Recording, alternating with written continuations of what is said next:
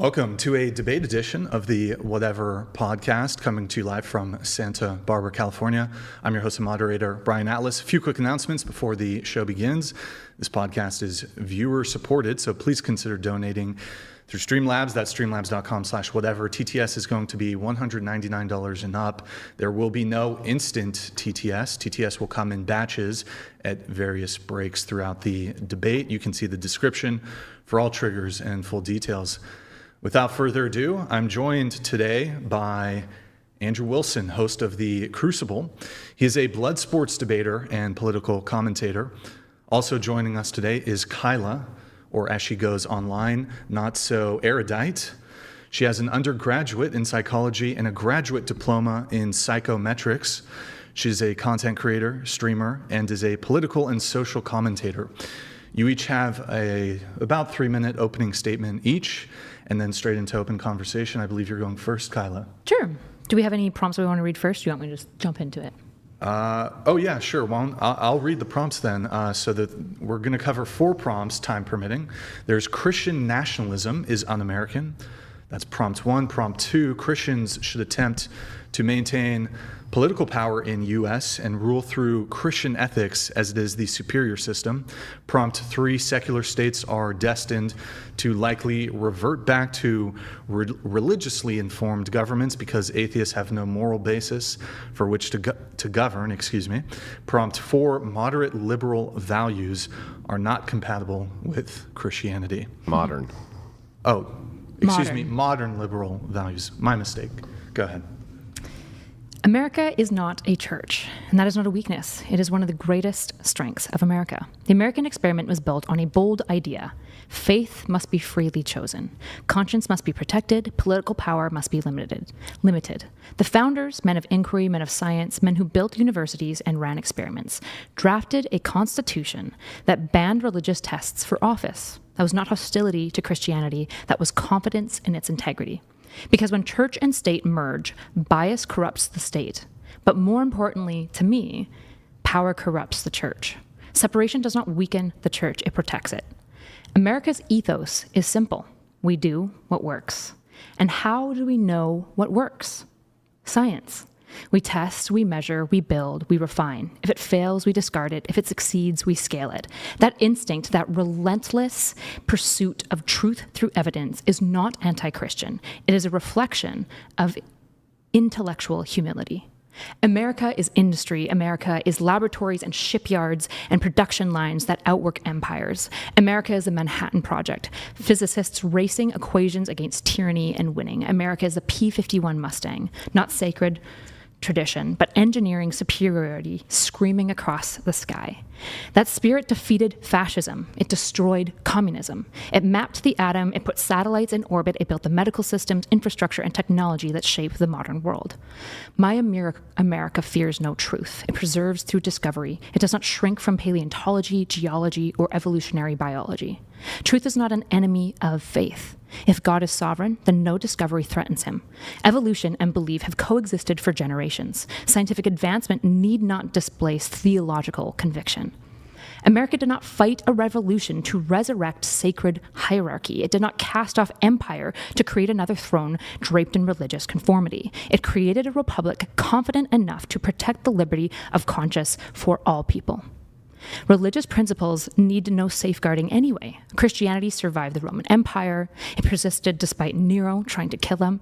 It grew to prominence and converted the known word not by sword, but by the quill. I wish my Christian brothers and sisters today still had the same confidence in the gospel that they had then. My America is equal protection under the law, freedom of speech, limits on state power. Those are not principles foreign to Christianity. They echo the belief that every person bears dignity, that coercion cannot produce genuine faith, and that moral transformation begins in the heart, not in legislation. Christianity has flourished for many of the same reasons that America has. They have thrived without subjugation, and they have spread without war. And when they did either of these two things, people came to hate it. The American dream and the holy word persuade because people believe their truth, not because it is enforced. America moves forward, America builds, America competes, America leads, not by fusing church and state, but by unleashing human ingenuity without demanding theological uniformity first. America is doing what works, and that is why it leads the world. Are you just taking the water break, or do you... All done? Okay, perfect. Andrew, go ahead with your opening statement. I'm way too hungover for this shit, but I got a beer, so that'll help me hair the dog a little bit.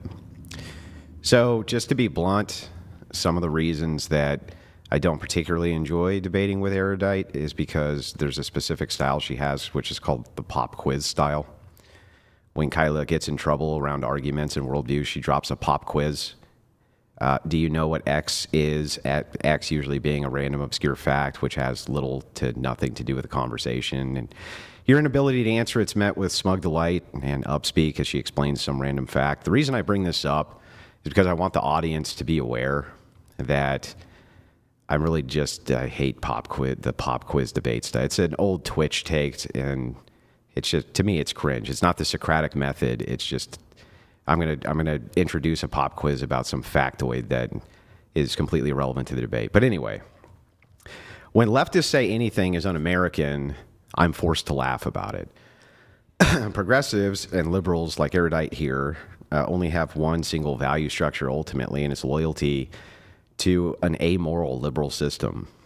To progressive liberals, and I kid you not, let's give an example. The example of Bob. Bob can go buy a brand new deluxe PC for his 18-year-old daughter, put a camera on top of it, and manage her career as a porn star on OnlyFans, while he's upstairs with her former teachers fapping to it on his Oculus porn helmet, and there isn't a fucking thing anybody can do about it, because Bob pays taxes. Bobby gets up every stinking day and he goes to work and he rolls up his sleeves and he gets the job done. And by God, if Bob wants to fap to daughter porn with her former teachers, who the fuck are you to tell him he can't?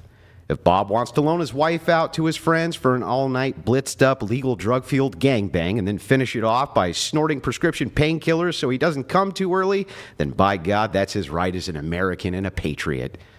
Who the fuck are you, sick fascist, to judge Bob? He ain't breaking any laws. He pays his taxes, and he's following the system, baby. And that's what matters. The liberal process of amoral systems rather than immoral. Everything's permitted. If the global hegemon of the world needs to put machine guns to the back of little Africans' heads so they can dig out the special Sudanese cell phone crystals, then so fucking be it. Bob needs his perfect reception for his satellite-driven cell phone in order to get the perfect nude image of his wife being split down the middle like a piece of meat in an all-white bread sandwich. And who the fuck are you to tell Bob shit? Nobody. That's who.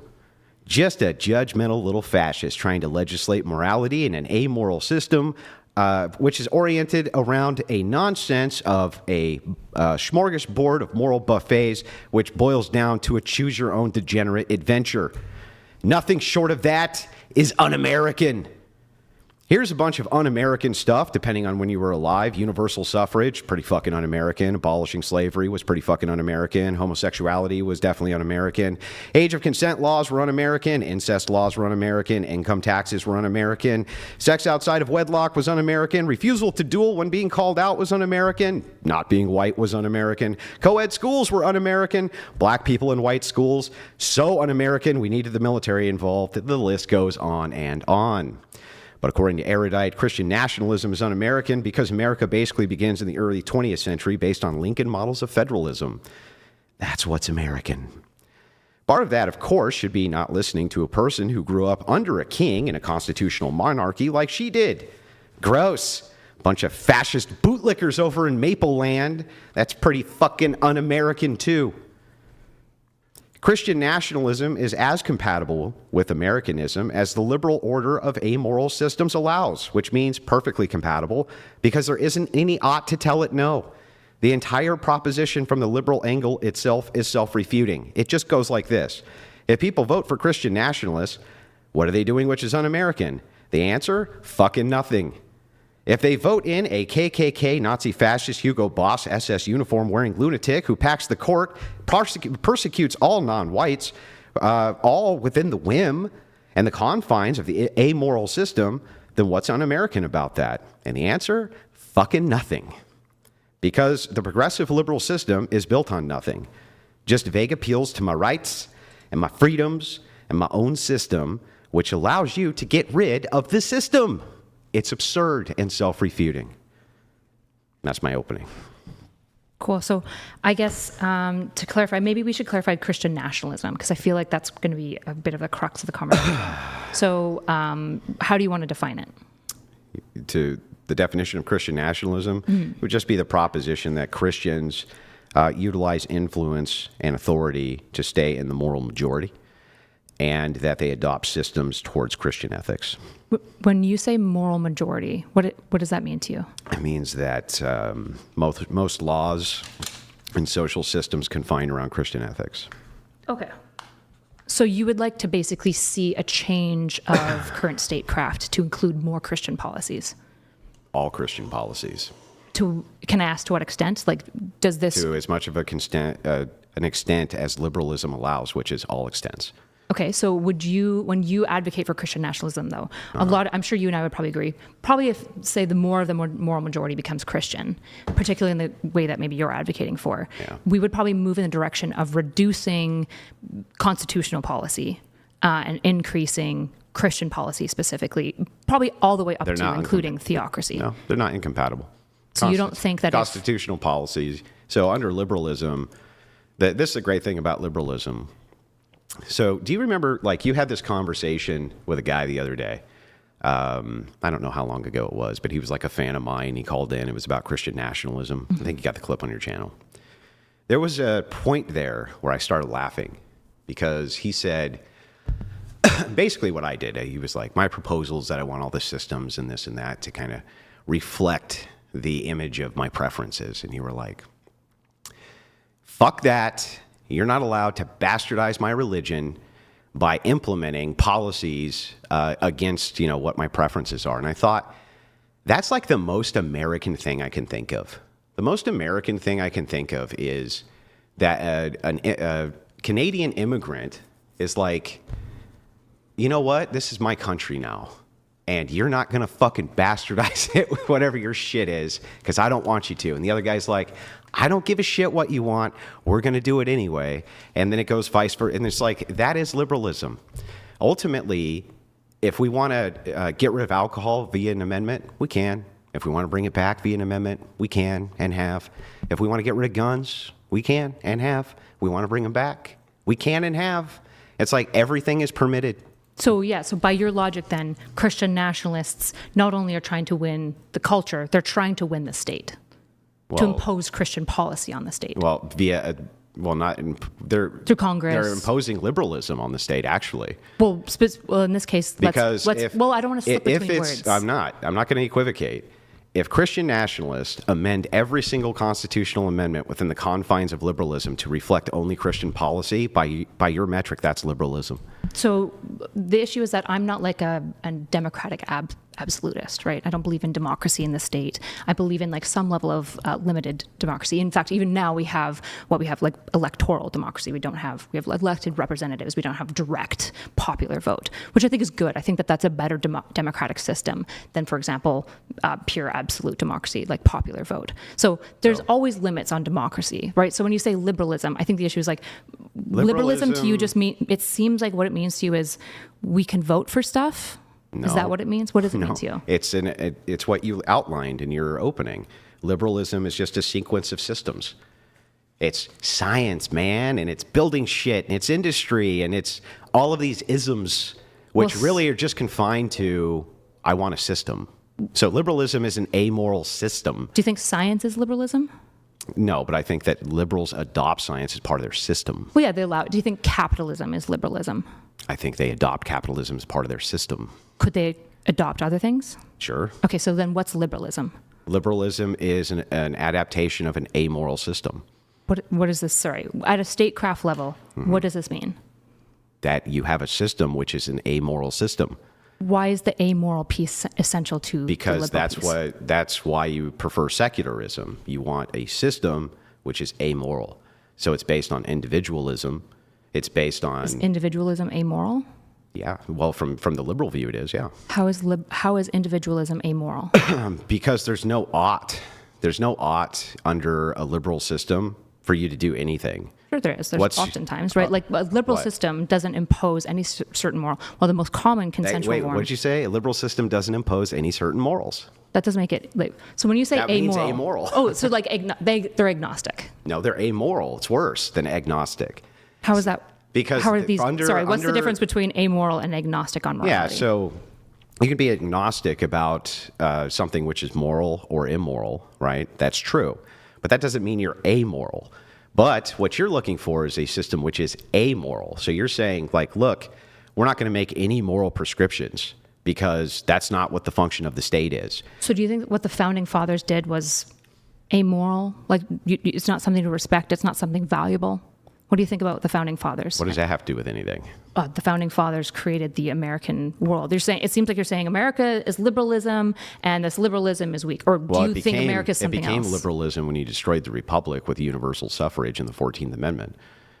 The Republic was just the language utilized to talk about a specific type of democracy, right? No, it had a foundationalism. You're talking about 39 out of 50 signers, only 3 of them were deists. And foundationally, the states, under the 10th Amendment, were allowed to adopt their own religions and did. It was only until we got to the 14th Amendment, way later, that this was no longer the case. No. And in your opening, you got that wrong. The Establishment and Free Exercise Clause specifically said Congress shall make no law respecting an established religion prohibiting the free exercise thereof. At the federal level, that's true. The federal level implied to the states. No, that happened later under the 14th Amendment. No, in fact, under the Constitution. I'll show you. Brian, pull up the 14th Amendment stops states from adopting religion. I'll show you so that you understand how the process worked. So do you think that the founding fathers established a religion for the No, nation? they established the 10th Amendment, which says that all rights which are not given to the federal government are given to the prospective states. Because the First Amendment covered that federally, this was part of a compromise. That compromise happened because of the Articles of Confederation. So the Articles of Confederation initially were the libertarian wet dream, but they didn't work because states couldn't have uniform commerce or uniform dollars or a uniform military. So they adopted a form of federalism and compromised. The compromise was the 10th Amendment. The 10th Amendment stated that actually states could have their own religions, and they did. Almost all the states had their own religion post-constitutional ratification. Most people don't know that. By own religion, what do you mean? Do you just mean the test clause? No. They had state religions. The test clause. You had to be No, to not be a in test power. clause. They had actual state religions.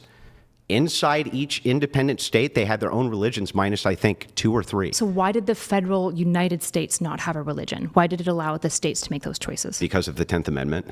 What was the principle? What were the founding fathers trying to do? What do you think the founding They were fathers cared trying about? to separate the power of federalists between anti-federalists and federalists. So they compromised on 2 major amendments. The Second Amendment, which initially was way looser in language, and then they compromised on the 10th Amendment as well, because states wanted to have their own militias, they wanted to have their own militaries, they wanted to have their own currencies. Congress was like, look, we need to have the power to raise armies, we need to have the power to coin money. If you allow us to have those 2 powers, then all the other prospective powers will give to the states, which they did. That included religion. So if the founding fathers intended, for it to be a Christian nation, to have some level of... They intended for each state to be able to govern as they saw fit in order to implement religions if they chose to. To the exclusion, at a federal level specifically, of any religion, right? But that's not in what's in contest here. That is in what's contest, Why? right? If we're talking about America, we're talking about the nation. We're talking can the about the First founding Amendment- fathers, the minds behind the founding of the The nation. founding fathers put in amendment processes for us to amend things, including the Sure. First Amendment, right? Sure, yeah, but why, if they wanted to blend church and state, why wouldn't they write that in? They did blend church and state They did because not. They under have- the 10th Amendment, they allowed states to adopt state religions. It was only when the Supreme Court looked at the 14th Amendment way later in our history that they decided, and by the way, that amendment had nothing to even do with this. That was about citizenship. State religions isn't the same thing as America having a federal religion. We realize this, right? Whoever postulated that we needed to have a federalized religion? Well, I'm talking about separation of church and state. Yeah, but for America. If states can have their own religion inside the state, and it becomes the state religion. Does that, in your opinion, violate that separation of church and state? If there's a test clause, yeah, it probably potentially would violate that. So if the state imposes a test clause for federal power, that would be an issue. And Do in you fact, know when the last... it was super common at the time that most states had clauses. In fact, the founding fathers were so intense about ensuring separation of power that despite most colonies at the time having a test clause for holding power of being religious, they explicitly barred it in, what was it, Article 6. Oh, yeah? Then how come in Maryland you had to declare until 1960-something, I believe, that you believed in God in order to hold office? Because in Maryland, they made that decision. But at a federal level, well, we're not talking about Maryland. We're talking about America.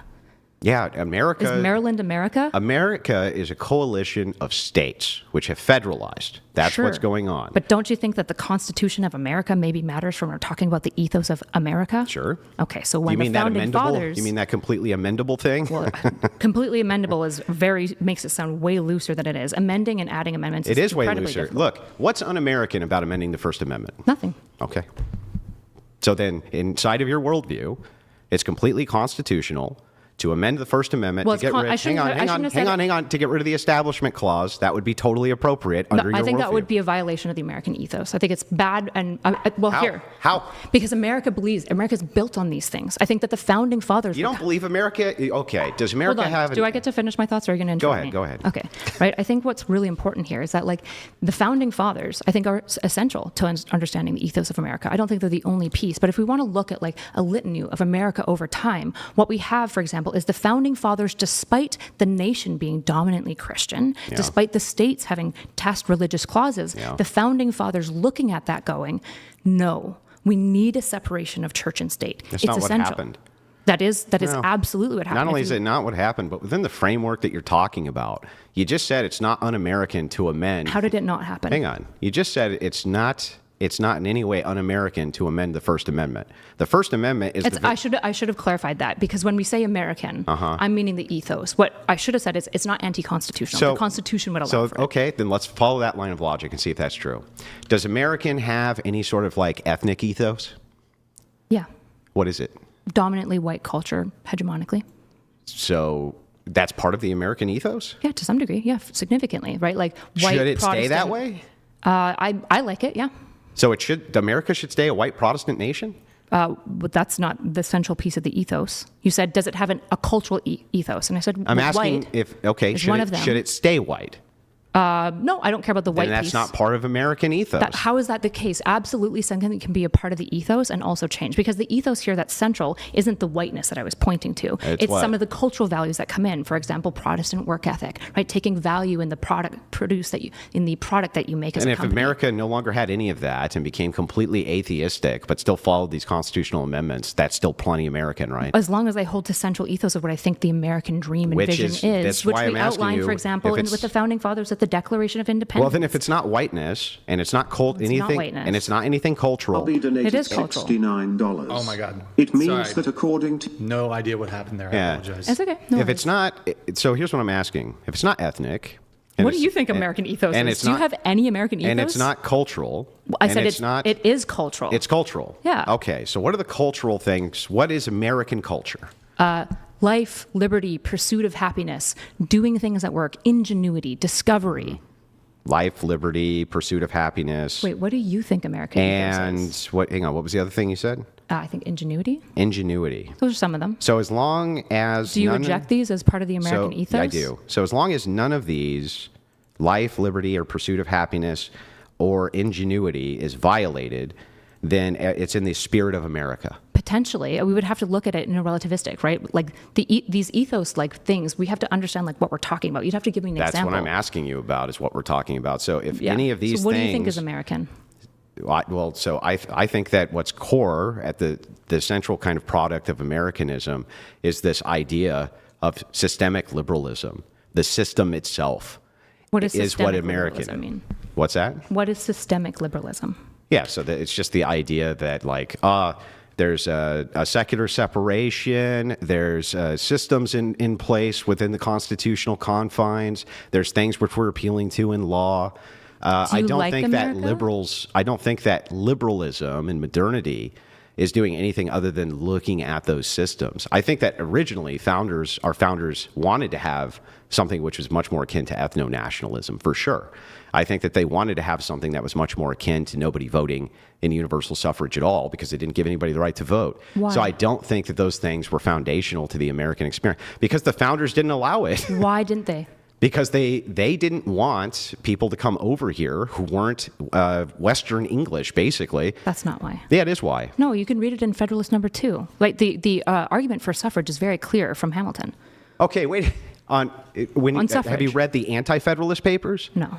Do you realize there's Federalist Papers, there's the Anti-Federalist Papers? Yes. These were compromises which were made from the original Articles of Confederation. What did suffrage mean to originally, the founding fathers? the 39, I believe it's 39 out of 50 delegates who signed the Constitution. Only 3 were deists. Most of them were Protestants, loyalist Protestants, by the way. And on top of all of that, most of them wanted only white states and made it very clear they only wanted white states. They put that into the very ethos of what they considered Americana. Do I think that modern liberalism is looking at any sort of people group? No. Is modern liberalism looking at any sort of like cultural environmentalism in order to like say, hey, this is what America is? No. All you can appeal to is systems. That's it. That's all you have is a system. Liberalism is a system of life, liberty, pursuit of happiness, and ingenuity, whatever the fuck that means. Doesn't even mean anything. Of course it Just means something. what? What do you mean? What is life, liberty, and my life, liberty, and pursuit of happiness? I could completely amend the First Amendment and still do all of those things. I think the issue is that most of the country would oppose you amending the First Amendment So? because the First Amendment is foundational to what makes America great. So what? So what if most of the country opposes it? It's built into liberalism. If all what it is what opposition. matters if the whole country opposes it is because like America is this consensual emergence of a bunch of people that believe in something. And what if we decide that we don't believe in the First Amendment anymore and amend it? What's un-American Do you about not that? believe in the First Amendment anymore? That has nothing to do with the argument. What is Sure it does. un-American about amending the First Amendment? Well, again, the American is this ethos. It would be technically constitutional, but I would argue that it would be a bad constitutional move, and I think it would violate the Founding Fathers. And I think the Founding Fathers were onto something when they made that first separation of free speech and separation of church and state. Should we adhere to everything the founders said or no? No, not Well, necessarily. then who cares if we violate it?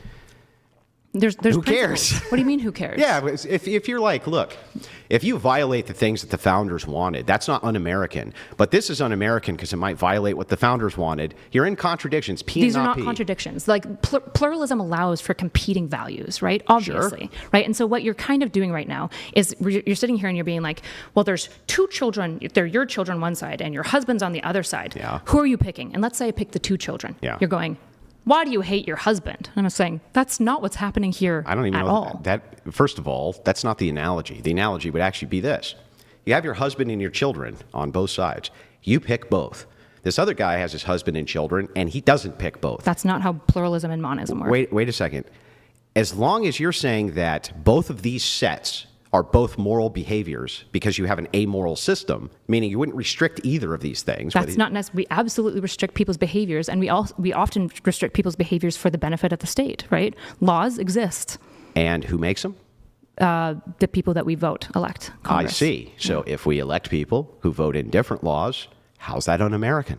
So it would be against the American ethos if a whole bunch of Christian nationalists, for example, convince people that we should actually reduce things like liberty. I think that we would be moving away from You the wouldn't be American reducing ethos. liberty. Absolutely. It would just be a different kind of If you liberty. start imposing church into state, for example, and the only religion that you can practice is Yeah. Christianity, Yeah. that would be violating liberty. How? If we amend the process, how? Even if you amend the process. So you can amend the process to make us a less free nation. But what I yeah. would say is that would be wrong. That would be un-American, yes. How? Because America is built on life and liberty. America is built on the fact that you can amend America. No, America is built on... Why do we have an amendment process then? Why wouldn't TJ, when he's writing the Declaration of Independence, why wouldn't he, for example, say, America is just what we vote for. It's just like consensus stuff, man. It's just like loosey-goosey. He says specifically an ethos that drives the dream, right? And you're saying, well, this ethos, this dream, it's just silly. It's nothing. I mean, it's just not nothing, right? It makes me go, It's foundationally do you hate America? on liberalism, on the liberal view, right? So you think America's It's nothing? built- Let each other finish, please. It's not built on any sort of ethnicity.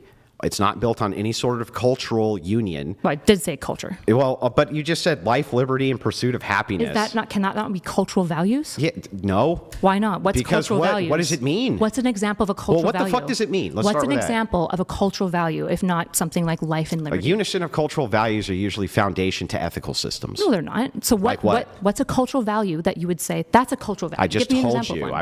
I would utilize for culture some kind of glue. That would be a unison. Otherwise, it's not cultural. Okay, what's a Scottish cultural value? Irish. Sorry, you're Irish. What's an Irish cultural value? Yeah, so I think that Irish cultural values would, again, revolve around foundationalism, religious what? ethical systems. Like what? Well, for Ireland, I think they're Protestant Catholic. So the cultural value of being Irish is being Catholic. I think that there's a union between the people group and the ethical foundations. So Yes. how are Irish people different than British people who are also on the back of Anglican or Catholic? Well, because they're not, right? So England has a completely different set of people groups which come from Britannians. The Britannians who came in, settled all of England. When the church came in and then they separate into Anglican, they have now a completely different set of value structures than other places do, including would you in call Western it Europe. Anglican? What? The British cultural value? So the Well, I only thing would that say- makes British and Irish people different is one's No, Catholic I and said one's different people group. Steelman my what's a cultural value for Irish people? Steelman my position real quick. I'm asking you actually to steelman mine because you're insisting that when I list these ethos, How it's can I nothing steelman and your empty. position when you're asking me questions? I'm asking you questions because you seem to be unsatisfied with the answers that I Yeah. have supplied. People because you're group- not granting me. Just people wait, just group wait, plus just wait. ethical if you're gonna system. if you're gonna get us on interrupting, it has to be mutual. Okay. Yeah. So I gave you an example of a couple of cultural ethos, and you said, "What? This is nothing. It doesn't mean anything." Well, these and so are- then I Wait, said, hold on. Let so her then I finish. said, Let her finish. "Can you give me an example of, let's say, Irish cultural Okay, ethos?" sure. Hold on, and you said Catholic, and I said, "What makes them different then from just another group of people that are also Catholic?" They have There's- different set values. Like what? Like, for instance, they have different religious foundationalism. They have different values in their society that What they is an honor. Irish cultural value? Give me one. Not life, not liberty, not pursuit of happiness. How am I wrong? I don't know. I'm not Irish. Oh, I don't know. so If it's Irish's values if is it's just being isms, Catholic? If it's just isms of like a cultural value is life, liberty, and pursuit of happiness, then it's like, okay, then cultural values are also just not life, not liberty, and not pursuit of happiness then? Does that make any sense to you? That's not what anyone's saying. I'm literally It is just, what you're saying. It's not. Let each other finish, please. I'm just asking you for a single example of an Irish Yeah, cultural when you're value, talking- and you're just saying, let each other and finish, you're just please. saying Catholic. So what's an example of an Irish cultural value? So, do you agree that Catholic would be an example of an Irish cultural value? I wouldn't say it's unique to Ireland. No. So, why would it need to be Well, unique? we're talking about Is Ireland. life, liberty, and pursuit of happiness unique to America? So are you just saying that cultures don't really exist? They're just the religions. Like there's no difference No, between what a culture- Irish people Let- and let each other finish. and Let each other another finish, and please. another group that's Catholic as What a well, cul- what- like Spanish yeah. people. So what a culture is going to be the grouping of the people, the consideration of the value group of those people, and then the foundations of those people. So what's an example of an Irish cultural ethos? Catholicism, So how is that different than Spanish people who are also Catholic? because they have a different people group, So what emerges that's different between these two groups? language, customs, orders, Yeah, values. not just values. No, Of yeah, course they can not. have, Of course not just they values. can have. Actually, they have a lot of shared values. Sure, of course, yeah. But again, you have to take the people group, then you have to take the social orders, then you have to take the foundationalism in order to create culture. For you're saying life, liberty, pursuit of happiness. Now, I gave you concrete examples of cultural values. Can you tell me what this means? What does Sure. that mean? So, if we're talking about the culture of people, I think one of the relevant things for the American culture might be, not excluded to, the founding fathers and what they thought. You know, the founding of the entire nation kind of matters. So, in the Declaration of Independence, for example, Thomas Jefferson outlines life, liberty, and the pursuit of happiness. So that is a unique thing, a unique hallmark of being Jefferson American. didn't sign the Constitution. That doesn't mean that he didn't write the Declaration of Independence. We're talking about the Declaration of The Independence. Declaration of Independence was a propaganda piece built on an axiom which said under God, right? So, as an American, you just don't care about the Declaration of I'm Independence. saying that when we're talking about foundationalism, the reason I bring We're up not that talking about Jefferson didn't foundationalism. sign the Constitution, we are. We're Nope. talking about value structures. You're saying that I'm life, trying to liberty, and figure out- pursuit of Let him finish, happiness. let him finish. You're saying life, liberty, pursuit of happiness is the foundation of Americanism. Nope. Then what is? What is the foundation? It's the foundation of America is the founding fathers. It's the Constitution. It's the Declaration of Independence. It's the Systems. entire idea. It's systems. Well, it's systems and it's ethos. You see what I mean, though? That's circular. It's you not- say life, how is it liberty, circular? What's the life, circle? liberty, pursuit of happiness. That is not the foundation of America, right?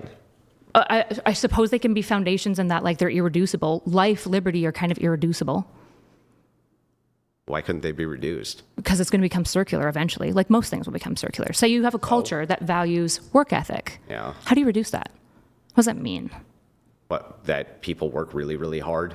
Yeah, isn't that kind of just like, you're just kind of Yeah, saying that's the a same thing. heuristic, So it's circular. I'm not sure that it's circular, but it's a heuristic. How is saying work ethic is people work hard not circular?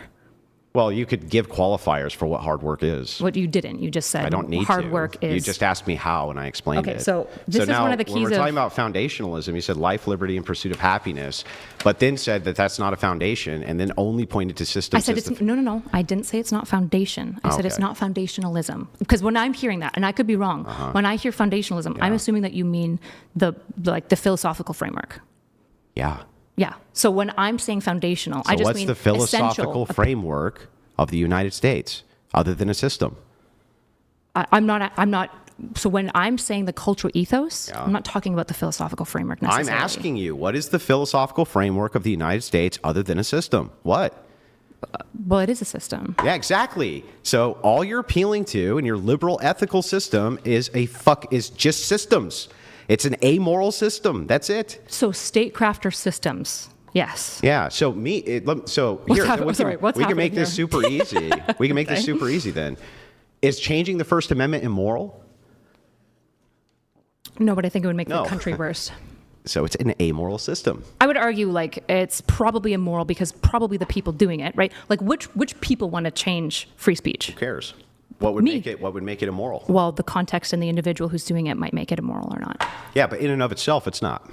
It might be, right? Things are relative. Okay, so in and of itself is not relative anymore because it's just in and of itself. So I am a moral objectivist and a relativist, right? What? I You're a believe P and a not P? no, I believe in that morals are objective, but also that they are relative. This is standard. This is like Aristotle stuff. What the fuck? What? Okay, so stealing is wrong. However, the guy whose family is going to die if he doesn't steal, relatively, contextually, might be okay for him to steal in that situation, right? You're just talking about pluralism. What's the competing values here? Because under pluralism, what you're saying is that there's many pathways to get to what the spirit of the thing is. That's not what pluralism is. It is. Nope. Okay, what is it? Okay, I wrote it down because it's when I could Google it if you it's guys- multiple irreducible competing goods in moral pluralism. Multiple what? Irreducible competing goods. Meaning that there's multiple pathways to get to somewhere. No. That No. means, for example, that you have two moral systems that are both good, so justice and mercy. And there's multiple ways to use them to get to the thing we're trying to get to? Nope. No? In this case, they're competing against one another. So in the case, for example, of somebody who's cheated on his wife, there's morals of justice that we would want to uphold, but there's also maybe morals of mercy or union of family. And so to make a decision, there isn't an obvious correct answer between justice or mercy. Usually we have to do some type of balance between the two. Or we could do things. no type of balance and utilize one in order to get to the same objective as the other. What's the objective So, here? for instance, if we wanted to like prosecute a guy for a crime, we could say we're only going to prosecute him on this crime based on justice. That could be one value set which we adhere to, right? Yeah, sure. We could also appeal to something else like dignity. I don't know. Let's just say we put that up and Sure. say that's what we're going to use instead. Well, the justice people and the dignity people, right? Neither one of them are wrong, and they're both going towards the same goal, which is execution of guy just, or execution of guy good, or execution of guy fine. Well, I guess if you want to make this like pluralist, I guess if you're a Because it is. Are It's you a pluralism. virtue ethicist? Yes, of course. You're a virtue ethicist. Yeah. Okay. So you want to basically utilize and. Well, I'm see a how- Christian ethicist, but virtue ethics is involved, yes. Okay, gotcha. So in the case of why are we here? Yes, we were Because talking. we're talking about systems. How is Systems. the United States something other than just a system? You said in and of itself, if we change the First Amendment, That would not be immoral. You don't think it would America be is amoral. Let each other anything. finish, please. So you don't think America is anything but its system. There's nothing else that makes America unique that you can point to and say, that's America. Under the liberal view, no. Under your view, I'm asking your view. Well, under my view, I think that there was once upon a time a powerful idealism which was founded around Christian ethics that was foundational to America, which is now basically destroyed by Foundational modern as in liberalism. founding fathers, or foundational in what way? It was foundational to the moral character of the people who lived here. So then why did they write it out in the federal papers? Right? What out? The church from statecraft. They didn't. Yeah, they did. No, they didn't. They Yep. separated. They separated in the First Amendment only that the federal government couldn't pass a religion on the people, but under the 10th Amendment, states could still maintain their religions. And then most states came to agree that actually the federal precept was better, right? No. Yeah, No. What happened actually was a lot of states were looking at moving back towards that, which is why this whole idea of the 14th Amendment being reinterpreted the way that it was to say that states couldn't do that happened. I feel like we have a very different understanding of suffrage. That's not suffrage. That's the 19th Amendment. 14th Amendment? Yeah, the 14th Amendment, I think, is citizenship. It's about birthright Right, citizenship. you're right. It's about birthright citizenship. Yeah, The you're 14th correct. Amendment? Yeah. Yeah. It's the 14th Amendment prohibits states from infringing on religious freedom by applying the First Amendment to them through the due process clause. Read the 14th. Read it. I just did, but hold on. Wait, there's I want you to read it in a way that sections- goes to his argument. Hold on. I just want that's him to read the possible. amendment, but I think that that's the case. Yep. Besides, even if it wasn't, it's not dunk for you. You didn't remember. But wait, it is. So the idea of remembering isn't what matters in a conversation of like which idea is more true, right? Yeah, hang on. So it's not about me Let him getting it read done. the amendment. I don't know why you said that. Aren't we trying to talk about ideas here? Yeah. So whether I remembered or not, like poo-poo for me, I should have remembered 14th Amendment. But if the 14th Amendment says what I'm suggesting, that's point to my ideas, Think not There's me different getting a win. clauses. Yeah. Should I read all Yes. the clauses? Yes. Okay. One, citizenship clause. Yes, there we go. It declares that anyone born or naturalized in the United States is a U.S. citizen, including formerly enslaved people. Yep. Overturned the Dred Scott versus Sanford decision. Number two, due process clause. It says states cannot deprive any person of life, liberty, or property without due process of law. So I was right. This protects individuals from unfair state government actions. Clause 3, equal protection clause. Mm-hmm. It requires states to provide equal protection of the laws to all people. This clause became the foundation for many civil rights decisions, Right. including Roe v. Wade, Brown versus Board of Education, Obergefell versus Hodges. So these were all Sorry, interpretations of the one- amendment. There's nothing in there about religion. You're right, but you said that that was the 14th Amendment was saying that states could have their own unique religion, but in fact, No, that's the it's not. 10th Amendment. Wait, why were you citing the 14th Amendment? Because then? I was telling you that most of the reason states wanted to move back to the idea of religiosity. It was through the interpretation of the 14th Amendment, which had nothing at all to do with religion, had to do with birthright citizenship. And due process. They focused on that, and here's how they did it. What they were saying was, basically, states aren't going to be able to tell anybody who is or isn't a citizen. Okay, they're not going to be able to do that anymore, and it needs to be uniform. So what happened is the Supreme Court began to rule that, oh, well, since it has to be uniform, we'll apply the First Amendment there too. This is way, way, way late in the game, though. Okay. Early Constitution, remember at this time, your founders are all dead, right? All these people are dead. Mm-hmm. They didn't want anything to do with that. They wanted the states to be able to make those prospective decisions themselves, which they were doing. Sure. So there was a compromise, particularly the compromise was because they needed to unite the colonies, but a lot of the colonies had a lot of different predilections about how to run statecraft, right? And so one of the reasons why they wrote out separation of church and state at a federal level, but allowed states to maintain it, is because they wanted states to still join. It was very important to them, particularly since the revolution was about to happen, that they had the states none of that's in unified under one dispute. another. Well, again, so the 14th Amendment didn't, none of that proved that you were right. Yes, at it all. did. 100% did. That has nothing to do with religion. That was my point, not yours. That was my point. I never said the 14th Amendment had anything to do with religion. You did. You no, said, I said the yes, First you did. Amendment. I have it written. I've only And I said, the no, First it was Amendment. citizenship. And you were like, no. Oh, wait, it is citizenship. And then Brian, he did a quick Google search. And what he was reading was an interpretation of it. When he read the actual amendment, no, I was correct. I've never denied that it was about citizenship. I said, what does the 14th Amendment have to do with You religion? said read it so that it favors Andrew, but it did favor me because I was right. Well, he started reading it and had nothing to do with religion. It had everything to do with like equal liberties. No, like, it was the opposite. He was saying first that, hey, this was about religion when it wasn't. No, he was. What? No, he was not. Yes. What was the first thing you read, Brian? Okay. It was the citizenship clause. Mm-hmm. There's the due process clause. No. Before that, the first thing that you read. Oh, the first one. Before I looked it up again. Oh, that the 14th Amendment prohibits states from infringing on religious freedom by applying. Thank you. Infringing on religious freedom. Thank you. He was saying that the 14th Amendment was about religion. I said, no, it's not. That was literally about citizenship. Okay. I can look stuff up for you too. I appreciate It's that. fucking crazy. Wait, nothing crazy's happened here. Yes, it has. So would you agree that in this conversation, I brought up the First Amendment around religion? You have brought up the 10th and 14th to justify why actually the states were given power to decide their own religion. No, just the 10th. The 14th was how it was why'd you bring up the reinterpreted to 14th? get away from the idea that states could have their own religion. Okay, gotcha. I see. So can we read the 10th? Yeah. Yeah, sure. One moment. All right. The 10th Amendment.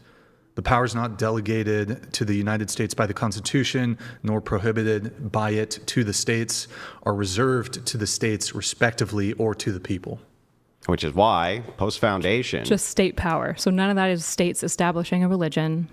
Yeah, no, This is just saying the federal government respects the state's right to make certain decisions. Like in suffrage, the state reserved the right to decide who is people, right? How many states maintained a state religion post-constitutional ratification? I believe all of them did initially.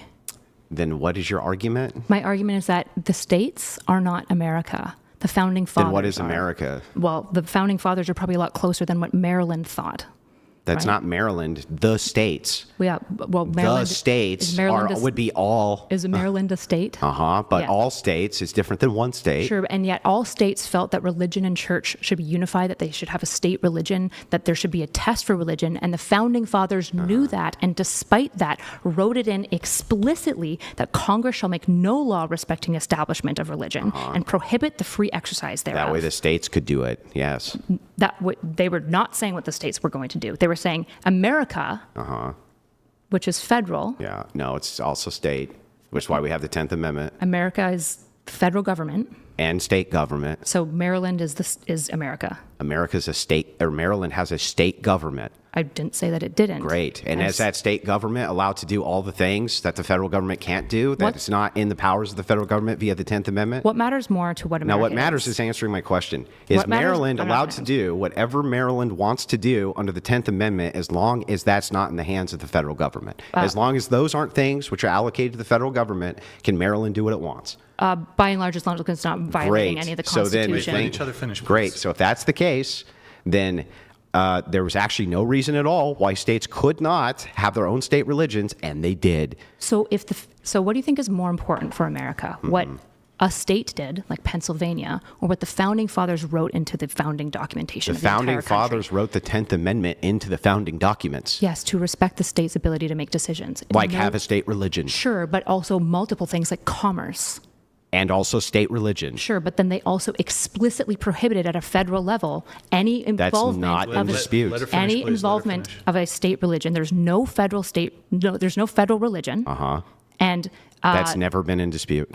yep, that has been in dispute because the question here is what's more American? Yeah. What Pennsylvania did in like the That's 1700s. not the question. The question is That whether my Christian question. nationalism That's my is question. un-American. That's my question to you. What matters more for America? The American ethos, understanding America as a country, what Pennsylvania did at the founding of America, or Yeah. what the American founding fathers wrote. Both are important. Which matters more? Neither one of them matter more They're than the equally valid. Equally matter. other. the The same. system wouldn't work without the validity of both state and federal government. That's not what we're saying. You're saying that the Pennsylvania policies are equally as valid as the federal Under the 10th Constitution. Amendment, yes. No. No. Yes. Hold on. You're equivocating again. How? You're being naughty because you're pretending like what we're talking about is now statecraft, that Pennsylvania policy was valid under the Constitution. But that's not what I'm saying. What are you I'm saying? I'm asking you about the American idea, Okay. the idea of America. The system. What matters more to the history and understanding of America as a nation? Both. Which matters more? That's Yeah, so you're saying they're equal. When you say Pennsylvania matters when you just as say- much as when the you say founding fathers, more or which is less, fine. It's just absurd. Absent, how is it absurd? The system doesn't work unless you have the state governments. It doesn't work. That's not what anyone's saying. Nobody here is denying that. So how could it be more important what the founders did when it was intricate that the states had the rights? To America as an idea, I Yeah. think what the founding fathers write kind of matters, like the most. Yeah. Why? Because they're founding the federal government. They're founding Based the on a nation. compromise with the states. Yeah, but they're founding a nation.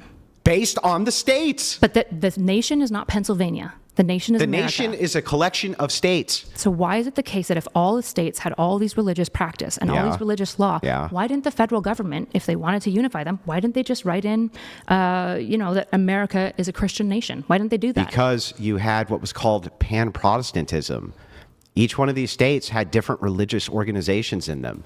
And some of them wanted to be this type of Protestant, some wanted to be Catholic, some wanted to be Quakers. So they gave them the 10th Amendment. And the 10th Amendment said that they could do that shit. They could be a Protestant state. Why they not could just be say a they have to be Catholic state. Christian? Why not just say at the federal level that they can just be the Christian? Because the states demanded that the federal government not step in to tell them what their state religion had to be. That's not true. Actually, That was the compromise. No, so when Yes. the first, Yes, no, it was. So Yeah. no. Hold on. The Okay. compromise here is that states are allowed to make certain rules of law within state that that are not within the federal purview. That is the compromise, right? No. Yes. That's one compromise. Okay. Okay. I don't know why you're interjecting there at all. Thank Because you it for the matters. clarification. This is like being like, there's 3 ways of feminism, and I'm like, there's 4, and you're like, 3's within 4. It's like, okay. No, thank it's you. nothing like that. It's It's like saying identical to this. that. It's like saying the states, the reason that this compromise happened in the First Amendment is because a Catholic state didn't want the federal government to tell them they had to be a Protestant state. So why didn't they But just have they did Christian? want the federal government to say that they could have a Catholic state, and they did under the 10th Amendment. So why is it the case that within like the first federal address, all of the states were extremely upset because they mentioned nothing about God? There was no establishment of America as a nation of God. There are ways, for example, that they probably could have compromised between all of the religions so that it wasn't saying a Catholic leader, but just saying a Christian leader, right? They could have done that, but they didn't do that explicitly That's to because the they- upset, yeah. actually, Yeah. to the upset of the religious leaders, to the That's upset true. of some of the founding fathers. It's because... So why did they do Because that? Protestants didn't consider Catholics to be Christians. That's why. That's not why. It is why. No, the TJ writes about this. The reason why, right, and you have this in the Federalist Papers, the reason why is because they were breaching away from a king who was also a spiritual leader, right, in the UK, and they had a huge issue with it. They viewed this blend of church and state, especially at a federal level, as a problem. In fact, I suspect if you go into it, a lot of the founding fathers thought that all the states shouldn't have a state-level religion. They just weren't going to comment on that because they needed to unify the countries. Incorrect. And over time, There was the a colonies couple- adopted the exact same Yeah, framework there was that the a founding couple fathers of had. them If you that can, didn't just want try to. to let each other So finish. first of all, there was a couple of them who didn't want to. That's true. But the thing is like Well, they all the agreed to entirety of the federal government. Well, I'm talking about there was a couple of founders who didn't want states to have a religion. That's what I'm specifically You're talking about the referencing. deists. Not just the deists. There was others who weren't deists, but by and large, most of them were fine with the compromise. So a majority of the founding fathers- Is it my turn now? So here's what actually happened, because since you have revisionist history that I don't know where you came up with. Okay. You couldn't say in the First Amendment that this is to be a Christian nation specifically, unless you gave a specific denomination, because denominations did not recognize other ones as being Christian. So what they did instead was they said, look, Congress is not going to make an establishment of a religion, period. We're going to leave that to the states. And then they put in the 10th Amendment. And that's exactly what the states did. They put in their own religions. Why could they have? So why did they ban religious test clauses? You could easily make religious test clauses. They still have them in almost every state. No. At a federal level, it's Article 6. It's Yeah. explicitly banned. No religious test shall ever be required as a qualification to any office or public trust under the United States. Because there could be instances where you had people who were representatives of states who for some reason needed to operate at the federal level, right? They didn't want to be like, hey, you're a Catholic, so your oath is no good here. or you're a Protestant, so your oath is no good here, or you're a this, so your oath is no good here. That was part of the compromise. Why didn't they just use the Apostles' Creed? Both Protestants and Catholics at the time acknowledged the Apostles' Creed. Because they didn't recognize each other as Christians. So that doesn't matter. They both recognize the Apostles' Creed isn't Catholic or Protestant. It's just Christian, right? Whether or not they would fight about who's a heretic or not. Why not, if you want a religious test clause that compromises between these two religions, why didn't they just write in the Apostles' Creed? I'm sure they were familiar with it. Because they didn't recognize each other as Christians. Meaning, at the federal level, if you swore in as a Catholic, let's say, right, in order to fucking, I don't know, help with some piece of legislation or do something that you weren't, you were supposed to do at the federal level, the Protestant nations or states might be like, we don't recognize that because that's an oath of a Catholic. So at the federal level, they had to stay Protestants secular. Would have said that the Apostles' Creed is Catholic? What does the Apostles' Creed have to do with anything we're talking about? The Apostles' Creed is like one of the central creeds to like what we say who's Christian. So what? That has nothing to do with what I'm saying. Of course it does. Why would you said if a Catholic takes the Apostles' Creed I don't why understand. would a Protestant be why upset did the about federal that? government, it was not within the federal purview to make the determination of getting the states to compromise on the fucking Apostles' Creed. It was under their purview to say, hey, what we're going to do is make it so that you don't have to swear any oaths from the Catholic or Protestant perspective, but rather we'll leave that to the states. The states can make it so that you can swear that you're a Protestant, or you can swear that you're a Catholic, or you can swear this, or you can swear that. It was up to the states prospectively under the 10th Amendment. Right. But at a federal level, Yeah. it was barred. And you're saying there isn't a world. Nobody's disputing that. Hold on.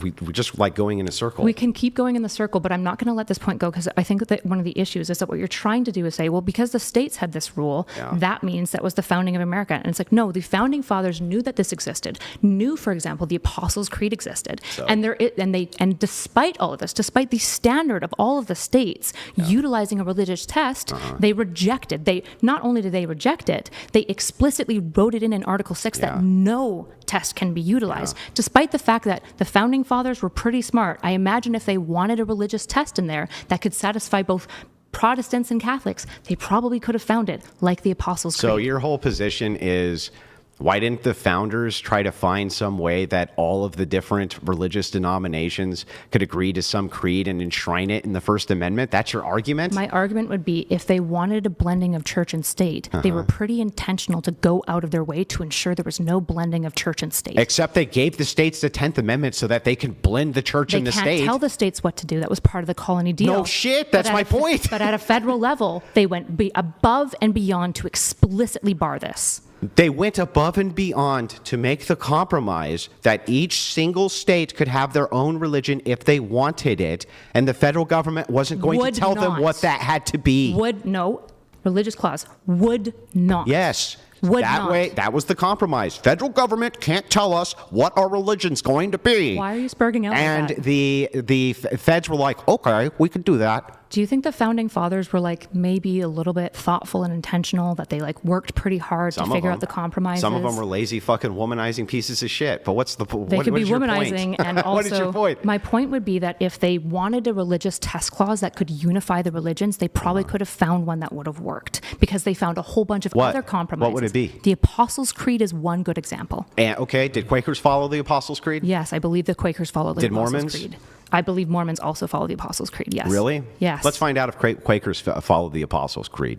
Can you look it up? Look up if Quakers follow the Apostles' Creed. Let's find out. Do you know what the Apostles' Creed is? Are we pop quiz, Kyla? Well, Pop quiz, Kyla? are you saying you don't? Yeah. Most Quakers do not formally use or recite the Apostles' Creed. Really quick before... Hold on. Really quick. We're coming up on the hour. Would you guys like to shift to a new prompt here in a few minutes, or... Yeah, but... So you're telling me that they don't acknowledge the Apostles' Creed, or are you saying that they don't believe that Jesus was born of a virgin, that he died and rose again? Kyla, That's the Apostles' Creed. they don't recognize it. That's the Apostles' Creed. That's it. So they don't recognize. Hold on. I do have a bit of more information here. It says many Quakers, especially in more evangelical branches, would agree with much of the theology in the Apostles' Creed. However, they generally do not recite it in worship or require Reciting doesn't matter. Require members to affirm it.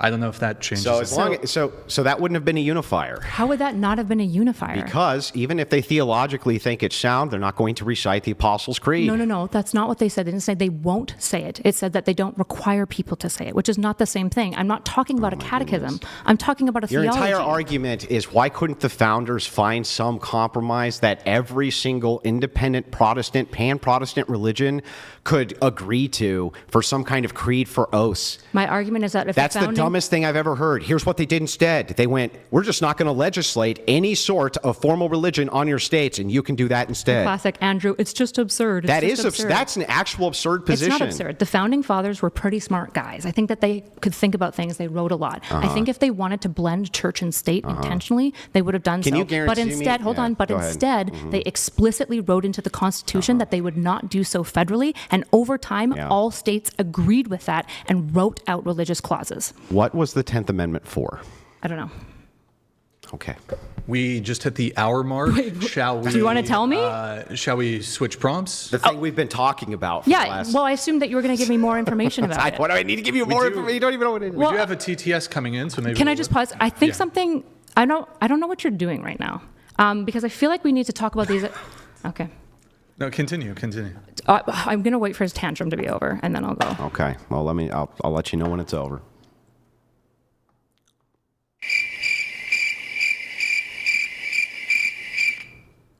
Okay. Are we done? Or are you still tantruming? Me just sitting here as a tantrum?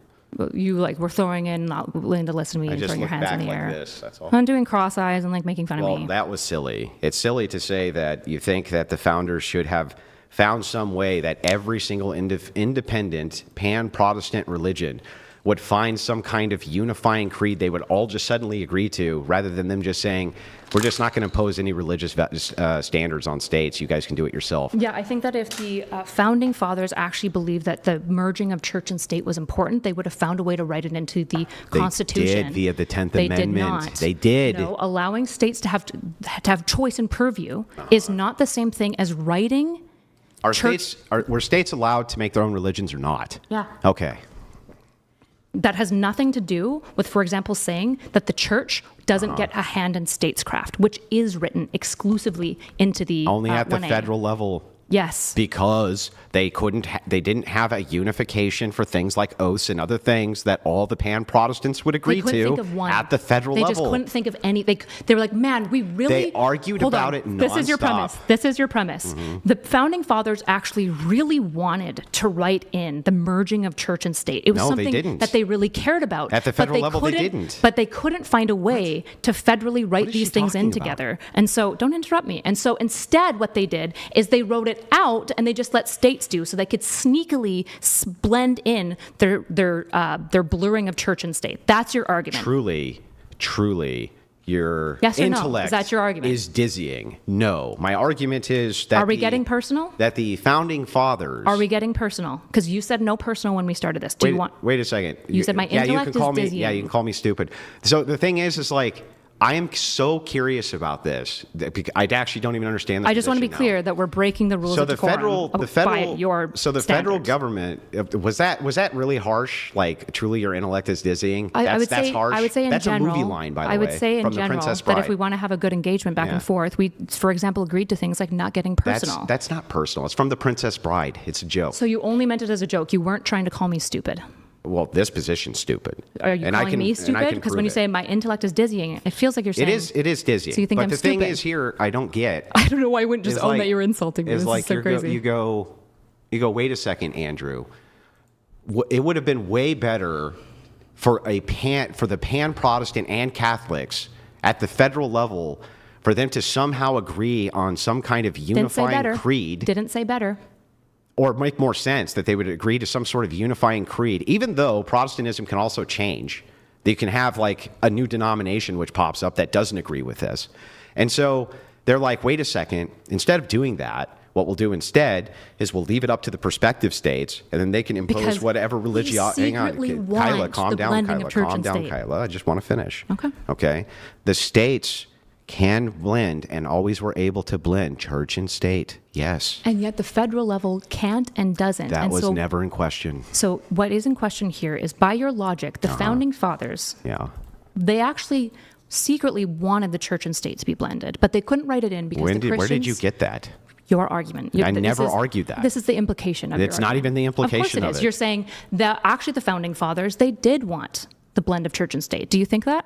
They wanted the states to be able to blend Do you church and think state. that the founding fathers wanted America to have a blend of church and state? That they wanted the church to It depends help on which make ones you're state talking practice? about. Some of them did. You Some said of the them majority. didn't. You said the majority of founding fathers. No, the majority of the founding fathers who signed, I said, were not deists. You That's also what I said the said. majority of them Yeah. were like some Foundational Protestants. Yeah, yes. they were men of God, and right? from different denominations. And do you think that those men of God Mm-hmm. couldn't have tried to, like, if they wanted to write in Mm-hmm. that the federal government has a blending of church and state, that they couldn't have found a way to possibly do that? Or they just give it to the states prospectively, which makes more sense Why would they then explicitly write it out of the federal government? because they wanted it to go to the states specifically, so that for purposes of things like oath keeping and Why things wouldn't they like make this. a rule then that says states must maintain some form of Christian religion? Because that doesn't mean anything. If you say you have to be a form of Christian, How does that not who mean gets to make the determination of who a Christian is? Usually it's going to be the Christian people of that state, right? How does Exactly. Wait, That's my whole point. It's not Exactly. your whole point. It's not your whole point. Yes, it is. No, it's not. Who, if the founders, if at the federal level they can't make a determination of who a Christian is or isn't, and that's why you leave it up to the state determines. So by your implication, you're saying the founding fathers did actually want church and state to not be separate. However, they couldn't find a way to write it into the Constitution other than through the 10th Amendment, which doesn't even You're talk getting one specifically whole about... part of this Don't interrupt wrong. me. Don't interrupt me. You can correct me after. Just write it Okay, down. go ahead. Okay, so you're saying the founding fathers, by implication, they actually did want the church and state to be blended. They actually valued that, getting that? because you're saying that they wrote it into the Constitution by allowing the states to do it, which is implying then that the founding fathers did want church and state to be blended. They just couldn't write it in within the First Amendment clause, so they allowed the states to do it as a sneaky way to smuggle in church and Lord, state. this is like the worst straw man ever. No, here's my actual position. The actual position is due to the Articles of Confederation and that not working, we knew that we needed to have a federalist nation. Otherwise, we couldn't have currency, standing army, anything like this. Because of that, the states, who were completely distrustful of having a federal government because they had just fought off a massive fucking kingdom, were very distrustful. And so they needed to sell it to them. The way that they sold it to them is they were like, well, since it's all pan-Protestantism, we can't figure out our foundationalism. We will take a secular approach at the national level. And what we'll do is institute the 10th Amendment, and each of you can put in your own religions if you want to. That was the compromise. It has nothing to do with the motivation of the founders at the federal level, wanting it, does. not wanting it, loving it, not Of loving course it it. does, It because has this to is do. my argument. Hang on. Okay, that's great. But you just said what you're saying is, which infers that's my argument, and it's not. My argument is there's a compromise between the states and between the feds. And the compromise was that the feds were not going to tell the states what religions they could or couldn't have, period. And was the compromise, were the founding fathers compromising because they had a hope that the church and state would stay connected? They just couldn't write it in? Is that what you're saying? At which level? So they were hoping that the nation broadly would stay Christian within the statecraft, that there would be no separation of church and state. However, they couldn't write it in. No, they wanted So at they the did national level to adhere to the idea that only the states could impose whatever their religious value structures I'm were. asking, is it more reasonable to conclude that the founding fathers wanted a separation of church and state, or that they did not want a separation of church and state? You have to express at which level. I'm though. assuming that if they felt it at the federal level, they probably felt it at the statehood level. I don't know why a founding father would be like, I don't want it at the state level, but I actually do. You said compromise, right? They didn't get everything they wanted. Jefferson didn't like that states had religions, and he made that True. clear. But other presidents made it clear that they were fine with it. So the majority of the founding fathers, do you think that they wanted separation of church and state? At the national level, that was the compromise. Yes. Do they want it, though? I don't know. I can describe to you presumption? each of their motivations. What's your presumption of Some the of them majority? did, and some of them didn't. Do you think most of them did, or most of them didn't? I don't know if it's most. Do well, you? you said a majority of the founding fathers. Well, Weren't I would deists. say I said weren't deists. no. You also said that they were loyal Protestant, Yes, good that's old Christian true. boys. They were. So my argument would be that these good old Christian boys all agreed that separation of church and state mattered. That's why they wrote it into the Constitution. At the federal level. They didn't even prescribe states having a state religion. They just didn't take the states That right. was the they compromise. They just didn't take the states right away from them doing so. That's not the same thing. So they allowed the states to implement their own religions. at a state level, but they would not at a federal level. Then what are we arguing here? We're arguing about whether or not the founding fathers wanted a separation of church and state or not. At the federal, I don't know how else to make Why this would they clear. want it not at the federal level? At the federal level, they did not want a federal religion because states Why? got make a religion. Why didn't they want a federal religion? Because they were compromising with the states. Sure, but do you think that overall, if they didn't have to compromise, they would have preferred a federal religion? Well, there wouldn't even, the whole framework of the nation would be so different. I don't even know how to speculate. You're right. on It would that. be completely different America if we didn't have separation of church and state, because the founding fathers, despite mostly being Christian, despite being loyal Christians, they understood the necessity of separation of church and state. No, and no, most it of would those be a founding different fathers, America because there wouldn't then be states' rights, the 10th Amendment. There wouldn't be, the whole system would be totally different. We're 10 minutes over So time. I don't have any idea what you're even referencing. if you want to like rewrite absurdism into it, that's totally fine. But it's pretty obvious that if the founding fathers wanted to have no separation of church and state, they could have done something. They could have employed in some direction. I don't But even it know what seems she's like- arguing. How about this? We're you could steel man we are me and a bit try. over time on this prompt. You seem to be saying that. You guys want to do Was a it the close vote? I don't know. Was it the motivation, if it was the case that there was no states, would the founders have preferred no religion? So I've made already an affirmative claim, which I said, well, the founding fathers, despite being dominantly Christian, despite valuing their Christianity, despite most of the nation being either Protestant or Catholic, went out of their way to write religion out of a federal nation, grounding America at a nation level as a non-religious nation state. In fact, so I see. non-religious. So non-religious. Here's the problem. Hold on, I'm not done. Okay, go ahead. Go ahead. Really quick before you go, we are a bit over time on this prompt. It does give them some time to tantrum, so you can read your TTS if you want. Well, do you guys... What tantrum? I'm just sitting here. You're eye rolling and like getting upset, which is totally fine. Like it's an impassioned. I actually don't understand what the But do fuck you you're even guys wanna talking continue- about. That's kind of the. Do you I guys- really don't. Do you guys want to continue on this prompt, or do you want to move on to something else? I just want to speak to that specific thing you said. That's kind of one of my issues with Andrewism is you're not attempting to understand what I'm saying in any way. And usually, I just tried to steel man and you cut me off. When I was trying to steel man your position, you cut me I off. corrected you because you were steel manning me incorrectly. Okay, got it. So here's the thing. Well, if you're going to steel man me, you should probably be correct. Can we and read in a like- good faith conversation, Yeah. I want to understand So- you, okay. and you want to understand me. So let me summarize your position. Okay, go ahead. My understanding of your position is that you don't know. You're agnostic as to whether or not the founding fathers wanted, church and state to be blended, but you believe that essentially they allowed the states to do it so that the states could stay religious, and they wrote it at a federal level because they recognized that they would have to compromise, and they couldn't find a good compromisation amongst the states because they were of different religions. Correct? No. How is that incorrect? Well, the first part is what you're messing up. Okay. It's irrelevant whether or not the signers of the Constitution themselves would have ascribed for a state religion or not. I think the What's founding relevant- fathers' predilection is important. What's relevant is what they actually did with the states. The state itself, the prospective states, are as much of import as the federal government. That's what anti-federalists thought. You have a federalist mindset for some reason. You keep on, I understand the disconnect. The disconnect is you keep thinking that federal systems are more important than state systems. No. They're definitely not. Let him finish. Hang on. Not only are they definitely not, but that's where the disconnect is. Here's what's actually happening. There was a compromise that was done. The compromise was that there was no possible way that Catholics over here were going to recognize the oaths of Protestants over there. Not if the federal government was making the demand that you had to be X thing in order to swear an oath or do a thing. So what they did instead was they said, what we're going to do is we're not going to implement a nationalized religion. The prospective states instead are going to be able to implement whatever religious institutions that they want. They were perfectly fine with them blending church and state. Yes, perfectly fine with it. Do you think they preferred it? Many of them, yes. So why didn't they write it into the federal constitution?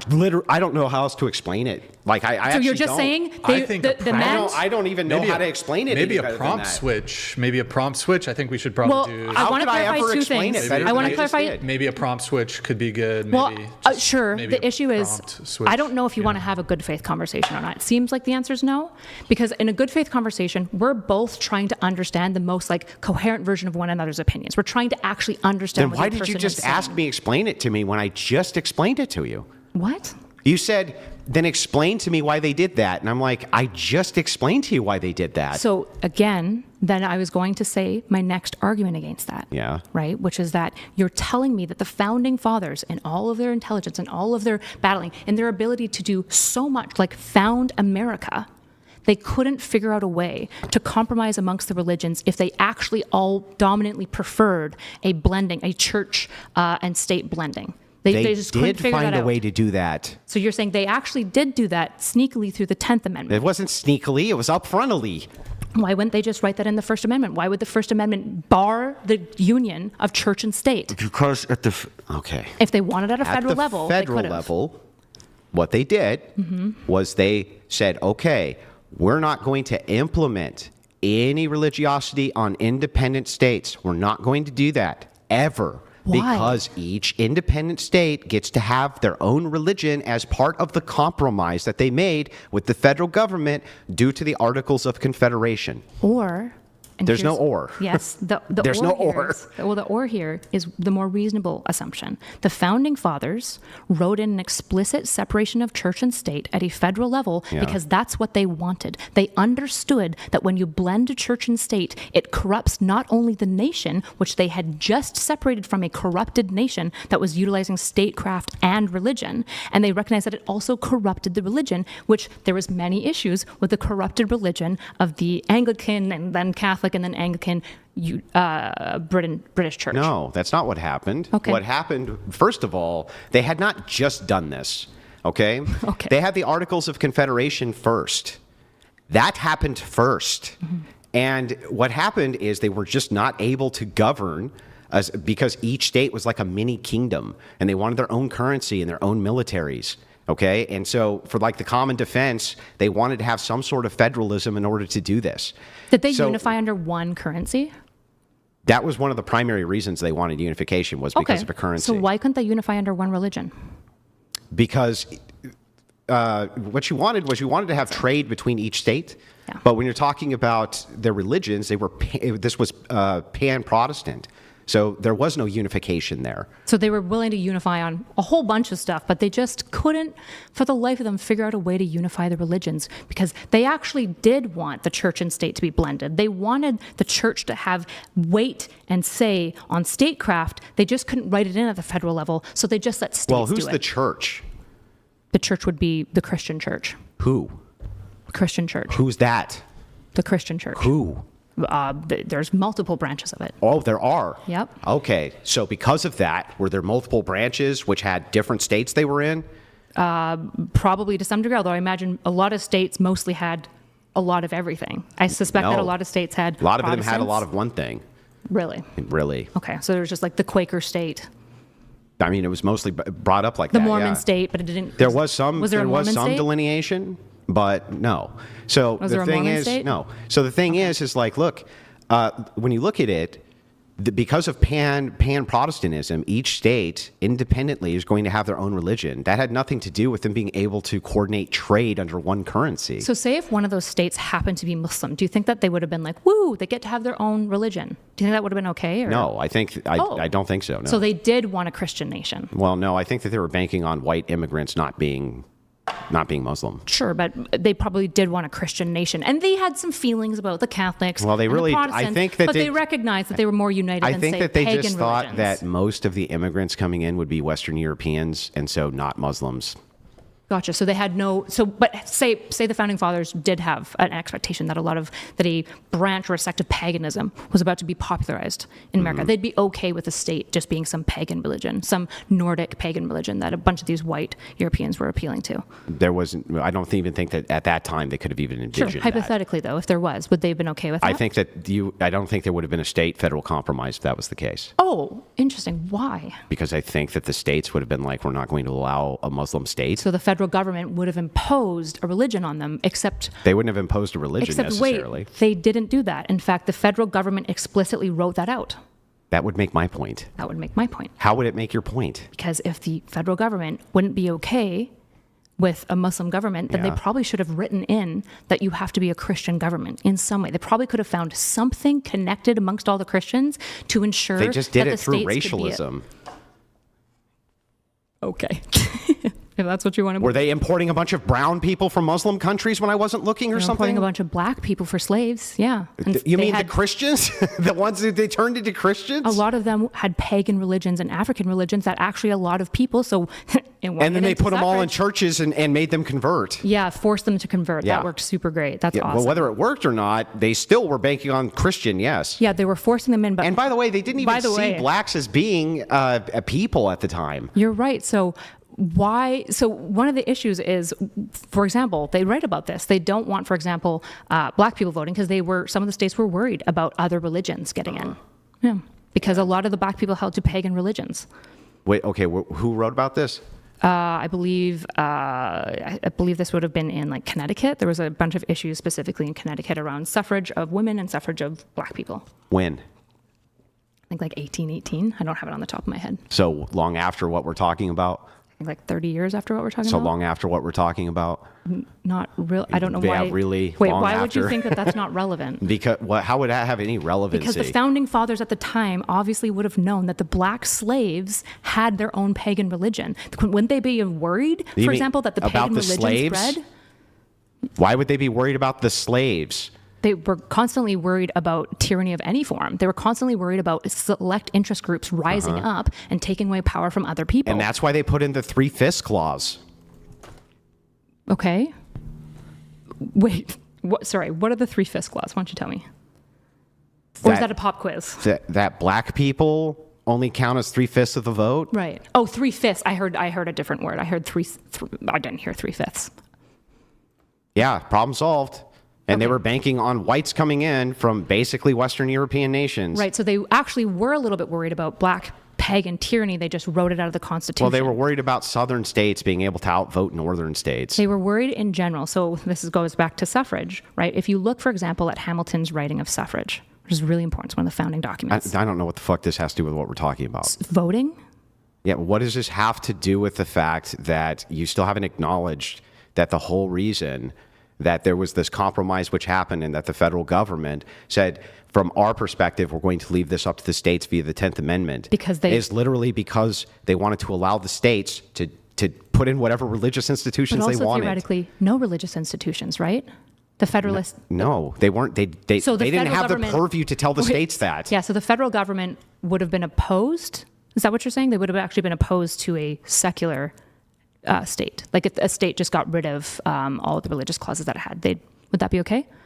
Under the purview of the 10th Amendment, states could do that. Yeah, you're right. It's And? almost like the founding fathers didn't care about blending church and state. They actually cared about separation of powers. So if you want to ask me about the suffrage stuff, the reason why the suffrage stuff is relevant is because when they were talking about voting is really important as far as like stakeholders. This is what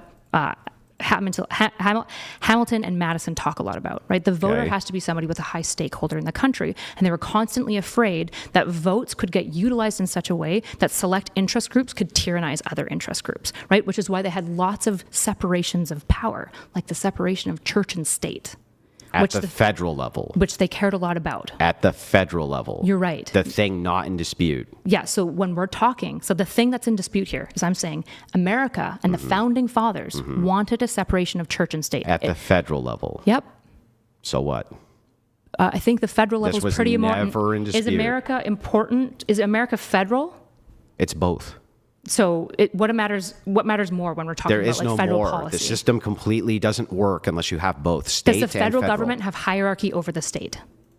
No. Yes, on everything that the No. federal government has decided has hierarchy over Yeah, the state. so the federal government has hierarchy over the state. Over everything, the federal government has the powers of hierarchy over the state has with. decided to have power So by that over. same logic, does the state have hierarchy over the federal government? No, because if the federal government, for example, decided to overimpose on the state, they would fight it in courts. But technically, the federal government has rule. It's obviously No, yes. that's not the case. That's not even how the system works. The states, prospectively, can override the federal government on all sorts of issues. When it comes to the 10th Amendment, that's what it's there for. That's the separation of powers you're talking about. Yeah, it's what one you of the just said separations was of powers. incoherent. If it's the case that you say the federal government, yes, they have authority over the states based on everything they have the authority over the states with. It's like, sure, but the same thing applies to the state. What you're talking about, when you say more or less important, that's not even a coherent question. That wouldn't even be the same system. It would be a completely different system. So if the federal government decides to go to war and draft people, can the states do anything about that? Under current law, I don't think they can. Okay, gotcha. And if the federal government, for example, decided to send the National Guard into Minnesota, have they been able to do that? Only to federal buildings, yes. Well, there's more than that, but yeah. No, where? The National Guard has been set in to just control riots generally across When? California. I mean, this year. Only to federal buildings. I mean, they go into crowds and disperse crowds like outside. In front of federal buildings. Okay, gotcha. So the federal government just can actually impose into a state. On federal property? In like limited ways, yeah, of course. Can the federal government go occupy the state building? No. Okay, then what the fuck are you talking about? I'm talking about a hierarchy of two things. Number one, the American ethos. Yeah. Right? This is where we all started. I was saying, American ethos is life, liberty, pursuit of happiness, ingenuity, creation, right? All these things. Yeah. And you said, where is that? And I said, well, in the Declaration of Independence as a start, and with the Founding Fathers' values. No, I as didn't a say start. where is it. I said what is it. You also said where. Yeah, what is it? And okay, I'm not quibbling. What is the philosophy of it? And you still haven't told me. Well, you still haven't told me what an Irish ethos is. Because all these things are circular. Well, I did. Well, the liberty is the foundational piece. Yeah, so you're just so liberalism is just a referent back to a system. And if it's just a referent to a system, and I can change the First Amendment. Well, liberalism is a system with a collection of and I can change the values. system within the confines of liberalism, you shouldn't have an objection. Because if I can change the First Amendment, the only thing you would be appealing to that I shouldn't is not the system, it's just your preference. Well, I would be appealing to what the American ethos is, yeah. I do not think America... Which is what? Free speech is one of them, right? The separation of church and state is a second one of them. Also Ingenuity, amending the Constitution is one of them. Yeah, with extremely high bar. And what's amazing is that Americans would probably agree with me that it would be un-American to remove free speech, right? Unless we go 20 years in the future where they don't. Those people aren't American. Okay. Do you think that the... Wait, do you think most people would agree with me that free speech is American? Right, at this current moment, sure. Do you think most Americans listening would go, of course free speech is American? At this current and in the moment, future, sure. 40 years from now, if our children don't believe that, they've lost what it means to be America. Then how come they didn't have the same referent to it 55 years ago? What do you mean? What? Yeah, so how come it wasn't, if we're looking just 100 years ago, we're talking about things like the First Amendment, They didn't Second care about free Amendment, speech. various things like this. You could go into a Western town, they could strip you of your guns. That was totally legal. That was a violation of the Second Amendment, right? But the way... So it was legal. When you're talking about presentism... So it was a violation of being America, but they could just physically do it? Well, at the time, it wasn't ruled as a violation, was it? Okay, gotcha. So, but do you think it's more American to have access to guns? I think that when you say more American, it's incoherent, and here's why. Of course not. You're just focusing on what do present people within the liberal system think is American. No, I'm actually Do you creating think in 1800 they thought it was very American to let women vote? No, probably not. Okay, well, do you think that right now that if I asked, do you want to take the right of women away to vote, that people would say that that was un-American? Yeah, I think they would. Thank you. Wait, so do you Thank think... you. Wait, so you're just saying America's nothing. America doesn't mean anything. From the liberal perspective, No, it's from just your a perspective. system. No, from your perspective. America doesn't Actually, mean you know anything. what? I guess from my perspective, too, it is the case that liberalism, that the liberal identity, which is America, is just reduced to systems. So America doesn't mean anything to you. I think that it might have. It's just empty. If you it's had something, meaningless. if you had some sort of like cultural glue, or you had some foundational glue, or something that we could appeal to. There's no distinct American culture that we could point at. Point to it. Not just point to, but see it historically. Point over to time. it. I did. Life, Where? liberty, pursuit of But happiness, ingenuity. those are slogans. No, these are foundational values. Then how is it that if I change, so in England, do they have life, liberty, and the pursuit of happiness? I think they don't have those specifically, but they do seem to have adopted a lot of liberal things like free speech. They have like... They don't have free speech. Okay. I'm not getting into UK Can you conspiracy can go to theories. jail for insulting someone via text message. Gotcha. So you would say that English people don't value free speech? I'm just asking if they have life, liberty, and pursuit of happiness. I said no, they don't. That's they probably have different Is versions America of it. the only place that has life, liberty, and pursuit of happiness? No, I think lots of cultures can have Which ones? overlapping values. Which ones? I mean, the same way that you just said that the Irish ethos Just Hold tell me on, which stop. one. The- You stop. Answer my question. Which one? No, I'm going to You're answer not your gonna question. answer I am it. going to answer your question, ahead. but I'm going to answer the question the way that I would like to. You're not going to answer it. Do you just want to have temper tantrum after temper I want you to tantrum? answer the question I'm asking. Okay, I'm going to answer your question, and then I'm going to have a meta conversation with you, because I thought that we were going to have a good faith conversation, because it's crazy. My favorite debate that I've ever had was with you. When where you imposed a bunch of rules in the hallway? The one where we said, would you agree to being good faith? And you said, yes. Yeah. So it's funny. So you're just agreeing that you're being bad faith with me now? Brian was there. That's not how the conversation went. I said specifically that I was concerned about you making personal attacks about my husband, and that which you I are didn't not do. going to be good faith. Yeah, but here's the thing that's funny about that. I went back and reviewed that conversation, right? It was no different than what I'm having with you right now. The It's only completely difference is that I'm different. actually holding you to the things you say. No, the difference is that so for people who are unaware when I say bad faith, I just want to be clear. Forget the answer the question. You obfuscated. No, I'm going to say you're not going to answer it. I will answer it afterwards. You're just not going to answer write it, it down. period. No, write it down. Just answer the fucking question. No, write it down and I'll answer it afterwards. You can be an adult. That's we can good do faith? this. Is that good faith? Yeah, it is good faith. It is good faith. Yeah, of I said I course. will answer your question afterwards. Write it down. Just where else do they have life, liberty, and pursuit of happiness? I imagine lots of countries Where? value things like liberty. I think most Western liberal democracies value liberty, for example. So Western liberal democracies have life, liberty, and pursuit of happiness? I didn't say life, liberty, and pursuit. I said liberty in this case. I didn't ask you about liberty. I asked you about life, liberty, and pursuit of happiness. What other nations have that? For example, so they wouldn't have the exact language, but liberty is held by most Western liberal democracies. Life, for example, is also, in some version of the way that they would describe it, also valued by most Western liberal democracies, because America's so great, we kind of set the tone of what the ethos of a Western liberal democracy generally looks like. In the same way, for example, that you said the ethos between Ireland and Spain is both Catholic, and then they're different culture. You're doing this groups. like, so when here's But again, the sneaky back thing. to this. Nope. I want to finish. No, The thing I is said you I was didn't gonna have actually a- tell me if all Western on. nations Did have I not life, just liberty. answer your question? No. If you say Yes, I all did. countries have, because you I this is didn't a say all contradiction. countries. I did not say all countries. Western. I said most Western liberal democracies Okay, share some just version give me of these one. values. Give me one I name. said Canada. Okay, Canada has life, liberty, and pursuit of happiness. Do they have free No, speech? I said liberty. Which I want a country that has life, liberty, pursuit of I happiness. didn't say that every single country shares every Does single any cultural country value. share that? Yeah. Which one? So in the case of liberty, No, all of them together. no, all of them together in the way that it's phrased is a uniquely American thing. So, just Yeah, to you make didn't like sure, that answer, did you? I just want to make sure I got this right. Only in America can you pursue life, liberty, and the pursuit of That's happiness. not what I said, and you know that that's not Then what I'm what- saying. where else okay. can you do it? Now we're going to have the conversation about good faith versus bad great. faith. So one of the things that has to happen when you have a good faith conversation is you have to actually try to understand the person. You so can for lecture example, the chair. I'm going to go have a smoke. Wait. Perfect. Actually, that's even better. Really quick, let me let the two super TTS come through while we have you. All right, guys. We have Hail Pope. Thank you. Hail Pope donated $200.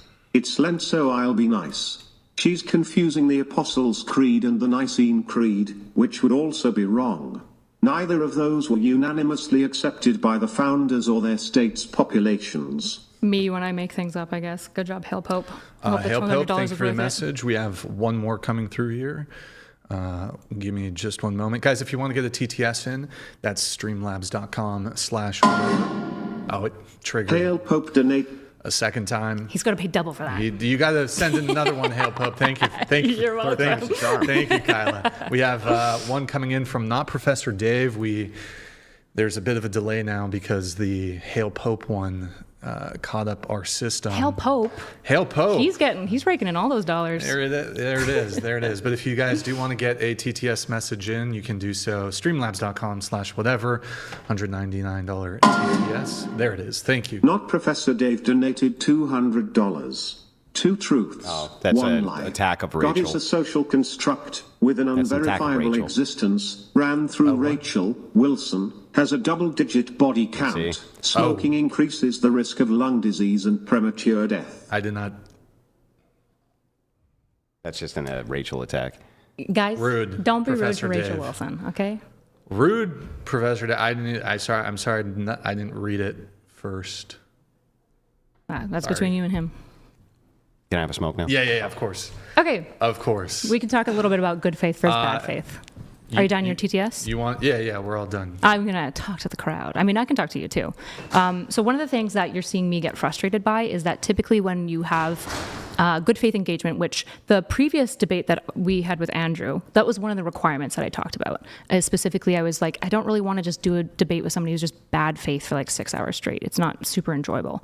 So when we say good faith, I just want to be clear. When I say somebody's bad faith or good faith, it's not like moral condemnations. People are bad faith all the time. I'm bad faith some of the time. He's bad faith some of the time. But good faith typically means you're trying to hear the genuine version or what's reasonable to conclude from what they're saying and grant some of their presumptions to build out whether or not that idea has flesh or not.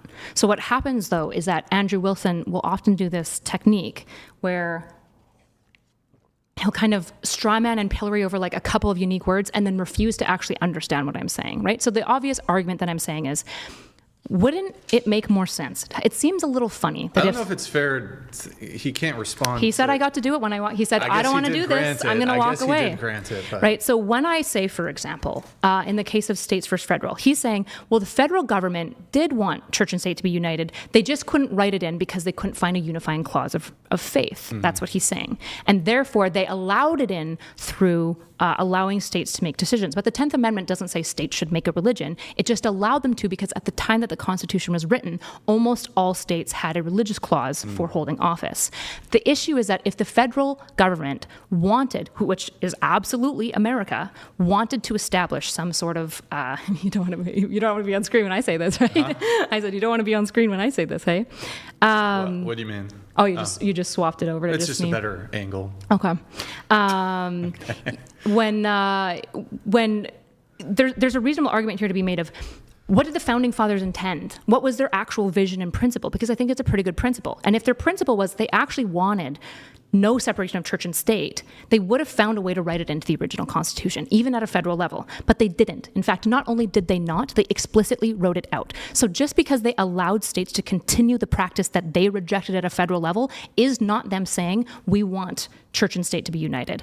They said explicitly in both this document and at multiple points throughout the Declaration of Independence, especially the original version that TJ wrote, that there is a strong intention of separation of church and state. This is talked about in the Federalist Papers. This is something valued by many religious people. And part of why so many religious people, majority of whom were founding fathers that signed this and agreed to the separation of church and state is because they had seen what happened in England. They saw the erasure not just of the state, but also of the faith in the bonding of these two things, which is bad. It's bad for the religion and it's bad for the state. Okay. Yeah. Good times. Yeah. Good times. I just wanted to say, Rachel Wilson, if you're watching, I'm very sorry. I apologize for letting that TTS go through. Usually, if there's something that's overly insulting to one of the guests, I will hide it. But that was a mistake. I didn't read the whole thing.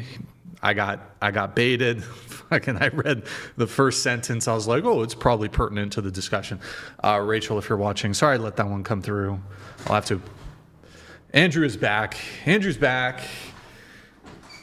Yeah, why is there confusion? I take smoke breaks every single day. What do you mean confusion? There's no confusion. I'm not confused. Oh, what do you mean? I was saying apologies for letting that TTS come through. Yeah, he was apologizing to you for the TTS coming through. I didn't read it prior. I read the first sentence and I was like, it's probably fine. Whatever. I apologize. So sorry, Rachel. Guys, W's in the chat for Rachel. Shall we switch prompts or do you guys want to continue? We've been on it for an hour and 30 minutes. No, we can go to the next one. Let me read you, at least before if you do choose to dive in, the other prompts that we do have. Modern liberal values are not compatible with Christianity. Another prompt, secular states are destined to likely revert back to religiously informed governments because atheists have no moral basis for which to govern. And then the other prompt, Christians should attempt to maintain political power in the U.S. and rule through Christian ethics as it is the superior system, which maybe we talked a bit about from the first prompt. I think that's what the prompts are a little bit like slidey between them all because they're decently related. Interrelated, yes. Yeah, but I'm happy to pick up wherever Andrew would like to pick up. Andrew, do you have any insight on? Whichever one you want to go with. It's up to you, boss. Let's do modern liberal values are not compatible with Christianity. Oh, we're going to the last one? Okay. Yeah. Well, sure. I mean, if you guys have a preference over something that else. one's fine with me. Sure. So there are no Christian values in modern liberalism. It's just an appeal to a system. Sure, That's but it. the system doesn't have to be. So my argument basically say, I don't think that Christian rule should be utilized as statecraft. I think separation of church and state is one of the most fundamentally important things, not just for a state, but more so for a Christian. That's an ought claim. You agree? Sure. Okay. Were you deriving that ought? From my faith. So your faith tells you that Christians Separate. should be liberal? No, I said that the separation of church and state.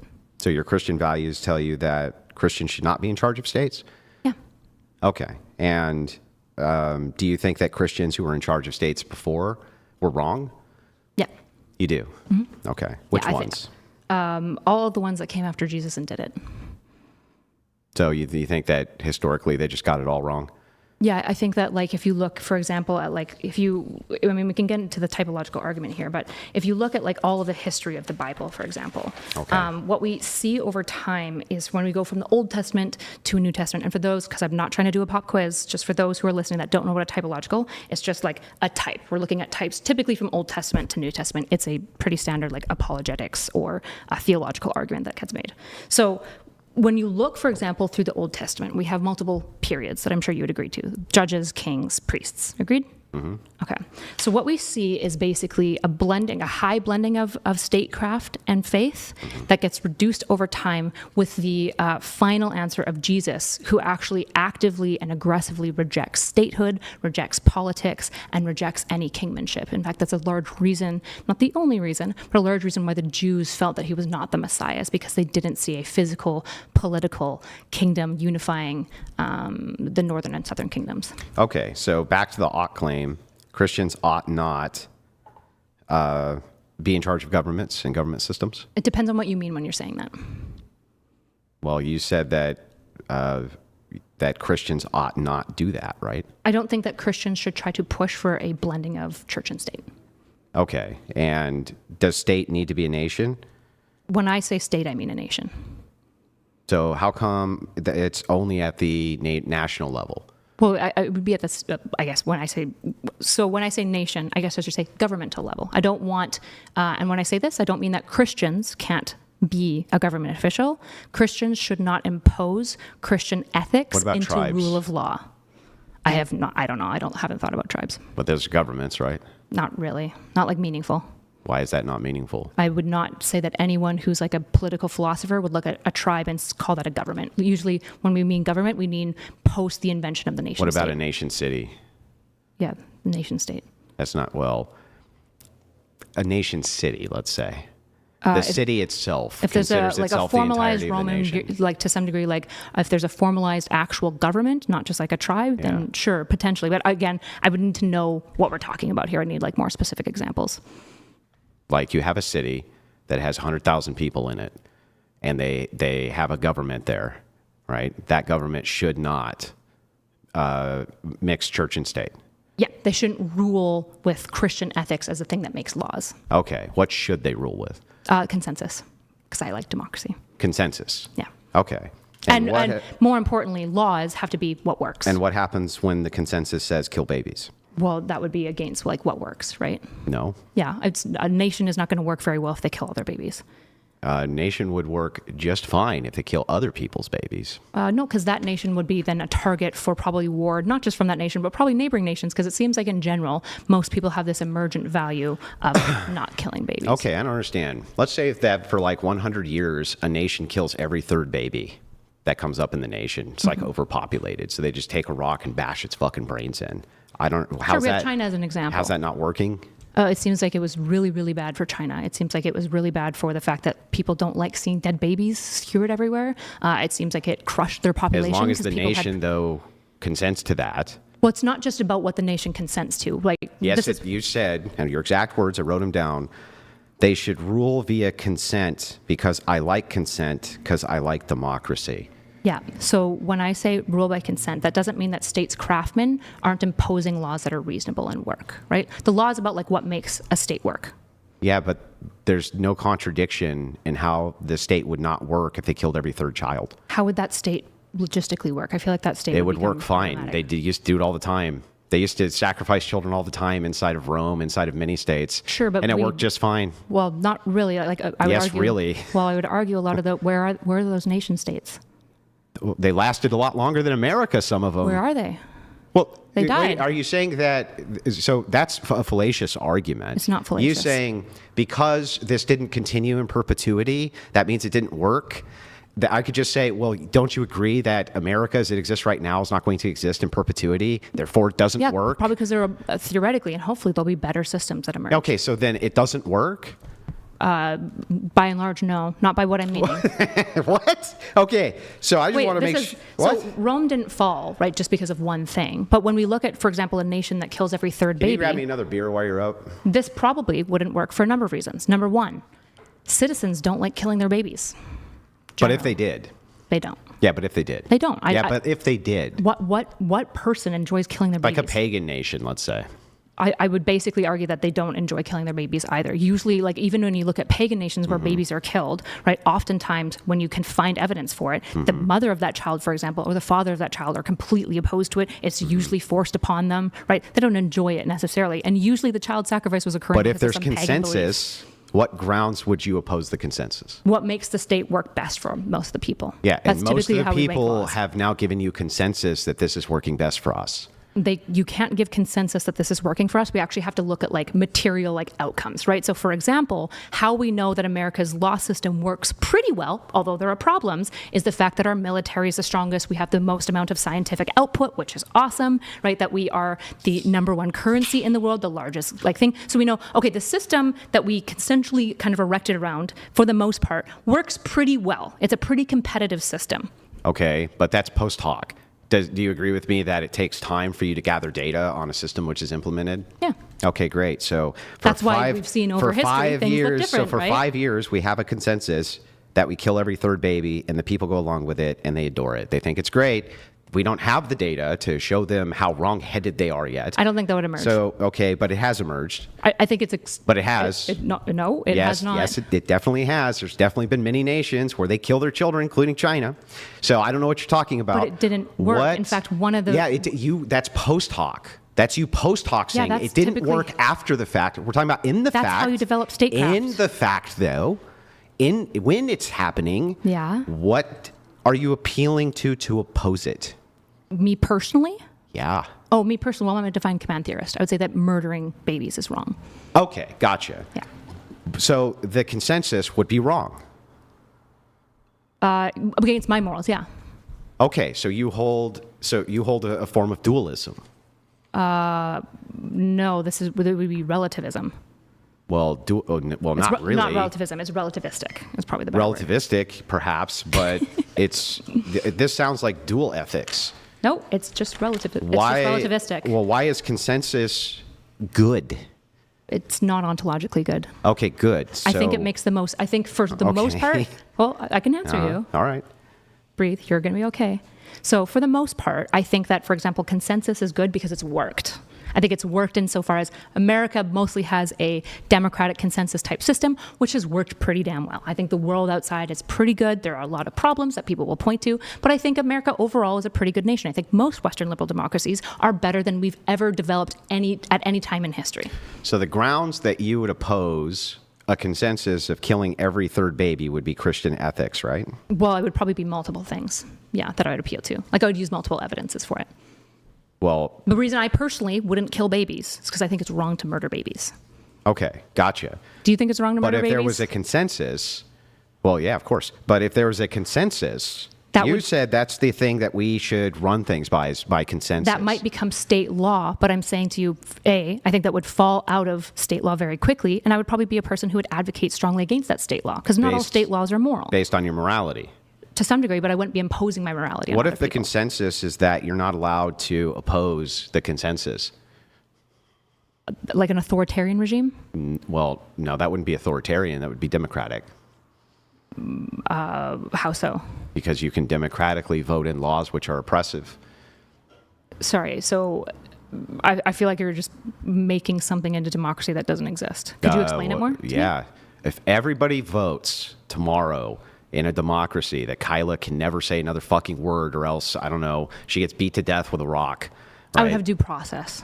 Okay, well, the thing is And you I didn't could argue say, free speech you that didn't- violates my amendment. Hang on, you didn't say due process. You said consensus is how we should rule. Consensus is typically how we select for like electoral people, and then electoral people are hopefully, although not always, supposed to be educated in such a way that they can make statecraft policies that brings about most good for citizens. Because I don't think statecraft is in and of itself moral.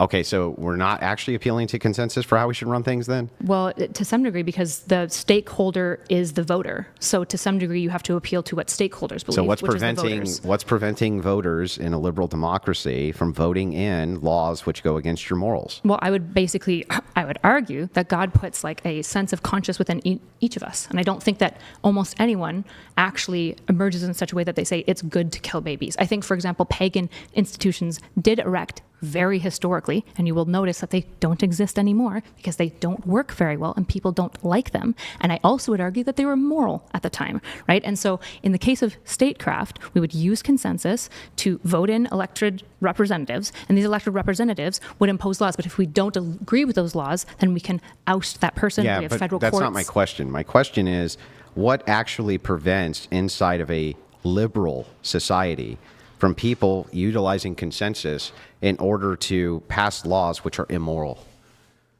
from your view?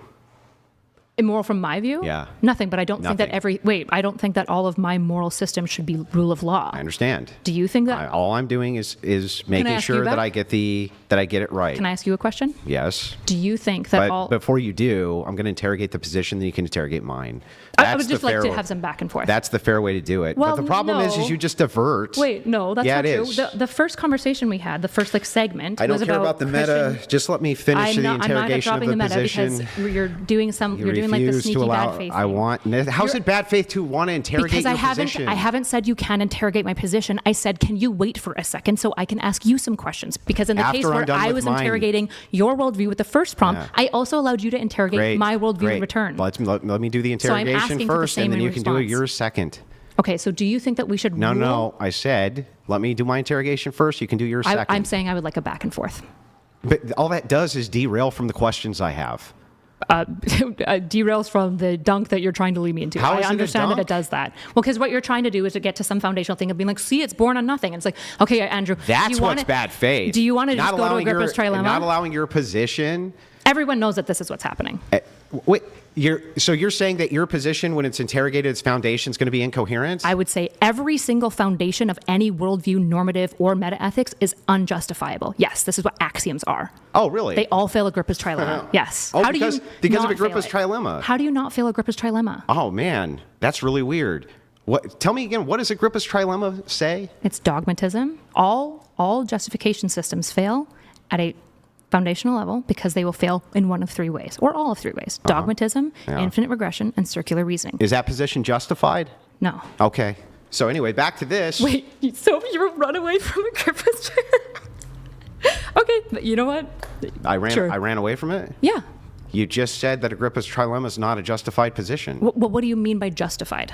Well, whatever you mean by it in Agrippa's trilemma. Well, it's an internal critique of justification systems. Agrippa's. What do you mean is Agrippa's trilemma unjustified? It is a philosophical tool that we can utilize to understand that at a foundational level, no belief systems. How do you solve Agrippa's Like trilemma? truth? How do you solve Agrippa's trilemma? Well, it's self-refuting. This has been known for 1,000 years. I don't know if you know this or not. It's a self-refuting. Agrippa's trilemma is self-refuting. So how do you not engage in dogmatism? If all things are axiomatic, You right? assume. The reduction to axiomatic, are we making a truth claim? You are making a truth claim. Yep. Okay, and is that truth claim justified? No. No, Yeah, because you assume. Wait, are you not making a truth claim? it doesn't matter. Of course it does. Are you not making truth Well, claims? wait a second. Does your moral system not utilize truth when claims? did you posit an argument to me, which was Agrippa's trilemma? Yep. And was that argument justified? No. No more than any. Wait, is your arguments justified? What does that have to do with you? I'm internally critiquing you this You time. can internally critique me with your arguments? How are you not? Yeah. So I said, how do you not fail Agrippa's trilemma? And you said, Agrippa's trilemma doesn't matter. That's not how you solve I didn't Agrippa's say trilemma. it doesn't You said matter. it's unjustified. Well, it's self-refuting, How is it self-refuting? because if you claim that you're making a truth claim that's unjustified, then you're not making a truth claim. Sure you are. You're just assuming. Agrippa's it's not trilemma, I guess, engages in dogmatism that in and of it's itself. not justified? Yeah. So Agrippa's trilemma, I suppose, engages in dogmatism itself, but how is it self-refuting? You just explained it. Every single system is self-refuting them by this Is logic. that a truth claim? Yes. Okay, and does that fail because of Agrippa's trilemma? Yes, So all should I truth take claims. anything you say seriously? Because Give me a single truth claim. I don't have to make your He's argument. going to run from this one again. Watch. Give me a single truth claim that doesn't fail Agrippa's trilemma. Go. Okay, first of all, back up. Whose argument is this? Give me a single truth Whose claim that argument doesn't is fail this? Agrippa's trilemma. Whose argument is I knew this? you were going to weasel on this one. I'm just going to stay here. Okay, stay here. Whose argument is it? Right now, both of us. We're both I'm not having a conversation. Wait a second. Are we not I both didn't- having a conversation? I didn't argue that Agrippa's trilemma is true. You did. I said it's true in like an assumed way, in the way that all things are assumed. And So is it true or not? it's true in like I suppose, true in the way that we mean true for everything else that's true. What does that mean? Well, give me an example. Yeah, it's not my argument. You So don't get if- to interrogate me for I'm your asking argument. You, no, I'm asking you for a counterfactual to prove me I don't wrong. need to. It's So your my argument. My argument is nothing is. Nothing is this thing you're saying. Nothing's Can true? you provide me a counter? So nothing's true? I didn't say nothing's true. I said truths Then are what's assumed. true? Truths are assumed. Tautologies. Truths are assumed tautology? Do you know? Yeah. No, truths are assumed. They're Yeah. tautologies. Truths are tautologies. But oftentimes at a foundational level, yeah. Often or are? Are. Are. Yeah. So is Agrippa's trilemma a truth tautology? It's not an axiom. It's a philosophical system, and it's a philosophical equation how you test your own thinking. So how do you? And so, you're okay, not gonna give me so one. I'm super Give me a confused. truth claim that doesn't solve. I Agrippa's, don't that have doesn't to fail make Agrippa's your trilemma. argument. This isn't my argument. My argument is all arguments foundationally will fail Agrippa's trilemma. Okay, so you are And making you're an saying, argument. You're saying Yeah. that's not true. I didn't say anything like that. Of course I you are. asked you Do you think that how that's it was true. Wait, so you're agreeing with me that no truth claim? I didn't agree with anything. So but you You're have to. Those are the options. I don't have to do anything. You're making an argument. I guess you could be a coward and you could run It's away not from the cowardice. conversation. You posit that Agrippa's trilemma is true. Yep. Okay. And I'm saying that's assumed because all things are at a foundational level are assumed. And I said, can you give Okay. me an example Is where God that's assumed? not true? Yeah, God is dogmatism. Okay, so you think Assuming God exists is. So when is I ask assuming you, it. does God exist, and you say yes, that's not true. It's true, and I'm assuming it. How is it true? It's true because I believe it's true. I'm a divine command theorist. So, okay, so I just want to make sure I got this right. How do you solve Agrippa's? He's just going to run away from this. When you posit, well, Do I have to pay like $10 to you force him to answer this question? How do you posit the arguments, and then I have to answer to the argument? So if I pose an argument Yeah. and I give you the justification for my argument, and Yeah. it seems like the way that you're acting is that you think that that is incorrect, then you have to pose me a counter. So I said, if I'm wrong, Andrew, you can just prove me wrong like that. Find me a truth claim that isn't fundamentally unjustifiable. Yeah, so- go ahead. so- How do you okay. find me one truth claim that doesn't fail Agrippa's First of all, trilemma? who posits Agrippa's trilemma is true, Andrew or Erudite? Agrippa's trilemma isn't.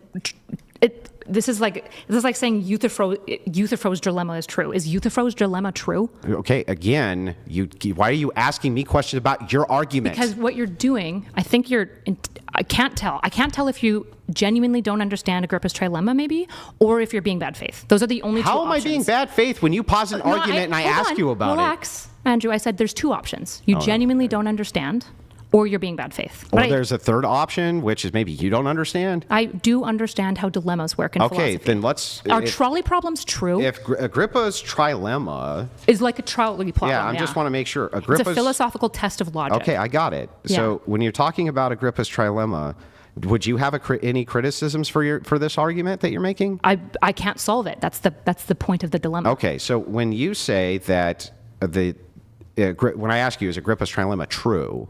I can't solve it.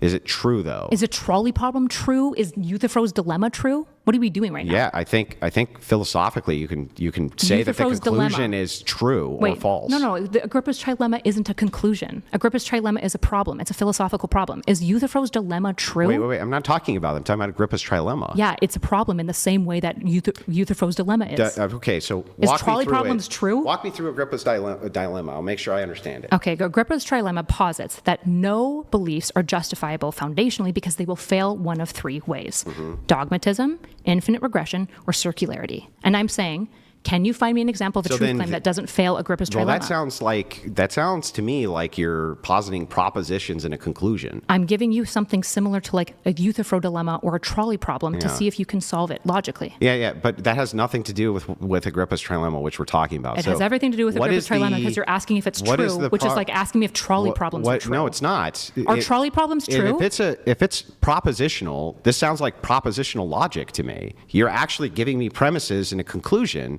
Is the conclusion true?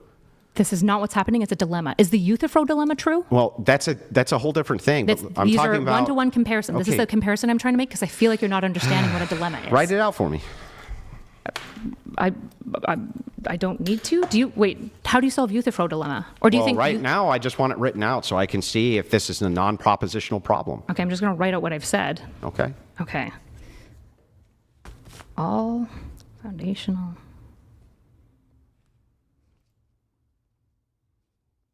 beliefs are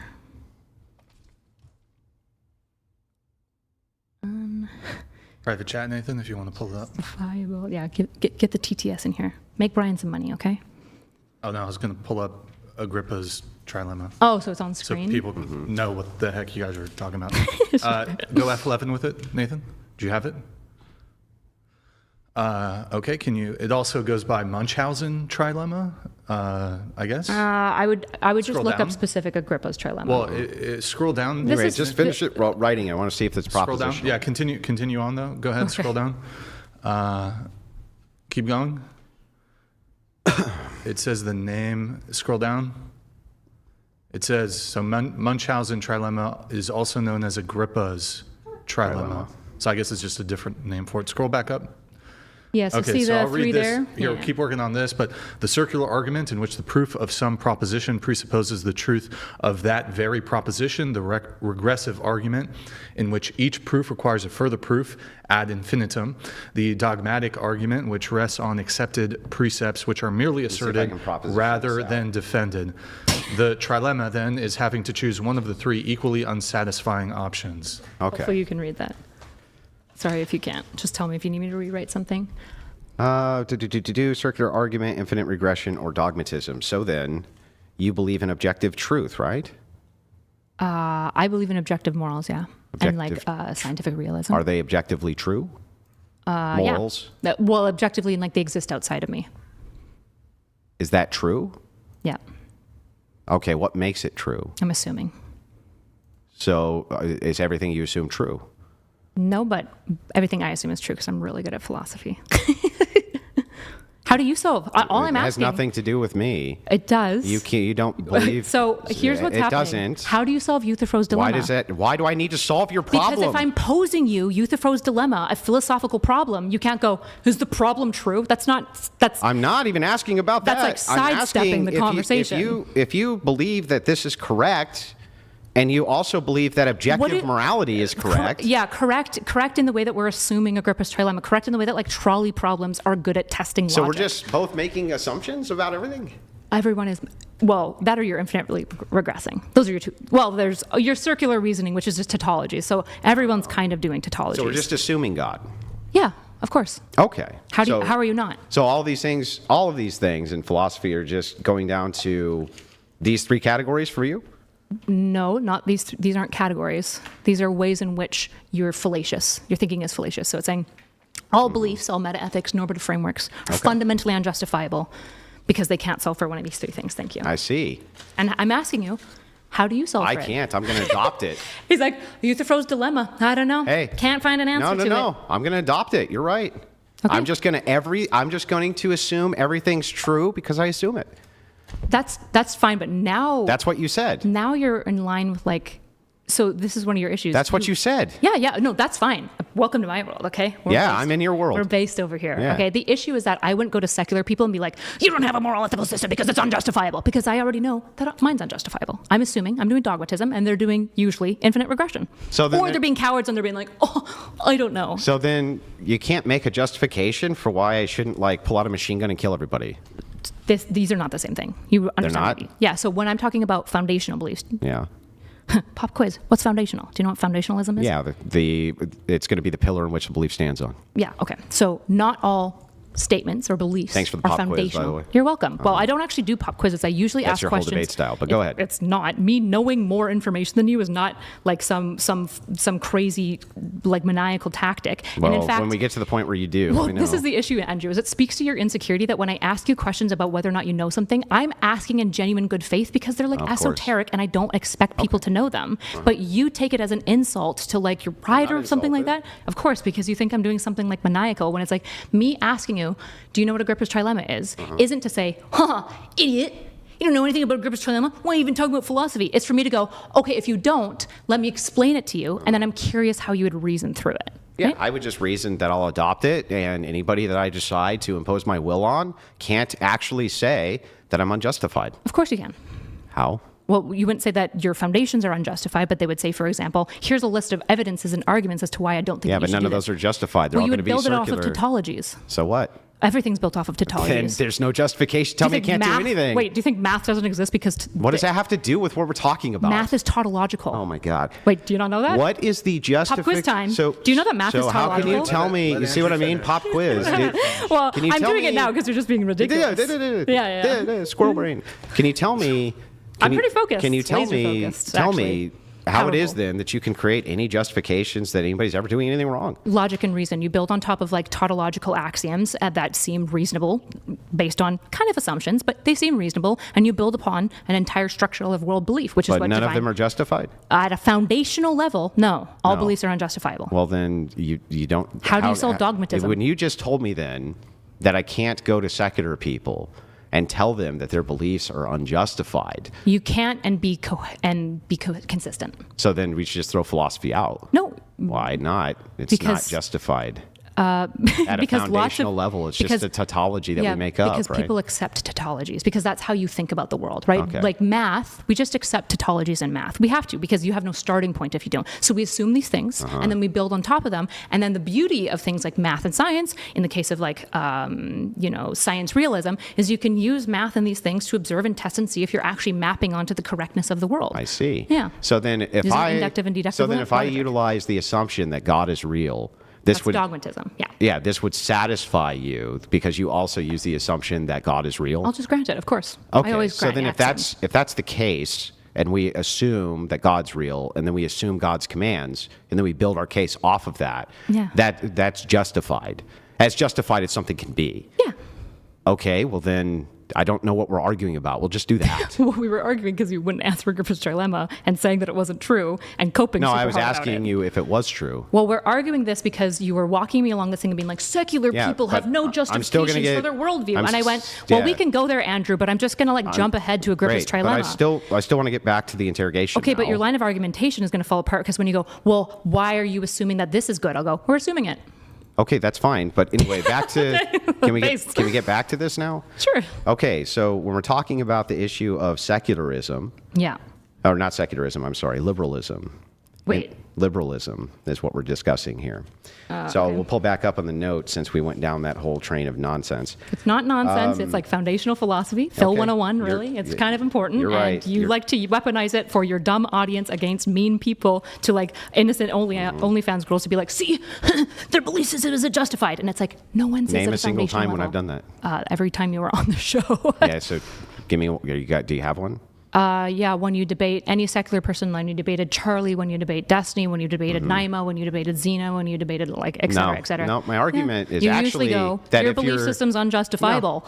No, that's a dire and it's thing. like, your beliefs are I do the unjustifiable. opposite. I start at the end. I just say if it's the case that it's just preferences, then you have absolutely no criticism for me imposing mine.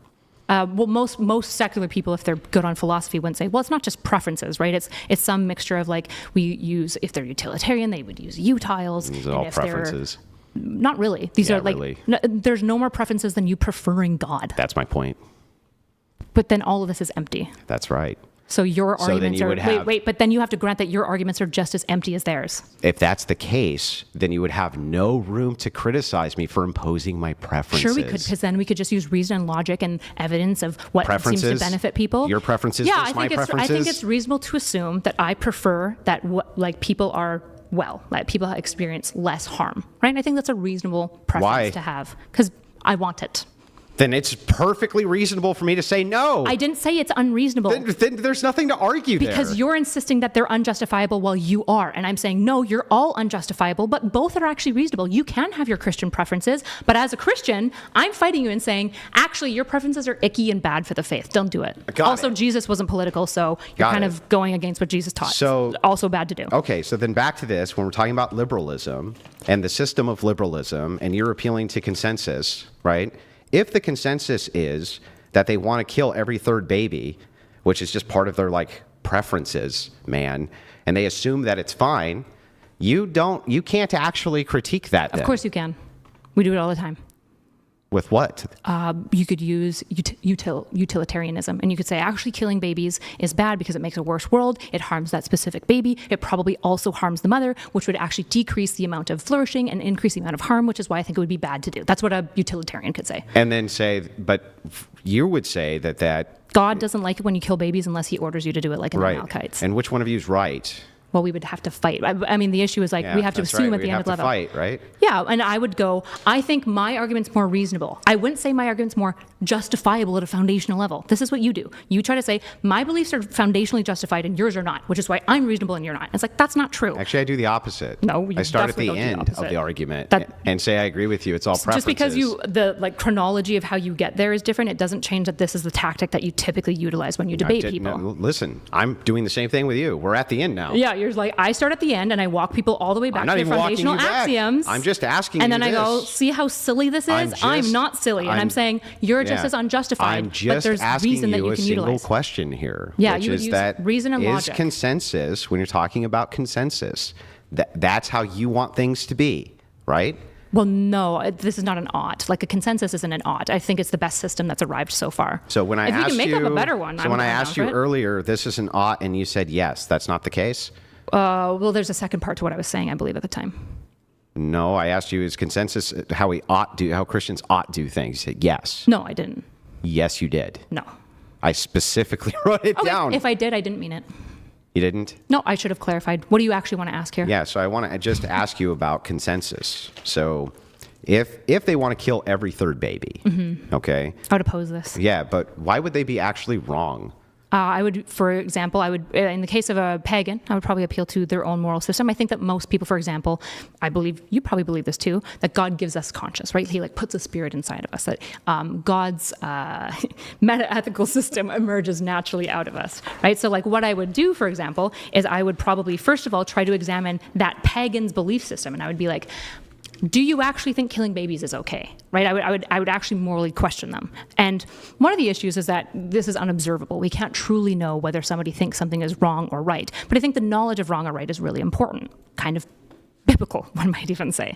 So I would question whether or not they know it's wrong or right, and then I would appeal to things like state, so civic ethics, for example. It doesn't work very well in nations to kill every third baby. You're just reducing your population. Usually the mothers don't like it. Usually the fathers don't like it. It doesn't seem to have any good outcome. In fact, most of the reasons why people in the past killed babies was to satisfy some sun god. And we would go, that's not an overly reasonable argument. It's probably more reasonable to say we shouldn't kill babies. That seems more reasonable. So I could appeal to them within their own worldview of secularism or their own worldview of paganism. Sure. And they say, fuck you, we don't care. Are they in my state? No. They're in another country? Yeah, I'm just asking why they're wrong, why they're doing something wrong. Why they're doing something wrong to me? Yeah, why is that wrong? Yeah. Because I think it's immoral to kill babies. Why? Because I think God doesn't like you to kill babies unless he orders it, like in the Amalekites. Because you assumed that. I assumed God, yep. You assumed it. And so they assume I'm assuming God, yeah. So they assume not God. Yep. And so they come to you and say, well, you're just assuming this anyway. And I would say, so are you. And then they would say, good, we're going to go back to killing babies. And the problem with that is what? I would say, I'm going to use my language and quill to convince you that you're wrong and that there's a more compelling and better way to live. And I'm going to appeal to the spirit that I think God puts into all of us to try to pull out of you the fact that murder is actually really bad. I see. So if a Christian nationalist does that within a liberal system, they're not doing anything wrong. Yeah, so you guys can try to compel people to Christianity, but my issue isn't Christian. No, we can compel ourselves to the will of the state. Why not? What's wrong with that? Sorry. I mean, I don't know what you you're mean? saying right now. If Christians take over the entire state, rewrite the entirety of the Constitution within your liberal framework. They can in the liberal framework, but as a Christian, I think that they're being unchristian by doing so. Yeah, but who cares? You're just assuming it. God cares. And I'm assuming that we're all Yeah, Christians. but I assume God doesn't care. I would question your Christian theology. Oh, well, why? I just Because assumed it. Scripture. Do you think that like logic, reason, evidence, Scripture doesn't exist outside of like foundations? It doesn't matter. What Of course it matters does. is what I Wait, assume. How would Scripture not matter when I'm talking to fellow Because I Christians? just assume things. Well, no, you don't just assume things. Why not? Oh, you're equivocating again. So what How you're am I doing? equivocating? Because you're saying assuming at a foundational. So when I say assume, I mean at a foundational axiomatic level. Yeah. That is not the same thing My as axiom assuming is that I'm always right That's about not an everything. axiom. Why can't it be an axiom? because it's not tautological. I'm right because I'm right. That's a tautology. Yeah. Now now I can go, oh, I don't think that's justified. And then I would prove you wrong. Okay, but who cares? You just said nothing's justified. Sorry, are we just doing like nihilism warp tour? Nobody should care. Nobody should care about. You granted me that even at Christianity, you granted me that your worldview is just as unimportant. So how do you make people Because care? that makes my point, actually. So If it your is the hands case- off. You're like, none of it matters. My system Yeah, is just as if it is unjustifiable the and assumed case, as now I everyone else's. at least understand what you're saying. So great. If it's the case, Took if it's 2 the hours case- and 15 minutes. Let him get Yeah, through if it. it's the case that we're just assuming the worldview at a foundational level, and it's an axiom I'm right because I'm right, now we have a tautology, then there's actually no good reason for me not to assume that I'm just right about reforming liberalism after my own image. So reason can be it includes things like inductive and deductive logic. This is the stuff that we build off of our axioms, right? Can. Well, that's what we do. That's what all philosophical systems are. That's what you do. That's what I do. Well, that's an assumption. This is crazy. Because Okay. foundationally, you're assuming it, right? Oh, yeah, you're right, Andrew. Everything doesn't matter anything at all. And in fact, everything that you say doesn't matter. And none of your systems are justified. And it's all just arbitrary and silly. So then if that's that's- what you're saying, too. By your view, yeah. No. You granted my view. You said, I'll grant you Agrippa's How? trilemma. Yeah. No. But that would, This is our yes, view now, I'm baby. grant- You said you're yes. joining me. You're in the Agrippa's trilemma and for the acceptance state, and okay? In fact, then, if that's So the case, you're just as arbitrary sure. and just as So if stupid, that's- and we can't assume so, anything. So if that's the case, we shouldn't then- talk about anything. Why are we here? Let Exactly. each other finish, please. So I just want to know. Well, then you're in my worldview. what How are would you the- solving that now? What would the Let him finish, argument? please. What now is the argument for me to impose Christian nationalism? Let me ask that to you. What's your argument for it? Because I want to. You're just assuming that. 'Cause I though. want to. Yeah, but you're just assuming. That it's a tautology, That doesn't so I'm make it supposed right. to. That doesn't make it right. exactly. So it's fine to do. So why are you saying that it's an ought statement? Wait a second. I'm assuming, right? Yeah, so why is it an ought statement? Because I want it to be. Because I assume it. Okay, so your system is wholly unjustifiable. There's no reason why Christians should do it. They're just like moving on vibes And there's no preference. reason for Christians not to do it, Okay. right? I believe in I'm a foundationalist. So I believe in. Yeah, but you assume your foundations can't be justified. Everyone assumes foundations. You've already granted me this. Then if that's the case, then who cares what your foundation Because in is? philosophy, we typically ground foundations to some extent. We don't do anything in philosophy. I don't know what you do with philosophy, but Okay, Mr. Philosopher. In any level of respected philosophy, we assume which respected philosophers are you Aristotle, referencing? Plato, Socrates. What are some modern ones that I can think What of? did Socrates? Heidegger. Socrates assumed that Yes. you couldn't justify anything. Well, no. Sort of. What we do is we grant assumptions because we understand that at a foundational level, they're all unjustified. All you did was destroy the possibility for there to be objective morality. That's it. Nope, because I think God exists. Yeah, but you just assume it. So, but non-Christians also assume that He doesn't exist. Yeah, so then if they have an anti-moral realist position, I would you- use logic and reason to compel them as to why Well, I'm correct. okay, let's assume for a second I'm a moral anti-realist. Mm-hmm. Use logic and reason to compel me when you tell me that your whole worldview is just assumed. Sorry. You really love that assumed word. Can you rephrase that in a way that's coherent? That was coherent, but I'll do it Okay, again. let's assume it wasn't. Foundationally, Let's assume. I'm a moral anti-realist. Okay. Your moral foundations are assumed and not justified. And I would say, how do you solve Agrippa's trilemma? No. You told me, the moral anti-realist, that. Yeah, and then the anti-realist goes, well, your opinions are just assumed, right? And I go, yeah, how do you solve Agrippa's trilemma? Why would they need to? They're anti-realists. So even You just destroyed the Wait. possibility for objective morality, Erudite. No, I didn't. You So, did. No, even subjectivists fail Agrippa's trilemma. They fail by infinite regression. Okay, again, who cares? You forgot about that one, didn't you? That doesn't hurt my argument. Yes, it does. If I'm an anti-realist, a moral anti-realist, I say there are no moral facts, and that is completely and totally in line with Agrippa's trilemma. So Agrippa's trilemma would say, how do you solve for infinite regression? Why would I need to? Because it's a fallacy. So thinking's a fallacy? No, infinite regression's a fallacy. Okay, but everything's going to reduce to an infinite regress, right? So what comes before thinking? Well, that would be transcendentals would come before thinking. Okay, what comes before that? Well, we would make the justification of God, right? So you're assuming, so no, secular anti-realists I'm talking would not assume about God. you. No, not me. You don't assume God?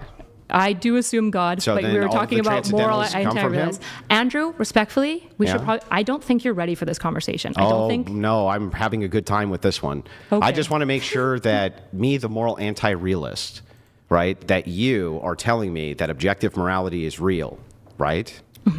And I would Okay. use reason and logic and argumentation, and I would build off of my foundational axioms Uh-huh. that a good faith moral anti-realist would just grant me. So they'd be like, well, why do you believe God? And I'm like, I just assume him. And they're like, okay, well, I can't really contend with that. It's just assumed. And then when I build my entire case for why I think morals are objective, because I think God instilled them outside of us and that they are in every person. And I would say, you can see this in the universal ways in which morals consistently emerge. We see this trajectory of humankind moving towards greater and greater moral systems, right? Free speech and respecting one another and treating everyone kindly. And what you'll notice most importantly is not only are those morals objective, but they're the Christian ones, because God is real. My God specifically is real. That's how I would do that argumentation. Okay, so are there moral facts? Yeah. Yes. And are they just assumed? Yeah, at a foundational level. Okay, so then any moral facts that I assume at a foundational level are equivalent to any moral facts you assume at a foundational level? No, not equivalent. I didn't say these are all equivocal. What would make them different? My use of inductive and deductive logic is better. I use better reason. I have more evidence for my better. claims. Hang on. What does better mean here? Better means like more coherent, more consistent, like Yeah, but logical why is things that we better? value. Because it seems to produce better thinking. It seems to work That's a alongside. tautology. Yes, It's better because everything. it's better. Yeah, tautologies. Yeah. Welcome to philosophy. Yeah, so Andrew. then I just want to make sure. So you're just going to endlessly be in a case of infinite regress and tautology, Sweet of you. I appreciate that. and then there's no moral facts, or just assume. Just let me pour my energy drink that Okay. Brian respectfully, and then we'll get back into you really struggling with philosophy. Oh, I'm having a struggle. That's true. You are. This has been very difficult for me. I agree. I mean, hey, you've at least accepted the reality that your beliefs are just as unjustified as everyone else that you mock, which is great. So might makes right. No. Yeah, it does. Yes, why wouldn't it? Because of things like coercive power versus legitimate authority. Who cares about that shit? You're just assuming it. No. So Yep. again, Just at pragmatically, its foundation, do you think whatever that- arguments you have do you think are like all of this assumed. around me just doesn't exist because I'm assuming it? Wait. Material things? Yeah. Is philosophy material? Yeah, it can be. How? Pragmatism is often. How? Pragmatism? Yeah, how's it's it often material? interested in like material effects. That's not material. That's So- you're just saying what it's. I am so sorry. Hold on. Party foul. You were so sweet to remind me, and then I destroyed your tech. Yikes. Did we get all the tech out of the way? Can we get paper towels? Yeah, just pass them to Kyla there. A little spillage. It's okay. Here. No. It's all good. I'll take care of it. You guys continue with the debate. It's all good. Don't worry about it. I'm so sorry. No, it's all good. Let's get on your stream deck first, though, so it doesn't get any wet. Yeah. Here, let me take care of it, though. You guys can continue on with the conversation. It's all good. It's all good. I'm so sorry about It's that. okay. I'll continue. So, When I knocked that over, did that happen materially, or did we just all assume that it happened?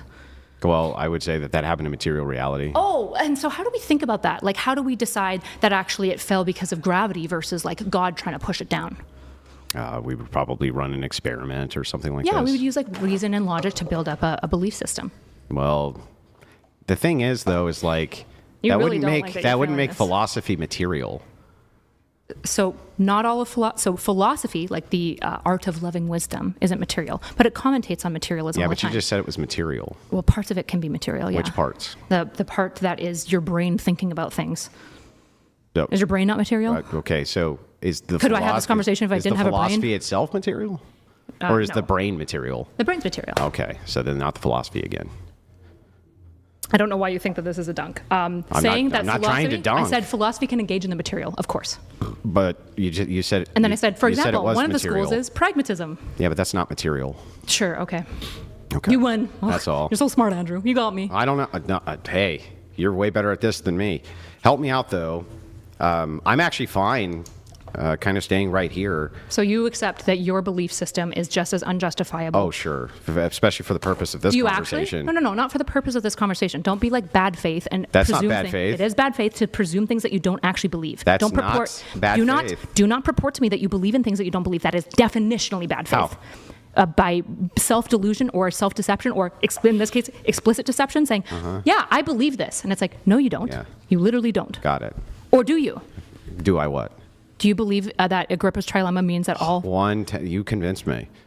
Okay, so now I don't know what to do with this. I guess falling into snark is your way of solving your bad philosophy. How am I falling into some snark? Because you are either being genuine... You convinced me. And rude. You convinced me all moral foundations are completely unjustified. And since all moral foundations are completely unjustified, any facts we build off of those are not going to be justified.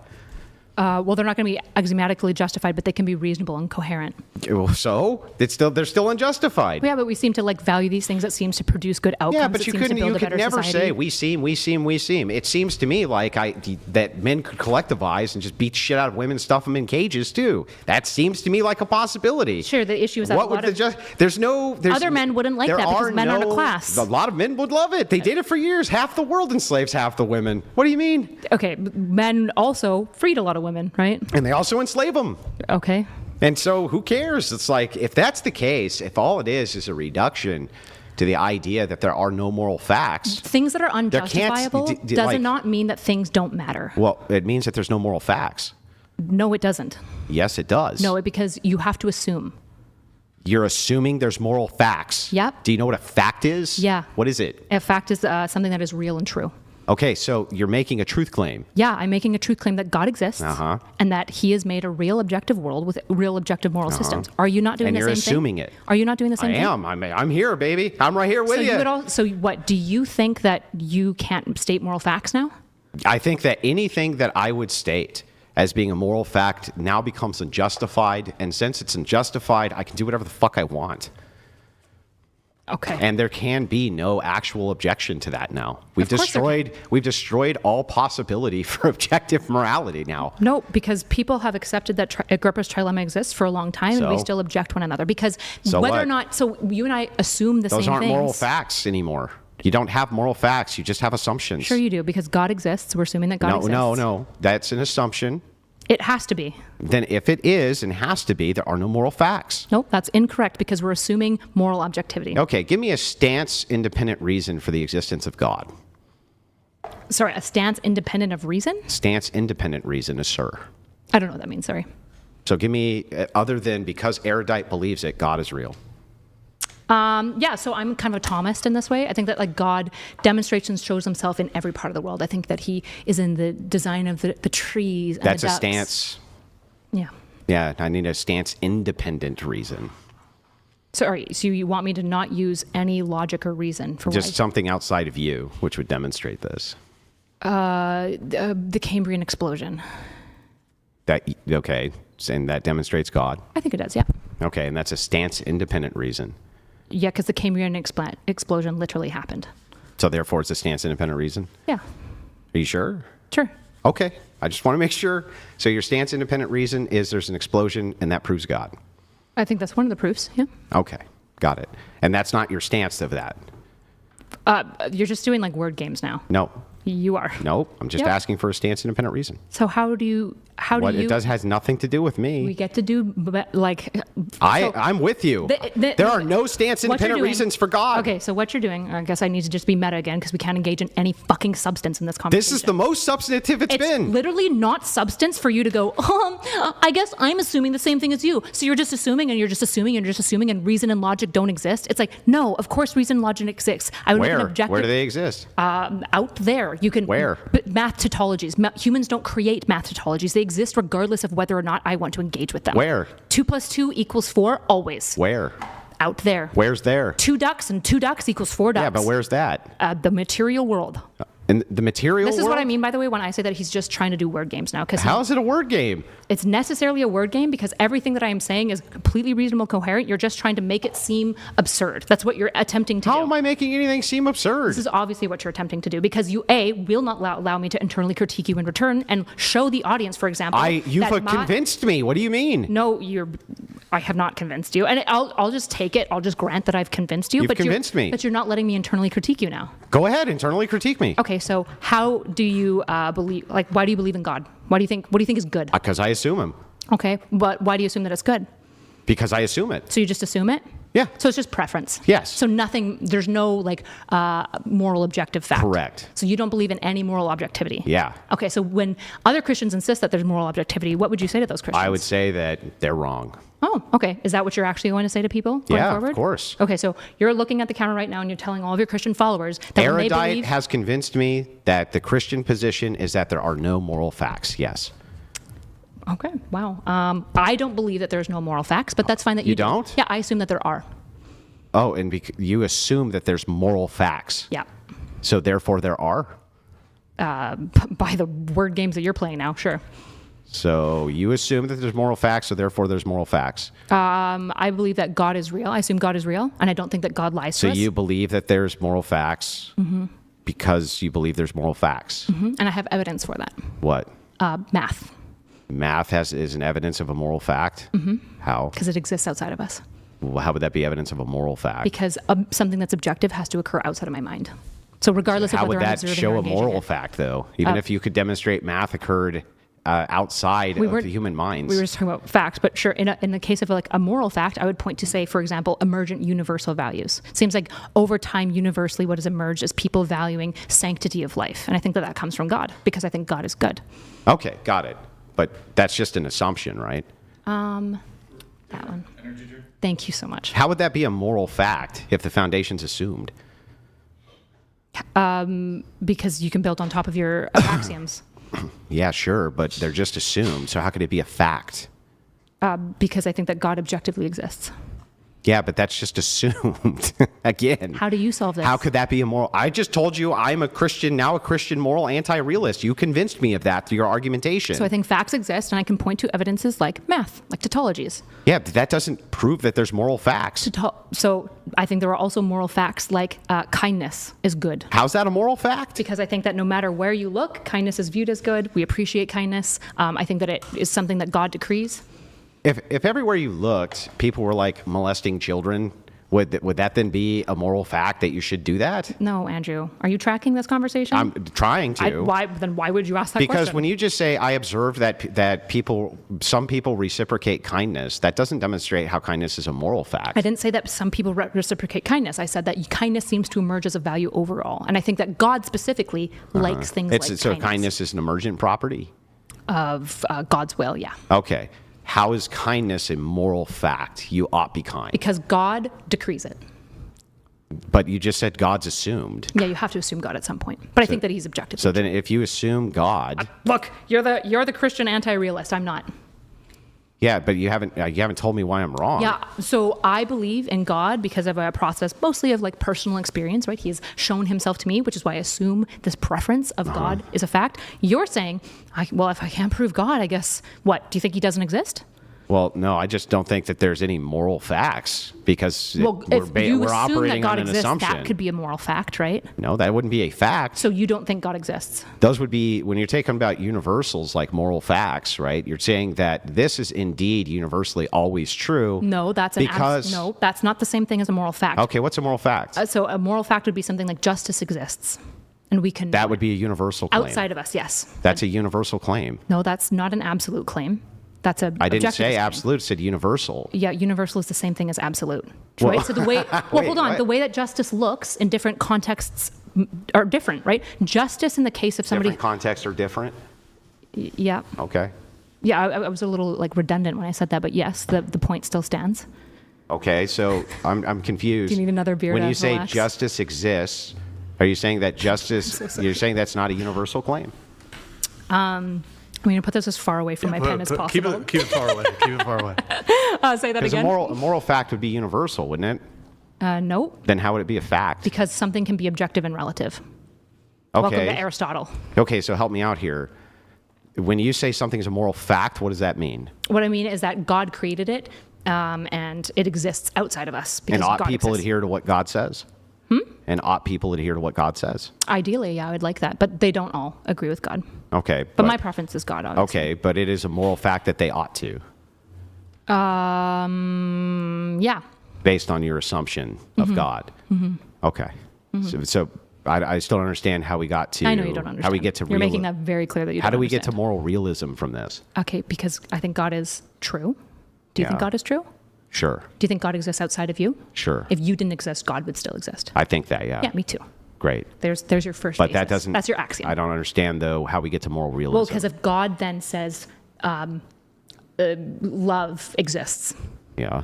okay, then love must exist because God said love exists. Sure. So our axiom is God exists, and from that God says love exists. So unless we think God is a deceiver, which would be a different belief system, but you and I don't think that. We think God is telling the truth. Okay. Then love exists. But the way love looks, hard to know. We have to do a little bit more work to figure out what love looks like.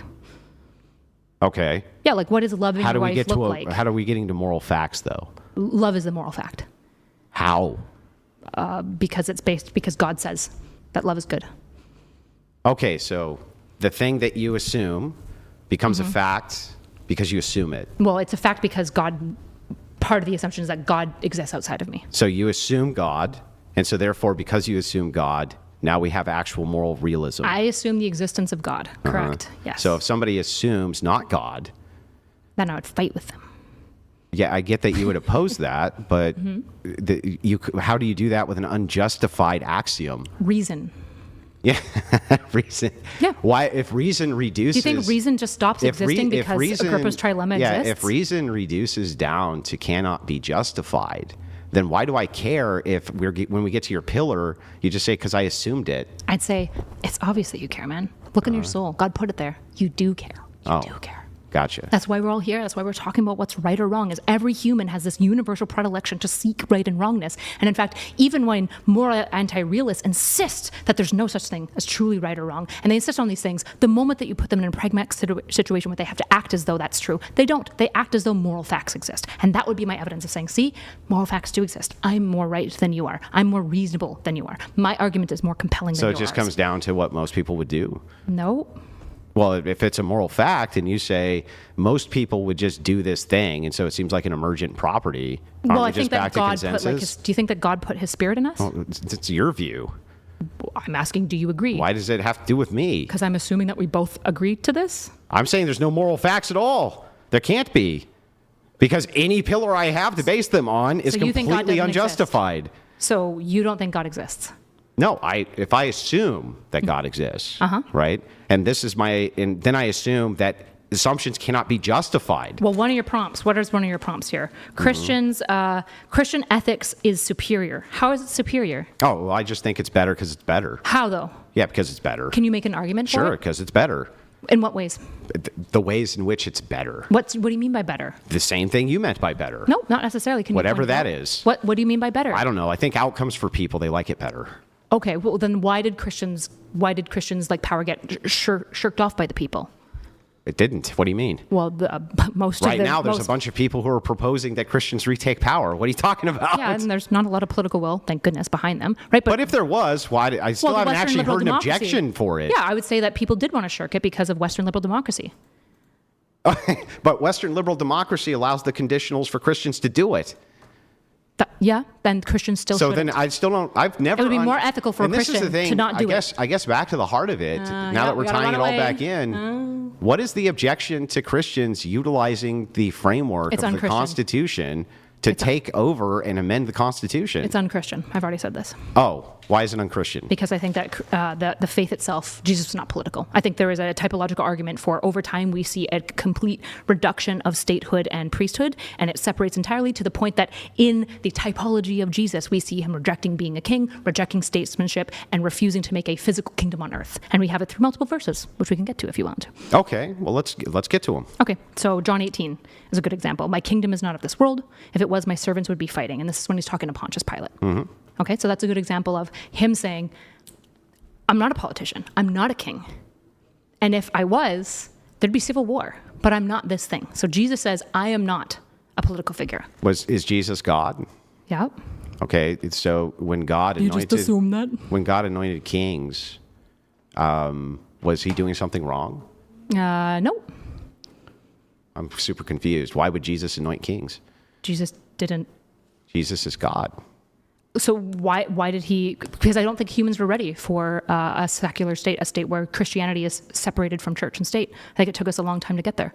So God was anointing kings and putting them in charge of entire kingdoms based on the fact that he thought that humans weren't ready to not have kings. Yeah, for the same reason that like before we get to like certain parts of the Old Testament, men could have many, many wives. And then over time that got reduced because God's like, look, you were blind then, now you know better, now you can't do this thing, right? We've seen this. So why was it permissible for people to have multiple wives for some time, and then at some point in the Old Testament that got barred? Do you know why? How come post Jesus we still had kings in Christian lands? If God had changed his mind about, having kings, why did he continue to allow there to be kings? Because humans can sin. So it's sinful to have a king? I would say it's heretical to engage in politics, yeah, as a Christian. As a Christian? Well... Do you engage in politics as a Christian? Let me correct that statement. Not engage in politics, specifically to rule from a Christian ethics, to say, I am God or inspired by God, and therefore my rules come from God, and you must listen to my Christian rules. I think that's wrong for Christians to do. So when someone's a politician who's a Christian, they shouldn't make any legislation based on their actual moral purview of Christendom? They can do it on their moral purview, but they shouldn't do things that blend, that like merge church and state together. So saying... Well, hang on.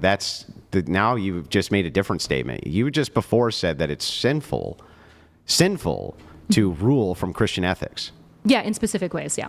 So why would it be sinful it'd be sinful for a politician to utilize Christian ethics to promote legislation? No, I said in specific ways. So one specific way would be, for example, forcing non-Christians to observe the Sabbath or Lent, forcing non-Christians to do that from like a state level. I think that would be wrong for Christians. Yeah, but that has nothing to do with what we're talking about. That's what I'm talking about. Yeah, but so there are engage with that. So there are forms of Christian ethics which you can impose on people? Well, you shouldn't impose it because it's specifically Christian ethics, but you might agree. Why not? Because again, you shouldn't impose Christian ethics on non-Christians. Why not? Jesus doesn't do it. Yeah. Wait a second. I'm confused. You're saying that the apostles, that when they were, let's take Paul, for instance. Sure. Okay. When Timothy, you obviously you've read Timothy, right? Mm-hmm. Are you familiar with what happened with Timothy and the cult of Artemis? Is this like pop quiz style debating, or is this okay? No, I'm actually asking. Okay. Are you familiar with what happened with the cult of Artemis? Nope, I'm not. No. Okay. So Do you want to tell me though? I'm going to tell. Yeah, I'll tell you. The cult of Artemis. By the way, that's how you react to these types of questions. Is normally admitting when you don't know things. So anyway, just as a heads up. Okay. Anyway, the cult of Artemis was a fertility cult. And it was essentially really pissed off that Christianity was taking off. Mm-hmm. And it was because they had a silver trade. And that silver trade, they were making basically mock statues of their religious figures. Okay. And so they were doing everything that they could do to undermine Christianity. And a lot of them, because it was a fertility cult, had priestesses. And they were trying to subvert Christianity, which is where you get 2 Timothy saying that I don't like it when women speak in church, right? The whole idea there was that a lot of these women were fertility cultists, and Timothy was asking for help. But at that time, Timothy had a massive flock and was definitely, because they were diametrically opposed to the government as persecuting Christians, was definitely ruling the Christians. Definitely ruling them. Are you saying, so they rejected Roman occupation, they were shirking it, and they were only imposing Christian law, or were they telling Christians how to act? Because telling Christians is totally fine. A church, like the Pope, telling fellow Christians how they should conduct themselves is exactly what the church should be doing. But the church should not be going, hey, secular people, you have to do this same stuff too. That's not what the Pope should be doing. When there's a policy like women cannot speak in this church, they can't do that, okay? Is that a command? From what? Is that a command from a bishop or a priest or something like this? It might be. How are you not ruling? Because it's not, your church isn't a state. Like you can just leave that church, right? You can say, I'm not of the faith anymore. I reject this. Whereas if the Roman occupation says you must pay your taxes, what happens if you don't pay your taxes? What happens if the Roman emperor converts to Christianity? Then he began to impose Christian ethics through fiat, which I think was wrong. Yeah, but why? But what would make it wrong? I think that like the whole principle of the faith is regeneration. And I don't think that regeneration and legitimate salvation occurs when fiat imposes Christian ethics on you, which is why I actually think that blending church and state is so bad for the faith. Because I think what it does is that A, when you force it upon people, it makes people hate faith. And B, nobody gets to actually personally know and understand God by and large because they're being forced to it. This is actually what makes Christians very different than like Muslims. Muslims believe, for example, that you can act according to the faith and you can be saved. Christians would say you can do every single thing you're told to act like a Christian, but if your heart isn't regenerated, if you don't believe in God and have a personal relationship, you are not saved. So let me just talk briefly. Sure. I just want to make sure that because I'm not strawmanning your position, I want to make sure I got it right. Appreciate that. Christians are in power. They should not directly appeal to Christian ethics for the things in which they prescribe in policy. Didn't say that. They can appeal to Christian ethics. What they can't do is impose specific Christian ethics onto non-Christians. Okay, so they can't, if they had a law, for instance, like, I don't know, no prostitution. And that's purely informed from their Christian ethics, Well, not from empirical data or anything like that. They should not actually impose that in law. They can impose it if they think it would actually be good for the betterment of people, but I don't think that they should impose it if like there's a large consensus of the population that vehemently opposes that and would not elect for it. Okay, but let's just assume it's not a democracy. I am assuming it's a democracy. Yeah, but let's assume it's not. Okay, in an authoritarian regime, are Christians acting ill all the If a time? Christian Yes. says... Yeah, I think that would be bad. Yeah, okay, so a Christian says there's no prostitution allowed. Yeah, I think theocracies are bad. Yeah, okay, but anyway, so... If he says, This is answering your if question. he says no prostitution's allowed, right? Let's say you agree with everything else that he says, right?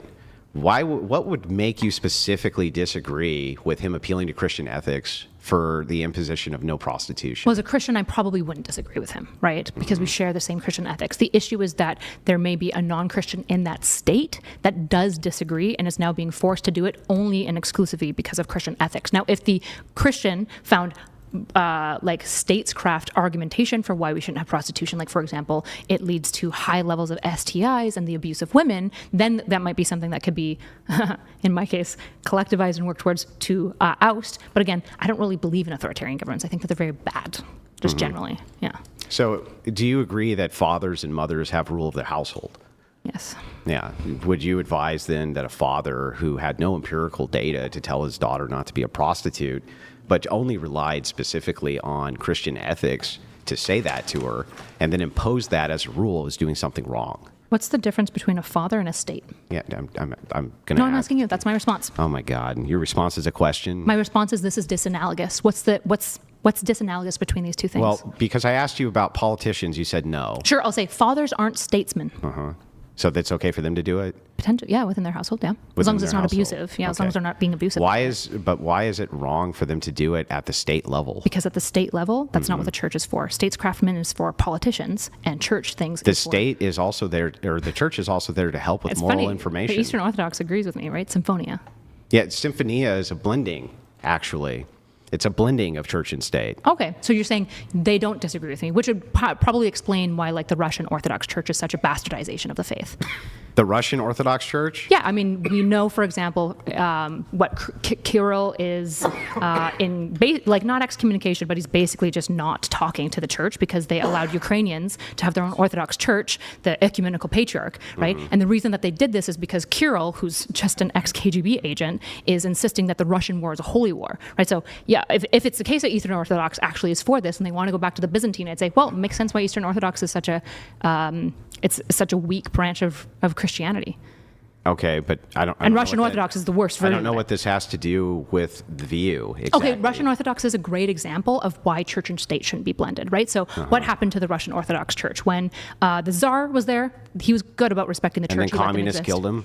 not just killed them, replaced 50% of the clergy with KGB members. Yeah, after they killed them. Yeah, which is awful, right? And were the communists secularists? But then the communists used the communists Russian were Orthodox. secularists. Hold on, he doesn't want to get to the last point. The communists used the Russian Orthodox Church because they actually put in place clergy that are KGB members, and they warped the Russian Orthodox Church. And unfortunately, because the Eastern Orthodox Church is so traumatized by the schism between Catholics and them, they wouldn't even excommunicate the Russian Orthodox Church that had been completely killed off. Are you saying that there was KGB agents at the time of Tsar Nicholas? No, I didn't say Tsar. I said in communism. Yeah, so then the communists killed Tsar Nicholas and then imposed communism after that. They were not infiltrating the church with KGB agents at the time of Tsar Nicholas. That was not happening. Tsar Nicholas wasn't when communism existed. Yeah, communism definitely existed. Yes, it did. There was all Marxism, and yes, that ideology existed. I don't know what you're talking about. Yes, it did. Wait, the ideology existed, but Stalin, like when we're talking about communism, we're talking about Lenin-Stalinism, right? Yes. Okay, so Stalin, I believe it was Stalin that killed 50%. Well, we're also talking about Marxism.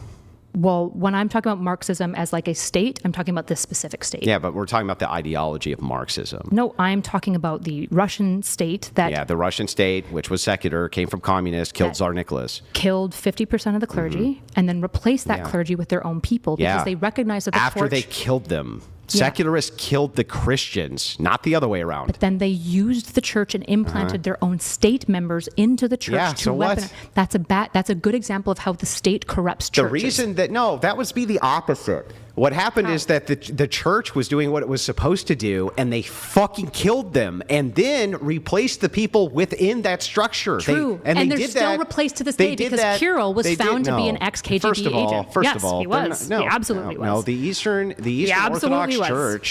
Orthodox Church has determined that the Russian Church is in communion with them. In communion, but the issue, so that they're willing to still talk to them. The issue is that the Patriarch Kirill will not talk to them because what happened is the Patriarch, what is it, Bartholomew the First, I think, right now? Bartholomew and the Ecumenical Council, or whatever. The Ecumenist Bartholomew? Yep. They gave autocephaly to the Ukrainian Orthodox Church, which means self-governing for those who are not like EO words. And this made Kirill so mad because he's so in line with Putin and insisted that the Ukrainian war is a holy war that he stopped talking to all of them. But all the ecumenical, they oppose what Russia is doing insofar as they allowed Ukrainians to self-govern away from the Russian Orthodox because they recognized that there was a problem here. Yeah, but this is a good example of why church and state should I don't understand. Your example of why church and state is bad is because secularists can come in and kill the members of your church and then replace them with people who aren't real Christians. My argument. That's your argument. No. Do you want to steel man my argument? Do you need me to Yeah, here's your steel man argument. No, is you're about to straw man. No, stop. You're a straw man. How do you know? I haven't even made the argument. Your tone. I can tell. Okay. Here's the actual argument that I'm making. Okay. I'm not saying that the state was bad, that the blending of church and state is bad because the state came and killed. I said what's bad is that they later then used the church as an arm of the state. So they blended church and state. They used Kirill and other people to impose theological law that was just sympathetic to communism because the state utilized this. And what happened is when 50% of the clergy got killed and replaced by statists, which were not clergymen, the Eastern Orthodox Church wouldn't even excommunicate that church despite the fact that their theology changed dramatically, significantly, and has maintained that to such a point that Eastern Orthodox didn't even send people in to correct the theology. Do you think that the church would remain what it is supposed to be? Yes, I'm moving my hands. Very exciting, Andrew. Do you think that the Russian Orthodox Church would be what it is if the KGB hadn't killed 50% of it and removed it? This is why, by the way, the separation of church and state is valuable. It protects the church and it protects the state. How is the separation of church and state protect us from communism? Because it doesn't allow communism to utilize the church as a statecraft. It doesn't need to. It can just take over the state. Yeah, that would be bad. Yeah, but it can do that within your liberal framework, no problem. No, because liberalism is opposed to liberalism. Yes, it can. No, literally, liberalism is opposed to tyranny.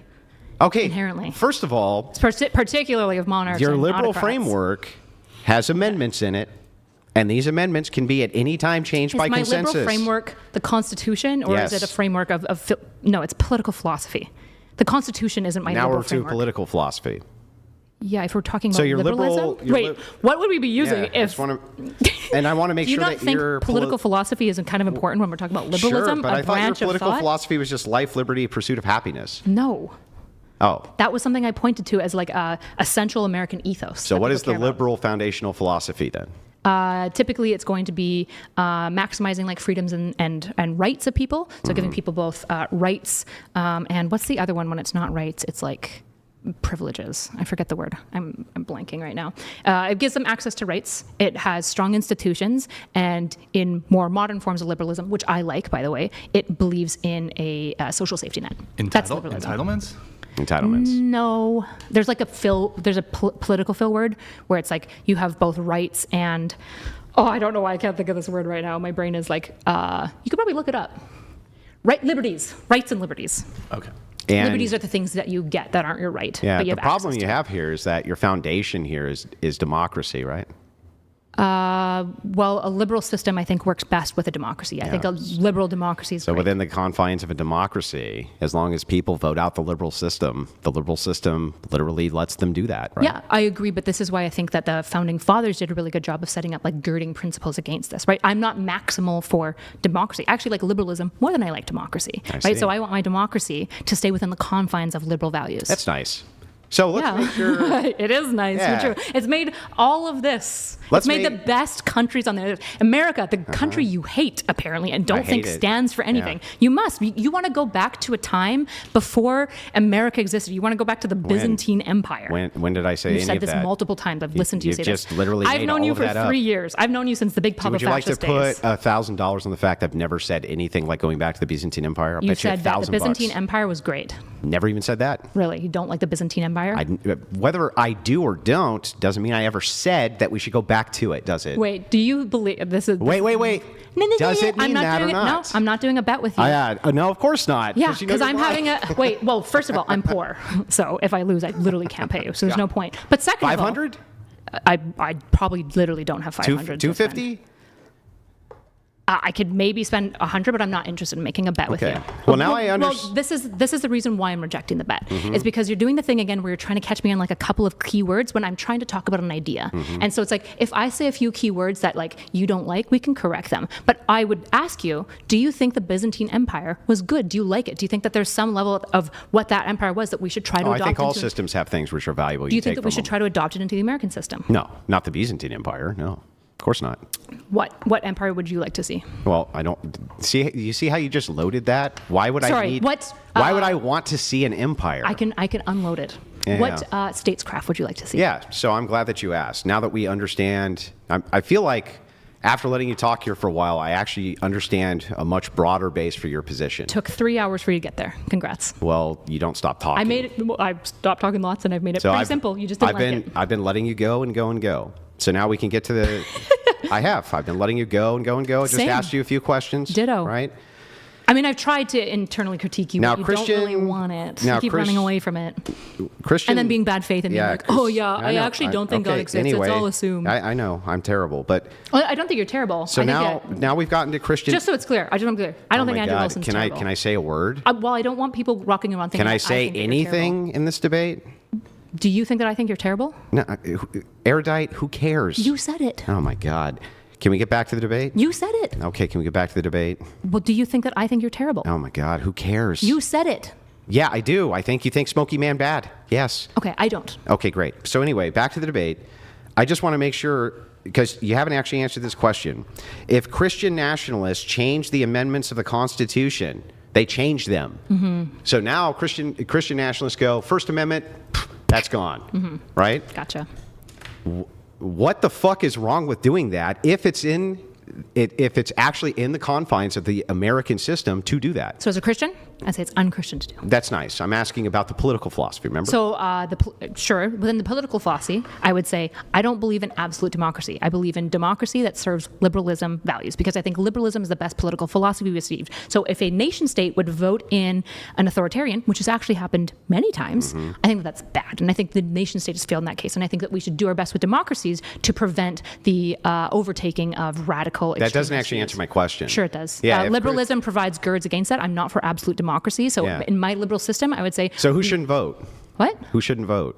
I haven't said anything about who shouldn't Well, vote. when you say absolute democracy, what does that mean? Like popular vote. Like I don't want just because somebody gets the most votes of people, I don't think that should be the leader, because like cities are more popular than rural utilizing areas. the system, which is liberalism and is the American framework, Christian nationalists can get amendments passed in order to tailor things to Christianity. They can. I just think that that's wrong for Christians to do. Yeah, that's nice that you think that, but from Well, a political philosophy, when you're talking about political philosophy, it is just utilizing liberalism. Sure, but I would say that it's also un-American to do, because I think that How? We've I think had free amendments speech- against all of this shit. because we can go back to the beginning, because I said the American ethos is built on things like ingenuity, life, liberty, and the pursuit of happiness. And I think when you take over the first A as a Christian nationalist and you make it so that people don't have free speech, they can only praise God, for example, I think that's un-American, because I think the founding fathers wrote it in intentionally to separate these things. They did not want to impose religion on other people. Why would and I they- think that that's good, and I think it's an American Why are they value to putting in hold. an amendment system?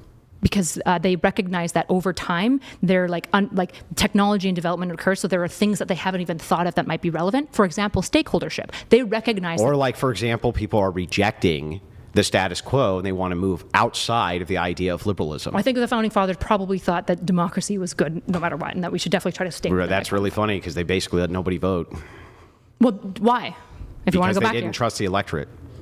By No. their, yes. Oh, yes. No. Oh, yeah, 1,000%. Okay, we can just go to Federalist number 2. You're very wrong about Oh, this. no, I'm very right. The Federalist Papers even are specific about this. There's a reason Mm-hmm. that they demanded that there be stakeholders in the nation. Mm-hmm. They actually did not trust the electorate. Even the stakeholders, they had a large amount of distrust for. Well, the issue, what they actually had is they recognized that different, so when we say stakeholders, we mean like people that have some stakes in the country, right? Yeah. Okay, so the reason that they recognize is that different people would have different stakes in Yeah. the country. And so they were very concerned about people with very low stakes in the country to Which was tyrannize. most people. But the stakes, That was most people. So land owning was used as a proxy because they thought if anyone is going to want to see America continue and America to flourish, irrespective of what they personally want, Then most people couldn't vote. it would be landowners. Yeah. Yeah. So Most the issue people is, couldn't vote. I agree. Yeah, for a So- reason. Well, I would say the reason was built on bad premises, right? They were concerned, for example, that the landless man would be less invested in the country. And I would say, there's a lot of people that don't own land that are and I very would patriotic. say You got to under the interrupt me because idea- I'm cooking, don't you? Yeah, and under the, well, Are you I gonna got interrupt to me, or be do I able get to to finish? talk too.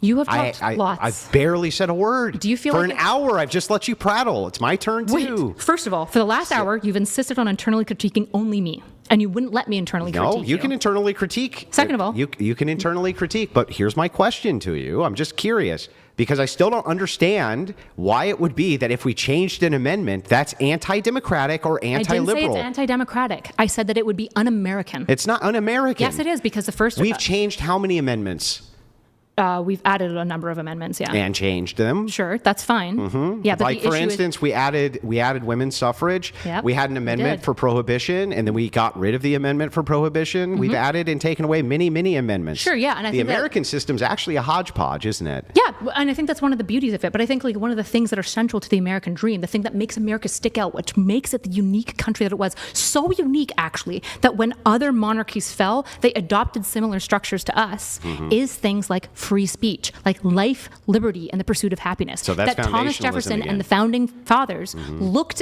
at the world and said, we need a government system that's for the common man and reduces the But capacity or built into possibility of liberalism, the idea of the guardrail bumpers, right? Checks and balances. If the population gets the right to vote, which it now has, it has almost totally universal suffrage, except in very minimal cases, then passing these amendments becomes much easier based on the agenda of the people. That's within the Why would it confines. be much easier? Because at that point, you can consolidate power blocks and parties, which was an emergent property of universal suffrage. So the issue is when you have these two parties, why would you be more likely to pass an amendment when amendments actually require a large amount of votes, right? You can't just, it's not just 50-50, right? I don't remember what the Because exact if you amount have is. two parties, you're probably going to have a lot of your politicians under one party flag or the other. Right, you want them to work together. It's a separation of power. No, unless one has overwhelming control, which Yes. can easily happen. Yes, but it's actually interesting when you look at like the creation of the United Yeah, but States. back to they this. went back and Yeah, back to this. I just want to make sure You don't want to deal when with any you facts of the reality, When hey? if you have an overwhelming amount of a single party who's in charge, Mm-hmm. right? Then getting things passed is much easier. Sure, it absolutely is much Mm-hmm. easier, but this is why, for example, we've done things like splitting the Senate so that you need like 60 votes to try to prevent like true partisan voting. They can end the filibuster. They could. They'd probably won't, which is unfortunate. Yeah, but they could. They may. And the thing is, they can also pack the court. That's all within the confines of liberalism. I agree. And the I think very that when idea people, here that we can't utilize liberalism to remove parts of the liberal framework that we don't like. I'm not rejecting that. Is, well, then there I'm saying can it's be no... un-American. It's not un-American. It's It is the most American. I would say it's un-American to get rid of some of the most foundational things, which is like the pursuit of life, liberty, and happiness. No, I think that if we do things like that, it's not getting rid of any of those. Hold on, you can do that. But if, for example, Christian nationalists took power and they wanted to get rid of the First Amendment, I would say that that is a violation of life, liberty. That's a big violation of liberty, which would be un-American. I would say those Christian nationalists are un-American. They don't believe in the ethos that made the state great, which was the common man gets a say, that he has his rights protected. Would you say the same thing about the Second Amendment? Yeah, I actually like the Second Amendment. Great. So I should be able to own a bazooka? Potentially, I just think like all of the like natural limits to it are. What are natural limits? Most people can't afford it. Like storage, for example, I think states would have a right to store it. They're Bazookas? they're within the confines. Sure, but I think a state would regulate a lot on like what you can like do with it. Wait a second. Wait, are you against 2A? Are you saying? Are you against 2A? Are you saying, no. I'm a big Second Amendment So supporter. should you be able to own a bazooka? Sure. Okay, why? Absolutely. Well, because it's within the confines of the right. Why does that matter though? What if we voted to get rid of that? Yeah, I believe in the right of self-defense. Well, what if we voted to get rid of that? Then that would be within the confines of the liberal framework. Would that be okay with you? Okay, no. Oh, okay. I would object on different grounds, though. I'm not a liberal. Sure, yeah, of course. I would object on the different liberal, grounds. though, right? That's within the confines of the framework to completely eliminate the Second Amendment. Sure, I've never rejected that. I've said that it would be un-American to do so. How's that un-American? Because I think like 2A, for example, gun culture is extremely American. It's a deeply, deeply American value. Sure, I would agree with that. But what's not un-American is removing amendments that Americans don't like. That's the most American thing. Sure. The most American thing is Americans introducing things and amendments that they like. It's getting rid of amendments that they don't like. It's doing things that they fucking want based on what it is that they want. And so if Americans say, we want Christian nationalism and we'll impose various amendments for Christian nationalism, that is the most American thing I think if America goes back towards like a more theocratic state, I think it is fundamentally now have become something that isn't America anymore. I would be the person running around like Trump based saying, on what? We need to make The America last great 40 again. years? The founding fathers and the founding fathers gave the states the ability to do it. The entire point of the Revolutionary War, which was to break away from tyranny and to separate power so that the common man had a chance to exist and have a right to speak to those who That was governed great sloganeering, but the truth is, it's not just sloganeering, it's American. The Revolutionary War was about money. The very first thing George Washington did was implement a tax. Very first thing he did was institute, and it led to the Whiskey Rebellion. He put a tax on whiskey. Mm-hmm. Do you think that like our founders who wanted apportioned taxes, directly apportioned taxes, wanted us in any way to have a fucking income tax? Because that is against life, liberty, and the pursuit of happiness. We're the most taxed country on planet Earth. One of the most taxed on planet Earth. I don't think that's right. And it's like most Western liberal democracies are taxed more. If you went back, do you want to walk that one back? If you went back to our founders, can we see if there's anybody that taxes more on income than America? I just want to fact check you. It's not just income. So we're one of the tax. most taxed countries on planet Earth. So the thing there's is, no more. There's no other Western liberal democracies. I said one of the most. Yes. So anyway, you said the most, but yeah. Okay, whatever. There's my qualifier. Oh, look, we can actually give grace to whatever. one another. So anyway, back to this before you divert again, because that's all you do is divert. When it is the case, I'm not diverted. I'm answering all your questions. When it is the case that you move back to, I don't know, let's say 1800, do you think that they would have allowed an income tax? I'm not sure. I have no idea. No. Probably not. I have no idea. Though. Do you think that the way that people are taxed right now, that our founders fought for that? Sort of, yes. Yes. Sort of, yes. Because I think the thing that the founders cared about was that the common man gets a say on the policy. They did not want an income tax at all. Okay. I don't think income tax by itself just breaks this entire American ethos. I don't think it's just shattered, right? So I imagine. Why not? Because, like I said before, it's a threat to life, liberty, and the pursuit of happiness. How is it a threat to life and liberty? Because they're directly taking an unapportioned tax from people. How is that a threat to life and liberty? I'll just ask you again. Because don't you think that you need to have money in order to have liberty? Sure, but in case of liberties, this is things you get access to. So one of the things that taxes do is they give you access to things like free education. Okay, wait a second. The income, you can have sales taxes, things like that. That's constitutional. Yeah. Initially, there was no income tax in the Constitution. Sure. Yeah. So why was that passed? Do you know? Probably because we needed to have greater government receipts so that we could pay for the things that we wanted, that we collectively had decided would be better for No, the it's nation because state. of the Monster of Jekyll Island. It was written by a bunch of bankers, essentially. And Jackson was against it first, and he killed... Well, he was against the centralized bank. Killed because the bank wanted to create an income tax. That's not actually just... It is actually true. So I agree that that's true. What you're presuming, though, you're trying to make it seem like Jackson was most opposed because of income tax. Jackson was most opposed to the central bank. To the central bank specifically, because he was concerned about government statesmen having access and control over economy. He wanted that to be separate, as a separation of power. He was concerned about debt. That's why one of the first things he did was pay ours off. Okay, all of these are... It was about debt. So you'd agree that Jackson had multiple reasons for why he was opposed? Well, not just income tax. Yeah, but income tax would have made him lose his fucking mind. So do you think that it is un-American and the point is for people like, to have... it's completely American to roll back the income tax. It's completely American to roll back all of these various amendments. You're equivocating again. So what you're doing is you're saying liberalism and the process of democracy gives us the capacity to change rules. And you're saying that's America. That's the most American. No, so I'm arguing that the most American thing is the value of life, liberty, the pursuit of happiness, but you keep on ingenuity, science, Yeah, but development. you keep equivocating because on the one hand, you say that's not foundationalism, or that's not a foundation for my philosophy, is life, liberty, pursuit of happiness. And then when I say, wait, the most American thing that we can do is the most... How is this equivocating? Is the American thing that we always do, and then you move back and forth between these two ideals as though they're interchangeable.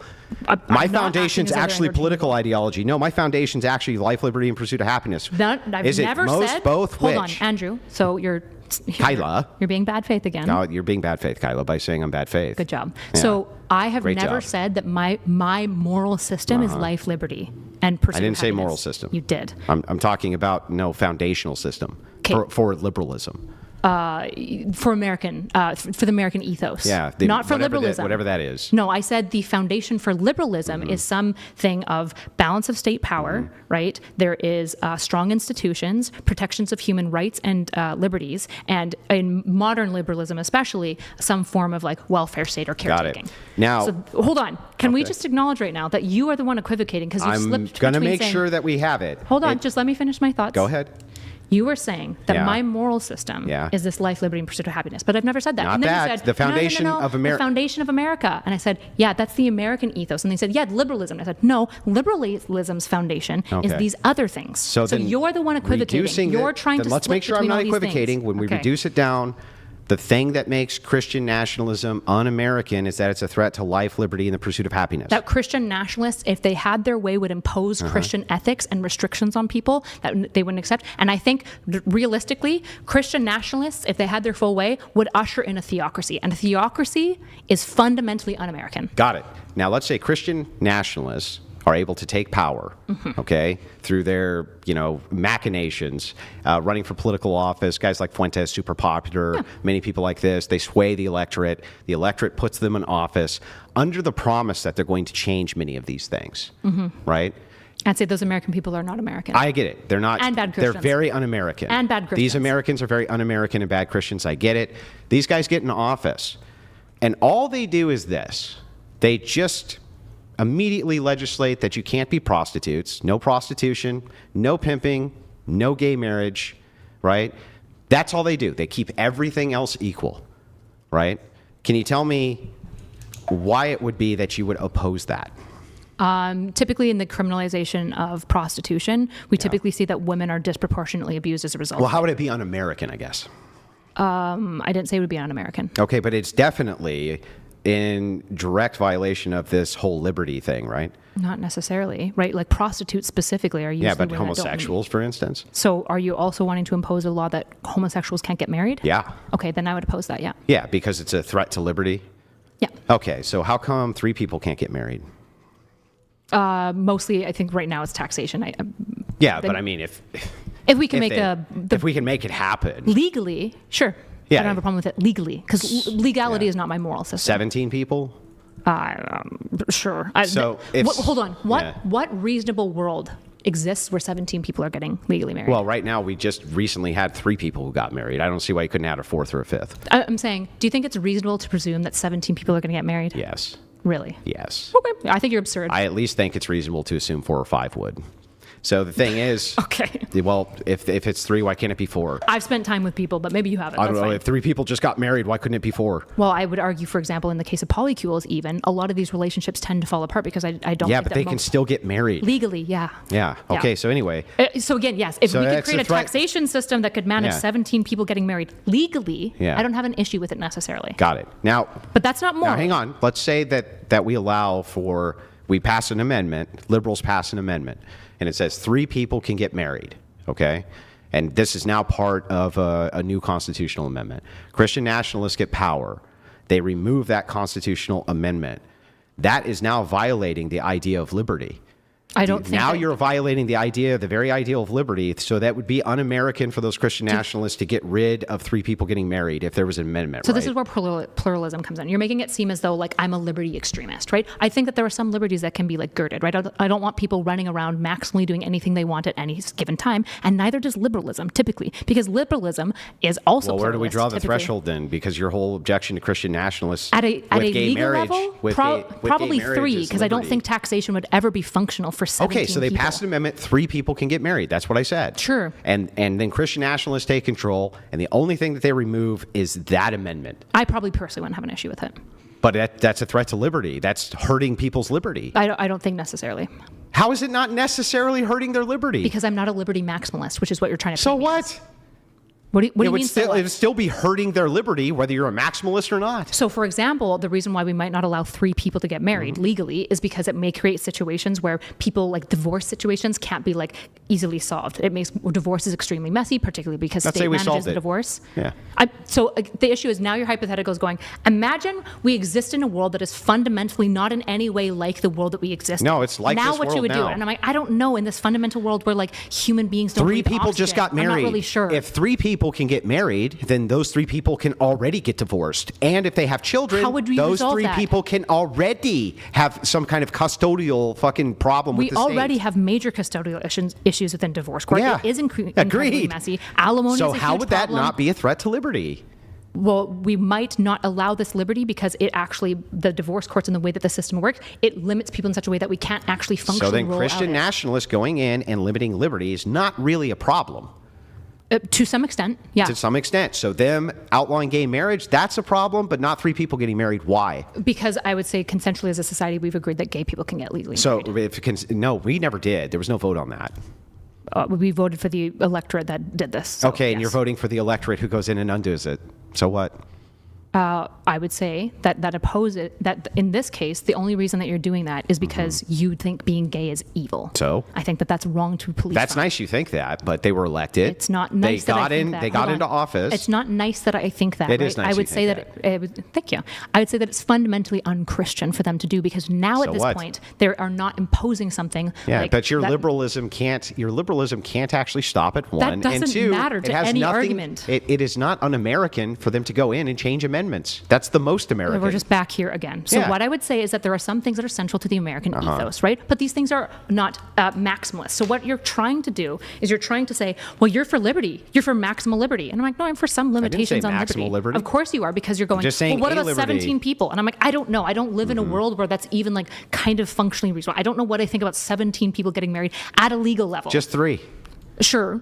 Even just 3. I'm not even sure what I think about 3 people getting married Yeah. legally, because I think that there's going to be a lot of complications as far as like how we manage these things necessarily, because I'm not a liberty absolutist. Mm-hmm. But I do think that the value of liberty, giving common man access to these choices, is central to the American ethos. So what would be wrong with Christian nationalists going in, right? They pack the court, and then they go ahead and or you don't even pack the court. Packing the court is they just bad. put 2 Supreme Court justices, new ones on. They reinterpret that. Well, you know what? Gays actually can't get married. They overturn Obergefell. One of my issues would be them intentionally packing the court. I think that No, that's I just took that off the unconstitutional. table. They just put in 2 new Supreme Court justices. That's it. How do they do that? Because 2 of them die. Okay, so 2 of them die. They elect 2 of them with the intention of packing the court. So they're No, specifically no, selecting. forget packing the Wait, do court. they select them on the basis that these judges will be Christian as well? Well, they- and make They're judicial law from definitely Christianity. selecting them because the party that's in bad. charge wants them there. Yeah, I think that that's the bad point already. Why? Because I do not think that we should be putting That's how people to parties do it office- now. They put in justices that they want, that they think are going to Do you think represent their that- views. Do you think that I like the fact that we try to make the judicial system partisan? That's very un-American. I think it is un-American. No, it's very un-American for you to go against that. Why? Because it's the most American thing. That's how we've always done it. What do you mean? I would say that if it's not girding the common man, the pursuit of life, liberty, and happiness, packing the courts, for example, I think is bad. I think that this is not a good thing to do. I don't want partisan courts. The because problem you- the point, hold yeah, on, the yeah. American idea, the zeitgeist of the separation of powers, actually really, really, really matters because one of the things that's fundamental to Americanism is the opposition of tyranny. And how you oppose tyranny is you separate power. So if you're packing the court to be biased towards a single side, you're already engaging in some level What of about tyranny. them getting Do rid you of think it's bad? abortion? What about it? Yeah, is that hurting life or helping life? Depends on what you think life is. Well, I'm asking you. So I'm for the decriminalization of abortion entirely because I think when you look at the when you look at the ramifications of abortion policy, it leads to more infant deaths, more mother deaths, more children in foster care, more children in poverty, and more children dying Is it more or overall. less American that abortion's banned? I don't think that this is necessarily an American concept. Not everything is like tied to this. So if Christian nationalists get in and they completely outlaw abortion, right, via constitutional amendment, I think that they would then be imposing onto non-Christians their view of human life. that's nice, but that doesn't violate any of the life, liberty, or pursuit of happiness that you consider Americanism to be. In It would be fact, because- it reinforces life. It would be because probably 50% of the population definitely disagrees with the contention of when life is. Who cares? You're not an extremist.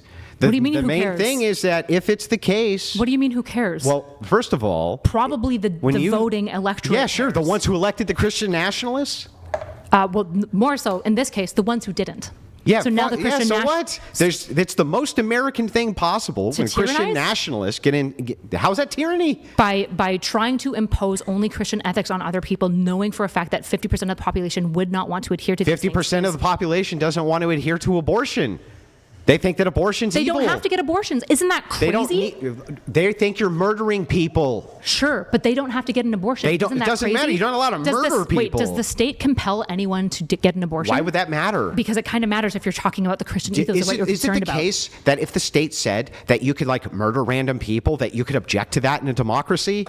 Yes. Yeah. Yes. So you can object to fucking people murdering people in your democracy. You can, of course. And yes. you can get an amendment together to And say stop murdering all people. of this is fine as long as the reason that Christians aren't doing it is intentionally to impose Christian ethics on non-Christians. And yet you have not made an argument for why that's even bad. You've just said within the framework, I said it's don't like it. No. I said It's Christians- un-American. No, I said Christians imposing Christian ethics on non-Christians is unbiblical. It's heretical to do. Yeah, but It we're is talking about whether or wrong. not it's un-American. No, I've said from the beginning. Now you're going to fucking equivocate. We're I'm talking not about what's equivocating. un-American 5 seconds ago. You trying to slant me into specific types of arguments that I'm not making is You are not me making them. equivocating. No. You said that this is the most American thing we could do, What? to outlaw abortion for the purpose of life, Erudite. The purpose of life. I said this. No. We're talking about what's un-American or American. I'm postulating that it's the most American thing we can do if the idea is life, liberty, and pursuit of happiness for Christian nationalists to outlaw abortion. Do you think it would be also super American to get rid of evolution in class? I don't know if that would be American or not American. Well, Christian nationalists would probably want to do it. Is that American I or don't not? think that they would. But they. I'm not what do you sure. mean? They've multiple times advocated the removal of evolution from the Louisiana Act of 2008. I think that should be left up to the states, like the 10th Amendment says. Okay, so That's what about? what Christian nationalists would say. Okay, so you think that's not true, and you know that you don't believe that. You think Well, that Christian. at least people advocate for my version of it. So Christian nationalists would violate all parts of the Constitution That wouldn't except for violate the the part- 10th. Wait, They really like that one. Most Christian nationalists, at least ones who are in the mainstream that I'm aware of, they do advocate that most of this stuff gets pushed back to the state, like what used to happen with gay marriage, which is why it was, every time it was voted on, they said no, and you had to use the constitutional route. And do you think Christian nationalists would prefer it's at the state, or do you think they would actually prefer a federal rule on abortion? Do you think Christian nationalists want a Well, federal if they ban had on a abortion? federal rule on abortion, they would have to pass an amendment, which would be Do the will of Christians the want people. that? Do Christians Sure. want that? Yeah, of course. What's wrong with that? So I am outlining right now that you trying to pretend as though Christian nationalists just want state rights is dishonest. I didn't say that. You That was absolutely all they did, want. because I said, well, do you think that Christian nationalists would try to push through Christian ethics on people? And he said, well, I think they just want it at the state. No, of course. No. I Christian said nationalists. that issue they would refer it to the state, but within the Wait, purview you don't of think that federal they would powers, prefer a federal ban on this?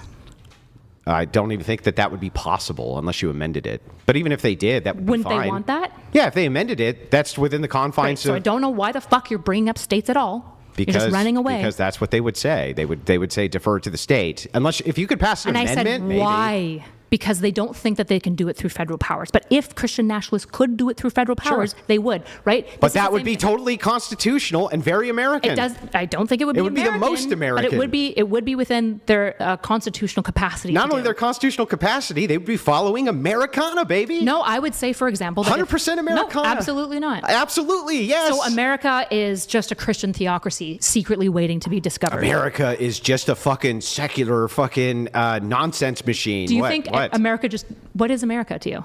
To me, America, at least how you define it, is Not just a how system. I define it. How you define it. Yeah, so for me, I've told you this multiple times. If there was some kind of cultural glue, I would give America a lot more credence on this. But right now, it just looks like a That's system not an to answer me. to what America is. I just answered it at the end if you would have listened.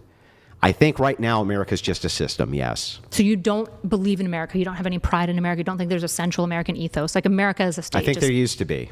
And mass migration and other things destroyed that. So yeah. American doesn't exist anymore. Not how it used to, no. What did it used to be?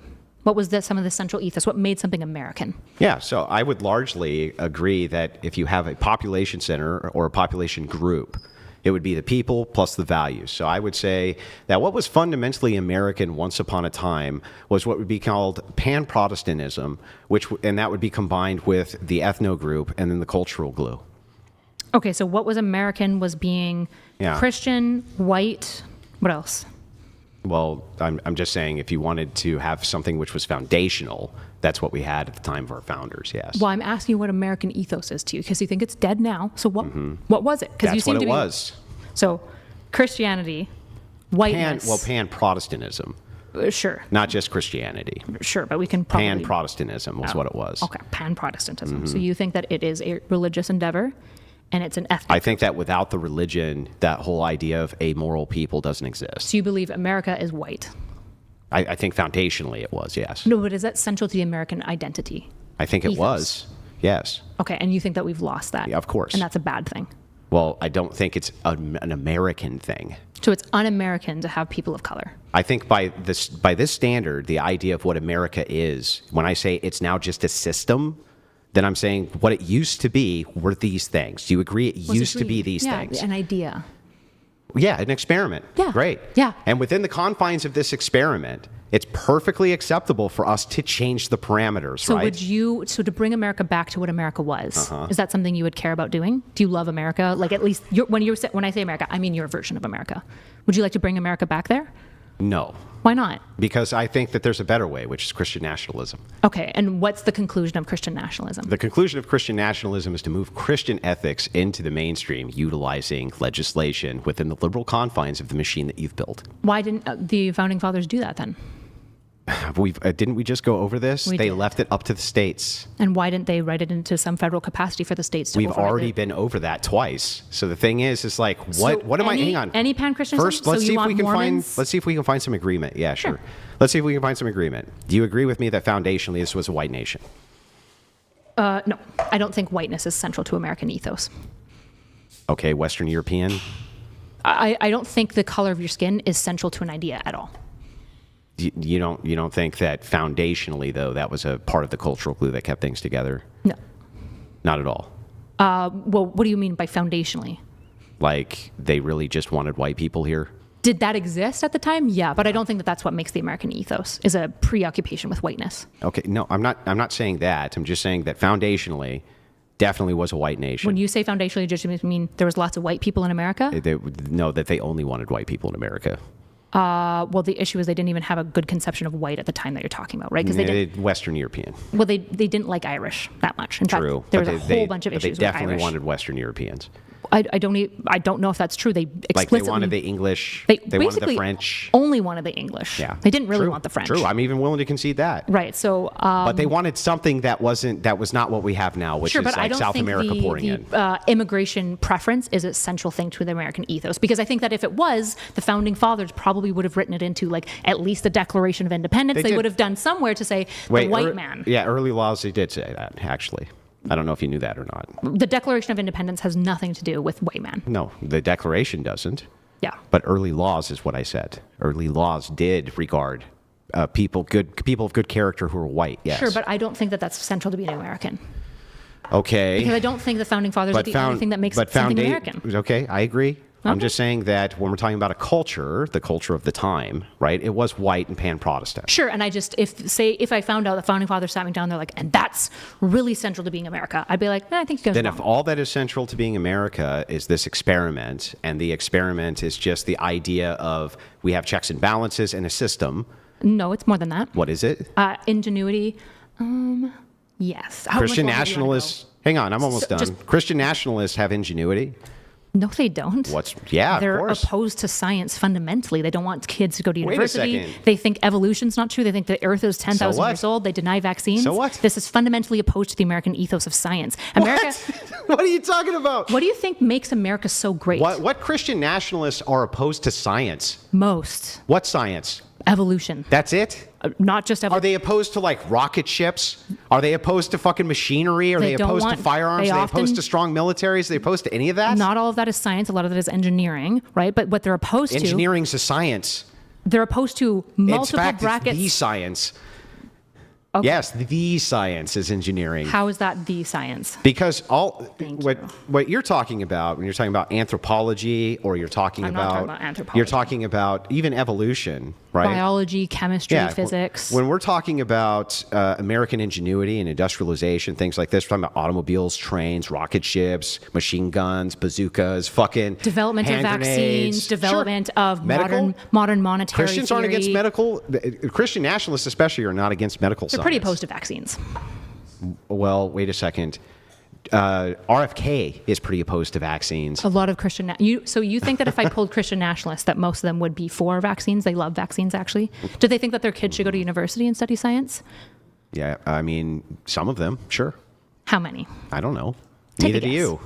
My assumption, because I'm actually familiar with Christian nationalists, and I'm not lying about them. Which ones? Like the broad Which movement prominent of Christian ones? Of Christian nationalists.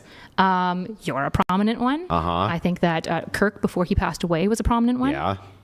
There's two. What? And Kirk didn't say that he wanted the government to go in and outlaw fucking vaccines. He was pretty anti-vaccines and anti-science. He was anti-vaccines, He didn't think sure. that people should send their kids But to even if university. it was the case, do you think that he believed? I guess even if do it you was believe the in the case- dinosaurs? You know what? I'll just grant this. You won't get engaged with that one. Let's do you believe say, in I'm just going dinosaurs? to grant it. Yeah. Christian nationalists, they want to get rid of evolution. They want to get rid of vaccines. They want to get rid of all this They're stuff. anti-science. Let's just say. Yep. Though that's not anti-science. It is fundamentally anti-science to get rid of major scientific theories. Yes. Oh, really? Yes, and it would be harmful to America to do so. So what happened to race science? It was proven in science to be invalid. Well, wait a second. I'm super confused. Who proved that? For example, in the case of IQ, right, we've done like multiple studies on IQ to show that like the moment that you normalize things like education, access. You're and saying there was no nutrition- politics involved in that?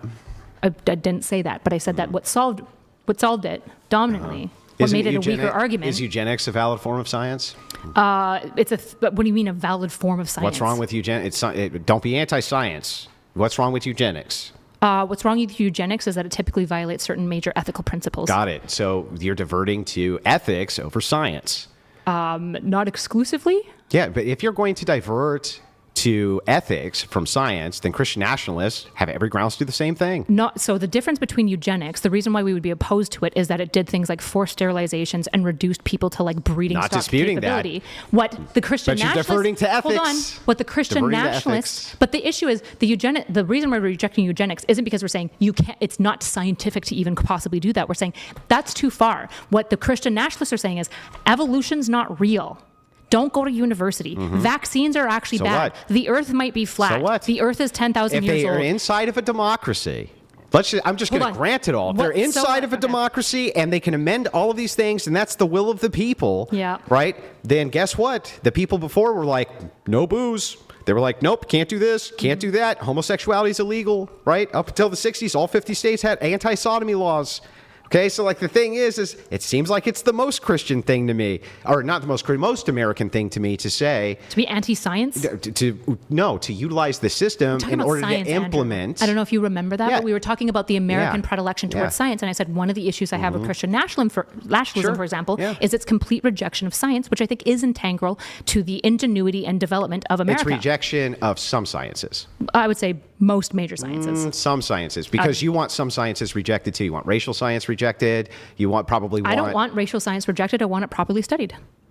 But wait, you don't want it rejected? Racial science, like looking into seeing if there's because I think, for example, racial science is incredibly important in medicine, right? Understanding how like hemoglobin can be different. Yep.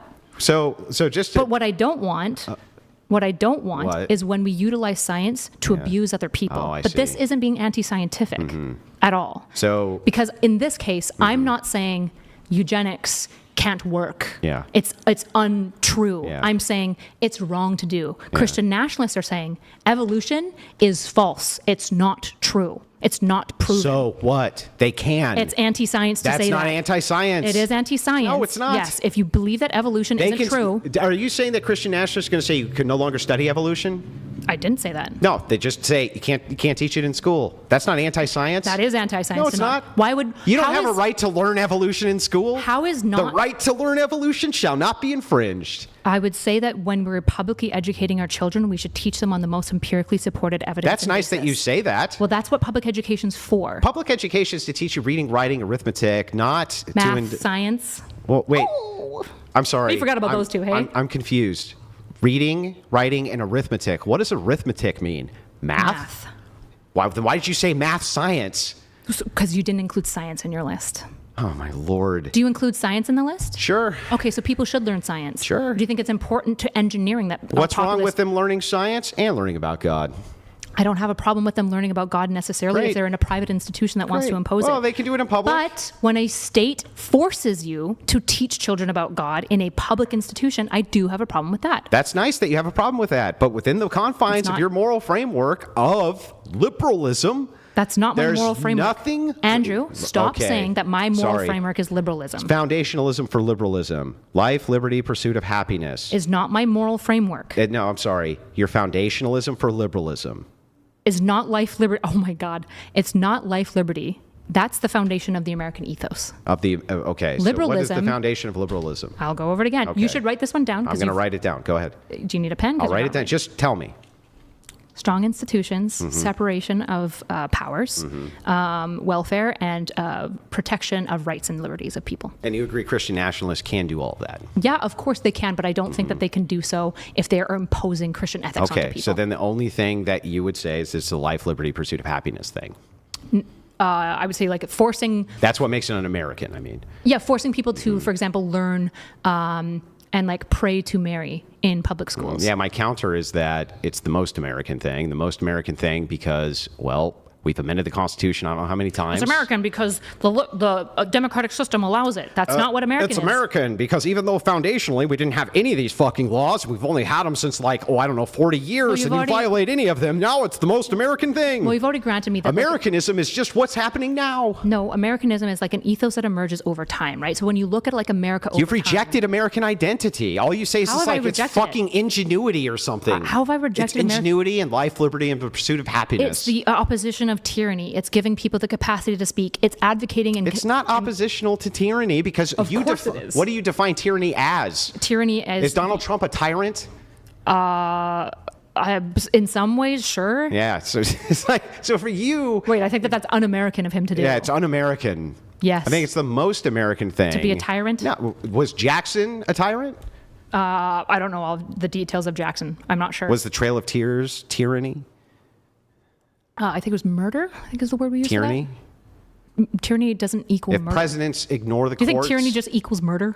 Well, I mean, I think it leads to it often, but when we're talking about... When we're talking about is tyranny murder? No. Oh. Of course, they're different things. Of course, yeah. But one leads to the other usually, right? It often does, yeah. Wouldn't but that be your primary opposition? It's like it's going to lead to murder, this tyranny thing? No, I actually think it reduces the capacity. So like one of the most important things to me is humans' agency. I don't know why you're rolling your eyes, but I'm not. okay. I wasn't rolling my eyes. What do you mean? Okay.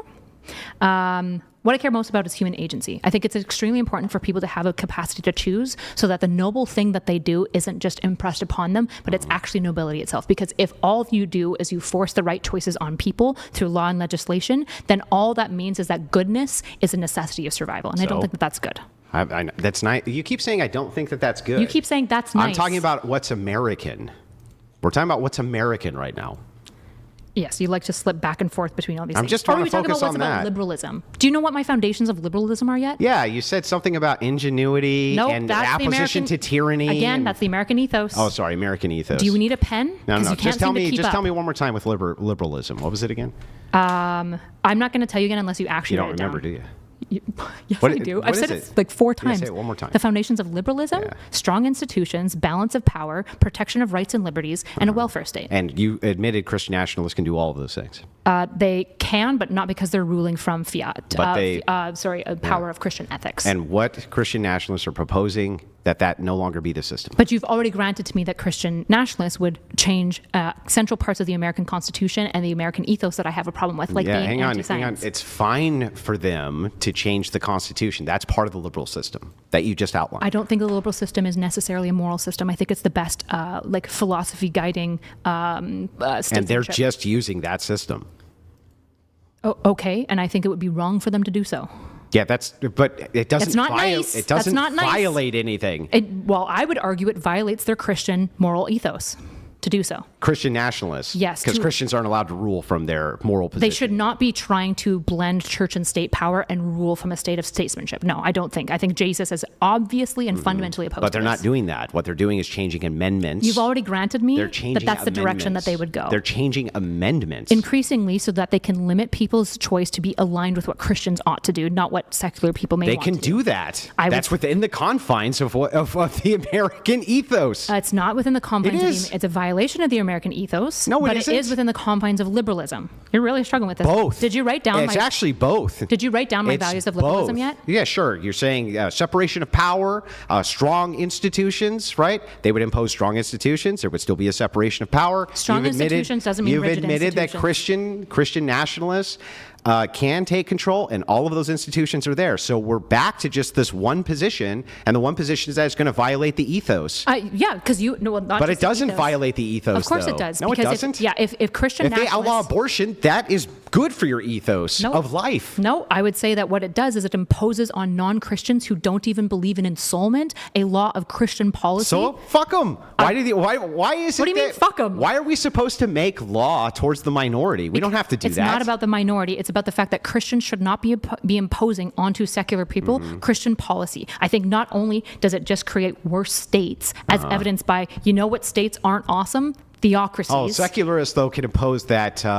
We can have pornography. It's and not we can imposing. Have, You don't have to. That's an imposition. It's not. Imposing means compelling, right? It's super. I'm sorry. Is it the case that right now the town square's X? Would you say that like X is a good representation of like how a lot of people communicate?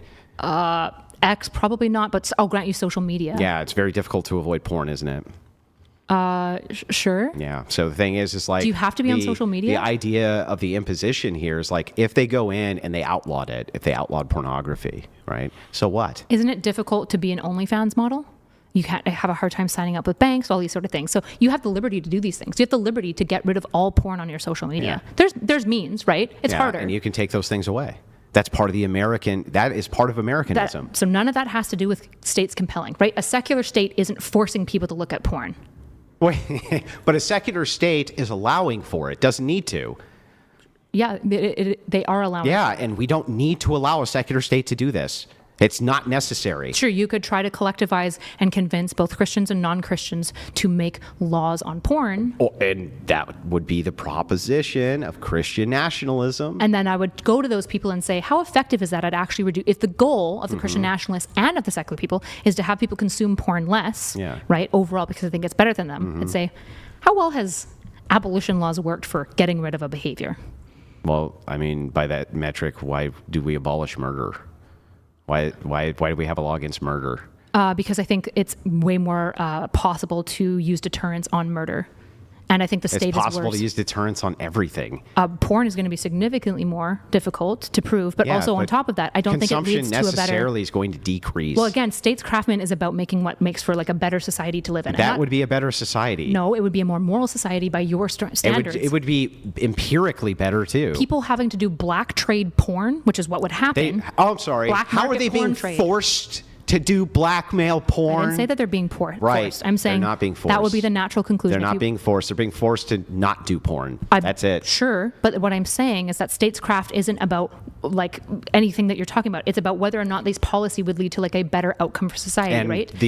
how would these policies not lead to better outcomes? Because having a proliferation of black market porn is probably going to increase human trafficking, which we have actually seen. It's probably going to increase the type of like we see it the seediness opposite behavior. way, actually. Places where prostitution is legal, you see more human trafficking.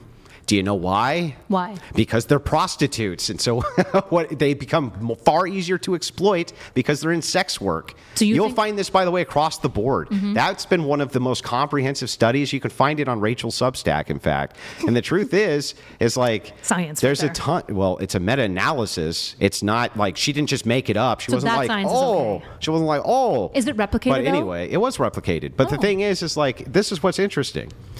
Is every time you see that there's prostitution which is legalized, you see human trafficking go up, not down. So my understanding of when you look at like longitudinal studies of abolition is that while there is like a decrease in consumption, right? In the case of like alcohol, there's a decrease in consumption, human trafficking. but there's also an explosion over time, particularly of like money into black market things. So like while human trafficking probably acutely goes down, I wouldn't be surprised to find out that all of these groups that are engaging in black market porn are getting more money and can engage in more drug black markets, can engage in more human trafficking. You could just make that case for anything you banned. No, this would be a long. Yes. Like, oh. Yes, I'm making that for. Yeah, everything you that just can make the case for ban murder. Well, I mean, that just increases the chances that people are going to utilize the black market to hire hitmen. No, it's I like, think. Yeah, I'm sure it would. Wait, no, but the issue is why we ban murder is that almost all murders isn't because people are hiring hitmen. It's usually done in like an explosion of anger, or it's a person like planning it out, right? And so if you don't have murder be banned, then all of the people who just explode out and kill somebody, second degree murder, what do you do with them? Yeah. What do you do with them? Well, I mean, obviously you would imprison them. Well, but in the system that you just suggested, where murder's not bad, and that if we legalize it, then more murders would happen. Yes, of course, more murders would happen if you legalize murder. Yeah, obviously. Obviously. Okay. Just like more porn will happen if you legalize porn. Yeah, but the issue is, I agree. I've granted that from the beginning. Yeah, so I mean, I don't understand the outcomes of banning porn. Why were the outcomes in like 1930 where porn was bad worse? Mostly because I think it made people engage in black market, and I think that it led to There was not very much black market porn in 1930. There probably just was. Isn't there like this whole like pinup girl There definitely postcard just thing? wasn't. There just wasn't that much porn in No. 1930. I'm sure that that's not true. Well, it is true. Isn't porn like one of the oldest institutions of trade? Sure. So we just got rid of it when we I didn't abolished say it. we got rid of it. Oh. I said there wasn't very much of it. I'm Especially in comparison to now. Don't you think that right now with prostitution legalized, OnlyFans legalized, we have more porn we've ever had in this country? Yeah, I would grant that. Yeah, of course. Yeah, but the issue is that, like, for It's example, like the most ridiculous thing ever. And if Christian nationalists get rid of it, there's nothing un-American about that. Most of our history, porn was outlawed. Sure, Most of it. Sure, I don't think porn is inherent to America. It's completely within the confines of Americana to do that. It's completely within the confines of Americana to ban homosexuality. Again, another thing which was banned for most of American history. Ban transgenderism. Why was it banned banned? for most Why of was it American banned? history. Why was it banned? Mostly due to religiosity. Yeah, and I think that was bad. I think it was wrong. Well, that's fine, but it makes my point. You say, wait a second, religiosity, the founders didn't want that, and we can't allow the states to do any of this type of the founders blending. wanted a separation of church and state. This is self-evident, and it is unchristian. At the federal level only. Okay. Federal level If only. you want to cling to that one, you totally can. Because it's true. It's absurd, but you sure. know, I mean, the position The that founding they fathers definitely wanted Christian nationalism and a blending of church and state, but they wrote it out in the Constitution because they knew states would do it instead. Yippee, yippee. that was the literal compromise they made with them. Not because they wanted states to have state-level religions. Then but why didn't they ban it in the compromise? Why didn't the founders say, states, you can't have any religion. Because they knew that the states wouldn't join. And as you said, it was a very That's perilous right. time. It was a compromise. You're right, but that doesn't mean that federal leaders actually wanted church and state to be blended. It and if they did, It wouldn't matter if they did. They could have written it into the Constitution. In fact, probably the states that are joining would have liked that if they found some way to compromise and bring religiosity in They church tried. and state The together. Anabaptists were like drowning kids. What are you talking? What were they going to find that was going to unify them under that? What? I'm sure they could find something. They're going to find so because Erudite says so. No, because- they did. What they said was you could do what you want with your Again, states, 'cause they wanted- and we were not going to impose a federal religion on you. Correct. Because That's it. Yeah, because they wanted a separation of church and state at the federal level. Yeah, federal level. But I've never denied at the federal level. This has been my position the whole time. Yeah, you've insisted that because it was happening at the state level, it actually suggests that maybe the federal leaders did want church and state to be blended. They just couldn't write it in because compromise stuffs. The states wanted it, and the states are part of the system. Correct. But the federal leaders didn't. The feds don't usurp the states. Sure, that's fine. But you think that if they wanted The foundation religion, was not just about 39 guys signing a fucking document. The foundation was a contribution of tens of thousands of people. Yes, of course. And by the and way, yet all of these Christian governors people inside of states couldn't find a way to impose church and state together at a federal They level. did. They At did federal find a level. way to do it. No, they didn't. They didn't want them to at the federal level. Why not? Because they didn't want the federal government to be like, Maryland, you got to be a Catholic. You got to be a Catholic state. They didn't want that They shit. could have imposed it in some other way. They could have written way more like godness into things. They could have written, for example, that the They federal did write institution- godness. They wrote godness into the Declaration of Independence. First of all, they wrote creator. None of the TJ references in any way can be like cited to like godness in a Christian way. What's at a all. creator? Uh, a and- rock? A creator? They think a rock was not God? How many religions have a creator deity? And are those creators God? Why did TJ say Are those creators creator? God? I don't think so. But why did TJ? Well, then- hold on. Why didn't That's it. TJ? Humans Why didn't creating TJ? humans? Why didn't TJ just say Christ? No What, answer. God? for me. Christ. No, they said God because there was some. They didn't say God. They said creator. Because some of these states, again, Some of the Christians wouldn't have agreed with Christ. Come the they fuck on. rejected the idea of the Trinity. Yes, Christ. the idea of the Trinity. I didn't say the Trinity. I said Mm-hmm. Christ. You think that if TJ had written in Christ, that some Christians would have been like, "How dare he?" It's possible. No, yes. come on. But not only that, That's absurd. Let's just point this out. So TJ, you can grant me at least. You'll concede. TJ definitely explicitly did not write the hold Christian on, God hang into on, his declaration. using the non-offensive position in order to make sure that they would compromise, right? When they say creator, they definitely mean a god. The Declaration of Independence has nothing to do with compromise. No. But when they use the language in the Declaration of Independence for creator, do you think they're referencing? I think TJ is explicitly not referencing Christ because he didn't want What is he referencing? He is referencing a general conception of creator. Which is what? To Christians, it would be Christ, but he didn't say Christ. Now, did he? Okay, but what would the creator To be? Hindus, it would be like... Would the creator I don't be know what the meaning God? is. Yeah, he didn't say God either, did he? But what creator here meant God, right? Why would you assume that? Because what else is the creator? Why wouldn't they just say Christ if they meant the Christian God? Well, again, you're splitting hairs here. I'm not splitting hairs. It's kind of important. Yeah, the idea here is simple. He just couldn't think of it. He's like, oh, what's that word for the creator that Christians like? Oh, I can't remember. I'll just throw creator in there. Pull up the Declaration of Independence and read it. Sure. We find these truths to be self-evident, Yeah. that all men are endowed by who? Creator. Their creator. Yeah. Are you saying it doesn't say God anywhere? I didn't say anywhere. I said that says creator. I think it might say. I'd have to look through. I don't it does? remember. It does say God? I don't know. I'd have to look. What do you think they're referencing by creator there? I think if they wanted to reference How would Christ, humans they would be have said endowed it. by a creator who wasn't their God? Well, if you can probably understand. Why didn't TJ say Christ? Okay, so what? Answer my question, then I'll answer yours. Answer my question. Answer mine. I asked you first. The Answer. creator could refer to any creative deity. How do you endow people as a creator if you're not creating the people? This is what most creation stories think, that the creator is endowing. Blah, blah, blah. And the creator is usually referencing what? For Christians, they would mean Christ. Now, why doesn't they would also mean God, right? So why doesn't TJ? That's a triune. Why doesn't TJ say because of Christ? probably the triune concept? Yeah. Because That would be Christians most would have had an likely. issue with but the I word actually Christ. do think that there's a reference to God. And we I do can think that look. there's often references to Jesus Christ as well, not in those documents, though. Now, the other thing that's interesting here is that you still haven't answered to this, why it is that at the federal level, You still haven't answered my right? question. What's the question? I said, why didn't TJ use the word Christ? I just told you.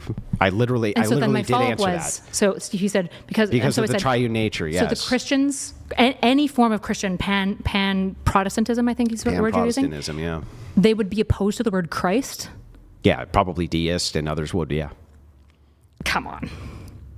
Yeah, no, that's true. Deists are Christian? Deists reject the divinity of Christ. Yeah. Yeah. Yeah, so he's using creator because he doesn't want to use the word Christ? Yeah. Okay. Literally. But TJ meant Christ. The known. I didn't say he meant Christ. You're basically. This is yeah, you are. This You're is saying part the of implication using, of this is part Christ. of using non-offensive language, which then led to compromise using non-offensive language. The compromise was that the states could have their own religion, couldn't they? That's So the point. we're jumping the feds back are just to the not allowed Constitution. to tell the states what religion they can have. I feel That's like it. if any of the feds really wanted to write Christ into the Constitution, they did a really shit job. What- they're not writing it into the Constitution. They probably should if they want it to be a Christian nation. Oh my Lord. Probably should. Was it pan-Protestant at the time? Can we agree on that? Yeah. Okay. So when they're making this compromise with the states, did the states want their states to be Protestant? No, but they wanted to be Christian, Protestant. They Christian didn't. something. They didn't want their various states to be some form of Protestantism. Usually, It would depend on like the people collecting in that state. If they're yeah, Protestant, most of the states. were what, Protestant? We're Protestant. It's funny because you argued with me on that one before. Yeah, I'd grant that most of them were Protestant. No, I didn't argue with you on that. You did. I said most of the states would have been Protestant, right? And you said no. That never It would have happened. been all of them. No, that's not how that conversation went Okay, either. it's fine. If you're granting But me it here's now, the thing I'll that's take it. funny. I'll is take it. like, I'll take it. Yes, it was pan-Protestantism. But most of it was Protestantism, right? Yes, pan-Protestantism, correct. And they disagreed about all sorts of things. The divinity of Christ. They disagreed about their theology of baptism. But They they didn't disagreed disagree that about Christ their existed. theology about all sorts of different They things. didn't disagree that Christ existed. Yes, but the divinity matters. And so the thing is that's interesting here is like when we're talking about each of these individual states, each one of them was allowed to have a religion, and that was part of the compromise. The entirety of the First Amendment is just saying that the federal government can't establish a religion because those states didn't want them to impose that religion on them. Not that the states could not have religions. That You're was right. never the intention. You're right. They didn't want the federal government to impose religion on them. It's almost like states. a founding piece of the American ethos is not forcing religion and not forcing beliefs onto people. Yeah, unless I you're agree. in, unless Yeah, you're in that the is the state, American unless you're in the ethos. states, which is part of the American ethos. Oh, so now we can impose. They did. Like what? Oh my God! You had to make declarations that you believed in God in order to vote in many of these states. Not federally. I didn't. What states? States. I'm talking about America. You were talking about America is a collection You of said America. states. America. I don't know. I why we said made the this. word state 4 times. Yep. So state. you were talking about how The the federal states. government did not impose on the states a religion. Yes. Mm-hmm. And And then I said, states. so I responded. Yes, And I states. said, you're right. It's almost as though the founding fathers did not want to impose a religion on the people. And then my response to you was, of course, But that's the been states established. Did. But the states did, yes. But the states did. The states did. Yeah, we're talking about America, the American ethos specifically. The states are part of the American ethos. Sure, but I don't think that like Maryland deciding that they want to be, let's say, Protestant. I don't know what the dominant No, it's Maryland's ability to do that. That's part of the American ethos. sure. And then they got rid of it, all of them. No, But the they American didn't- they were- ethos. it's not they got the rid of American it. ethos It's from the the founding 14th fathers it's the- was it's we the don't 14th impose religion Amendment on people. at the federal we let level. the states choose. No, we don't the impose religion feds- on people. True, base. Thanks, Andrew. Oh, except we did. Where did we And federally? at the state level, it was I was imposed saying all over federal. the place. I'm talking about federal. Why didn't the federal government go in there and stop those fucking states from imposing their religious values? Because they couldn't. well, they didn't want to. Yeah, exactly. They couldn't. They couldn't. They were not allowed to. Sure. Yeah. Yeah, it's almost as though the American founding fathers agreed that we should not impose religion on people, which I would say Christian nationalism wants to violate. Except they didn't agree with that. They compromised for it. Oh, so they did want it. They just couldn't do it in the federal thing. So they That was utilized the compromise, yes. Yeah, so this is what I'm saying. You're saying actually the founding fathers did want the imposition of religion on America. They just couldn't do it at the time, so they wrote it in this backhanded way to let the states do it. But the actual intention of the founding fathers was to in a backhanded write way. in religion it was into the written Constitution. into the 10th Amendment. That's not a backhanded way. It's an upfront way. It's very upfront. Almost like if they wanted religion to be imposed on the nation, they would have done so. They didn't want a national religion imposed on the nation. You're right, they didn't. They wanted separation of church and state at the national level, which is central to the American ethos. We've agreed with that 500 times. True, but then you keep on trying to fight me and being like, well, Maryland kept it for a while, so that's actually also the American ethos. It's like, no, it's not. Yes, it is. No, actually, they updated to agree with it. In fact, every single state. They didn't update. Yes, every single state no longer has a religious test, because correct? the 14th Amendment. Does That's not the states doing that. That was a federal thing. most of the states updated and got rid of the religious test long before the 14th Amendment. Oh, yeah? When do you think the last one ended? I have no idea. Yeah. When do you think it comes out? The 60s? I think the last one was in the 60s, where you didn't have to say, declare that you worshipped God in order to, swear an oath or something like that. I think it was the 60s. Sure, but the last one happening in the 60s doesn't mean that most of the states hadn't updated before then. Some of them did. Sure. Yeah, some of them. Yeah, that's all I'm But claiming. the truth is, You're trying to fight me on that, but that's what I'm claiming. Most of that was because of the 14th Amendment.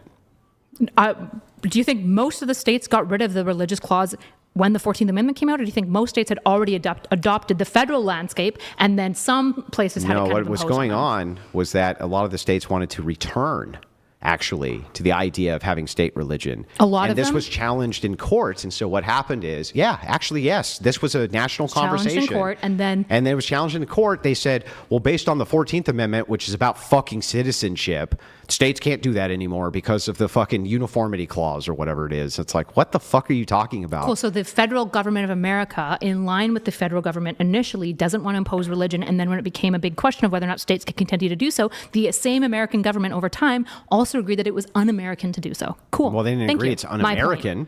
Well, they definitely felt that it was a violation of the Constitution. Based on the 14th Amendment. That doesn't make it un-American. Sure. What would be un-American about repealing that? Nothing. Nothing. I'd say it would Nothing be would be un-American about Yeah, I think repealing the federal government initially and throughout all of America's history has moved in a direction of separation of church and state. They think it's very important At to the not. federal level, that's true. Yeah, America. We are talking about America. Remember? America's not just the federal government. I didn't say it just is, but when we're talking about the emergent principle of America, we should probably think about what the federal We are government thinking does. about it. Yeah, We're but you're thinking kind of about the disregarding federal it. You're and we're kinda- thinking you're about the being like, state. I know the federal government said that we can't impose religion, but states said they could. So actually, the American ethos is imposing religion. I know on the that American state. I know that the states could definitely impose all of their Come on, religious I'm cuter values than that when I on do it. everybody, but the feds, all that matters is what the feds want. I feel like when I do All it, that matters, it's a little cuter. All that matters is what the feds want, man. Because the states don't even matter, bro. Even though that was who the compromise was with. It's like, what are you talking about? Your wifey. Yeah, it's almost like since it was founded by Christians, and these same Christians separated church and state. So it's almost like the Christians even then agreed with me that it would be un-Christian to impose a religion at a federal level on the people. A It's thing almost which like was they never in question. It is. You're just trying to be like, but the states, but Maryland kept it for a while, man. Okay. Not just Maryland's not Maryland. America. Yeah, you're right. Okay, Some you're right. states. Maryland's not America. You got True. it. But What 10 was I states aren't thinking? America. America is a collected, unified group under the Constitution, particularly the federal Constitution. A unified group of what? People. States? People. States? Sure, as well states, but like the people of the states, yeah. When we're talking about rights and separations of power, do you think that state separation and federal separation matter? Yeah, Yeah, I do too. cool. That doesn't mean that we were founded on a Christian nation, that Christian nationalism is what the American ethos is, or that it should be. Well, what was in question is whether or not un-American to change the Constitution because Christian nationalists It was want not to, whether and it you was never made a un-American. compelling Nope. case for that at all. No, it was not about whether it was un-American to change the Constitution. That's literally the prompt. The prompt is if it's un-American to have Christian nationalism, your only argument was, I think that if they went in and restricted things that I don't like, that's un-American because no reason. No, Their reasoning was like, because life, liberty, and some nebulous pursuit of happiness. And even if I grant that Christian nationalists can get in there and they can do things like go after liberty, that's fine because I'm not a liberty maximist. But they can preserve life. That's fine. I'm not a life maximist. Hold on, no. It's like you just equivocate on everything. I'm not. How is any of that equivocating? Because you utilize when I say, wait a second, when you say liberty, if you go against liberty, that's going against some kind of American ethos. I say, okay, that's fair. Then I give you an example of when we would go after liberty and it would be fine. You're like, that's fine because I'm not a liberty maximalist. How is that equivocating? Because you're using the word liberty here in two different ways. You're saying, well, liberty in this case... I'm using it the same in both ways. Okay, so where's the threshold for maximalism for liberty? I'm not sure exactly where it is, but there is a threshold. I got to take a leak. There's a threshold somewhere. Of course, yeah. I don't know where. Wait, there's a threshold for most things, but not knowing the precise point of Loki's wager where it falls isn't like incoherent or inconsistent. Yeah, it just doesn't tell us anything. Well, if we work as a collective to find where that line is, it would tell us something meaningful, right? Yeah. We got some chats here. I think there's one actually specifically for you, Kyla, that I'm gonna have come in here. Maybe I should wait until Andrew returns so he can maybe hear your response, but I'll go ahead. Can you lower it to Davies 90? donated $100. Kyla, are you a Christian? Yes. What 90. denomination? Are you pro-choice or pro-life? Would you get an abortion under any circumstance? If so, what? Are you fine with gay marriage? Can women be clergy? So what denomination, and if you want to... Yeah, so I can answer these. What these are basically like Christian litmus tests to basically like see how pure I am, because Christians love to be snowflakes and clutch their pearls as much as anyone else. Do you want to throw them back on screen so I make sure I respond to them all? Yeah, I will pull it back up right now. So am I Christian? Yes. Which denomination? I'm broadly Protestant, but I appeal to a form of theology called radical orthodoxy. So it's not really like a denomination, but Protestant generally is fine. Are you pro-life or pro-choice? Me personally, I'm pro-life as maximal as possible, but at a policy level, I think decriminalization leads to the most good outcomes, and I think God, as a virtue ethicist, wants the most good outcomes maximally as much as possible. Would I get an abortion under any circumstances? I have no idea. I probably not, but I'm not sure. I haven't had to confront that in a serious way. If so, what? I'm not sure. Possibly, but probably not. I'm pretty conservative when it comes to like doing sin, so probably not. Are you fine with gay marriage? Legally, yes. Can women be clergy? I haven't actually theologically looked at that one. I just don't really care, if I'm being honest. I'm not sure. Okay. All right. Those are some TTSs, or we have a few more, but I'll wait until Andrew's back. If you guys do want to get a TTS in, that's streamlabs.com/whatever. We've lowered the TTS. It was previously $200. Now it's $199 a month. If you guys want to get one in, yeah, they're getting a good deal. Guys, if you're enjoying the stream, like the video. What are we at on the likes? Does anybody know in the chat? What are we on? Or Nathan, can you check what we're on the likes? Maybe we can hit a threshold here before Andrew returns. How many likes do you want? 3,700. Guys, there's 11,000 people watching. Andrew's going to return in just a moment. Let's get to 4,000. We can do it. We need 300 likes. 300 likes if you guys can get us to 4,000 likes. Regardless who you like here, all right? Brian was kind enough to host this debate and bring you guys content. Give him the likes. And instead of properly moderating the debate, I spent the bulk of it cleaning up the table. Cleaning after women. Cleaning up the table. Andrew spilled too, by the way. But not as big of a spill as yours. Mine was pretty bad. Yeah. It was pretty bad. I'm very sorry about that. It was a bad spill. Is this okay? Yeah, it's all good. Okay, we rescued it? Yeah, it's all good. So guys, like the video. Like the video for the spill. Like the video. I'm over here carpet cleaning. Feminist Brian Atlas cleaning up after women. It was good of you to not make me to do it. Clip it and ship it. Well, hey, you guys are in the middle of the debate, so I figure I'm just I'll do the cleaning, Yeah, okay, he's trying to make himself not seem that nice, but he was reminding me of things. He was helping out. You were being very gentlemanly.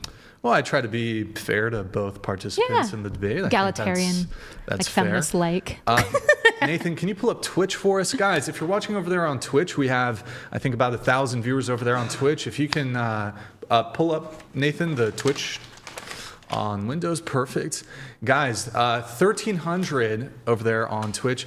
If you have a Prime sub available, I am a starving, broke college student artist. If you guys can just, if you have Amazon Prime, link it to your Prime Twitch. It's a quick, for easy way to support the show every single month.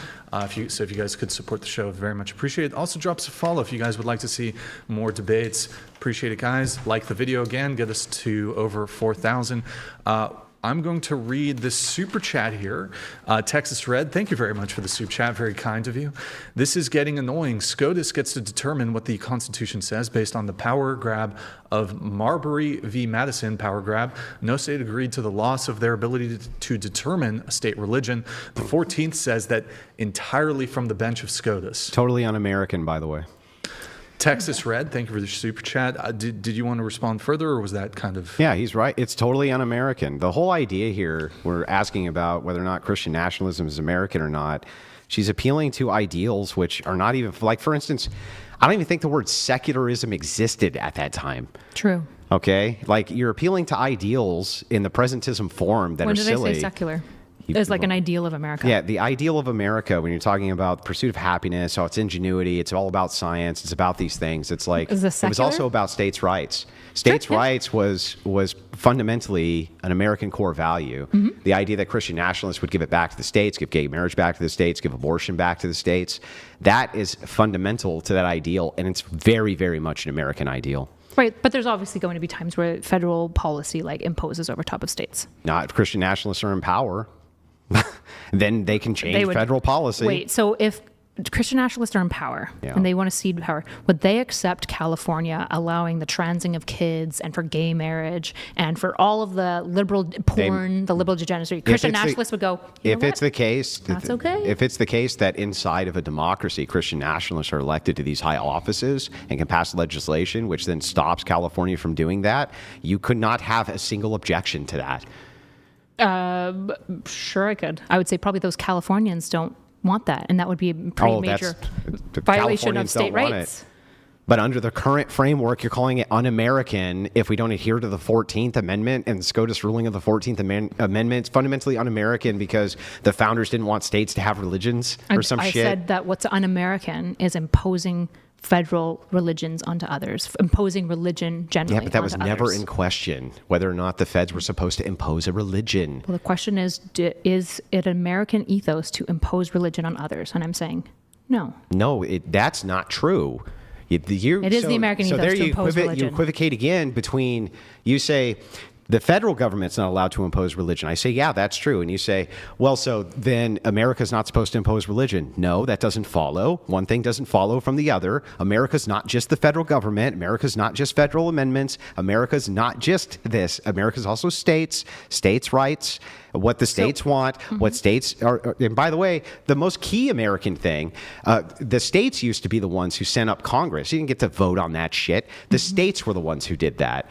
That was the most American system. So I don't know what you're even talking about with this. You never demonstrated how it's un-American for Christian nationalists to use the system of liberalism in order to change it around for Christianity because, the feds aren't supposed to impose religion. Christian nationalists aren't proposing one single unified Christianity. They're saying that the states should be able to impose Christianity if they fucking want to. But you already granted me that if Christian nationalists had power, they would probably prefer a federal religion. They would probably prefer federal policies on abortion and on gay marriage. They would impose these things at a federal level. And the system is set up for them to do that. That doesn't make it good. That doesn't make it bad. For Christians, it makes it bad. Yeah, No, it doesn't make it bad for Christians because you say so based on Agrippa's trilemma of your assumption of God. That doesn't make it bad. Nothing's bad. I know that. I know Agrippa's trilemma really stressed you out, but I would say that it's unchristian. Yeah, I think it's heretical, right? Jesus. Well, I think that the tautological argument is the embodiment of Christ himself rejecting kingship, right? John 6, though Christ, after feeding the 5,000, he perceived they were going to crown him king, so he withdrew to the mountains, right? We see Christ, Jesus, regularly rejecting political office, regularly rejecting political power, because he said, my kingdom is not here on earth. It's not a state.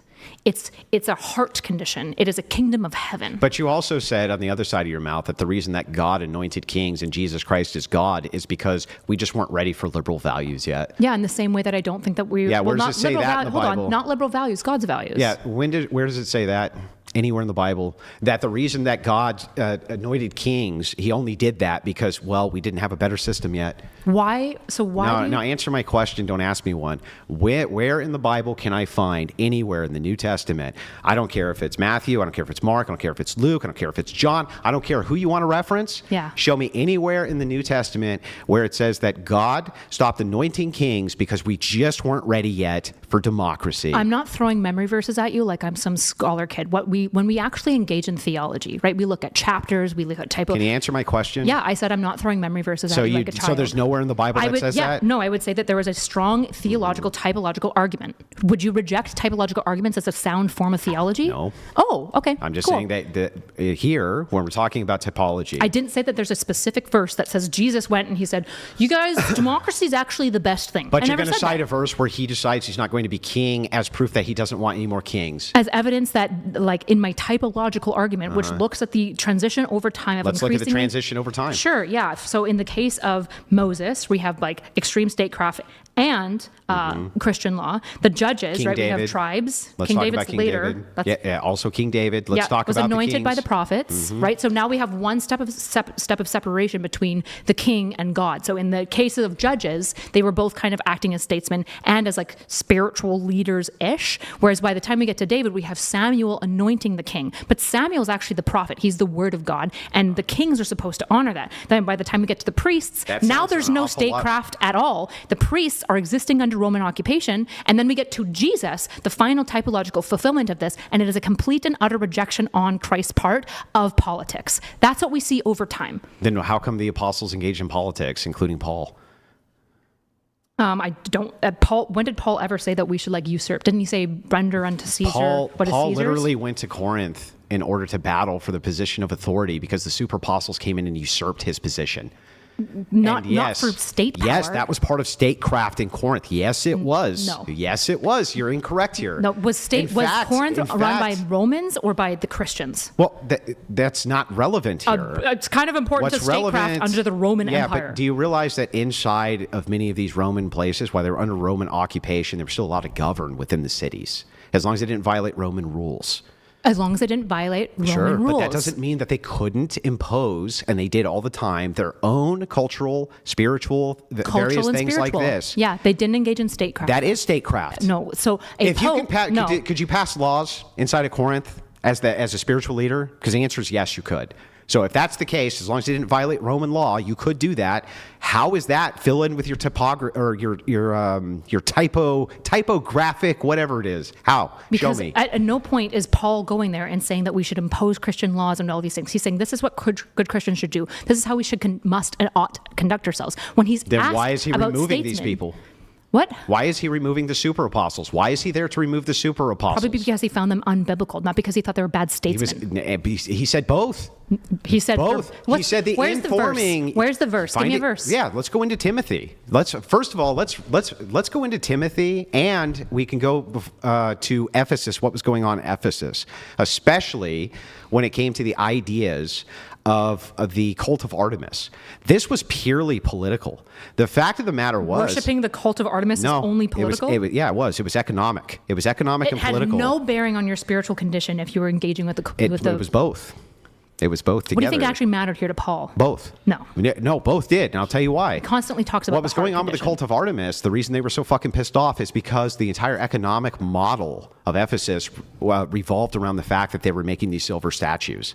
Okay? This was a political battle and it was a spiritual battle. It was both at the same time. So did they say that nobody can now make these silver statues, or did they say that Christians should not engage in it, not make it, and not buy Christians were trying to remove that as an economic forum for the cult of Artemis. And did Paul go there and say we should get rid of it as an economic forum? And he told Timothy just that. No, yes. he said don't engage with it. Christians aren't supposed to. Yeah, you need to read the letters to Timothy because you're incorrect here. Okay. The truth is that and I understand why. I understand why you came up with this idea.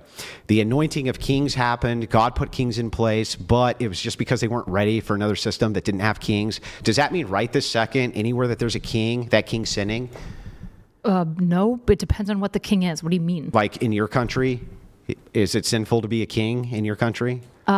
No, because the way that, the kings are exclusively performative. Like, they have no actual monarchic power. The king can't, for example, tell Canada that they must impose Christian morals. But let's just say that you had like a king, I don't know, in Zimbabwe. And this king... Is he Christian? Yeah, he's a Christian. Zimbabwe's like hell on earth, okay, let's say. And this king gets into authority and he imposes all these Christian values and it brings in all sorts of economic prosperity and people are very happy. Yeah, is he that'd be sinning? a great outcome. Is he sinning? He might be. Yeah. Does he know that it's wrong for him to impose Christian statecraft? I don't think it is wrong. It depends on what he's imposing. What is he imposing? He's imposing that you can't murder, no homosexuality, no prostitution. He's imposing no drugs. He's saying all sorts of things like this and imposing them from Christian ethics. Yeah, so I would have an issue with a number of the Christian ethics that is only conducted around sin and not actually about statecraft. But you can't demonstrate that he's actually sinning. What do you mean you can't demonstrate? Show me how this Christian king is doing anything which is incorrect biblically by being a Christian king. Yeah, so if he imposed on his people, for example, something that they can't do because he thinks it's a sin, not because he thinks that it makes for like a worse statecraft, I would think that that would be wrong. Show me the sin. Show me the wrong. Robbing people of agency. You're not robbing them of agency by having rule of law based on Christian ethics. You still have agency. If you're forcing it exclusively because it's sin, right? So if there are secular people in Zimbabwe that are gay, and you force them to not be allowed to engage in it, and let's say there's how is that sinful? Throwing people in jail who are non-Christians would be wrong to do. Yeah. Why? Well, it depends on what you mean by sin, right? Like when I talk about sin, if the king of Zimbabwe says homosexuality is not to be engaged in anymore and you can't get married, how is he sinning? Because he's imposing on non-Christians something about sin. So I think the issue would be that that's inherently anti-Christian. No, it's not. You can make impositions. Where does Jesus impose himself on non-Christians? He doesn't have to. Jesus wasn't here specifically to give us the message of how to rule. Should you be more like Jesus or Paul? He was giving us the ethical framework for how we were supposed to live our lives. And if it's the case, shouldn't we live our lives politically then? If Jesus wanted us to live our why did he reject it?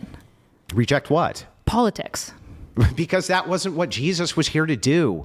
So we shouldn't act like Jesus. So Jesus wasn't here to do that. We are acting like Jesus. So theoretically, though, if it was actually more Christian to impose Christian policy, shouldn't have Jesus established the kingdom of Judea and Samaria? Shouldn't he have done that? He established. Shouldn't he have thrown off the Romans? He established the brand new kingdom, which is Christianity. Which is Which is the body of people who are Christians. Yes. Where is it? Like, what state is it? State what? What state did Jesus make? No, he didn't make a state. No, you're right. He didn't. That was not what his purpose was. So should we be more like Jesus or like Paul? We're still like Jesus, even if you're a king who imposes Christian ethics. How are you not like Jesus? Because if you impose on other people... Should we all get crucified at 33 to be like Jesus? Does Jesus think that we should all get crucified? You tell me. It's your critique. That's my answer. That's not an answer. That's a question. Should every Christian get crucified at 33 because Jesus did? No. Why? Because Jesus didn't say that his crucifixion was him. He didn't say that kings couldn't be Christians and impose Christian ethics. Did he say it's sin to not get crucified? Did he say it was sin to be a king and impose Christian ethics? Show me where. He certainly seemed to reject it outright. He certainly didn't. Show me where. Sure, we'll go back to John 6. After feeding the 5,000, he perceived they were going to crown him king, so he withdrew to the mountains. So? Matthew, render unto Caesar what is Caesar's. Yeah. Right? Yeah. Matthew 4. Does that say Caesar can't be a Christian? Satan offers Jesus political dominion over the earth, and he refuses. Because why? Because he is not here to do political power. Bullshit. The reason that happened was because Satan came to him and he said to him, I'll give you everything if you'll worship me. Mm-hmm. And so then why did he reject the crowds? He rejects it, not because he's saying you can't be a Christian and rule. He rejects it because God, is not going to bow at the feet of Satan for material shit. So then why did he reject So why would you bring that up 5,000? as an example? That doesn't even make sense. I brought it up as an example in a litany of other things of Jesus regularly rejecting political power. Yeah, his mission was not to come here to be a politician, but that doesn't mean that he rejects that politicians can use Christian ethics. Well, a lot of Jews seem to believe that the Messiah's role was specifically to be a politician. Are you a Jew? No, but... Then I don't care. Okay, so Jesus rejects the political position. And we should what? Embrace it? There's nothing. There's no problem within Christian ethics of having a position of political authority. I didn't say that there is. Then, if you're I going said to be ruling informed, from Christians Yeah. onto non-Christians. that's fine. Is wrong. No, it's not wrong, and you haven't Absolutely. demonstrated it. Absolutely. All What do you you've think done is sin given me is? some passages out of context. One of them in which he was supposed to bow at Satan's feet. They're not Another out of one where he context. says, "I'm going to reject being the king of the Jews." So what? How are these out of context? Well, the first one we were talking about was Satan. He did not was the reject third it one. due to political office.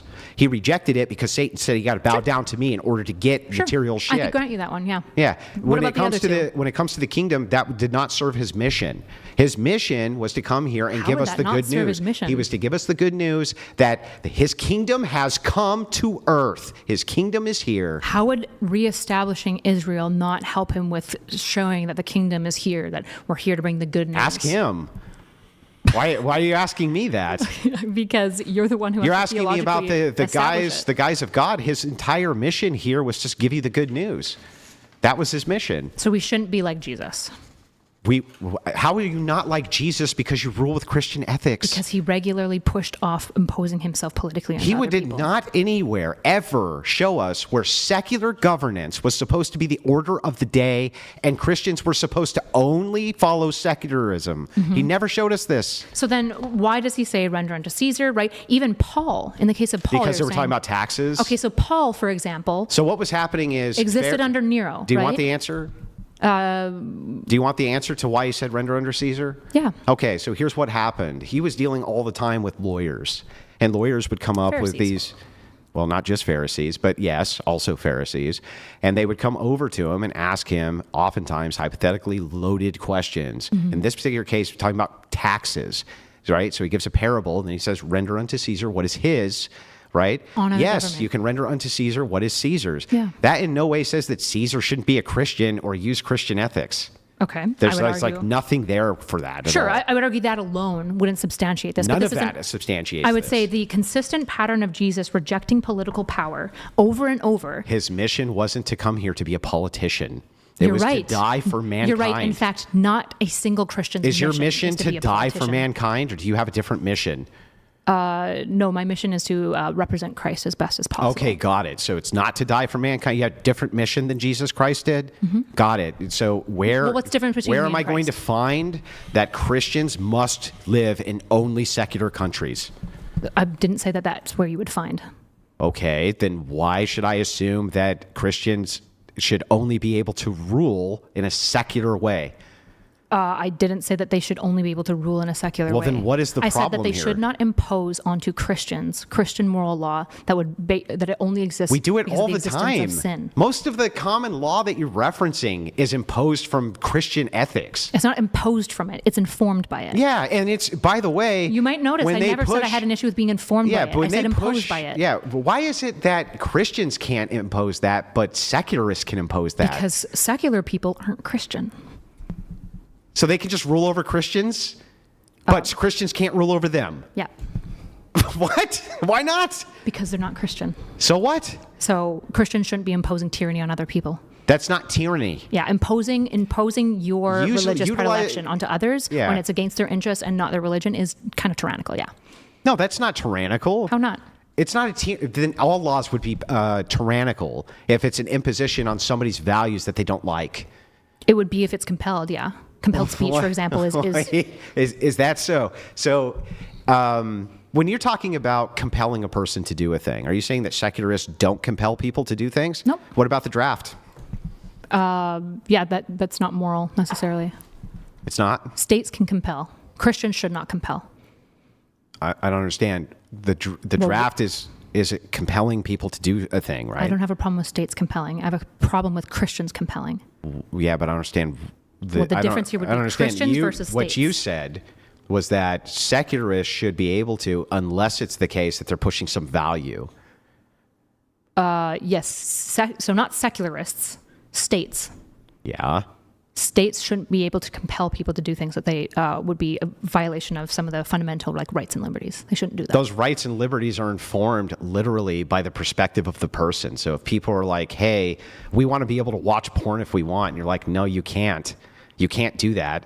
Or, hey, we want to run stop signs. You're like, hey, you can't do that. They're imposing their will, and they're using force of law. I don't have a problem with states compelling or using the force of law. Well, I don't have a problem with Christians doing that. Yet that's where we differ. Yeah, and you haven't made a Congrats. compelling case anywhere Just from because anything. just because you don't find it compelling doesn't mean that It's I haven't just made a not compelling. case. You haven't shown me anywhere that Christians can impose Christian ethics. Nothing. In fact, I have the entire standard of the Bible to show that God anoints kings, that Jesus Christ is God, so he anointed kings. Your whole, the entirety of your argument to that is, it's because we didn't have democracy yet.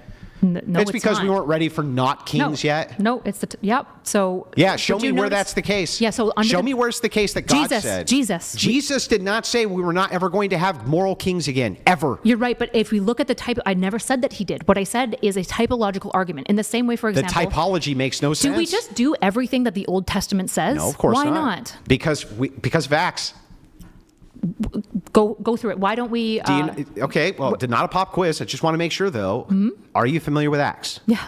Okay, great. So then you should know why we don't do everything the Old Testament says. Okay, so for example, why don't we follow, mixing of fibers? Because of Acts. Walk me through it. Okay, so in Acts, this question is asked, especially about the idea of this was the question. Circumcision. Do you have to get circumcised? What did they say? No, they said no, because they imposed 3 new laws. They said no. In order to convert, you no longer have to do circumcision if you're converting over from being a Gentile, but you have to adhere to these moral laws, which is strangulation of animals. That was one.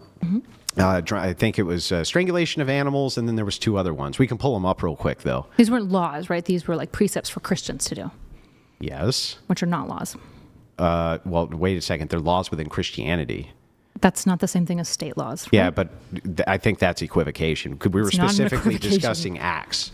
Sure. Yeah, and you were asking how it is that you were like, why don't we follow Old Testament law? And it's because in Acts this was reconciled with what the conversion of the Gentiles needed to be. Right. Yeah. Yeah. So, that makes my point, not your point. This doesn't make any point. Yes, it does. It answers your question as to why we don't do that anymore. Yeah, Did you have some reason that you were asking that question? Yeah. I think was it just for fun? Yeah, it was for an establishment of a new covenant, right? Covenant versus new covenant. No. Covenant theology, the way that you view it, I don't view it that way. I view things as a continuum. It's not old and new covenant. There's no reconciliation. This is a continuation. We still follow the old commandments. Okay, so still follow the old commandments. We still follow all 10 of them. Jesus Christ told us to, and then gave us 2 additional commandments on top of it to follow. So no, that's incorrect. We do follow much in the Old Testament. We don't generally follow Levitical law. We don't follow Levitical law because Gentiles converting over, we were told exactly in Acts how that was supposed to operate. So if they engaged in Levitical law, would it be sin? Or why is it not sin for the Gentiles to not participate in Levitical law? Ask the question again. Why is it not sin for Gentiles to not participate in the Levitical law? Why is it not sin to not participate? Ask it a different way, because I hear 2 Why nots. is it not wrong for the not Gentiles to not get circumcised? Why is it not wrong for Gentiles to not get circumcised? Ask it in positives. Should. Maybe should. Why is it wrong? Why is it okay for Gentiles to remain uncircumcised? Why is it? Oh, because that's what was laid down in Acts by the apostles. Yeah, but why? Because they were trying to figure out how to convert over people who wanted to convert over to Christianity and whether or not they needed to follow Jewish law. Right. And the answer was no. Right. And they drew on the teachings of Jesus Christ, which they were intimately familiar with, which you're not, no, you don't have to do that. Okay, so they looked at it and they said, these laws actually, they don't matter anymore. They were valid in the Old Testament. They were sin in the Old Testament, but now they're not sin. We've updated it. No. Was it sin? Those are still sinful things. So being uncircumcised is sinful. No. Not being uncircumcised is sinful. But even in the Old Testament, this was prescribed for Jews only. Well, was it a sin for Jews to It wasn't a sin for not Jews to do it. But it is still sinful. Even if you don't follow Christian ethics, you can still sin. This is the thing. There's a distinction in our worldview. Sure. The issue is like when we talk about non-Christian sinning, right? It's it's almost empty, right? Because It's not empty. Of course it is. When we talk about it's sins, not. yeah, of course we do. Because when we talk about sins, we're talking about the sins of omission, commission, and original sin, right? No, we're talking about, well, first of all, I don't believe in original sin. Okay. I believe in ancestral sin. That's a Catholic thing that you're referencing for original sin. Okay, so you don't believe, let's say, you don't believe that humans are born into a state of separation from God. No. And that we need salvation to bring us back to him. Well, wait a second. You do need salvation. That's true. But when you're talking about original sin, this gets into Genesis, the ideas of Genesis. So, Do you not recognize Genesis? yes, of course I do. But I'm giving you a distinction in theology. When you say original sin, you just mean Adam and Eve both sinned. And so, No, that's not okay, what what do you mean by original sin? Okay, what I mean is a state of being that we are bent towards sin and need the mercy of salvation, right? The existence that all humans are kind of born into. Well, I would consider this to be ancestral sin. That Okay, we can call it yeah, ancestral that the sin. curse, basically the curse on the earth And we need salvation to from our rectify it. yes, of course we need salvation. Right, and we're all in that status without salvation, right? Yes, Including non-Christians. yes. Whereas in the case of omission and commissions, right, one of the important things about omissive sin is knowing something is right and failing to do it, or commission, which is knowing something is wrong and failing to But do you it. just made a big mistake because remember earlier you said the truth's written on your heart. Yeah, I think that we should know that, like, kind of like broadly know these Well, things. then that would mean that you cannot allow people who are not Christians to give them a pass on sinning because they know the truth, right? Not in the specific way of like religious precepts, right? In the Well, way then of what like truth virtue do they ethics. know? The virtue ethics of orienting towards like less harm and doing. So good in then this they know world. what's not sinful. Not necessarily. So I don't understand. Why what, do- what why do do- they what do they know here exactly? They have an orientation towards the good that God builds into them. Okay. Yeah. So an orientation not to sin. Because to not sin is good. Well, it depends on what sins we're talking about. All sins are bad. Sure. Okay, so then they would have an orientation to not do any of those bad things, which is sinning. Okay, so let me ask you this: why do No, priests... don't ask me. Answer No, first, then no. ask. Why Answer, do priests... then ask. No, I'm not going to. You're not okay. Then I'm not going to. Okay. We'll just sit here and stare at each other. Sure. This is such a perfect time to let some chats come through. We have Chaw here. Thank you, Shaw Chaw. XD donated $100. Thank you, Chaw. How exactly is opposition to evolution anti-science? Evolution doesn't even satisfy the scientific method. It requires faith-based presuppositions. It's not even science. We have Opposing three it more. is science. Chaw, thank you. I don't know. You just don't know anything about the scientific method. Of course, it's falsifiable. It's testable. You can make hypotheses on it and then test for those hypotheses. Yes, and we have robust scientific validated evidence for it. Chaw, thank you for your message. If you want, Frost streamlabs.com/whatever donated $100. for your own. Kyla, the equality of human beings regardless of differences or likability is not even established without Christian beliefs. Endowed with unalienable rights by creator etc. equal rights and democracy. But no, creator doesn't mean God. It means something else that's creator. I just talk to seculars who believe in like natural law. Like, yes, there are secular arguments for like all humans having value. I don't know what to tell you. Frost, thank you very much for your message. If you guys want to get your own in, You just don't find them compelling. Which is fine. streamlabs.com. It's not even a matter of compelling. It's a matter of Christian ethics. You're a Christian ethicist, right? Mm-hmm. Okay, well then, when you're talking about secular natural rights, what the fuck are we even talking about? You don't even believe in them. Well, because we're going back to Agrippa's trilemma, right? I understand. Okay. Back to Agrippa's trilemma. Yeah, your least so, favorite So thing. it's not You don't like justified. it. So your beliefs aren't justified, neither are theirs. Well, in the way that he's saying this, right? So he's trying to say, you can't even establish this thing because secular beliefs are unjustified. And it's like, at a foundational axiomatic level, all beliefs are unjustified, right? A natural law theorist, while I don't find it compelling, is a coherent, recognized philosophical system that does have strong argumentations for how it establishes like equal moral value, yes, of humans. And while I don't find Kyla's, entire worldview compelling, right? All that matters is that because both of us can't establish justification, I can do whatever the fuck I want because I don't find it Not what compelling. anyone has said, or But it reduces you can to that. strawman me. It You can strawman me if you'd like. No, I'm making an argument. It literally would reduce to this that there's no moral facts and moral anti-realism. No. If it's the case that Kyla just says that she assumes her worldview, therefore it's true. She's building everything Didn't you up based on concede the Agrippa's assumption. trilemma to me? That would be the point, though.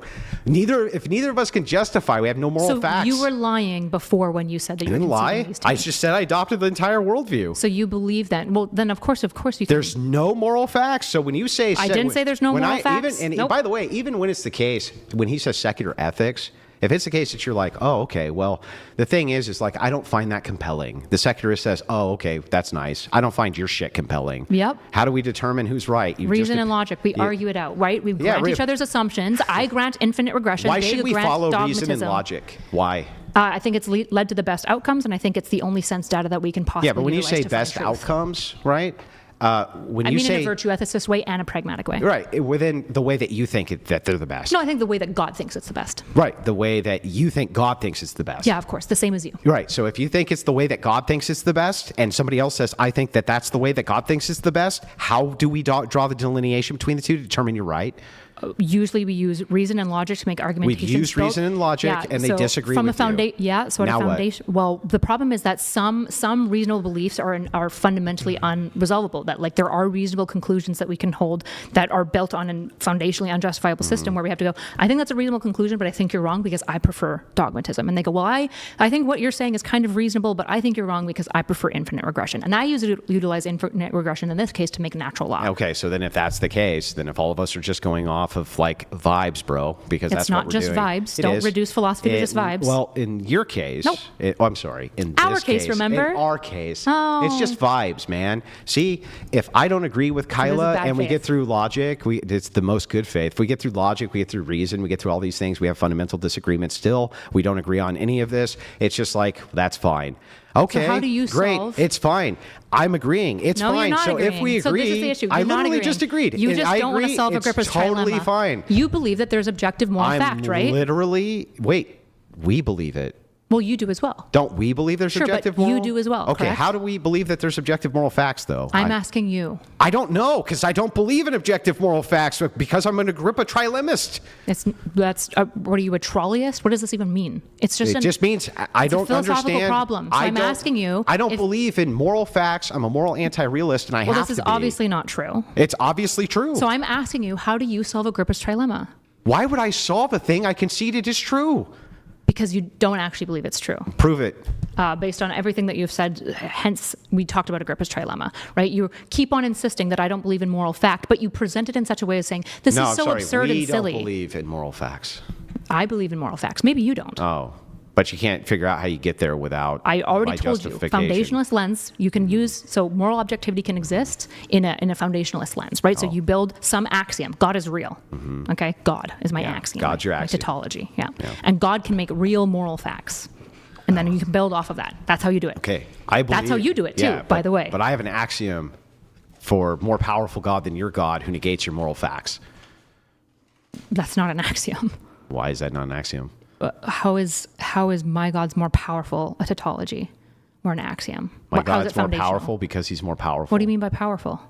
Like he can do more stuff than your God? Like, what do you mean by more stuff, though? Like, I don't know. He can make gods more powerful than himself. Prove it. Well, wait, I'm sorry. Justify it. We can't justify things. Remember? Okay. Yeah. Yeah. So These aren't axioms Why is that not an axiom? because none of this is tautological, axiomatic. They're not foundational. Wait, do you think you have to have a tautology to have an axiom? Not always, but most axioms reduce into tautologies. Yeah. Well, you're talking about a reduction to a tautology. Does an axiom need to be a tautology? No. No, but basically, yeah. No, they don't have to be tautologies. So if it's the case A that, moral. So what's the moral case for my God is more powerful? what do you mean moral case? Why would that be a moral case? From morality. Why would that be a moral? Why would God being more powerful be a moral thing? I'm assuming if you're using it as your axiom for your moral basis, because we're talking about Well, moral. just God. Well, we're talking about moral. I'm just saying God. Are we Crom. not talking about moral You know reality? what? I'll use Crom. Crom is the God man. Okay. Yeah. It's and Crom doesn't believe in these moral facts. He just doesn't. Okay, so you would be So therefore, I a don't divine believe in command moral theorist facts. and also a subjectivist, I suppose. What do you mean? That's objectively true. That's what I said. Subjectivism, right? You're Wait, being- subjectivism. Subjectivity. I shouldn't say subjectivism. That's the opposite Subjectivity. of objectivity, right? Yeah. Okay, so you're saying that I can't have objective moral facts? No, I didn't say that. You said I believe in Crom, and I said why? And you're like, well, my subjective thing. And I said you can be, I guess, a subjectivist and a divine command theorist, but I'm a divine command theorist who is also an objectivist. Oh, okay. Then I'm confused. The God that you believe in how do you- Establishes moral law outside of me that Oh, can he be does. observed, engaged in. Yeah. He does. Okay. And can you name one of these moral laws? Yeah, you can go through the Bible. Kindness, goodness, I asked you to just name one. love. Love is a moral law Yeah. based on your Well, it's not a assumption moral of law. God? That would be an objective, like moral fact. Okay. Love. Love is it exists. universal? It depends on when you say universal. I don't know what you mean. Do you mean in an absolutist way? Do you mean in an Absolutist ontological way. way? Yeah. No, because you like how would it be absolutist? I don't know. I'm What does asking love you. look like? Is there any moral universals from your God? Universals, as in like they exist outside of us and they like can affect us. But the issue is, how do you know them? And you have to know them. I'm not even asking you how you know them. I'm just asking I'm if it's the answering you. case that there's a universal moral fact. Yep. What is it? Love. Love is the universal moral fact. It would be one.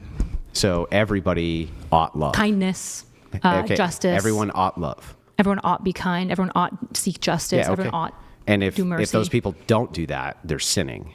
Theoretically, but we would have to look into the context of what's going on to actually know if they're not doing that or if there isn't a pluralistic Well, let's just say battle they're of... not loving and they don't know anything about God.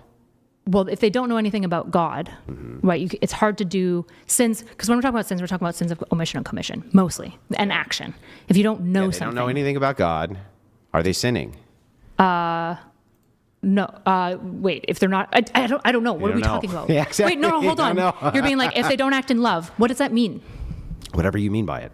Well, I believe in relativism as well, right? This is relativistic. So I thought you just said that it was an objective moral universal. Yeah, you can have objective stuff that is also relativistic. Okay, so in this case, well, what would you have that's moral universal that's relative? Most, like justice is a moral objective thing that exists outside of us. Sounds like you're that saying we it's a can- moral subjective thing. No, I'm saying it's a moral objective thing that exists outside of us, and we have to use like the relative context of the situation to figure out how to enact Well, let's that. find out if that's true. What is justice? I'm not sure if I could define it. Seeking, I mean, this is the issue. These are irreducible. Doing things justly. Justice is doing things justly. Yeah, it's circular. Okay. You don't like tautologies? What do you think justice is? Why would that matter? I'm curious your thoughts. If you're so unsatisfied Justice with is my doing answer, things justly. what's your answer? I just gave you my answer. No, that's my answer. What's your answer? Same. It's not. I have the same view. You're being bad faith again. How What is it? that bad faith? Because you don't believe that, because you scoffed at it. Unless you think your own purview is I didn't scoff. absurd. I just You said, repeated it. Justice is doing things justly. So is that not a scoff? No. So you don't think that that's a silly answer? No, of course not. Oh, you think it's a good answer? Sure. Okay. I think it's fantastic. Okay. Great. My favorite answer of the night. So again, you're being dishonest. How is that dishonest? That's your favorite answer of the night is that justice equals, you don't think that there's a better answer. I don't understand. Why you- do I have to continuously answer your questions for you? I'm asking about your answers. But I literally believe the same thing you do. You obviously You don't. convinced me of Agrippa's trilemma. I told you that. Yeah, but you're being bad faith when you say this. How am I being bad faith? Because you don't actually believe in this, because this would require you to just concede that there's, that according to you, you were saying, well, if I agree to Agrippa's trilemma, now there's no moral objectivity. But Moral the issue facts. is, that same thing. Good job. Yeah, I still don't understand how we believe in moral facts, because justice is just. So axioms. So objectivity just means that we believe that something exists outside of our minds, right? Where Yeah. subjectivity says it only exists because of my mind. So I think justice exists because God made it. Yeah, objective is something that does not require mind. Yeah. Subjective is thing which requires mind. Correct. Agreed. And So relative when I ask is you about context. objective moral facts, these are going to be moral facts that require no minds. And the context to understand how it's being implicated. Yeah. So what's a moral fact, an objective moral fact? Justice. Which Justice is- exists. and what is it? Acting just. Oh, Do you have a better answer? nope. So then why are you shrugging and shaking your head at What do you it? mean? I just said, oh, But it's pretty obvious what's happening right now. what? That you are saying, I'm accepting this, but you're saying it in such a way to appeal to like absurdism. You're trying to be like, oh my gosh, it's just circular. Yeah. I don't know. It sounds like you're assuming. Okay, you win Caddy Girl of the Year award. I don't know what to tell you. I don't know what I'm doing that's catty. Okay, if you don't want to keep talking and you just want to be like, oh, I'm a moral nihilist now, which is not true, obviously, then we can do that. But I don't know how to go forward. I don't know what I've done here except I'm just you convinced me of the trilemma. That's all. I don't even know what that means, but okay. You've convinced me of the trolley problem. What? We do have some chats here. Thank you, Joe. Joe DC donated $99.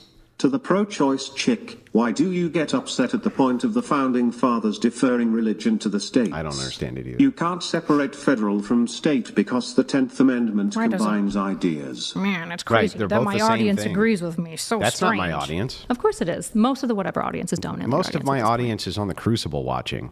And they're not watching here. I don't think most of them are. Go. But the thing is like that is a good question. I don't I would love ones in understand chat. either. Could we see ones in chat for how many people watching are also Crucible fans that are watching because Andrew Wilson's here? We're currently in members only mode. Yeah. Well, even with members only mode, we can see how many of the members are Crucible sure, fans. we can do that. We can Okay. do that. Really quick before we let the next one come in. Guys, if you're enjoying the stream, like the video. We're about 300 likes away from 5,000 likes. There's still 10,000 plus people watching. I mean, even if you guys can get it to 6,000 likes, would be much appreciated. Wait, you're in members only mode. There's 10K watching. For the chat. Why are you in members only mode? Like the chat. Oh, the chat's in members only. Chat. Oh, So they couldn't No, spam it. remember, yeah, I get it. Anybody can watch, Yeah, but yeah. just I sometimes understand. we put the chat just to members only mode. If you guys want to get a TTS in, $99 and up for TTS, that's via streamlabs.com/whatever. We have a chat coming in here from Giovanni JD, a name I recognize. Good to see you. Giovanni JD donated $100. You're pro-life personally because you know dismembering your unborn child is evil. And yet you're pro-choice legally so other women can dismember their babies? What a vile human you are. We don't want in our worldview to impose Christian ethics on women killing their children. That's Well, statecraft, we want to do what works best for society. So when you impose abortion on states, women die more often, children die more often, unborn children die more often, children move into foster care more often at a significant rate, and child poverty overall increases. and if you don't ban it, more children die. Well, Just saying. It depends on what you mean by children. That would be fetuses Well, when do we ensoul? When does a fetus get ensouled? at conception. Where is your biblical evidence for that? We can go all the way back to the Old Testament, in fact. And the Old let's do it. Testament portion that you would use here is the most interesting. Yeah, you prepped for me, hey? Yeah. Well, the thing is, it's I appreciate funny. that. You're- Like, genuinely. Yeah. So I just want to make sure, before we get into this, I want to ask a couple of qualifiers so that we make sure that we're on the same page. Is that okay? Possibly. Okay. So under your Christian belief, right, which denomination do you adhere to? Or do you adhere to any? I'm a Protestant broadly, but I don't think there's a specific Protestant denomination. So you adhere to Protestantism? Sure. Okay. Although Catholics, I don't know, I like their theology a fair bit. Yeah, Catholic theology. I'm not Catholic, but, and there are some issues I have, but I like Catholics too. Got it. Why would you be against abortion legally? Legally, because I think it leads to more harm in all of the things that we care about as Christians. If God is like kind of a virtue ethicist, I think Makes sense. And then why are you against it personally? because I don't know at what point a human life confers, and I also don't think that any of the negative outcomes that I'm concerned at a statecraft level is going to happen in my case specifically. So if you don't know when a human life is going to be ensouled, is the reason you're against it because you assume that it's possible that it could be ensouled at conception? Yeah. Then I'll just take that position. That's a concession on the position. Sure, but the issue is that I'm not imposing that on non-Christians. Yeah, but I think it's fine to impose it if it's assumed. Yeah, I'll have one more. I think it's fine to say that if it's assumed that it is the case, that we can say with some degree of certainty within both of our worldviews that ensoulment could potentially happen at conception, then we should err on the side of life. So why didn't God? Well, I don't ask him. Exodus 21:22 from the Septuagint. Why are you unsure? But because in the Bible, which is part of how we figure out what God thinks about things, we have the But Septuagint. no, I mean, why are you unsure about ensoulment? Because there's nowhere in the Bible where it says God ensouls us at age 0. Then at why would you conception. assume that it's even possible that we're ensouled at conception? I'm not. What do you mean? Why would you even assume that at conception it's even a possibility for ensoulment? Because I don't know when God ensouls a fetus. Okay, so then we can just assume that it's possible he ensouls them at conception. Not really. Well, but you do, though. Well, the issue is how do you, so I'll read Exodus 21:22 because I don't know how you would deal with this one, right? So Exodus 21:22, and I'm going to read from the... Oh my God, I'm retarded. I'm actually retarded. Today is the day of spills. Can we... Okay. Is it... Oh, it's over here. I got it. Throw it to me, quick. How you Quick, go? quick, quick. Throw it. Okay. Yeah. Okay. I was trying to do a little bit. Your claw. No good. Sorry, Andrew. I'm sorry. I'm sorry, Andrew. Hang on a second. I got some beer on my leg here. Oh. Oh, shit. Thanks, Brian. Oh, man. 1 second. All right, so you're wrong about everything. Based. I win the debate. Uh-oh. You sound just like Andrew.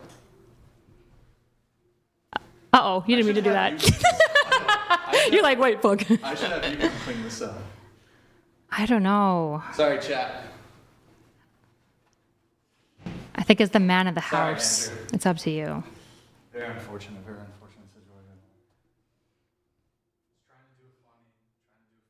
What were you trying to do? Shit up. I was trying to slyly pass it to him with a robot claw. Is that like a bit? Is that why you keep using the claw? Well, you know. It's, Dude, you got that shit everywhere.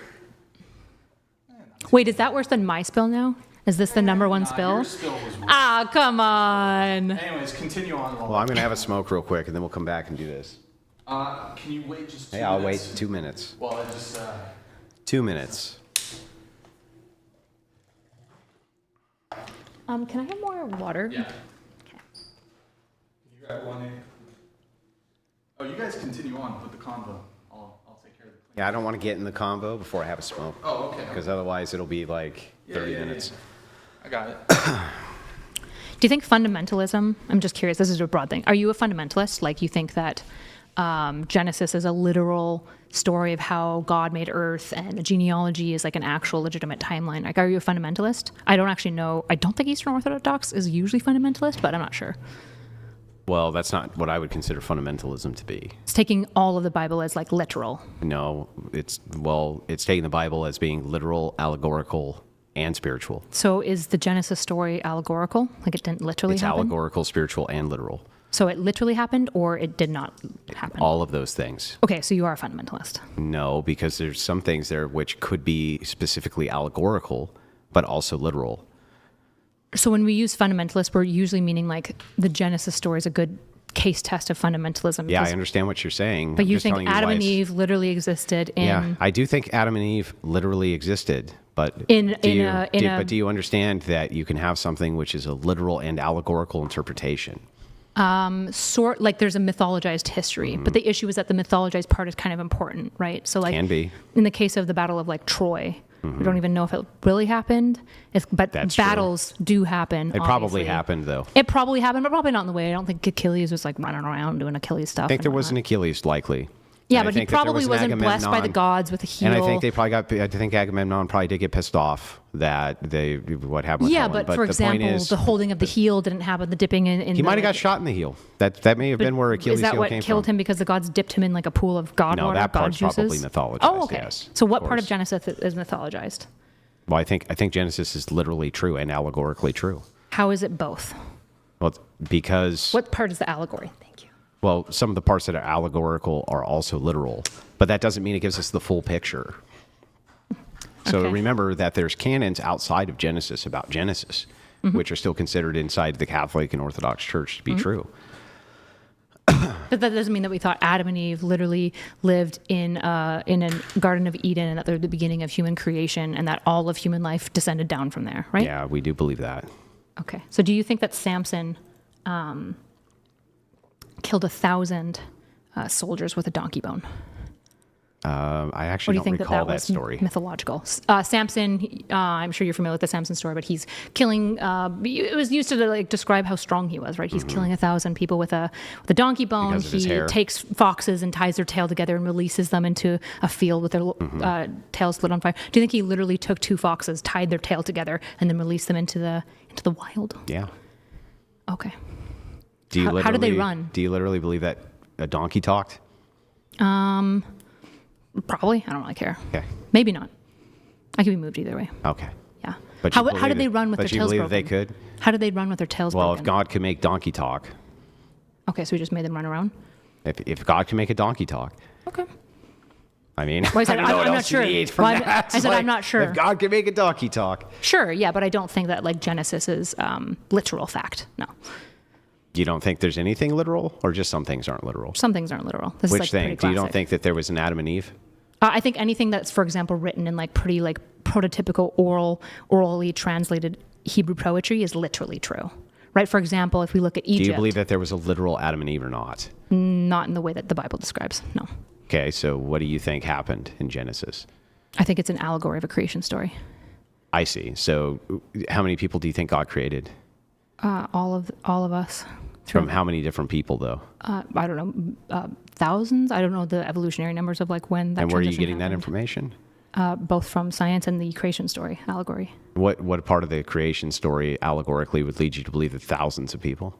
Well, God created mankind, right? Yeah, So where did the people come from that Adam and Eve meet outside of the Eden? from Adam and Eve. How did they come from Adam and Eve if they were outside of the garden? Because Adam and Eve had multiple children. that they kicked out of the garden, Cain also, well, wait a second. This is post-garden. right? So as soon as they get kicked out of the garden, they meet up with other people. Yeah, so remember how So women where have, do those people come from? well, wait a second. That's not exactly what happened. No. No. Yeah. No. Pull it up. That's not actually what happened. So what you're talking about They did here- incest. What So you're they had talking Cain about and Abel here, and daughters, and then we incestuously turned into all the humans of the planet. well, no, hang on. You got to back up. So the first thing is when we're talking about Cain, Cain founds Enoch, the city of Enoch. Sure. Okay.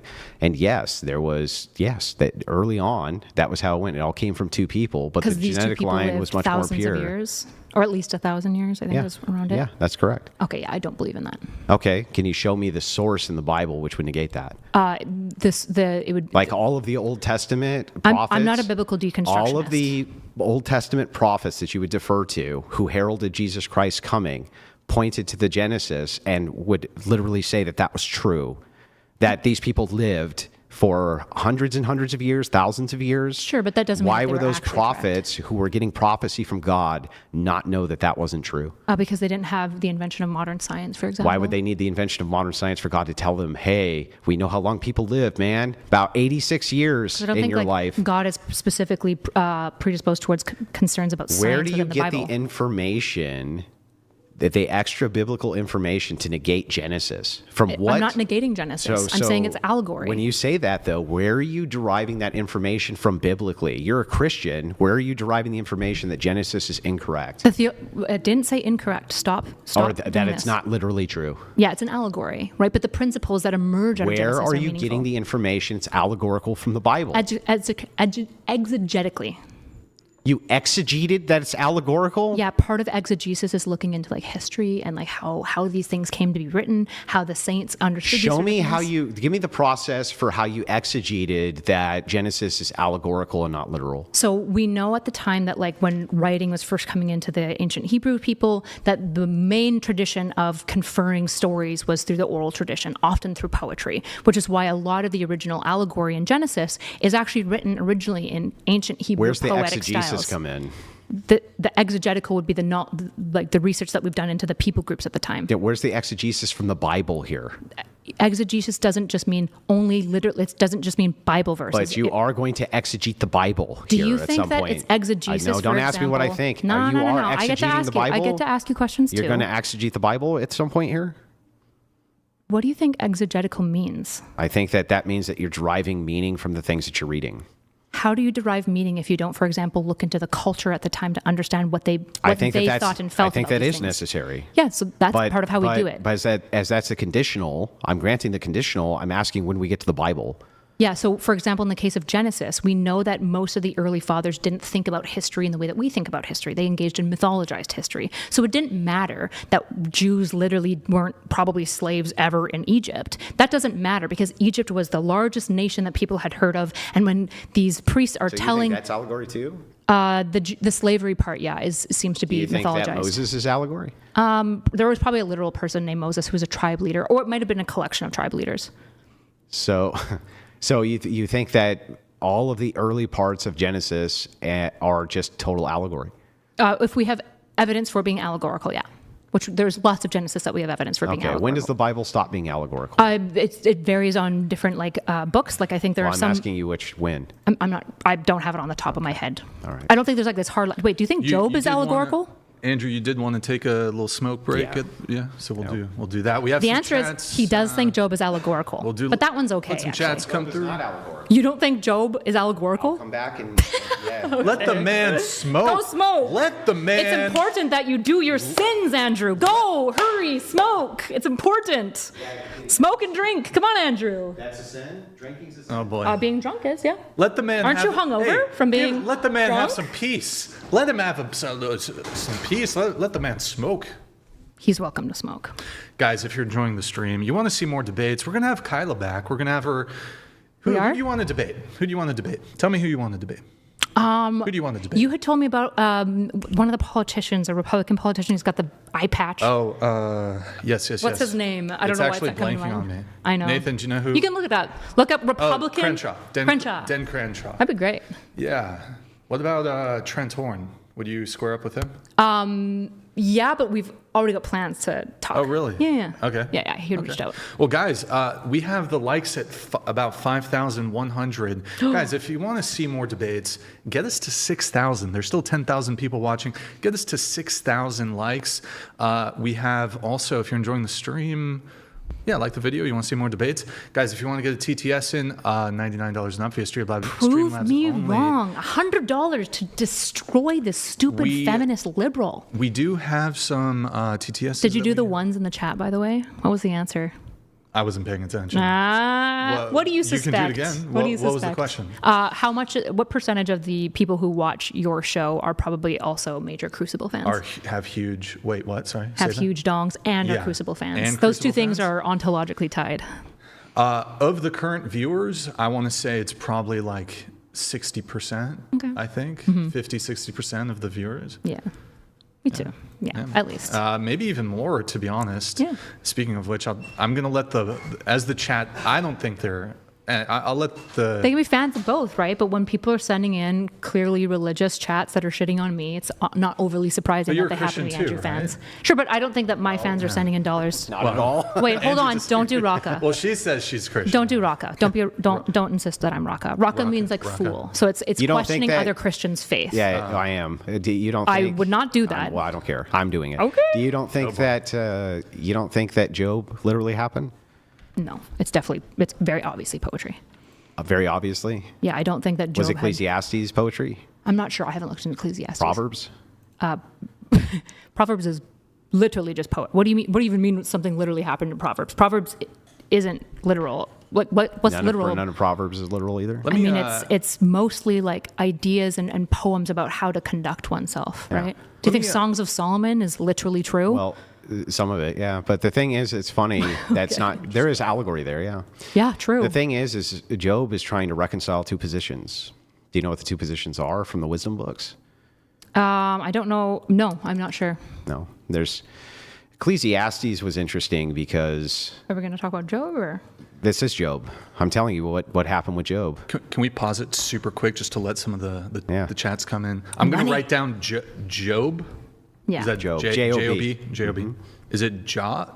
It's Job. Okay. It's J-O-B, but it's J-O-B. Job. Yep. Okay. We have, I recognize some of these names. Justin Martin's donated $100. Thank you, man. It's always fun to watch Andrew get his opponent to disprove their own argument in real time. I'm good at That's it. what you Justin want to think is Martins, thank happening. you. That's fine.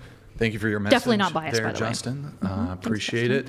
I recognize your name there, Justin. Good to see you back. Thank you for the message. Wonder where he's from. Do you think he's from the Crucible fan audience? Maybe. I think he's from the Destiny DDG. Do you think that he's more aligned with Destiny than Andrew? Could be BGG. Durandy donated $100. Thank you, Duran. Andrew calmly sighs, are you done having a tantrum? You are truly the arbiter of good faith debate. Please don't come back to Canada. We don't want you. Durandal's another name I recognize. Thank you for that. Appreciate it. Where do you think he falls between Andrew and I? Do you think he's more I of an think Andrew fan? he's a fan of yours, to be honest. I've actually sure never that's seen not true. Durandals in my chat. I don't know if somebody saying, please don't come back, we don't want you, would be a fan of mine. I think he's a fan of I you. would suspect not. I think he's a fan. Possibly. He's probably a fan. What suggests he likes me there? The reference to Canada. Yeah. Okay. He's okay. He's a Canadian. He's a fellow Canadian. So. Okay. Interesting. But you're immigrating to the U.S. Is that That's correct? true, You're trying to yeah. become a citizen. I love America. Do you have to revoke your? No, you'd keep your Dual. Canadian citizenship. We got Desert George, another name I Desert recognize. George donated $100. Thank you, man. Appreciate Didn't it. think I could lose more brain cells after last night's debate. Tyler proved otherwise, as we are dumber for trying understand her nonsense, constant prattle, filibustering, and goalpost moving. When did I move the Wow. goalpost? When did I filibuster? What about the prattle, though? You didn't deny the prattling, so I'm a woman. I can't help it. you didn't deny the prattling part. All right, Desert. Is it Jorge or? I don't know. We got another name we recognize. Giovanni JD Where you donated been? $100. Where you been, JD? The Didache was written in the 1st century and is still a liturgical document that condemns abortion. It's true. Advocating for mothers tearing off the limbs and heads of their own children. Sick, vile woman. I guess God was really bad when he ordered the Hebrews to kill infants. Sick, That was just vile God. allegorical, though. You right. got to deal. Well, you believe in it literally too. So how do you deal with that? Because, well, the idea here is warfare. The idea here is warfare. So in warfare, it's okay to kill infants. It can be justified, yes. Okay. Yes. Okay. We have. Like if a country attacks your country and you attack them back and you're You bombing. should kill their infants. If you're bombing them, are infants going to die? But that's not the same thing as saying it's good. Well, it's justified. It's not the same as saying it's good. But God ordered it, and what God orders is good, right? Yes. In fact, the Amalekites, when they didn't get fully killed in genocide in the way that God ordered, the Hebrews were punished for it. You said that everything God says is good. Mm-hmm. So then if God says to kill those infants because these are for reasons that he wants. So there are this times is where good, God right? can say killing infants is okay. Sure. Okay, based. Thank you. Did he say that with abortions? Well, he definitely didn't make it clear with abortions in Exodus 21:22, which we still haven't gotten to. I'm curious, though. What does the church history that you adhere to say about abortion? What do you mean? The church history that you adhere to? There isn't like a tradition that I adhere to necessarily. Oh. Yeah. I'm not Eastern Orthodox or Catholic, right? And I don't have to be. Do you just adhere to your own tradition? I use exegesis, eisegesis, and divine revelation to try to figure out what's going on. So I look at beloved scholars, I look at biblical scholarship, I look at Hebrew scholarship, right? And I try to look at all these things, including what the saints say, to try to figure out what's true. Why do you care what the saints say? Because I respect a lot of what the saints Which say. saints? I love Thomas. I'm a Thomist. You're a Thomist? Yeah, in a lot of ways. Not always, but in a lot of ways. Okay. Yeah. So it's like a mix of Thomism, Protestantism, other isms? Yeah. Okay. Yep.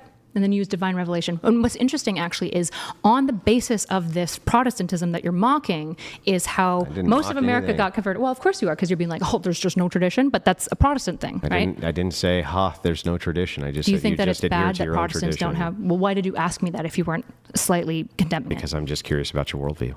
Okay. Do you think it's bad that Protestants don't have tradition? Bad? Yeah, I think they don't have much to appeal to, no. Oh, okay. So you were saying that. Gotcha. I'm glad we got there. I'm sorry. Me trying to understand your position's not mocking it. It wasn't you just trying to. I asked you. It was me just trying to. Of course. No. Which is why I just asked you a question. This is again bad faith, where he's acting No, it's as though bad he's faith to under the pretend that you're predilection being of one mocked thing when when he's I ask actually you a engaging question. in another thing. Everyone can understand tone, Andrew. Everyone understands So you tone. tone? Well, not just the tone. Do you but then think that when you're like not when just you're the talking tone? down like this, that is that tone? Yeah, sometimes. Okay, so then is that you mocking me? No, sometimes. Yeah, Oh, sometimes I'm being sometimes. mean. Yeah. Okay, So, gotcha. but the issue is that when I'm being mean, I would probably just own it, whereas you have to lie about it. Have you been mean this whole debate? Not the whole debate, Have but you parts been of mean it. a lot of it? Sometimes, yeah. You big meanie head. Yeah. Okay. But what we're talking about here, when I was outlining this, the tradition that you were asking me about, is the reason why I thought you were talking down to me. Is I said, do you think it's bad that we don't have tradition? You said, well, yeah. And so it's like, okay, so you're obviously asking about the traditional root because you think it's bad to not have a traditional root. So you want me to answer yes, so that you can be like, ugh, see how absurd and silly she is. Well, no, you got to. Then you're just so it's clear to all the Protestants watching. He's saying all of you are silly Yeah. and So stupid what I said, too. is I made a differentiation. She asked me about an appeal to, or I asked her, what tradition do you appeal to? And she just said Thomism, and then she mixes it with this, she mixes it with that, and I said, okay. I said I don't appeal to a Hang on, specific hang on. tradition. That was it. I just said, okay. Then she asked a separate question, which is about whether or not Protestants have any church tradition to appeal to. And I said, yeah, generally speaking, I don't think that's great. But that has nothing to do with me trying to understand your view or being mocking of it. So you don't think that I'm stupid for not appealing to tradition? Stupid? I'm not saying it's stupid. Really? Yeah, I didn't say it was stupid. What do you think it is? Wrong. Okay. Just wrong. Yeah, wrong. I don't think that you're stupid. Really? Yeah, I've never thought you were stupid. Okay. I appreciate that. You heard it here, guys. Andrew Wilson actually disagrees with all of you fans writing in that I'm stupid. He actually thinks I'm not stupid, and I appreciate that. Yeah, I would use like the word retarded. Isn't that the same thing? No. What's the meaningful It's difference like more here? powerful than Oh, retarded. so you think I'm more than just stupid? Yeah. Oh, okay. So you are okay. So you are doing the thing. Gotcha. See, bad faith for it to take this long for him to just admit that. Crazy. Keep going. Agrippa the Declemma donated $200. Can you guys debate force doctrine real quick?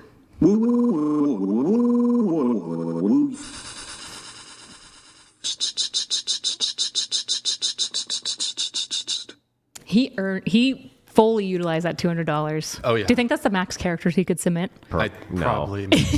Probably. I think so. That was a lot. But his question was, can you guys debate force doctrine? Yes, but real this is the quick? last micro debate because I'm getting over to In-N-Out.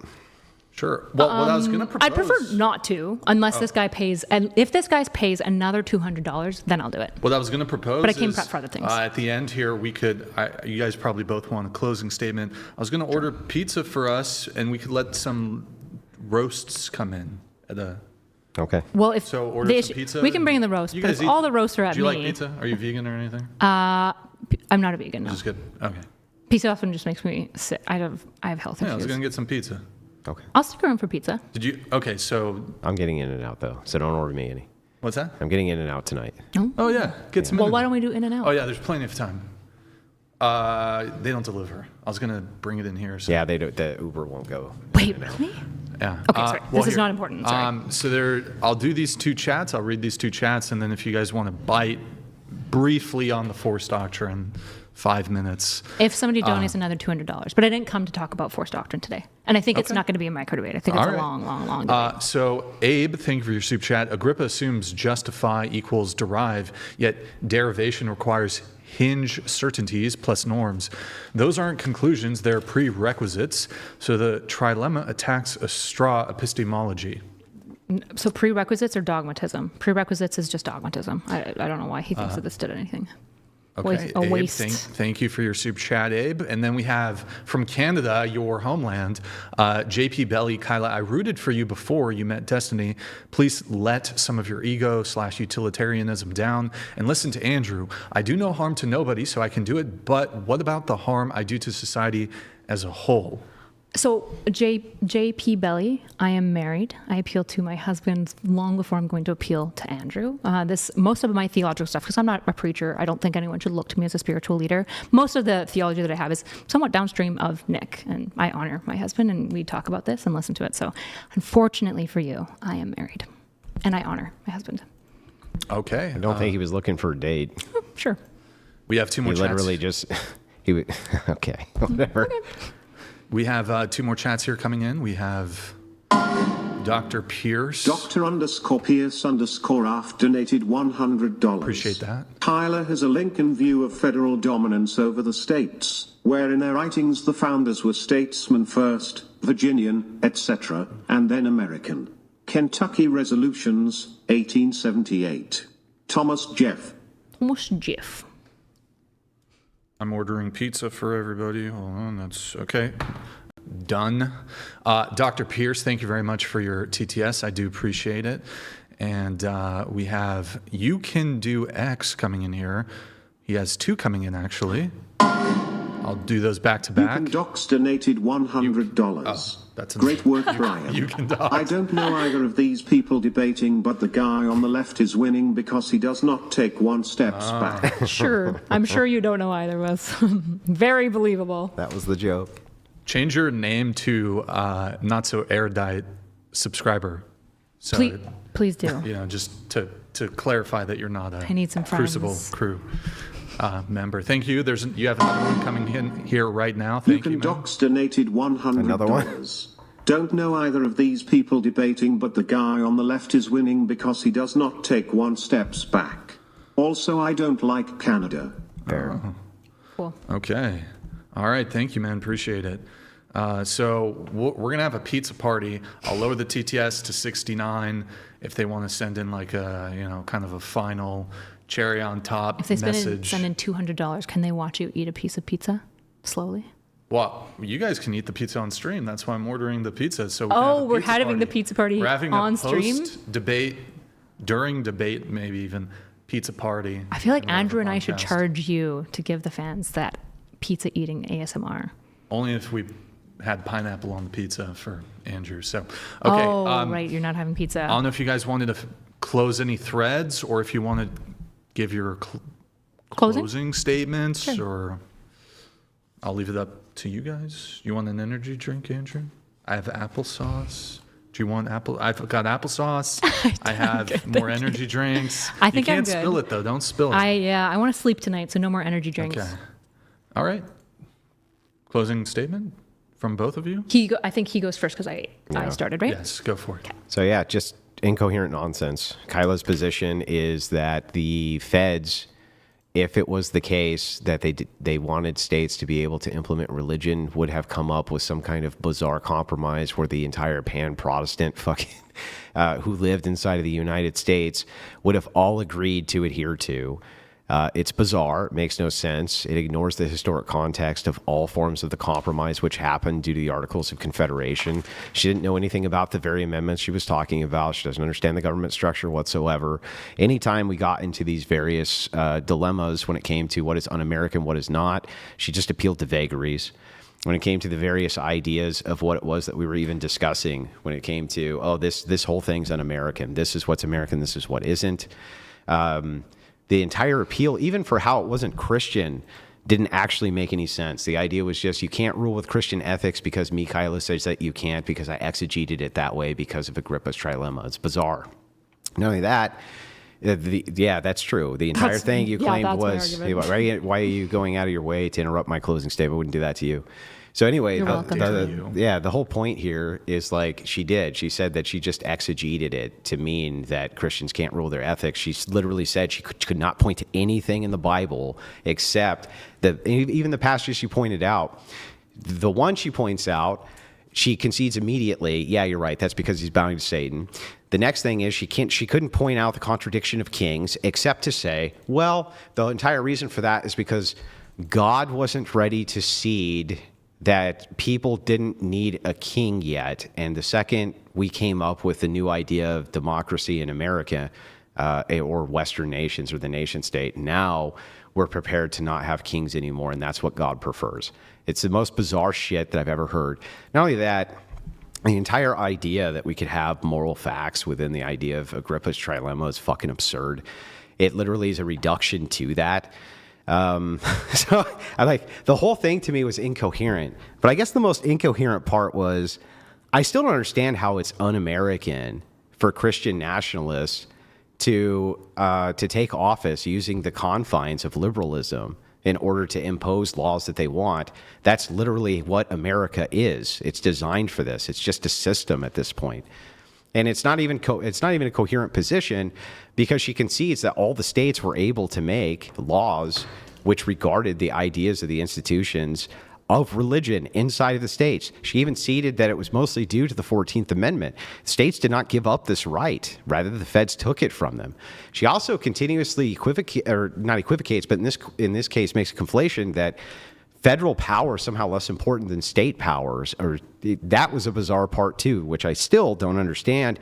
The entirety of the system, even if I ceded that the founders didn't want to have a federal national religion, which I did 80,000 times, even though we kept going back to it, they didn't want to impose one on a state specifically because the states didn't want that as part of the compromise. So I don't understand why she thinks that the system wouldn't drastically be something completely different if we didn't have the checks and balances between states and the feds. The rest of it was me just pulling out incoherent worldview after incoherent worldview, which was fun, I must admit. But ultimately, like, the clips from this are possibly going to be the most amazing that Crucible has ever produced, I must admit. So for that, I do thank you, Kyla. Yeah, I guess to start this, it's unfortunate that we didn't have a pickle jar so we could see if you're still strong enough to insist on the force doctrine. Do you want to arm wrestle instead? Do I want to arm wrestle? Do you want to arm wrestle instead? No, I didn't say that you were. Well, I stronger just than want to me. make. I just think it's well, interesting. hang that on, men I are want to make stronger than sure. you. Oh, are because you of a interrupting pickle my jar. outro? Or? You interrupted mine. I said that was fine, but for it's a little $1,000 expensive. $1,000. Did you want to GTS arm wrestle, Kyla? No, I think that you'll probably Oh, meet me in okay. arm Well, wrestle. then I don't Although know. if I What did was arm the wrestle point you, then? What was the point of well, that? the point is that it's the force I doctrine. just wanted to take a shot at you. That was the point. Do you want me to continue, or do you want to keep interrupting my outro? Go ahead. Okay. So I think one of the things that's really frustrating when talking to Andrew is that he's really, really smart, and he's actually really capable of engaging in good debates. In fact, my favorite debate ever is when we both agreed to be in good faith. The issue is that Andrew knows that in the case of like philosophy, he can't win the argument by being good faith. So he has to insist on straw mans of my position. He has to be bad faith by pretending that he's granting my worldview when he's obviously not granting it, which is unfortunate. It's frustrating because when we have good conversations where we engage with one another honestly, that's what like furthers truth. And I think that that's something that honors God. I think it's something that's interesting. And Andrew didn't want to do that today. I think one of the things that's really important to pull apart here is that insisting that your partner is incoherent, that they're stupid or retarded, doesn't mean you're right. It just means you're mean. It just means you're mean and nasty. And you can be mean and nasty. The issue is that your entire platform is built on this presumption that you're going around looking at non-Christians and calling them dirty, degenerate whores. While A, you barely tell most of Brian's whatever fans that they're also degenerate whores as men. And B, you look around and you won't remove the plank from your own eye. You have gluttony going on, right? You're addicted to cigarettes. You drink all the time. You're overweight. I'm not interested in telling other people all of their sins because I mostly have the predilection of trying to figure out my own and trying to be honest before God. I think that, for example, it's bad for Christians to impose our worldview on others. I think Romans, for example, if you go to Romans, right, if a person believes an action is wrong, then performing that action is a sin for that person. This is something most priests believe. This is actually why, for example, priests won't tell people what blaspheming the Holy Spirit is because they believe that if they can't know what it is, then they can't do the sin, right? Knowledge of the sin is essential for doing the sin, which is why when non-Christians who reject the idea of Christ in the first place can't know certain things. So we can't hold them to these standards, right? In Romans 14:14, we have, I know and I am persuaded in the Lord that in the Lord Jesus that nothing is unclean in and of itself, but it is unclean for anyone who thinks it is unclean. In Romans 14, Paul goes through this long litany of outlining things that might be sin for you, but are not sins for others, or vice versa, right? This is well established, but Andrew wants to pretend like this is incoherent, that this isn't Christian, because it makes him win, I guess. And that's fundamentally like what this discussion came down to, is Andrew wanted to win, which is why he was being bad faith incessantly and didn't want to actually have a meaningful discussion about things that I think we both value. In fact, he went so far as to not just call me retarded, but to insist that I am not even saved, right? Which is, by the way, just look up how God feels about people who who are raka, right? Who calls me fool. You shouldn't do it. In fact, he says to the Pharisees that the blood of those who they insist are unsaved is on them, that their salvation is besmirched by them. And in fact, Jesus goes so far as to say, "You're a Pharisee, and I would crush you under my foot like a snake." I think at the end of the day, there is a risk that my biblical interpretation is wrong, and that's okay, right? I'm open to that. I'm doing my best to seek truth. What Andrew's insisting on doing is using Russian Orthodoxy, maybe the most garbage religious system ever, that has been completely usurped by the KGB, by the way. He's not even honoring Eastern Orthodoxy. He's using it to justify his baby Christianity, to instantiate his bigotry. That's what he's doing with his faith, and I think it's Russian disgusting. Orthodox, by the way. What are you? Well, I'm not going to say, but I'm not Russian Orthodox. Which part of Orthodoxy you're a part of? I'm not going to say. The reason I can't, if I dox that and people find church, they'll actually harass the church. Sure. Okay. You don't believe me? I believe you, but I don't think that saying which branch of Orthodoxy you're a part of will lead to like all this thing. I imagine that there's more churches around you than just one. You're in Dallas, right? There's probably multiple. Why the fuck would you say that? Like, why? Wait. Why would you say that? Sorry, was that not publicly known? Well, you didn't know if it was. I assume that it was decently publicly known. And I've never so said you're it, openly no. talking I've about never it. specifically said that, no. Gotcha. Okay. So I just, note to self, don't tell Kyla anything personal. Not a good idea. So he's going to stand on this that I don't know if he even cares that much about, to just like point to me and say, see, bad, stupid woman. That's not good conversation. If it is the That case, was an actual bad thing to do. well, I had no idea that wasn't publicly known. You know how I'd like just never say anything about where you live, family members' names. I don't talk about any of that stuff. It's because I have people who literally threaten to kill me every day. I've had an assassin come out to try to kill my wife, and I just really prefer you not do that. That's fair. I apologize for releasing that information. Genuinely. Is there a way that it can be struck from the final VOD? Well, it's done now. You just saw it. Fucking 12,000 people heard it. That's done. But from the final VOD, at least, can it be removed? Why would it matter? Why wouldn't that matter to you? 12,000 people just heard that shit. That's done. That's done. Okay. I would still prefer that it's removed. Genuinely offer my apology if that wasn't publicly out there. Look into, I think there's editing tools. Yeah. Cool. I really appreciate that. I always just said Texas. That's it. I didn't know that, genuinely. It seemed like you were decently open about it in the way that I'm open about being in Tampa and moving to Dallas. Mm-hmm. So I just always should have a rule of thumb just to not say stuff like that when you're ever on stream about it. Just never. Sure, and I apologize. None of this, however, takes away from the fact that you've engaged in bad faith, that you use other people's sin as a tax while you dismiss planks. And now he's just walking away to pro clutch. So it didn't matter that you were insulting Rachel Wilson, but apparently this is the big deal. Okay. No, you're not. He's having a smoke. That in the middle of my outro. The guy has he smokes cigarettes. Would you he's allow? jonesing. Yeah. Would you allow me to just walk out in the middle of somebody's outro? Well, I can't. What am I going to like physically force somebody? Well, you'd probably be like, "Hey, don't do that."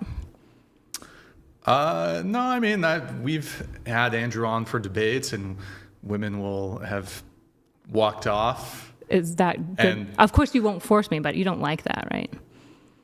Yeah, I mean, of course, but I prefer Andrew to stay. But I also acknowledge that the guy smoked cigarettes, and he wanted to have a smoke. So, but yeah, women will walk off, and in fact, when Andrew Wilson was debating Crash Out Kylie, as she's called, Rage Quit Kylie, Crash Out Kylie, she got up multiple times.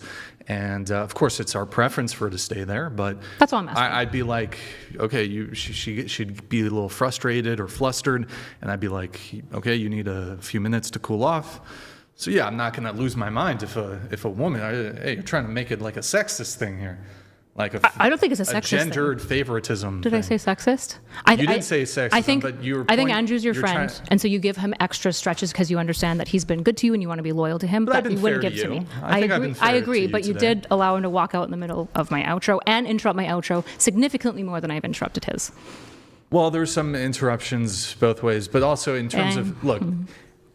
Andrew, yeah, okay, you're doing your closing, but Andrew's pointing out, hey, don't say that. That's super fair, and I'm genuinely in the wrong for that. We should not even draw more attention to that whole thing. I think we can. All it's done now. Yeah. It's like nothing you can do about it now.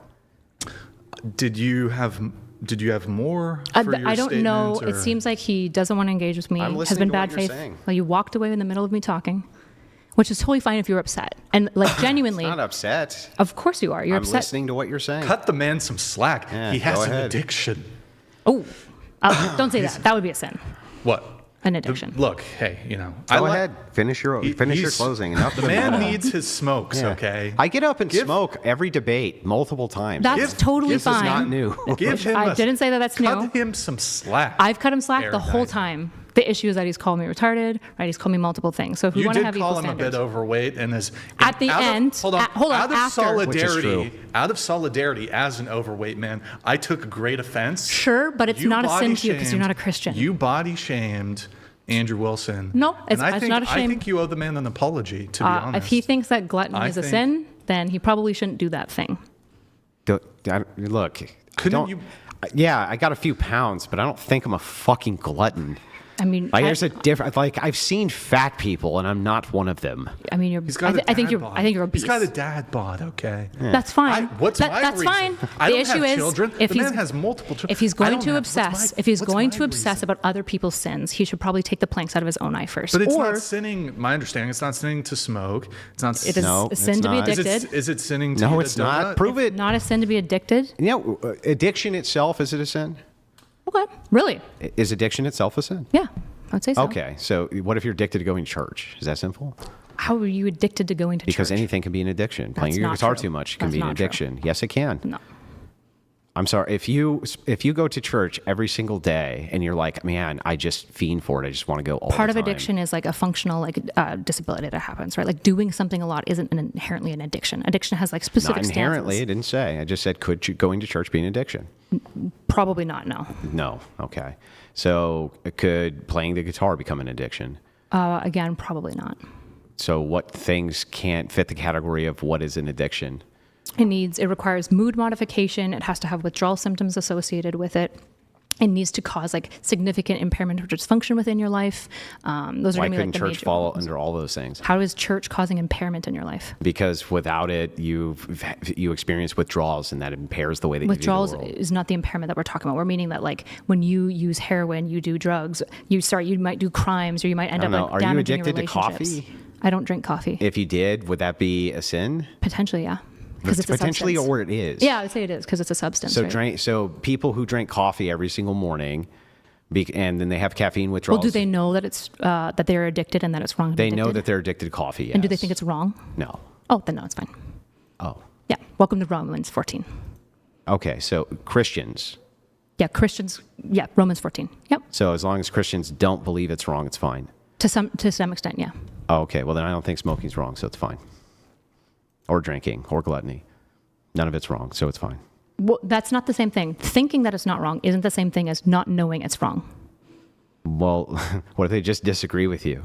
That wouldn't matter whether it's sin or Okay, not. so then I'm asking you, if a Christian is addicted to coffee, is that wrong?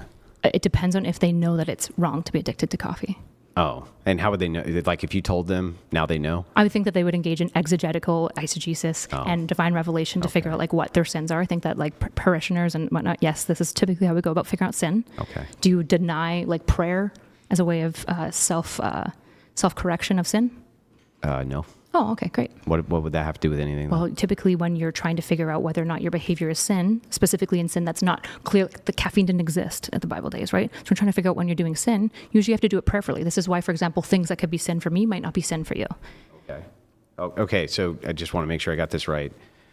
It's not sinful for a person to be addicted to cigarettes. If they do not know that it is sinful. Okay, well then I guess it's not sinful. Well, of course you do. You know that it's sinful. Okay, demonstrate that. I would say all the evidence of like, it seems like you're pretty theologically based. It seems like you have a pretty good understanding of the Bible. And I think you went through the catechisms of your faith. And according to all of the, I know priests who smoke. That doesn't What make do it you not a mean? sin. Yeah, they don't think it's sinful. The Orthodox Church does not think smoking is sinful. I didn't say smoking. I said addiction. Even addiction in and of itself may not be necessarily sinful. What are instances where addiction isn't a sin? Because you can have things which you would consider fall under the category of addiction that may not be anything which is non-preferable. Like for what? instance, like I would say guitar. You could become so infatuated or have an addiction to the guitar. Perhaps this is part of your profession or something like this, but you actually experience withdrawals if you're not playing or something like that. How is it causing dysfunction in your life? Because if you're not playing or you're not pursuing that, Withdrawal it isn't causes the you distress. It causes you distress. That's not the same thing as Well, then what? What is- dysfunction. then what is Dysfunction is addiction? usually within social, economic, or interpersonal. That's usually what we're looking for. So what is the dysfunction from heroin?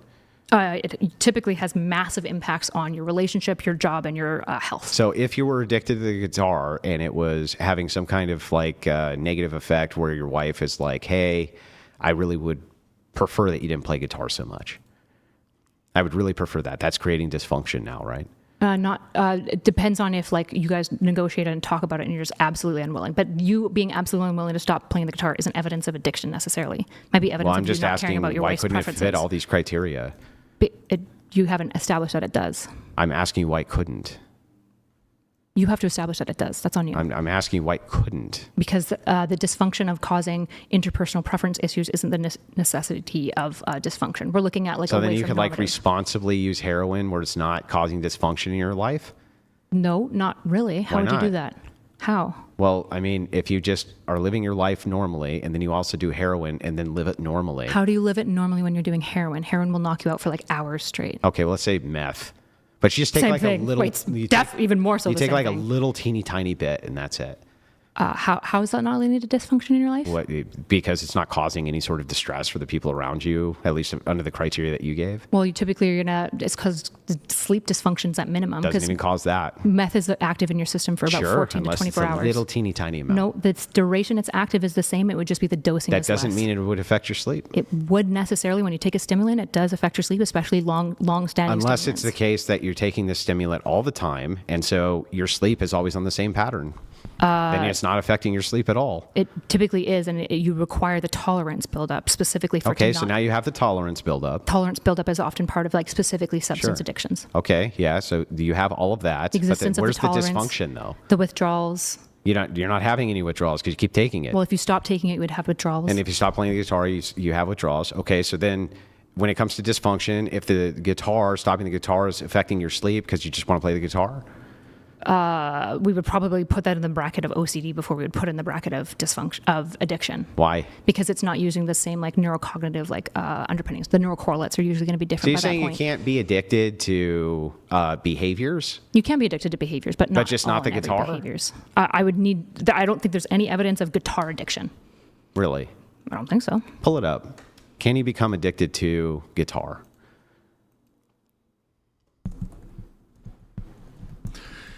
Is there guitar addiction? Yes, guitar addiction can absolutely be a real thing, though it's not a formal medical diagnosis like substance addiction. What people usually mean by guitar addiction is a behavioral addiction, similar in pattern, though usually not severity, to things like gaming or social media addiction. So you can become addicted. But not in any medical way that we mean. Gotcha. You didn't qualify that it needed to be a medical diagnosis. Wait, what are we talking about with addiction if we're not talking about some level of medical diagnosis? Why does that need to be medically diagnosed? Well, when we say it doesn't... So, okay, then hold on. Stop. You're right. Stop. I have no it doesn't medical have diagnosis for addiction. None. I didn't say that it has to be medically diagnosed. Okay, great. The medical standards of diagnostics is what we're referring to when we're talking about functionality, withdrawal, tolerance. These are like medical diagnoses. Apparently, this all falls Somebody under can that. obviously be addicted, even if they haven't seen a doctor that says Can that you be they're- addicted to the guitar? I think very rarely, and most of the time, anyone... So, yes?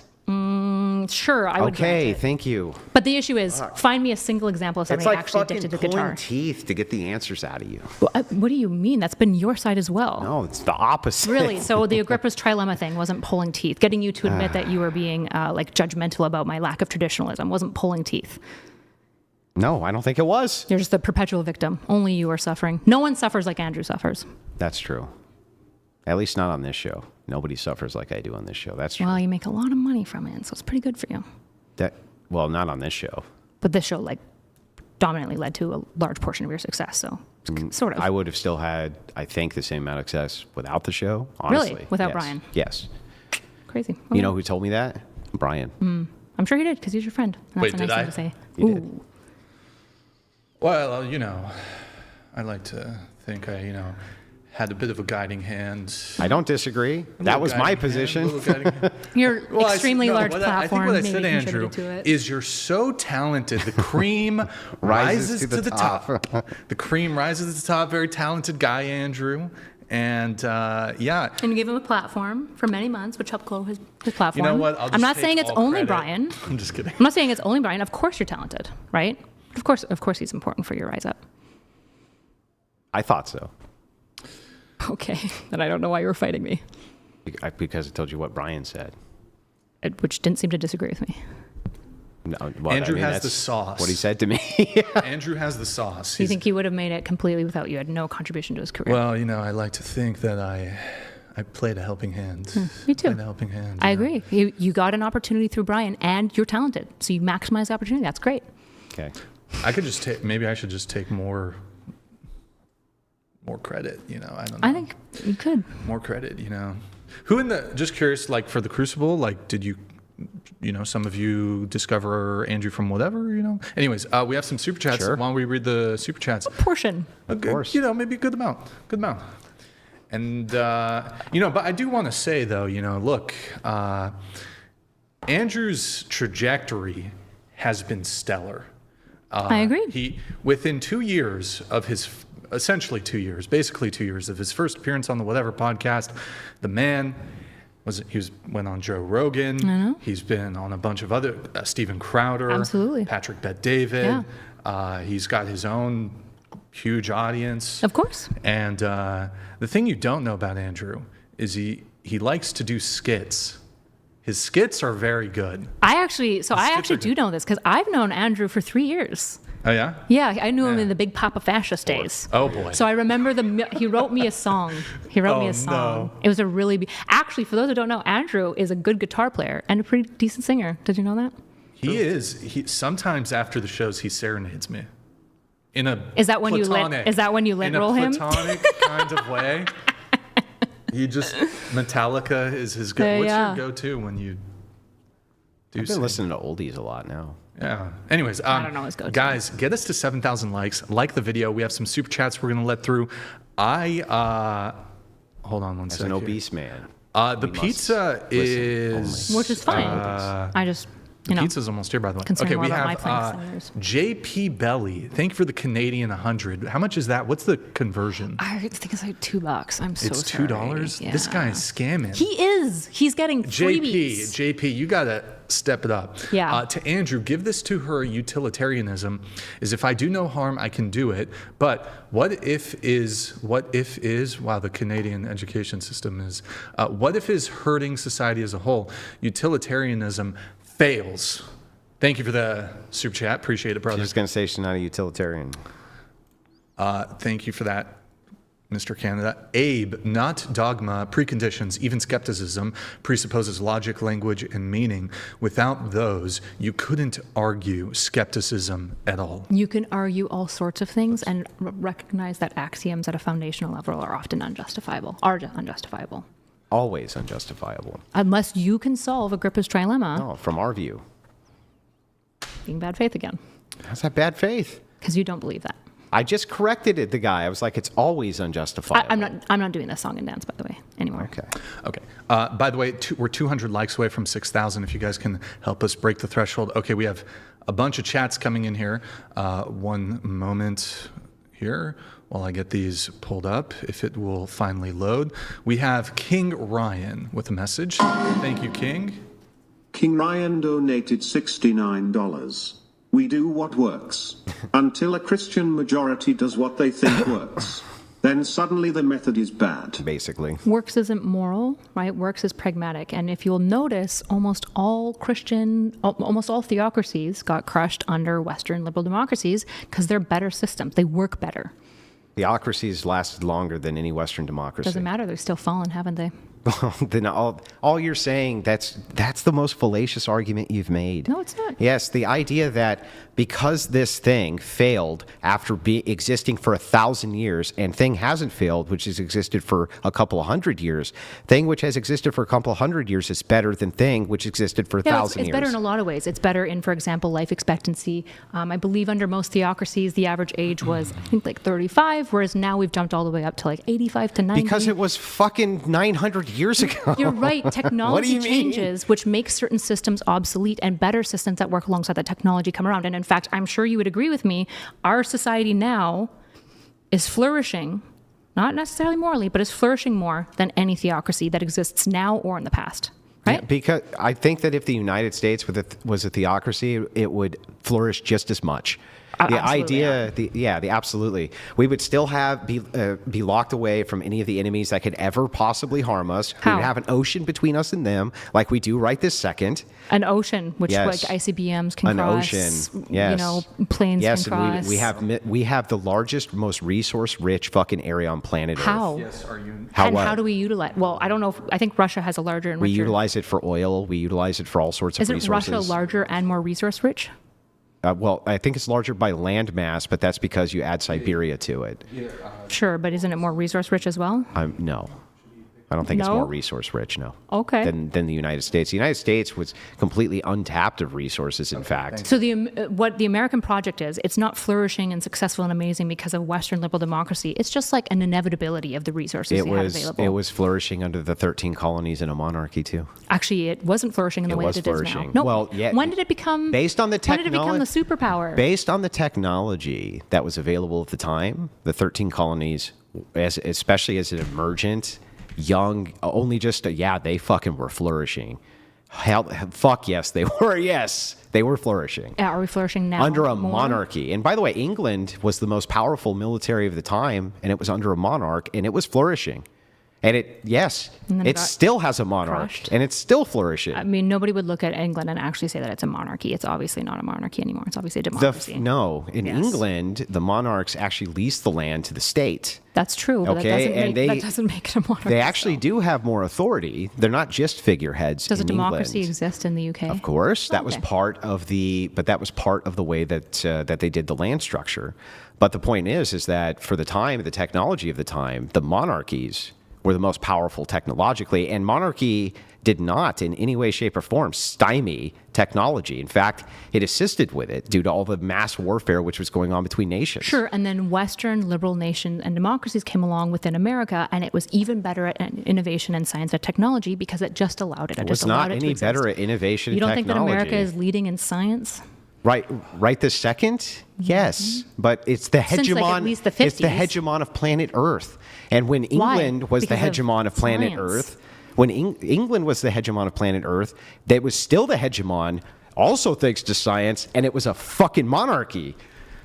Sure, but do you think that the monarchy supported science more or less than the founding fathers? They loved it. It was critical to military technology. Yeah, and yet America still somehow did it better. Did what better? American technology. Yeah, military technology. When we got to mass industrialization and we have a massive landmass of untapped resources, Yep. but if America was a monarchy, I have no reason to believe that it wouldn't be every bit as successful as it is right now. So then why aren't all of these successful theocracies and monarchies out there just dominating compared to the Western liberal democracies? Well, it depends. Some of them are doing quite well. For instance, the United Arab Emirates is doing quite well. They're on par in any way with America or No, any of course Western liberal not. But they're democracy. different nations. You're talking about different nations. That's true. What I am I'm talking about asking different you, nations. what I'm asking you specifically here, isn't whether or not we transitioned to Western democracies inside of the West because due to philosophy and what was going on at the time. Mm-hmm. We did. That does not answer the question as to whether or not if we had remained monarchies, if we would be as successful or not as successful. Yeah, so find me a monarchy that's just so That successful would nowadays. not have any bearing on that argument. Whether or course not it a would. monarchy exists right this second that's more successful than the United States or a Western nation would have no bearing at all on whether or not, if Western nations remained monarchies, they would be just as successful. It does not answer that question. It does, because most It of the Western doesn't. liberal democracies. I don't want any. No, Andrew, I got pizza for you. I'm getting in and out, I told you. Get both. Why not both? Because I'm obese and I'm trying to lose some weight. You're very trim. You're very fit. Don't let her get I'm getting in and out, Brian. to both. Yeah, anyway. That does not answer the question. That's a liberal red herring. It doesn't actually answer the question as to whether or not monarchies would be just as successful as Western What could answer democracies. that question? What evidence could we Well, supply what to we would answer that want to question? do is we'd want to make comparisons as to scientific and technological advancements based on the technology of the time. Mm-hmm. And it's the case that in the time of monarchs, there was massive advancements in technology due to the fact that there was lots and lots of warfare. In fact, I would argue that most of the United States technologies were not pre-20th century. These happened post-20th century, most of these technologies, and that was due to mass warfare. This includes nuclear energy, nuclear bombs, things like this. Those were all things which were products of war. Thank you. All of them were products of war, in fact. Products of war, products of science and technology. But none of this Because answers of the push of what's sufficient war. evidence. So is there any evidence that could be supplied that make you go, actually, maybe Western liberal democracies are more effective with science and utilize them better, which is why they're the preferred form of governance now? That's not why they have a preferred I didn't say form that's of why. I government. said, is there any evidence that I could supply that would convince Yes, you? you could look at scientific advancement under warfare conditions of countries that, and based on their technology of the time in comparison to other nations. So do you think America jumped forward in military innovations during World War I or II more or less than the innovations in, for example, the 100 Years' War that Britain and France I think that the Germans, who were under a fucking fascistic leader and it wasn't a democracy at all, had way more technological innovations via warfare than we did. Really? Really. Okay, that's crazy, but sure. Why? Why is that crazy? We solved Manhattan Project. We solved nukes and nuclear The atomic power. bomb. Yeah, they were working on heavy water. They would have Atomic got bomb, it too. Boeing, the P-51 Mustang fighter jet, right? Like almost all of our technology. Yeah, the MP-44, the Tiger tank. I could the list of Sherman- engineering fucking marvels from Germany And yet was Sherman endless. Why do you think we beat got it. their scientists? Why do you think we brought all their scientists here? Because they were fucking better than our scientists were, especially at rocket. Why did their especially at scientists come here? rocketeering. Did they come here because maybe Western liberal democracies give more capacity They for came scientists here to because we exist? told them if they don't, we would kill them, and we called it Operation Paperclip. Nope, a lot of them left long before that. The ones who came here on Operation Paperclip, it was that or you faced the wall like all the Germans did after the war. If you were part of the German hierarchy, what the fuck happened to you in the Nuremberg trials? What happened? A lot of them were tried to You got prosecute fucking for war hung. crimes. You got hung. For What war do you crimes, think, by the way. Yeah, and what do you think would For have genocide. happened? What do you think would have happened to the people who were making the fucking weapons? They would have fucking same shit would have happened to them. Do you think most of the so you think that most of the German scientists came over here after World War II was ended, but also that the American engineering was exploding in World War II because we took all of their scientists? I didn't say during World. No, the opposite. Well, World War II The saw opposite. major advancements what in I'm the saying to technology you of is America, that right? Germans during World War II, the only thing you could give to the United States, which wasn't even just the United States, it was a co-opt, including with German scientists for the Manhattan Project. That's one, and two. Yeah, they came here. Yes, Yeah. the fucking 'Cause Western liberal the democracies Germans, are a little bit better because for they didn't want science. to die. The Germans Einstein came here because he had just didn't want to die tons of because of the innovations. Yes, especially Einstein, probably. Yeah. But the thing is like, yes, the Germans had Authoritarian mass. regimes are really bad for science development because they want to How kill is it bad for masses, what? What about Nazi Germany was bad for scientific development? chasing away every one of their Jewish scientists was pretty bad for their scientific Okay, development. having massive like they developed interstate highway systems. They were the very first I ones who didn't did say that that. they didn't do They brilliant developed things. the very first automobile, which was available to the common man. Like these people. Wait, no. The Yes, the Mercedes-Benz was Volkswagen. developed in the first Yes. vehicle that existed was the Mercedes-Benz. I didn't say the first vehicle. You said the first automobile. The first inexpensive automobile, which was available to the common man, was the Volkswagen. Yes, that's what it was made for. In I fact. believe Henry Ford is the one that revolutionized automobiles to be affordable They because weren't he very created the assembly affordable, line. not in comparison to the Volkswagen. And the Volkswagen was designed specifically for this. Wait, do you think the assembly line was more contributory to the automobile being cheaper or Volkswagen? What do you mean? I don't even know what you think Volkswagen did uniquely that reduced the cost. Henry Ford is the one that proliferated vehicles because he What they just did, developed the assembly line. Well, what happened with Volkswagen? And Mercedes-Benz were developed in Germany, but wait a in second. The 1890s. Volkswagen itself. First of all, Germans had auto engineering before World War II. I didn't say that they didn't. And in they fact, had I granted that innovations- Mercedes-Benz was They built also in had Germany. innovations on assembly lines that the United States didn't have. And the thing that's interesting Okay. about Germans, right, is again their technology, especially in the battlefield, was leaps ahead of ours. Leaps ahead with rocketry. It was leaps ahead, even including with their fighter aircraft, with their tanks, with everything. It was only near the end of the war that we ended up with any jet plane at all. But the Germans were kicking the fucking shit out. The only reason we Out had of such the a hard UK. time with them is because they were fighting with the fucking all of Europe. Otherwise, we would have been dealing with 3.5 million of them, and it would have been a fucking nightmare. Would have been a So you nightmare. think Germany is just better at science and innovation? It's not really a uniquely American thing. You think that No, Western liberal I democracies don't think have it's nothing unique to do? to liberal democracy. No, I no didn't say fucking unique chance. to- I didn't. I said Western liberal democracies are the best at it. No, they're not. Okay. They weren't the best at it then. It seems like we developed the atomic, the Manhattan Project, nuclear With help power. of German scientists. Well, Jewish German scientists. Yeah, that- German scientists. Well, did Germany and the lack of Western liberal democracy maybe facilitate why those scientists were here? Yeah, nobody's disputing that. Okay, thanks. That has no bearing on whether or not. How does that not have any bearing? Germany, under their fascist rule. How does the was fascistic rule that was yeah. aiming to kill Jews not significantly contribute to the scientific development in which Jews had to flee Germany for fear of genocide? How is that? How is the statecraft, which wait made a the genocide second. happen, not contributing to the scientific? So you're saying advancement? that under fascism, that even though one group of people who had scientists in it had to flee. Not under fascism, under Germany. Germany was still doing so well that they had more technological innovations than the United States during the war. I don't believe that they had more. They definitely did. I just don't think that that's true. I think that the United States developed the Sherman, right? Part of why The Sherman was nothing. The Tiger destroyed it like it was nothing. They had to produce them 5-1. That was what our literal war model was. We cannot beat this thing unless it's 5-1. Okay. Here, pull up. How did Sherman match up against a tiger? Sure. It's not even in the same fucking. The only reason, in fact, why did it we- was only because they could not mass produce them.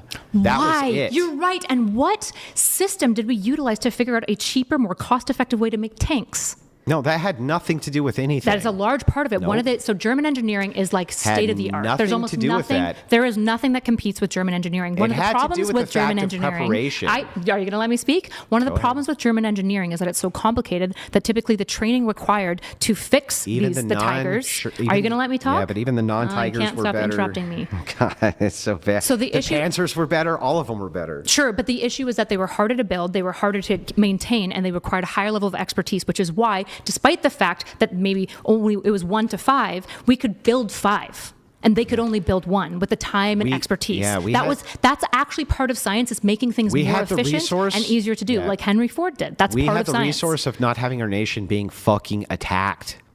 True, That's is it. part of it. So you don't think America ingenuity at all had anything to do with it? Well, no, of course, that had something to do with the innovations that we had, of course. Warfare. I don't understand why you dislike America so much. Oh, okay. I dislike America because I'm not a revisionist about history. I'm not revising history at all, right?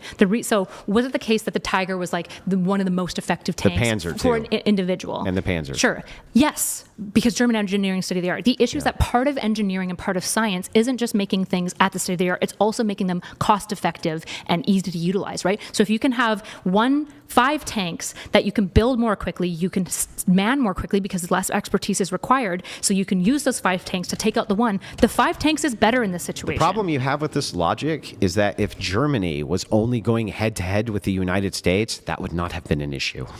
I'm not sure if that's true. It is true.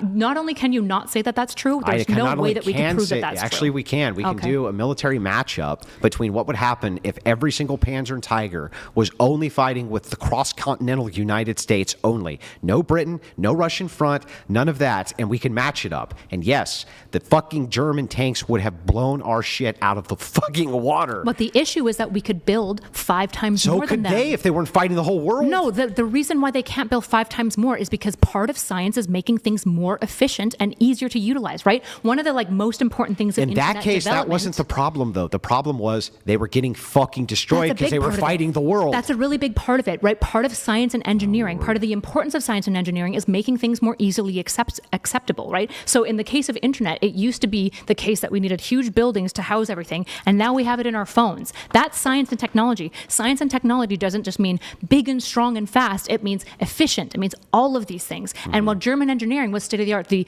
machines themselves operated fantastically. There was a high level of expertise required to operate them, and it was significantly more complicated to build. Whereas most American tanks are easy to build. This is why the Abrams is now the dominant tank that people use, because it's both fantastic at basically fucking everything. But on top because of that, of a Rolls-Royce contract. That's why.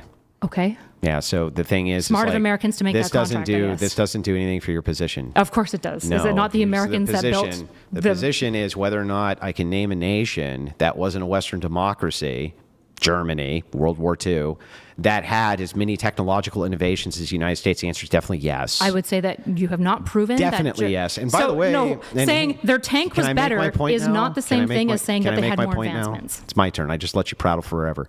So here's the thing that's funny is you can't actually equalize for these things. If we took the entire Soviet front out, we took the entire European front out from the Germans, and we were able to just match up tank for tank, man for man. I don't care Yes, about they tank were for much tank. more technologically advanced army, and that would have been a much more likely unwinnable war at that point. It would have been very difficult, right? By no means am I interested in dismissing Germany. But what I am saying is that it seems to be the case that Seems to be the case that Western democracy, under democracy, Do you does wanna let not me- just make Andrew, the most Andrew. innovative shit I just and let that you fascists prattle. do too. So I just let you prattle on for a while. Yeah, go It's ahead. my turn to talk now. Okay, right? So in this case, you're saying, well, 1 for 1, their tanks were better. Sure, the issue is that that's not necessarily innovation and engineering. Part of engineering and science and technology is making things more efficient. Oh, I right? see. Do you Was disagree France with a that? Western democracy? Yes. Then why the fuck did the Germans just roll over them like they were bitches? A whole bunch of things. No. The part of science, Kyla, is making sure that your army is super sophisticated and that you can make assembly line products so that you can attack these people. And that's what we can do.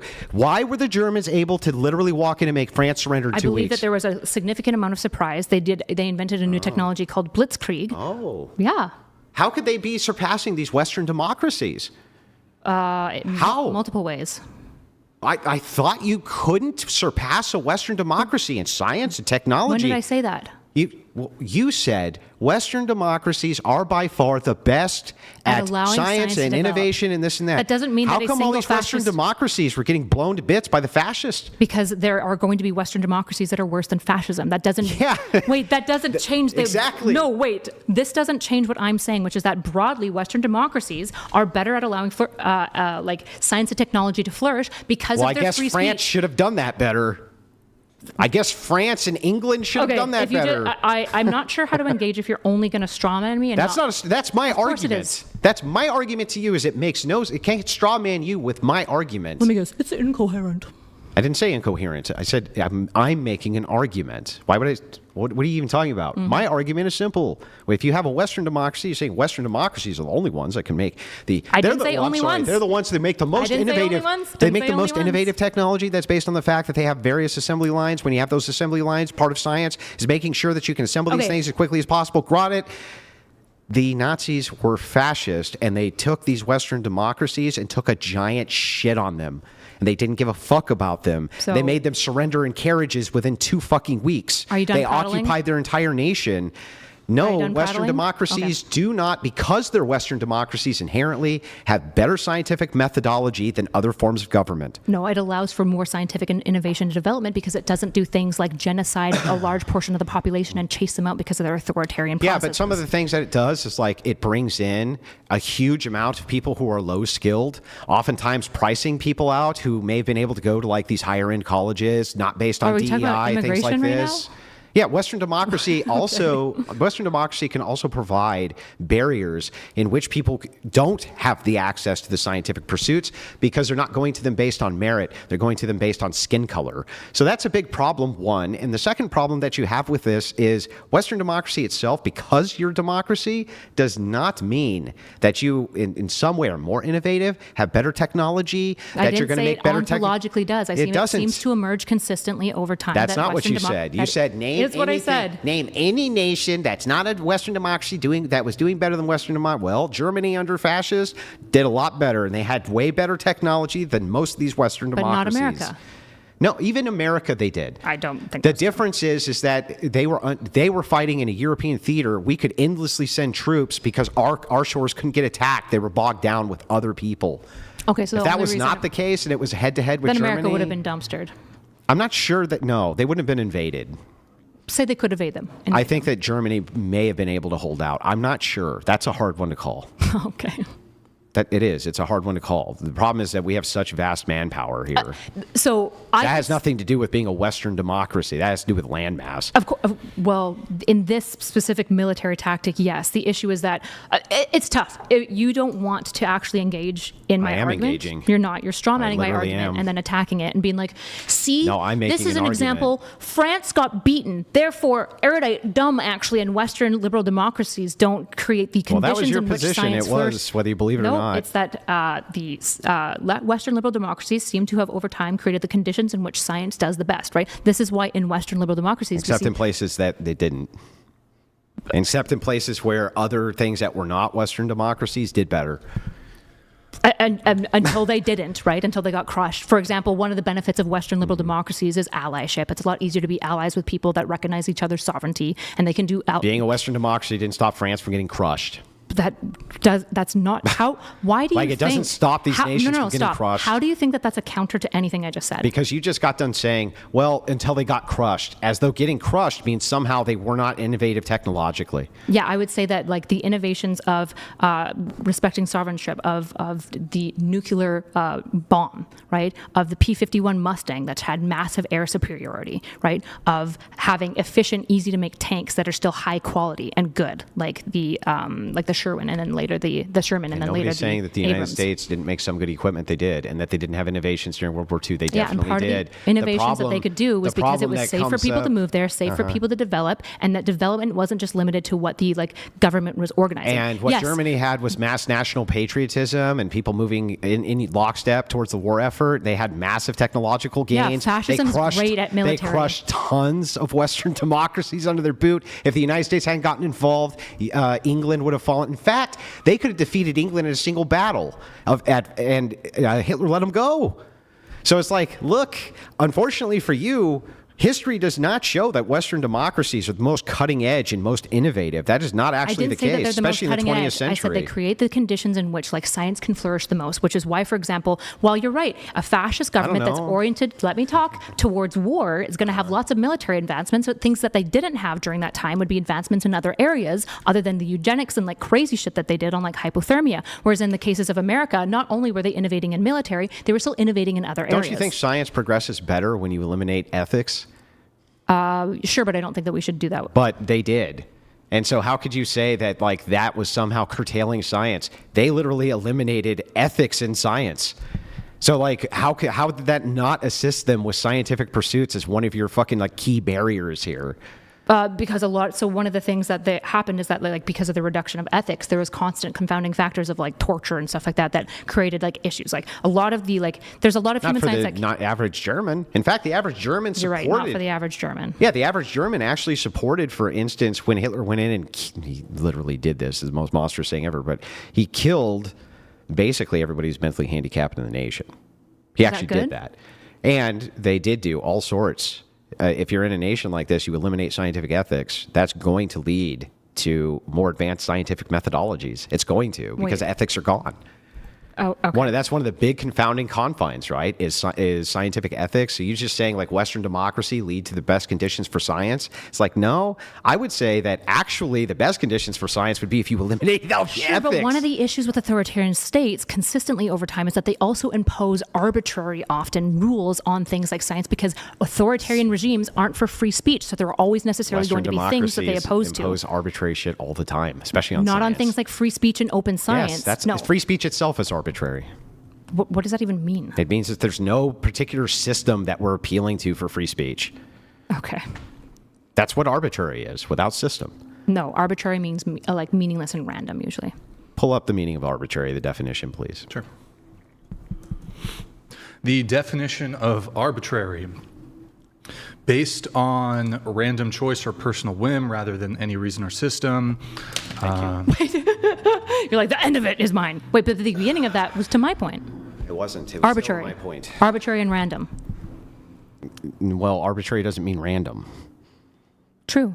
Yeah, so no. Arbitrary and meaningless. Arbitrary is literally pointing to a lack of a system. Because it's random. No, it doesn't have Or to be meaningless. random to have a lack of system. It's In fact, meaningless. you can have randomness, and you can even implement a system for randomness, I think. So here's one of the things. When we read this definition, the beginning half supports my definition, and the second half supports yours. Which part does support yours? Read it again? Read it again. Arbitrary, based on random choice or personal whim rather than any Random reason or choice. That was system. nothing you said. Yep, I said random. No, it's not. It's not about random, though. Random choice. It's about a lack of system. That's what arbitrary, especially when you're talking about morality. So if this was good faith, and to be This fair, is I good should grant faith. you this. What we could go is, actually, when we synthesize our ideas together, that makes for the best I definition don't of even arbitrary. care at this point. Okay, you can stop talking. Do you want a slice of pizza, Andrew? No. Okay. Well, shall we let some chats come through? We've got quite a few chats. I'm going to go have a smoke real quick. Of course, go for it. Do you want to enjoy your pizza there while we let some chats come through? How much are you going to pay me to eat this pizza on camera? I have to Set I a TTS for I have them. to pay you. They should at least pay you. They right? should pay me. Are you saying it's a weird, a fetish kind of thing? Or is that what Why do you want me to eat on stream? You don't have to. I'm trying to feed you. Okay. Squirrel's making me out to be a monster. I don't think you're a monster. I'm trying to feed. I think you I'm trying to understand. feed- You're a businessman. You're an excellent businessman. You think I'm? Oh my! It's pizza. What That's what I'm saying. Make it worth some money. Be like, hey, you have to pay $70. You don't want to do that? I think you're overthinking it. You, human, need food. Food in front. Eat food. Gotcha. I don't usually eat on my camera on screen. Okay. Yeah. All right. Well, I mean, okay, let some chats That's why I come said through. you should make people pay for the pizza party. I don't know. Okay, guys, if you're enjoying the stream, like the video. Get us to 7,000 likes. I think we're sitting at like about 6,200. There's still 10,000 people watching. Andrew's having a quick smoke. He's going to be right back. Get us to 7,000 likes. We're at 6,200. If you're enjoying the stream, like the video. Like the video if you want to see more debates, guys. If you're enjoying the debate kind of content, it seems like you guys really are enjoying it. So we'll do some more debates. So like the video so we know to do more. $69 TTS. I know there's a backlog. I'm sure you guys are, those of you who've sent one in. Out. Yeah, if you've sent one in, we're going to get to them. Let me just read these super chats here first. El Guapo, thank you for the $100 super chat.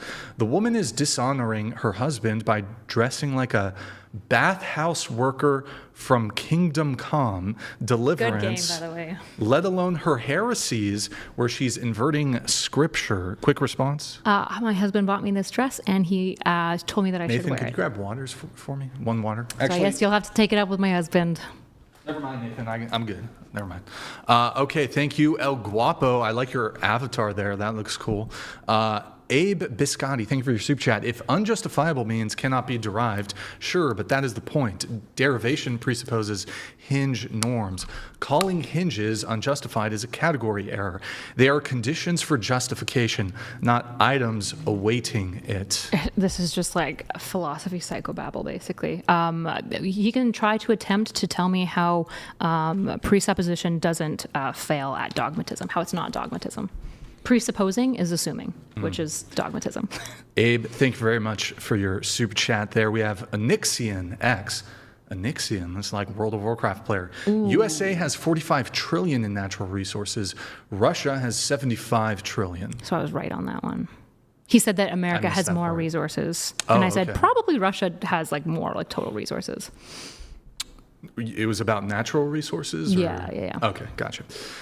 Thank you, Nixian. El Guapo again with a very cool avatar there. It was a quote from Rommel, I believe. A German Tiger tank was as good as 4 Sherman tanks, but they always had 5. True, because they were easier to build and man.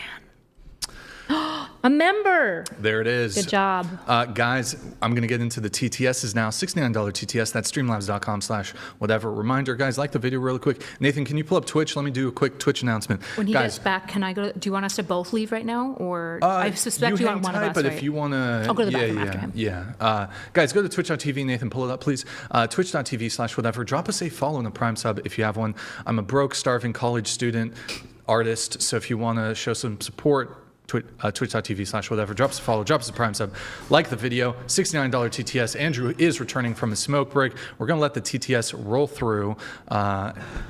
Kyla is going to also take a bit of... Oh, no. Andrew is not quite yet returning, but I'm going to let some TTS come through here. We have this from Giovanni. Giovanni JD donated $69. Sorry for the delay. Erudite, your only resolve in the J. Dyer debate were my super chats.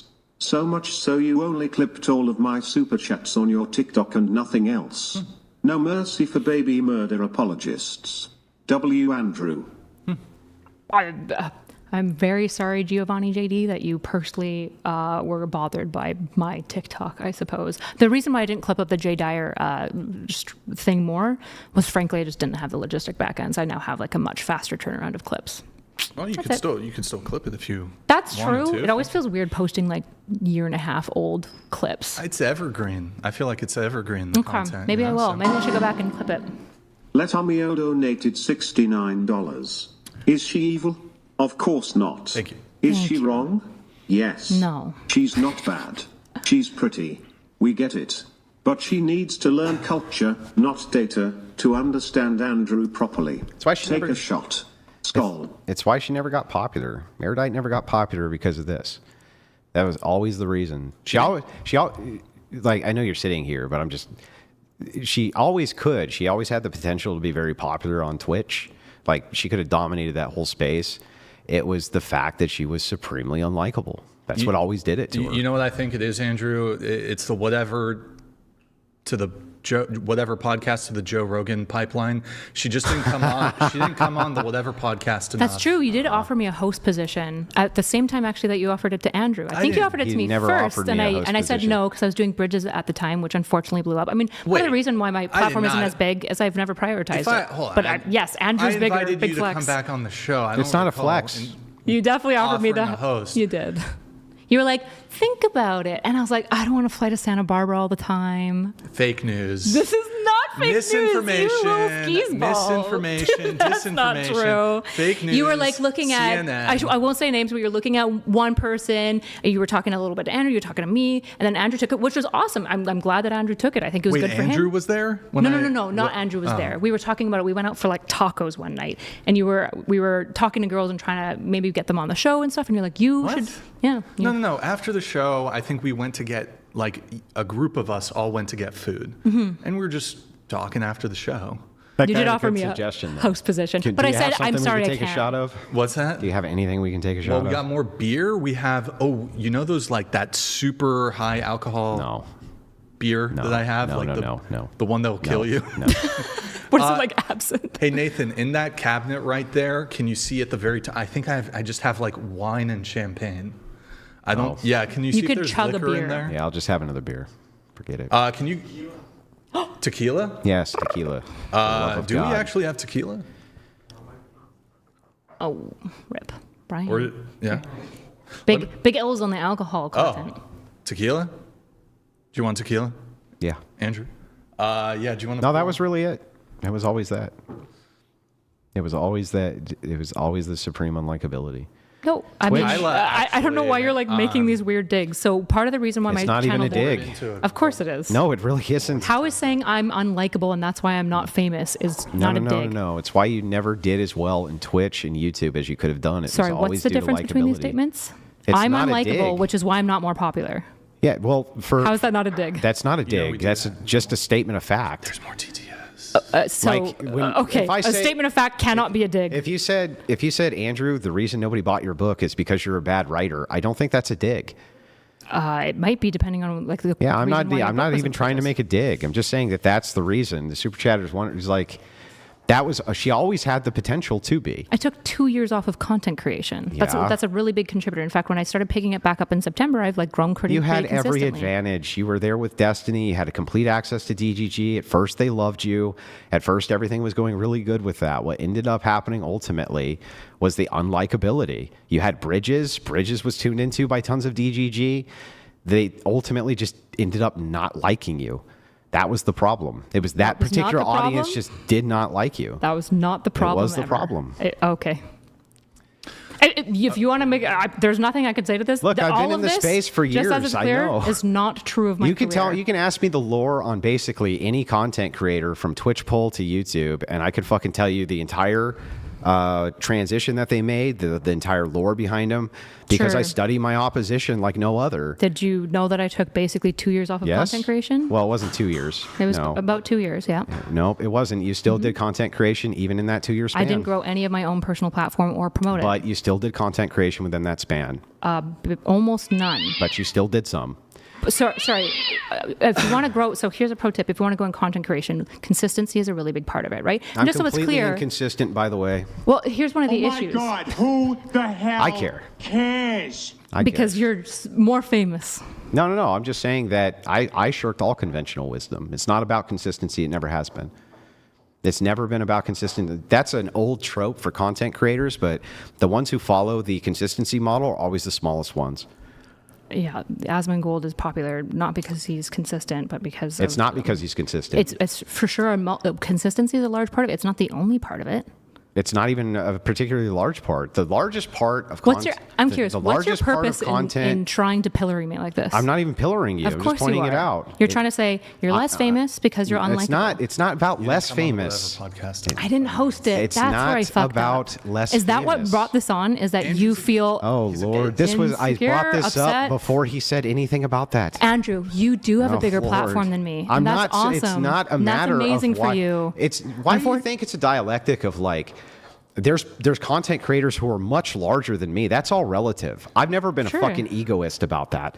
And the thing that's funny is like, Never. Why did you bring up my size? Never. Well, no, I'm saying that the reason that this happened in content creation was because of the likability issue. It Why does always that matter was. necessarily? Well, because that was what the question was. No, it wasn't. Yeah, they were talking. I've said the reason for this has always been the case with Kyla. She was speaking to the unlikability, and I was like, it was always the case. It was the reason she never got big on any of those platforms. Sure, is because your of audience unlikability. doesn't like me, but that doesn't change the fact that there are significant other audiences that do like me. There And are no significant audiences that like you. None. Name one.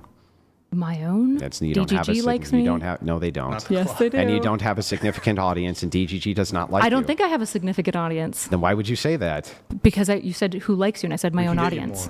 No, you said significant. want tequila. You said the word significant. Yeah, the Jubilee audience seemed to really, really like me. They like anybody who's going against conservatives, but none of them came There over was to your multiple people platform. on my Jubilee platform that were against conservatives, and yet I was the one that got all the promotion. I gained like almost 10K and subs it from it. didn't do anything for you. Your live streams are about the same size, and they're about the same size because it's No, a they're actually likability larger. issue. Their CCV, my CCV is actually bigger, despite the fact that Yeah, I'm by pretty what, inconsistent 30 live live streaming. viewers? Well, yeah, for like a small channel, that's pretty Yeah, significant. That's 30 like live viewers. Like, it's always been a likability problem. I just disagree, and I'm not asking. I for know, your- but you would though, right? An unlikable person would disagree with a person who tells them the reason you're not getting anywhere in this is because you're unlikable. You would disagree with that. That's the point. That's like the most How is that the unlikable point? part. disagreeing. No, it's just that it's the argumentative nature of every Aren't you single argumentative? individual thing. Aren't you argumentative? No, I specifically, concede most pedantically? points, actually. Which points did you concede? To Oh, me? I conceded tons of points. Which ones? I also conceded multiple points. No, not really. Sure, I But- did. Okay. Okay. All right. You're super likable, by the way. That's true. That's one of the things. The kind of the feedback that I get the most is just that you're a very likable guy. Yeah, that's why there are so many conservatives that like are not allowing you into certain spaces that don't Which want to ones? work with you. I'm definitely not saying names. Yeah, because there aren't any. There absolutely are. I just want to be very clear. There absolutely are, but I'm not going And to I like. guarantee you that all those conservatives are probably not as popular as just me. jealous. They're just jealous. Probably, I guarantee you that almost all of them are not as popular as I am. But he doesn't care about how popular it is, guys. Don't worry. Well, So humble. it's just funny to note that's like conservatives who won't let me in their space, but I'm not going to name them, right? So it's like, well, I can name all the conservatives who do let me in their space, and it's all the really popular ones, interestingly enough. Just saying. And none of the unpopular ones. Yep. Yeah, I don't only even unpopular know ones who that these dislike people him. are because you ain't going to name them. You do know who they are. I'm just not going to like obviously. But you're out not them going to here. tell me who they are. Yeah, here. of course no. not. Yeah. Yeah, of course not. Yeah. Likability issue. Yeah, because being argumentative is the likability issue. It's not just the being argumentative. It's mostly it's in your streams. The entire stream is just condescension. That's How? the tone that people hear is just pure condescension. I wouldn't say that that's true. I mean, most people. So, for example, condescension would be me feigning kindness and niceness while like discerning down like in a patronizing way. But that's not typically what I do. In fact, when I mean, I belittle people, and I say that pretty openly. Yeah, but I just said the whole tone of your stream sounds like condescension to people. That might be your issue. No, but that's just that the speaks more to issue. you. If you change that, if you change the condescension and you change the likability problem, you would be a fucking megastar on those platforms. So, in the case of like Jubilee, for example, I spoke mostly the same way that I speak most of the time. People didn't find me condescending. They find me really likable. In fact, one of the things they specifically liked. 20 live viewers, 20 more live viewers. Yeah, live streams typically are going to grow slower. And I think I gained 6 to 7K subs from that single Jubilee performance, which is awesome. Okay. You know what I think your issue is, Okay. Kyla? There's no color in your hair. If it was pink, There actually is. if it There's was a little pink bit of copper. or purple or blue or green, I think that would go a long way to bolster you. If you want to hire me as a consultant, Cheers. I have very affordable rates. Image consultant. Why isn't Andrew more popular? What's his issue? You know what? He doesn't come on the whatever podcast enough. He needs to come on more, just like True, you, I to grow his guess. platform from you. Andrew needs to come on the whatever podcast more. And you know what I think his big thing is? I'm going to diagnose you, Andrew. Okay. He doesn't smoke cigars on stream. The guy Honestly, only kinda smokes true. cigarettes. I think that's if he Icky. started just like Tony Soprano, Big just phallic shaped thing. Well, hold on. Let's not project like that. That's crazy, Kyla, that you'd say that. I just think it's that maybe if he smoked cigars, he would get I think that would be It'd big. improve the aesthetic. I think it'd be big. Yeah. And I would like to see him sing more on his streams, though. I think singing would do well. And I think... I agree. The women what? love the singing. Andrew, actually, like, I know we're kind of like having a bit of a joke here.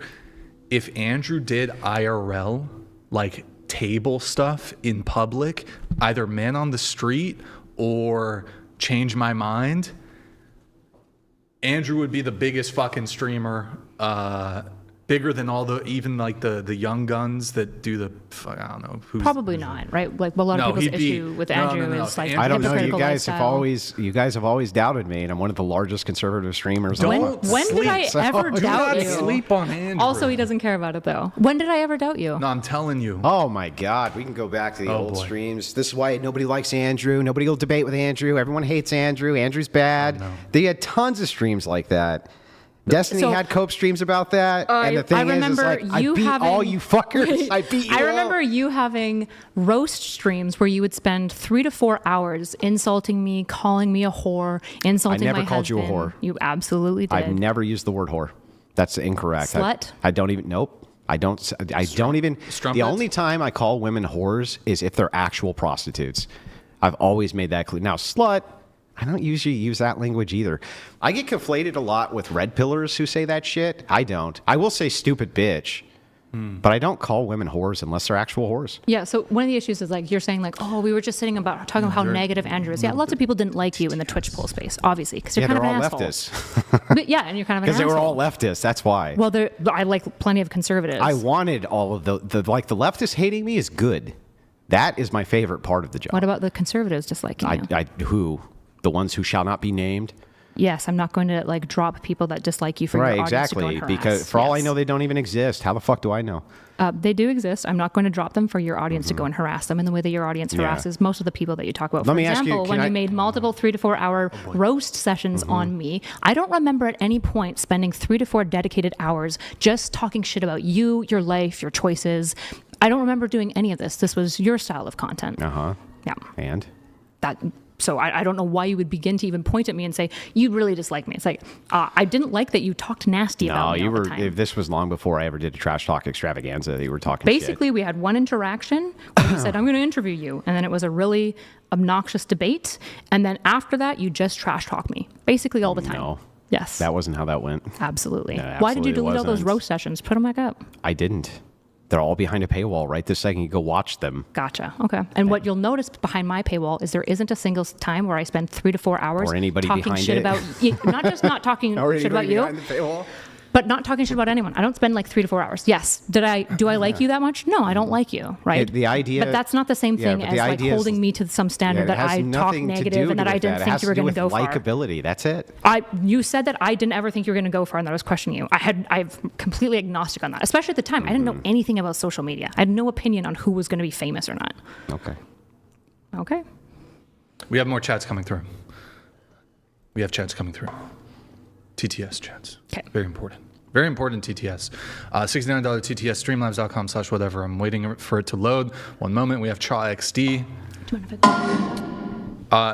Chaw XD Listen to donated this one, and then $69. go for it. Hey Kyla, you it's don't know anything about evolution, you fucking puppy. Oh. Demonstrate to us how random mutation leads to purpose-driven biological mechanism.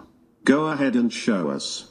Biologists sure can't. Quick answer if you can. I don't know how to quick answer evolution. Typically because random mutation leads to things that are functional for the environment that they are in, so that will lead to functionality in the environment over time, which leads to the situations that we have, right? If a angled beak was more effective for getting worms out of a specific type of soil, then that would be successful until that soil changed, for example, and then that would be outcompeted by other things. That This didn't is just answer how the evolution- question. Of course it did. Put up the question. I'll show you. I'll show you what he actually asked. Okay. I'm going to go to the bathroom while you guys do Of that. course. Yeah. It's Yeah, the question is, demonstrate to us how a random mutation leads to purpose-driven biological mechanism. The purpose-driven biological mechanism is the point. Did I pull the super chat? Is that the one? Is this the one that started the? Did I pull this up, Nathan? Andrew, did I? No, I didn't see that one. Isn't this the one that? I'm not saying that it wasn't there. I'm just saying I didn't see it. Okay. Well, while she's on break, let's take this opportunity, Debate University. Guys, debate. If you want to become a master debater like Andrew, We want to watch people argue against their own position for hours and not end up having to take a shot so you can maintain your sanity. If you want to watch a person argue against their own position for hours, they don't even know that they're doing it, and then you just show it in clip after clip afterwards, and you have to end it with a shot, go to Debate University because it's really going to help you do that. do you want more tequila, Andrew? Oh, You want some more? One more. Could you give him another shot, please? Guys, debateuniversity.com to become a master debater. If you want to, there's video tutorials, hours and hours of video. Andrew is, and a few others are giving you a video tutorial on learning. For hours. You can make them argue against their own position for fucking hours, and they do it. They'll do it for hours. They'll argue against their own position. How the fuck does that even work? How does it even work? That's what I want to know. Naima argued against her own position for hours. They just argue against their own shit for fucking hours. Andrew, could I have you ask the viewers to like the video? Like the video. Guys, like the video. Like the video. Like the video. Let's have a shot, everybody. And God, I can't wait for the dating talk tomorrow. Boy, that sounds Sunday. awesome. We have a little break day. Oh yeah, we got a break day. Maybe I'll do a stream tomorrow. I haven't been very consistent yet, and that's the key to popularity. Is consistency. Consistency. Consistency. Consistency. Or wait, no, here, I'll pull that one up in a bit. We have Mike Davis here. Mike Davis coming in just one moment. I'm waiting for it to load. Kyla is rejoining us. Mike Davis.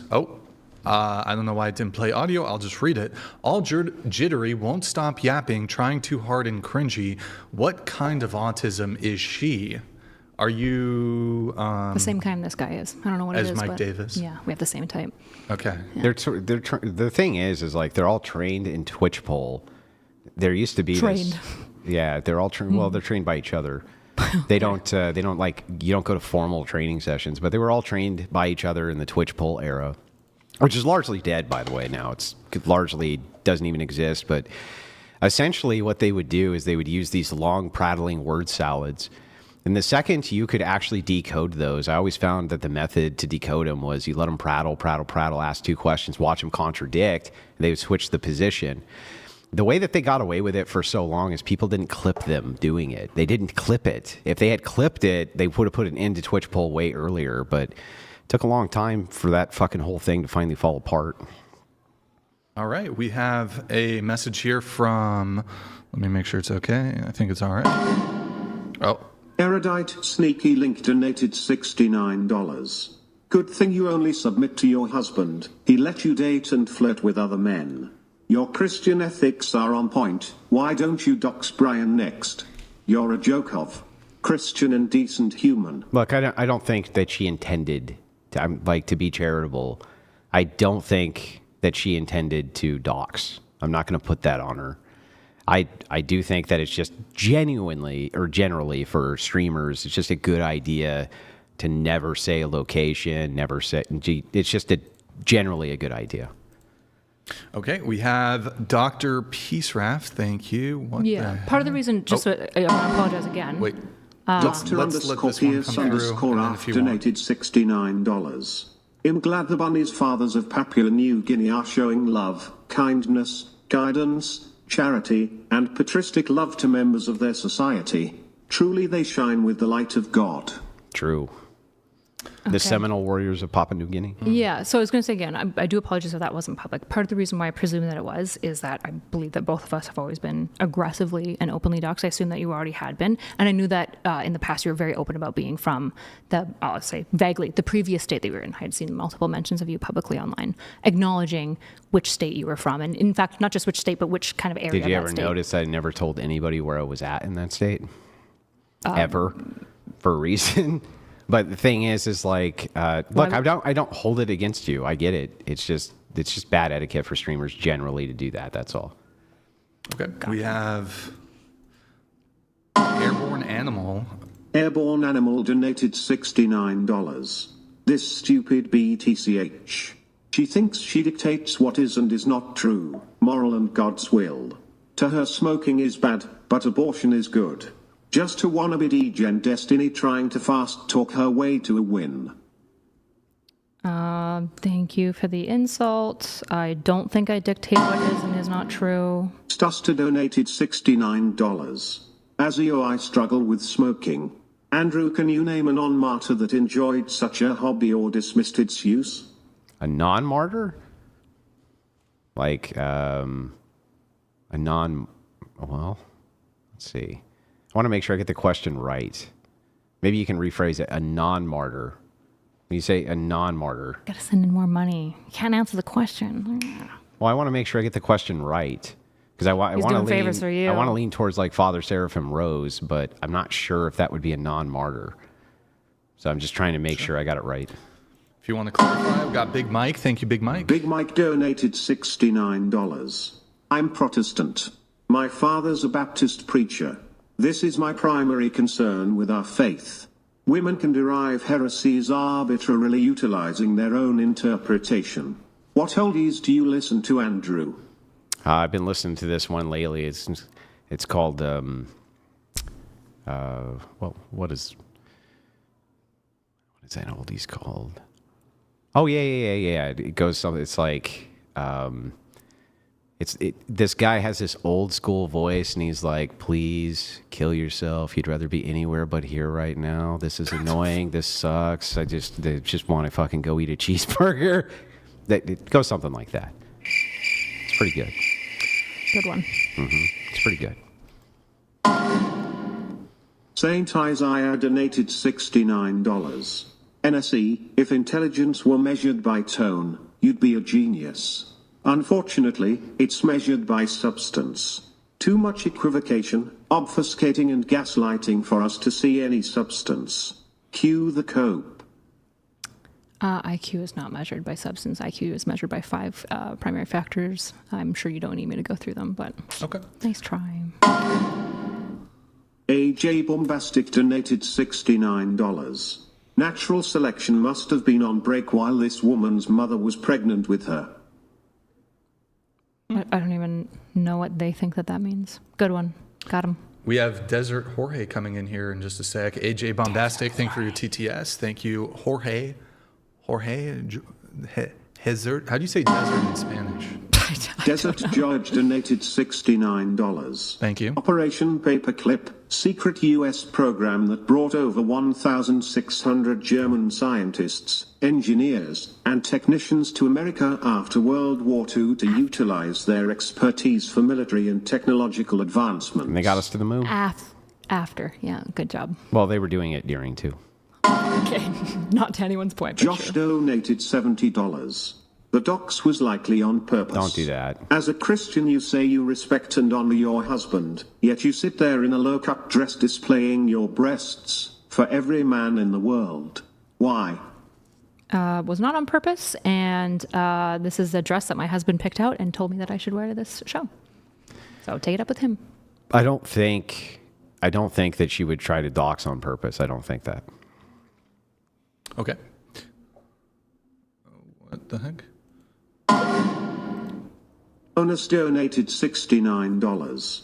I think you should just eat your pizza before it grows mold on it. I don't think that's, I don't think your timeline is good here for mold development. It'll be okay. Don't worry. Don't worry about my food eating, okay, guys? Thank you, Onus. We have XJ Law coming in, and then Onus again, and then it looks like we have currently 2 more after that. Thank you, Onus. Appreciate it, guys. Final, XJ Law donated last call $69. if you want to get a TTS in here, guys. So desperate to be right, she'll quibble about any minute detail until the audience forgets what they were originally debating. Then she literally asks Andrew for evidence to support her argument. Lol. Good reframing, good revision of the entire conversation. And she's like, did what he said. I didn't. He literally did what he just said. Yeah, the only one quibbling is me. Donated $69. Just eat the pizza already. It's growing mold. Man, that guy really wants me to eat this pizza. I wonder why. You did say if somebody sends in... I said $200. Oh, 200 collectively? Onus, if she said 200. That's her fee. That's her. Well, I'm not ask. making any of this, so. That's her ask for her to eat the pizza on stream. Leftists will destroyed donated $69. Erudite Andrew said what we were all thinking. You come across as a smug condescending bunnies. P.S. Andrew, thank you for graping Matt Dillahunty. That guy robbed me of a relationship with God as a kid. You're welcome. I'm sure leftists wow. will be destroyed as a really unbiased source of my career. Thanks for calling me a bunny, though. King Ryan Thank you, donated Ryan. $69. Appreciate it. Kyla, you think you're being cute and snarky, but it actually comes across as condescending. Andrew was kind to point it out. I feel the same. You have real potential. She always So did. this is patronizing, right? By saying, come on, kid, you have real potential. You're just being a snarky, condescending bitch is actual condescension, which is fine. I'm the not opposite. accepting your advice. Sorry. Hey, it's funny. She always did. She always did actually have potential for this. It's just that she just always came across to the audience as being condescending and unlikable. Unlike Always. you, the most likable man on the planet. I mean, Yeah. again, So the likable. feedback, I remember going into the DGG servers years ago and talking to those guys, and that was all of their complaints. Like, they hated a lot of the orbiters, that's true. They hated some less than others. A lot of them liked Max for a long time, for instance. But the thing is like Max, I understand that they steered away because he was weird.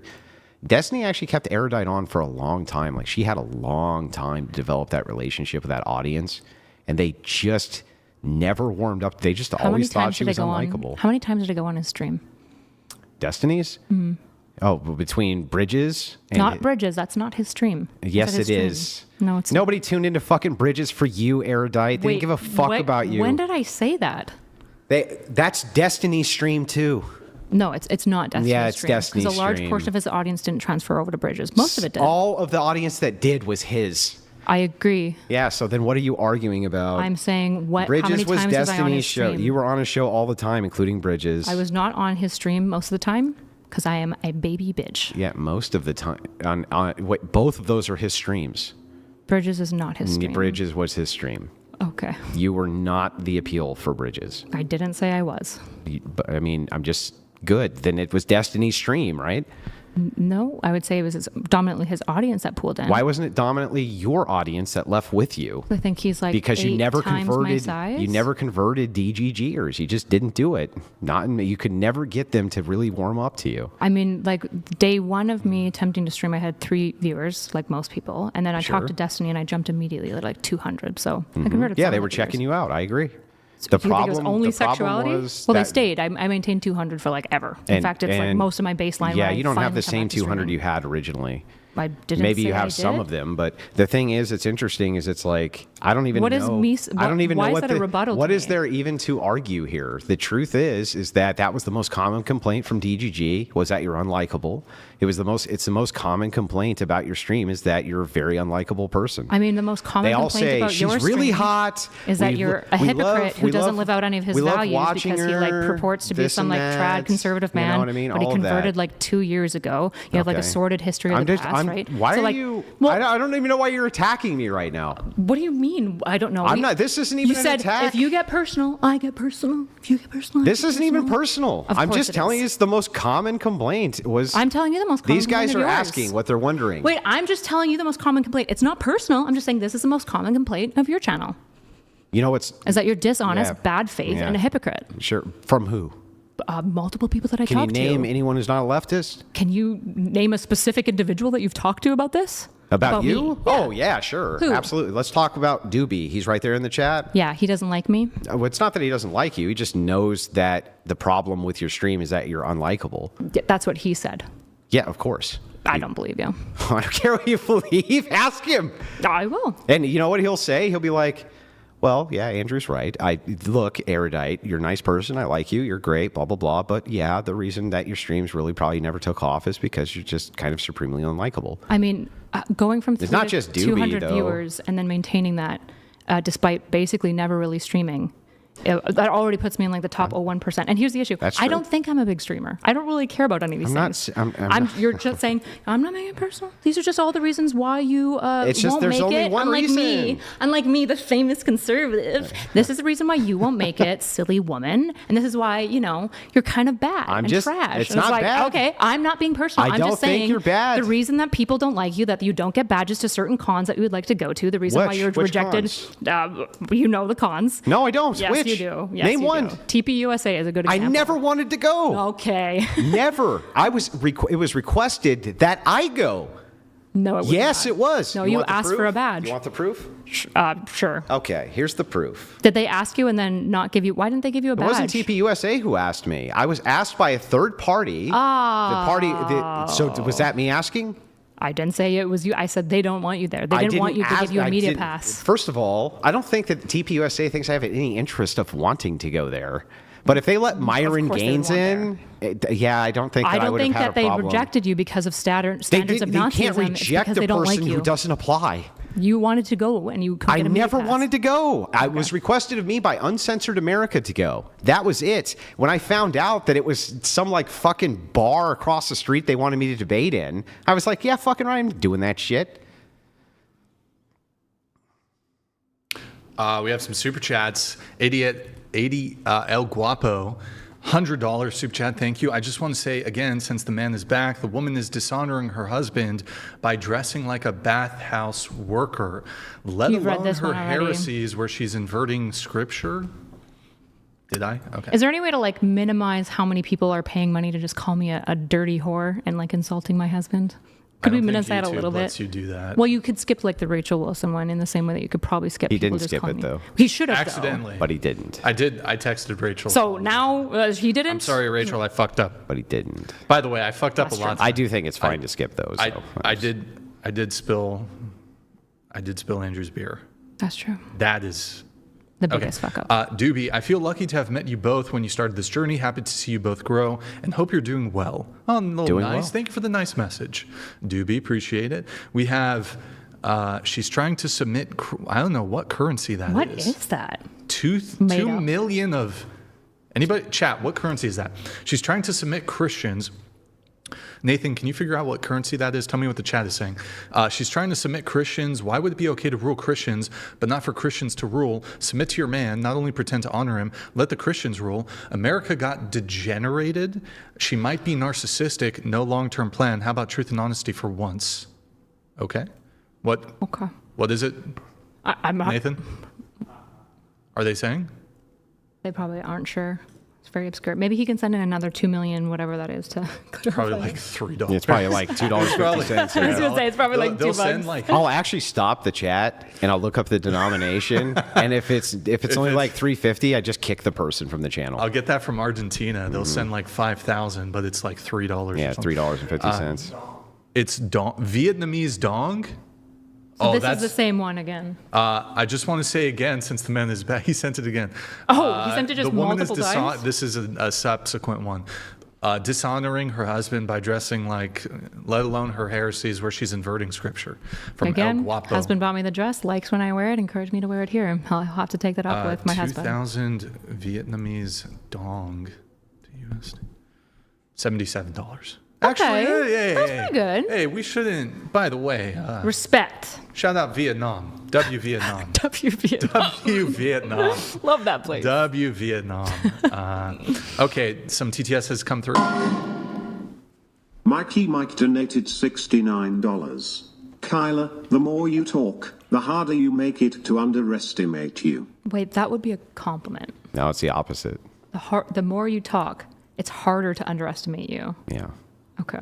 That means that if you're not talking, it would be easy to underestimate you. But since you're not talking, right, it's harder to underestimate you. Yeah. So I prove that I'm more worth esteem or more worth respecting when I talk versus. No, I'm sure that's not what he it's the meant. He probably opposite. meant to say the opposite, but he's definitely saying, No, because he you definitely talk. wasn't.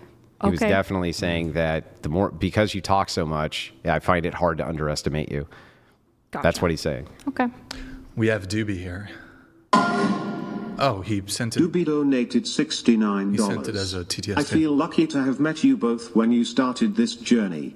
Happy to see you both grow and hope you're doing well. Yeah, nice to see you, Doobie. Well, Doobie, thank you for... Doobie has a rough gig over there. He runs the politics Discord, and it's the largest political Discord, I think, in the world. And it's like he has so many people there. It's like a small city.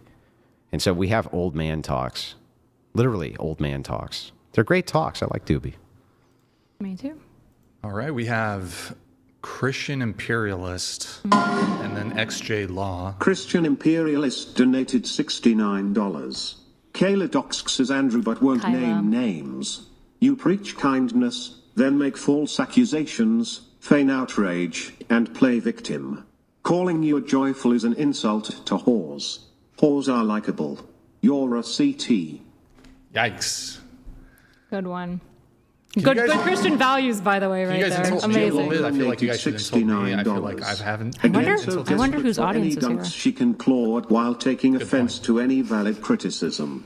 Have an inkling of self-awareness and disappear with dignity back into obscurity. I'm we not- respect you for it. I'm not interested in dunks. I'm interested in good conversation, which is why I'm disappointed by the conversation with Andrew, because I know he's fully capable of it, but he wasn't willing to engage in it, which is too bad. From is her what it is. perspective, what she From my means by bad faith is when I actually make arguments. No. And I make arguments based on the worldview that she has and Nope. show that hers is fucking insane. No, It makes I've no already sense. defined bad faith by what I mean by it. I've been very clear. Yeah, and I'm going to define that by what you... Here's what you say bad faith is versus what you actually think bad faith is, because you call every fucking person bad faith. I don't. Is call Rob every Noor bad person- faith? Sometimes. I said everyone's bad faith. Yeah, they're all Wait, bad faith. Wait, I said from the very beginning. Is Rob Noor mostly bad faith? I don't think so, no. I've had really good debates with Rob Noor. Okay, so he's mostly good faith. A lot of the time, yeah. Okay, gotcha. So when you're on Destiny's stream and you say Rob Noor is extremely bad faith, what did you mean by that? But that in many instances, Rob Noor, I don't know if I actually it's said just that in many specifically. instances, Wait, huh? didn't I also recommend Rob Noor to Lex Friedman show because they were looking for good conservatives that are good faith, and I said you should have Rob Noor? Or do You you were not on remember that? the Lex Friedman show? I wasn't on it. Lex was looking for conservatives to come on and debate, and I suggested Rob Noor specifically. Yeah, who else were you going to suggest who's a good debater? That what? I could have suggested tons of other conservatives. Who? Counterpoints. Terrible Jeb debater. Tan. Jeb Tan. Well, Jeb Tan's actually a good debater. But Jeb could Tan's recommend him. very obscure is a problem. Lactoid. Very obscure. Rob Noor at the time I was recommending him was also obscure. He's still bigger than those guys. So? I mean, he's the most logical So you're choice. saying I didn't No, what recommend I'm Rob saying Noor is because that I you have called recommended Rob Rob Noor Noor bad seriously? faith many, many times. Yeah, I've called most people bad faith sometimes. Exactly. Well, hold on. The issue my is, whole point. no, your whole point is I'm saying everyone's just bad faith all the time. You But call everyone bad faith No, you I debate said with. most people are bad faith some of the time, including me, which is what I said to you. I don't know if you remember that. And I said people are also good faith many of the time. And in our previous exchange, Andrew and I had a good faith conversation, which was why it's an interesting debate. And in this conversation, you mostly referred to bad faith tactics, which sucks, but it is what it is. See, I feel like it's the opposite. Okay. What That's just how you ended feel, though, man. It's just yeah, vibes. well, objectively, it's the opposite. What do you mean? Aren't we just assuming everything? How is it objective like if we're even just for assuming instance, things? For instance, when I said... No objectivity can exist, though, because we're assuming. For instance, when I said, hey, Kyla, why don't we just I'll do a cross-exam, and then you can do a cross-exam. We can just do it that way. And you're like, no. I must break up the monotony of getting to the thing that I want to get to, and let me bring up Agrippa's trilemma, which I wasn't moving towards at all. You were How's that bad incapable faith? of allowing a cross-exam, and it's because you're bad faith. Wait, I allowed you to cross-examine me multiple times. In fact, multiple points where you said you're not going to answer this question. I said, write it down and I'll You answer the refused question. to answer most of the questions Which I asked questions you. did I refuse to answer? Almost every question that I asked you, you Give would me one, respond then. with a question. Give in me fact. one then that I refused to sure. respond. I asked you, I was like, well, let's talk about how this interjects with consensus.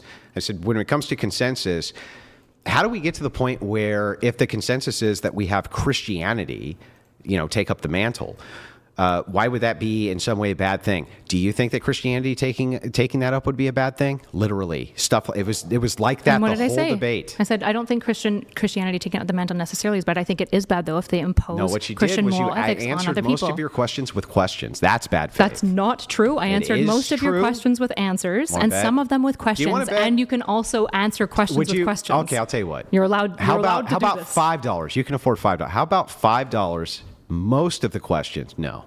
Yes, most of the questions I asked you, you responded with a question first, and I had to literally beat the answer out of you. I like 80% when you say most? Over 50. That's okay. Okay. No, I do not believe that most of the questions I answered. It's a large table. Pull it. Wait, what did you want me to? No, later. Yeah, I'll have telling the his clippers audience. pull it. I want my $5. I'll mount it next to the Wes Watson $5. Sure. But I'll bet it's over 50% of the time that when I asked her a question, she would respond with a question first, and then I would have to beat out of her the hold answer. on. When you say a question, do you mean a clarifying question of what you mean by your question? Just any question. Is that bad faith to, if you say you pose me a question and you use a bunch of loaded Including words? debate. Let's just say debate questions, still the same. I would say Debate-related questions. clarifying your questions is not bad faith. Yeah, in a way that you we were can even meaningful. take clarifying questions out. Okay. And I still think that over 50% of the time you answered with a question and I had to beat the actual answer out of you. Okay. Whereas I think the opposite's true with me. In fact, I'll clip it both ways. When you I ask don't me a think you question, answered- I bet you most of the time I said yes or no, yes or no, yes. I bet you anything. Yeah, I'll bet you. I would grant that. I'll literally give you another. You'll grant that? That you answered That I most of my answer questions, but you don't? No. I said that you answered my questions, but I've never Yeah, I accused know, you of you're not just answering my bad. questions. But you accused me the whole debate of being bad faith, but I answered all your questions. Bad faith can mean more than Oh, what does it mean? asking What questions. does it mean? It typically means that you are acting as though you were under the like guise or interest of one thing, but you're actually under the guise or interest of something else. With this can include mean an things like internal self-deception. criticism? How? What? You can utilize an internal critique by adopting the worldview of the opposition. That's not bad faith. That would be Exactly. What is bad Exactly. faith? What is bad faith is pretending as though you actually granted me Agrippa's trilemma to appeal to absurdism by That's saying adopting the position. no, because you weren't Yes, it actually is. adopting the position because you refused to You don't actually have engage to, with in Agrippa's fact, trilemma. adopt the position. You just have to adopt the position for the purpose of the debate. No, you have to adopt it. If you're saying I'm No, you adopting don't. this, That's not an You have to- internal critique. you have to grant I can't things. internally critique Brian on being a degenerate unless I, in fact, adopt that I'm now a degenerate. that's not what I said. Yeah, then The what are issue you with saying? with Agrippa's trilemma, you didn't actually adopt it because you just used it to insist that moral objectivity can't exist. But of course, moral objectivity can and does exist, despite the fact that Agrippa's trilemma is unsolved by all philosophical systems. That's a contradiction, It's not as a you'll find out. That's literally P and not P. It's not. No claims can be justified, but also objective truth and objective morality is real. Can you justify that? No. So were you lying when you Like what? So were you lying when you pretended that you were granting me it and that you were working from my How was that predilection? pretending if I grant it to you? Because you were saying, I believe this now too. Was that That's true? adopting the position. Wait, no, you said, no, I literally believe this. And I said, no, That's you don't. adopting the position. It can't hurt me ever if you make the bold claim that all adaptations of any worldview reduce to a supposition which is unjustified. You can't even tell me why it would be unjustified for me to be bad fucking faith. What? I don't know which part of that was confusing. All of it. Do you want me to repeat it? Sure. Oh, yeah, sure. So if all axioms are unjustified, right? If there is no justification for any of the various things that we're doing, period, because it all just reduces to whatever our arbitrary preferences They all are, fit. Well, then, no. and that's what it would reduce to, and it would Sure. be amoral anti-realism. Nope. Then me even being bad faith, you couldn't even critique that. You could just say, oh, you're bad faith, but as long as it reduces to an axiom where I'm bad faith because it's a tautology of bad faith because I'm bad faith, then it's fine to be bad faith. So then I asked you, okay, so since you're rejecting what I'm proposing, how do you... I never have to answer that. How It's do you never solve important. Agrippa's trilemma? You don't have to. Of course you do. If I present Why you... do I have to solve Because if I present this you... fucking 1,000-year-old question? Because you're pretending as though it's not a like strong argument against what you're saying. So I'm presenting like I don't even something need comparable I to a can trolley just problem. adopt the view, and you're refusing the view to... makes my point. No, the issue is what I'm saying is here's like comparatively the Euthyphro dilemma. How do you solve it? And you're going, the Euthyphro dilemma itself is circular, so it doesn't matter and nothing's real. And it's like Never that- said anything about the trolley problem. Yeah, never isn't said true. anything. Those are two things you continuously brought up. Never mentioned them once. You're right. I'm I using can them adopt, analogously. I can adopt. Correct. I can adopt the entirety of the view. I'm asking you to solve a trolley problem or Agrippa's that's trilemma, great. and you won't solve You it. can't. Well, the trolley. You want me to solve the trolley problem? No, I want you to solve Agrippa's trilemma. Okay, but again, it's unnecessary to do so. If it's granted and we've destroyed all moral realism, then Christian nationalism itself, could have no objection to because there's no moral facts. You obviously object to this. There's no reason to object to it. But you do. No, literally, I'm going to explain this in really small words. There's no reason for me to ever object to a worldview which affirms that if I institute Christian nationalism, you can't object to it morally. There's never a reason for me to go against that. Ever. It's not my worldview or anything. It is your worldview? You don't know it? Nope, it's not. going to get Nope. pointed out to you a million I said, times? Yeah, I'm sure your audience is going to be super Well, it's happy not to me. clip They'll up be dishonest Phil clips of too me will and pick the stuff whole like thing that. up. You'll see. Okay. So the issue is, can you solve Agrippa's trilemma? If you think that Agrippa's trilemma necessarily means that there's no moral objectivity, you obviously believe that there is such a thing as moral objectivity. So how do you solve Agrippa's trilemma? Why do I need to engage in that in a debate about Christian nationalism? Because if I provide you a philosophical test of thinking, it's the same thing if I present like a pro-lifer the trolley problem. You need to engage in it because it's a test of logic. No, you don't have to. Listen, if to be it's- an honest interlocutor, you No, should. to be an honest interlocutor, all you ever have to do, ever, if a person gives you the view and the argument for their view, in this case, your argument for your view was that all moral claims are reductions to axioms. Those reductions in axiom are suppositions. Therefore, there's no moral facts. Therefore, everything They're is suppositions. They're often yeah. They're all. tautological. You're literally saying this is not objectively true. You're I did destroying not say the that. possibility I never of said objective that. truth. I said that they're unjustifiable. And so if you reject this, I say that's fine. How do But when you I ask solve you Agrippa's trilemma? how do they exist outside of the mind, you have to say because I suppose they do. It's a subjective. How do you It's think that they exist contradictory. outside I the don't mind? need to ever answer. So you I don't know why I never don't have get to it. engage in Agrippa's trilemma because you know that it's defeating and you don't want to engage Because with it. to That's my fine. to my but worldview, it supports it. Doesn't hurt it. It's Actually, you getting out of my way for Christian nationalism is good. Great. None of this does this. It does. You refusing to engage with a philosophical test of logic just proves that you're afraid of this test of logic. Oh, I can Lord. just answer it honestly, and you won't. All right. Okay. Okay, we've got some chats coming through. Iron Kangles donated $69. Thank you, Iron. He said popular, not famous. Correct. He isn't nice, but he's honest equals likable. You want likable? Be real enough to take a bite of that pizza. Nothing authentic about you. Arguing over his opinion equals low status. Okay. Kangles, thank you very much. We have, oh, wait. Did I just miss one? Oh, no. Desert Judge donated $69. Jorge. Thank you. Oh, Andrew, a few of us showed up to that CK America, Destiny, shit show in Phoenix before we got the word you and Myron got dissed by them. We have a bottle of As bourbon with your name on it. Fair. Sorry, you guys showed up there. It's too bad. Thank you, Desert Jorge. Thank you, George. We got King Ryan here. King Ryan donated $69. She answered questions with a question 34 times up until hour 3. I have already downloaded, transcribed it, and put it through Grok. Check my work. Sounds right. Can you give us the opposition of What how many percentage times? Can you give us the opposition of how many times I answered a question with a question? Wait, first of all, the questions have to be non-clarifying questions. Oh Lord. Well, that's what you agreed to, and I've never said that you wouldn't answer. I never accused you of this thing. Yeah, no, I'm accusing you of it, saying that that's bad faith. Then why do we care about whether or not Because you've it's done bad it? faith. It's not bad faith. It is to ask bad clarifying faith questions. to answer questions with questions. No, it is not. Can I ask you a question? Yeah. Okay. Which way's up? Okay, you see how easy that was? Why would there be a requirement that you asked me a question about that? Well, sometimes if you're using terms that could be loaded and ambiguous, I need to clarify what you mean by, And for do you think example, most of those- bad or good Do or you- better. Do you think most of those questions were clarifications, or do you think most of those questions was you saying, what would you do then? What would you do? A lot of them were clarifying questions, and then there was multiple times where I tried to turn your question on yourself Oh. to internally critique you, to highlight that your internal critique of me and being like, look how absurd and unjustifiable it is, falls apart for you too. That's typically what I was doing, But particularly in that the philosophy helps section. my position. It doesn't help your does position. help it. It doesn't help It your doesn't position. matter. If the entire morality of the thing falls apart, then me implementing whatever the fuck I want is fine. Like, I don't know why you don't get that. Because I Jay believe Dyer in- tried to show you that too, but that Yeah, doesn't Jay Dyer, matter. the king of philosophy, truly. HXCTXR donated $69. Oh, boy. I'll Okay, happily one for me, I oblige guess. Brian, you belly rubbing, burrito loving, beer dropping, brown turd shirt wearing F slur.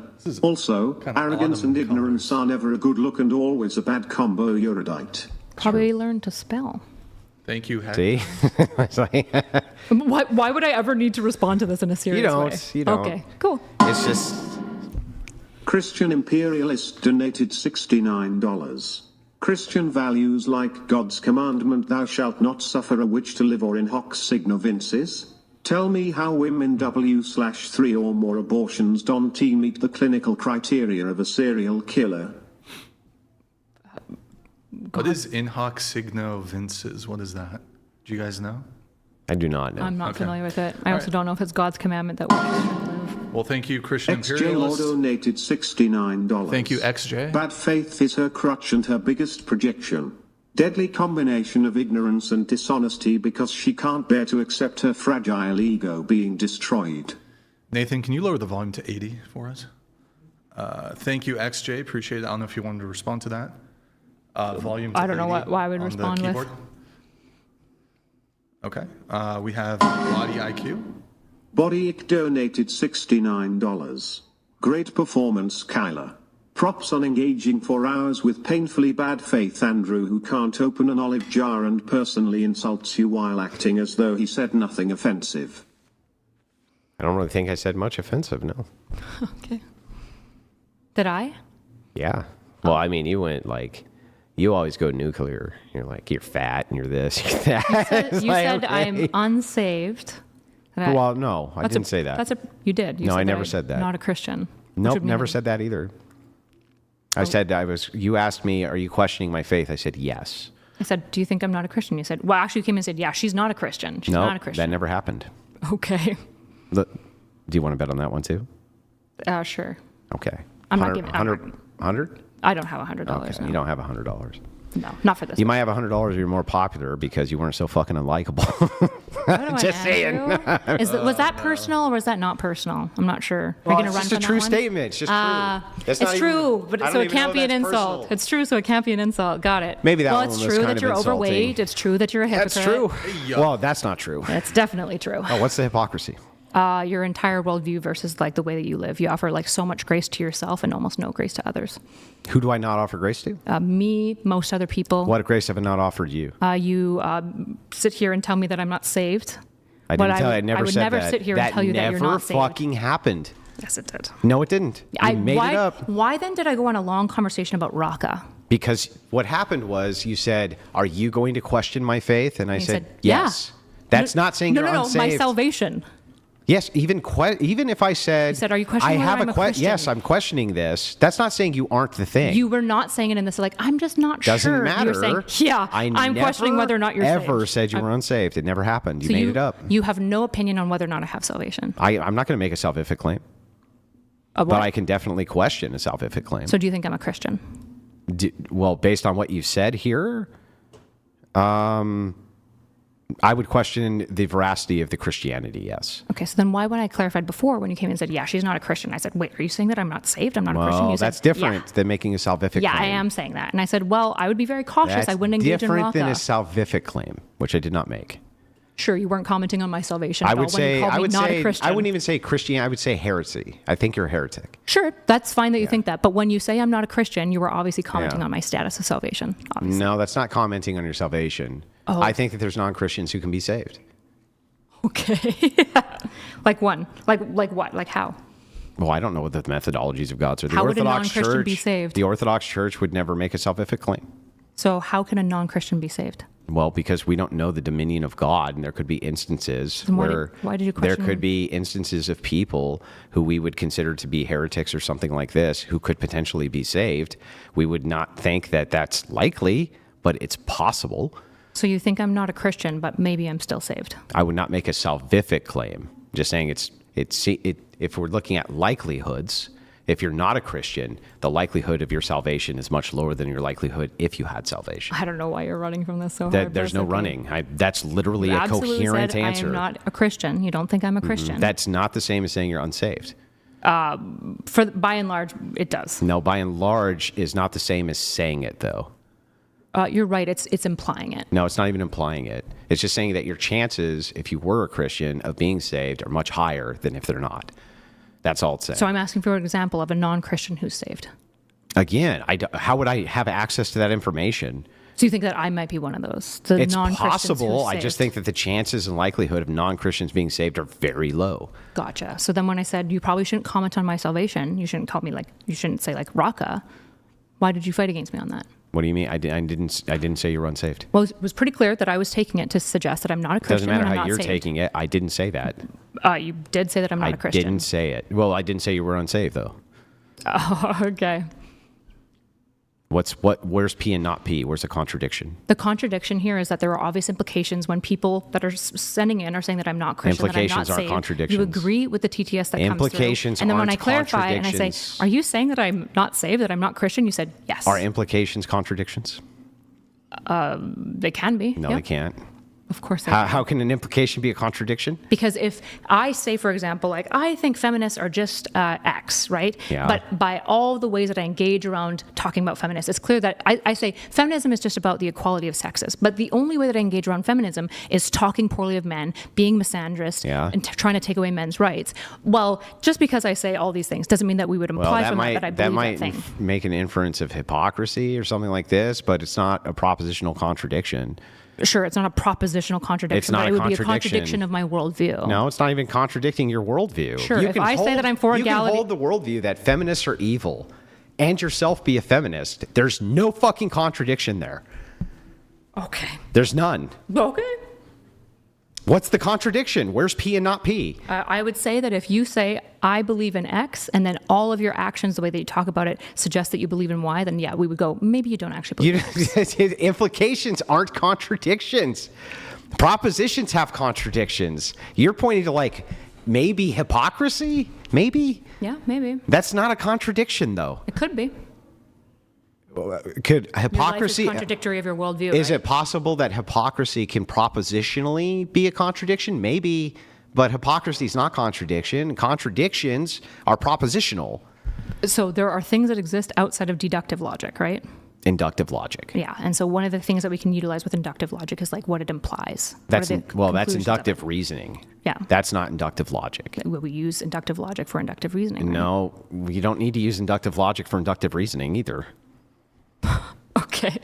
You can smirk, but what's the difference nothing to between? say here. Do you know that there's a difference between reason and logic, right? Yeah. Okay, so then when I say inductive reason, does that require inductive logic? Typically, yeah. Okay, typically or does? Yeah, kind of does. I don't know what Okay, other type so- of inductive reasoning we're doing if we're not utilizing Yeah, so what is inductive reason logic. then? What is reason? I'm not sure you did. Is reason logic? They're not one-to-one. So what is reason? What are we doing right now? Asking you what reason is. How did we get here from Because me I'm pointing out trying that to you figure questioned out my if inductive salvation? logic and inductive reason are the same things. That's What not is what you're reason? trying to do. See You're what I trying mean? to It's get, like, a weird- obfuscation again. It's Well, just, Yes, Andrew's bad yes, faith. I am just never answer obfuscating any when fucking you questions. insist that when you said that I wasn't a Christian, I said, "Are you saying that I'm not saved? That I'm not a Christian?" Never you said, said you were- yes. you never said you were I said unsaved. it, and you agreed to it. Never happened. Okay. I mean, you're just making it up. I didn't say you were unsaved. Okay. A heretic? Yes. Unsaved? Didn't make that claim. Okay. You want more tequila? I didn't literally say Andrew? the words. I'll have one more shot, yeah. One more shot, please. Garçon. One more shot. What's the difference between do you reason want and logic? tequila? What are Would we you like doing a right now? tequila? That's the difference. What are we doing? I don't really drink anymore. Yeah, thanks so. What are we doing right now? We got yes, two what are chats. we doing right now, Andrew? Two chats. Based Justin donated $69. The woman is dishonoring the debate. By dressing like a bathhouse worker Again? and not eating the pizza. Very bad faith. Just eat the pizza. I think it is increasingly weird that all these TTS really want me to eat the pizza. It might looking out suggest for you. what I was going to before around why they want me to eat the pizza. Justice is justice. Do you disagree with that? Ryan donated justice is what's just. $69. Okay. Questions responded to with a question up until hour 3. Kyla, 34 total, 13 clarifying. Andrew, 18 total, 5 clarifying. Insults, Andrew to Kyla 12, Kyla to Andrew 8. That's not what we're trying to test here. We're trying to So ask Kyla whether or not... insulted me more than her, or has insulted me more than I've insulted her, and has answered questions, including clarifying What depends on what he's defining as insults. asking. He put the clarifying questions. He said clarifying questions this many. I agree. The issue is that the issue wasn't whether or not I asked clarifying questions or answered with I don't questions. know, it's It was just bad whether or not faith. 80% of my responses to your questions was Bad questions. faith. It's not bad faith. It was to bad faith. clarify and answer. It is bad faith. There's nothing definitionally bad faith What you just about did when answering I asked questions you with about questions. reason versus logic, when you made the claim, and you're like, "What are we even doing right now?" Total bad faith. It's all How bad is that faith. bad faith? Because you won't respond to what I'm asking you. Not responding isn't bad faith. Oh, okay. Okay then. We have our. He doesn't look Vietnamese though, is the thing, but Maybe he's mixed. it's I don't know. If you're interested in good conversations, lady, why the hell are you not acknowledging Andrew's top tier game here? He was maybe 5% bad faith, and yours was magnitudes higher. Watch the conversation again multiple times. She won't. Try to change your style. You do have the equipment, but it's corrupt. I think I've acknowledged multiple times that Andrew's talented. I think on my stream, I regularly get mad at my stream when they try to be like, Andrew's just stupid and he's bad at debating. I'm like, that's not true at all. Andrew's good at debating and he's not stupid. He's often bad faith, which frustrates like Philbro autists, but Well, how it is are what you it good is. at debating if you're just bad faith?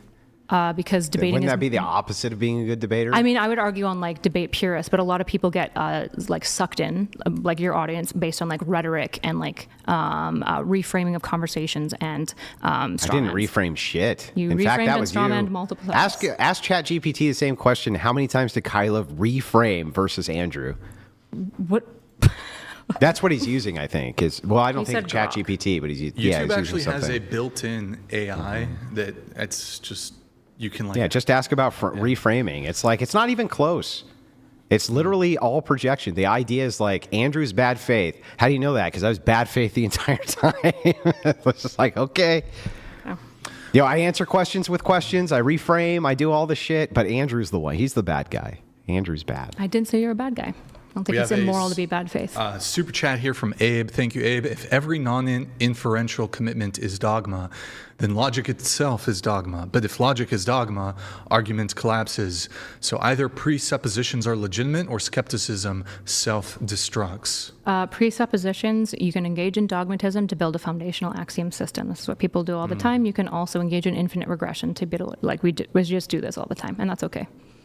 Look, you're never going to convince her on this, dude. Ever. You're never going to engage with Agrippa's trilemma, are you? You're never going to solve it. This guy's engaging with you. You don't even understand what he's saying. I do understand. He's trying to say that presuppositions basically are not Nope. dogmatism. Back it up. Do you want me to actually explain what he's saying? Because I will. Sure. Okay. Back up the super chat real quick. I might have. I unstarred it, so I don't know if I'm going to. Because what you focused on was I'll see if I find presupposition. it. What he gave you was actually an informal syllogism. He was trying to show you something important. But if you back it up, I'll show you. Give me a moment here. Will you solve for Agrippa's trilemma yet? Or are you going to Again, continue man, with the what is it? hypothetical? Well, I said you, this is like the one thing I'm going to keep asking you to do. You can ask me a million times. And you're not gonna But do if it. your worldview just allows for me to do what I want, then I'm just going to do that. But my worldview doesn't allow you But to it believe what does. you You want. just don't know it. Nope. Okay. Solve Agrippa's trilemma then. If Agrippa's trilemma is true, the moral facts are destroyed. Nope. Yep. Nope. Yep. Nope. Yep. Yes, they are. And solve for Can you Agrippa's show that trilemma. again? How do You you don't not need engage to. In, It's moral facts are destroyed. how do you then not just- engage in dogmatism as a presuppositionalist? How would it ever in a million years What was hurt the my time? position to Okay, adopt I that got all it. moral facts are destroyed, therefore I can do what I want found it. when I we're didn't, arguing I've about never Christian argued nationalism? that you can do whatever you want. Yeah, It's was this- the debate on Agrippa's trilemma or Christian nationalism? Christian This is the one, nationalism. So if you adopt Agrippa's trilemma and it helps me with Christian nationalism, why would I ever engage in Agrippa's trilemma? Okay, so here's why, what he says. why would you not engage with the trolley He says problem? I every gave you? non-inferential commitment is dogma, meaning every commitment you make that's not inferred, then logic itself is dogma. This is the start for what his argument is. So is logic itself dogma? The structure of logic is dogma? No. It's Okay, just so it's what just is a system. logic itself if it's not a dogma? It's a system by which we try to analyze moral claims. And then he says, but if logic is dogma, the argument has to collapse because presuppositions are legitimate, and you just presupposed that logic's not dogma. logic, like the system of logic isn't dogma, but presupposing How is it not? is dogma. Is logic a social construction which can be changed? No, I would say it objectively exists outside of us. And is that dogma? To assume like A equals A tautologically it would be dogma, yeah. Then he's right. You just refuted your own argument. I didn't refute my own argument. Okay. All. I don't know how you so can again, say logic this is what is you all dogma, fell but for. not dogma. How do you engage in, how do you have a belief system that doesn't fail Agrippa's trilemma by either dogma, infinite regression, or circular reasoning? Yeah, but his question is... I'm going to ask you again when you're finished talking. Okay, good. His question is referring to, is logic dogma? Answer no. Then when asked about presupposition, answer yes. It's P and not P. No. Is yes. presuppositionalism logic? No, he's asking about you presupposing whether or not logic is dogma or not. You say logic is dogma, and then when asked I don't say about- logic is dogma. I say that logic is a system. I presuppose God. I assume God. So logic is logic as a system dogmatic? So it's unchanging. It's unchanging. It's That's not not what dogma. dogmatic means. It's a fact. Dogmatic assumes. Okay, wait a second. Let's make sure we got this right. Logic itself, is it a social construction which can be changed? Is it a social construction that logic exists? No and yes. What does that mean? I don't really know what you're meaning here when you ask. Can you Can answer you change Agrippa's the laws trilemma yet? of logic? Sometimes, like for example, some things that we would argue logically are fallacious, like through like inductive logic, we like later go, actually, it's not fallacious. I'm not asking about fallacies. I'm asking about the laws of logic. Fallacies are like evidences of like logic. I'm just failures. asking about the laws of logic, though. How are fallacies not relevant to the laws of logic? Let's start with this. Laws of logic. Do you and I agree on what those are? Like the three laws? Yeah. Yeah. Okay. And so you agree with me, it's the law of identity, excluded middle, and then what's the last one? Fuck, I would need to look it up. I don't have it on the top of my head. Do you want me to look it up? Yeah. It's non-contradiction. Yes. Law of non-contradiction. Yeah. Are those dogmatic or changeable? Law of identity is I'm sorry. tautological. Are they social constructs or changeable? Well, some people argue against the law of non-contradiction, right? Okay, so That one might be changeable, but I think like A equals A, law of identity. I think that one's like pretty irreducible, right? It's like a tautology.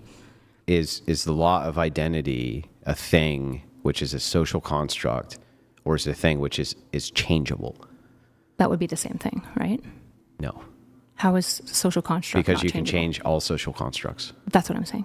Yeah, so is the law of identity a social construction or not? I think it exists objectively outside of us. Okay, so it's not a social construction. The law of identity, no, but like the way that we talk about it and describe it might be a social Okay, so construction. but the law itself is not a social construction. No, I think. Okay, so when you say that, you agree that you're making a claim that this is now objective truth. Yeah. Okay, so you're not assuming that then.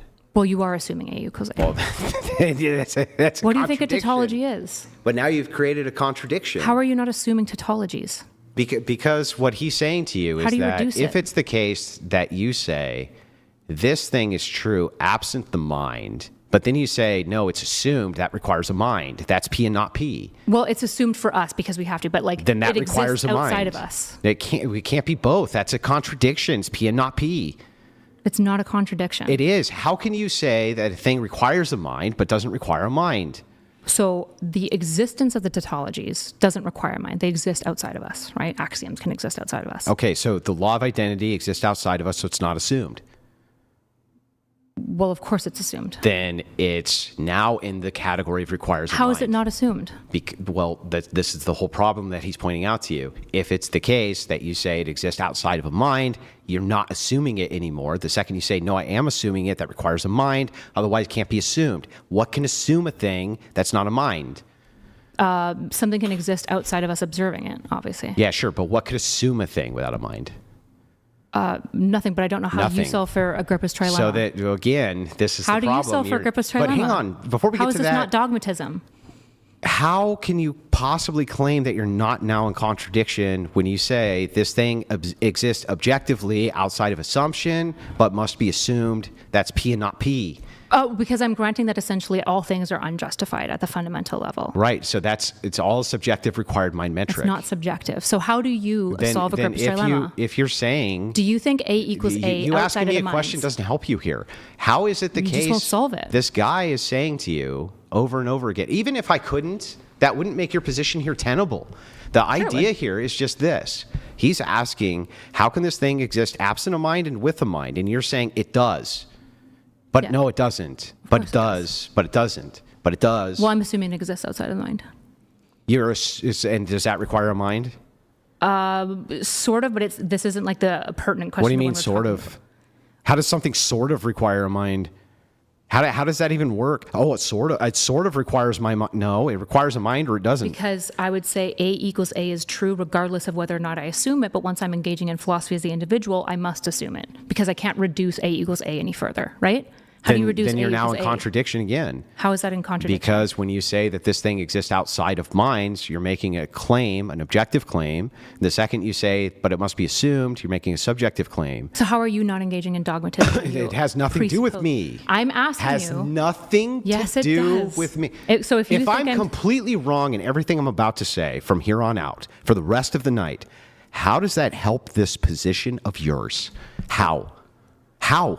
By outlining you're in the same position that I am. Who cares?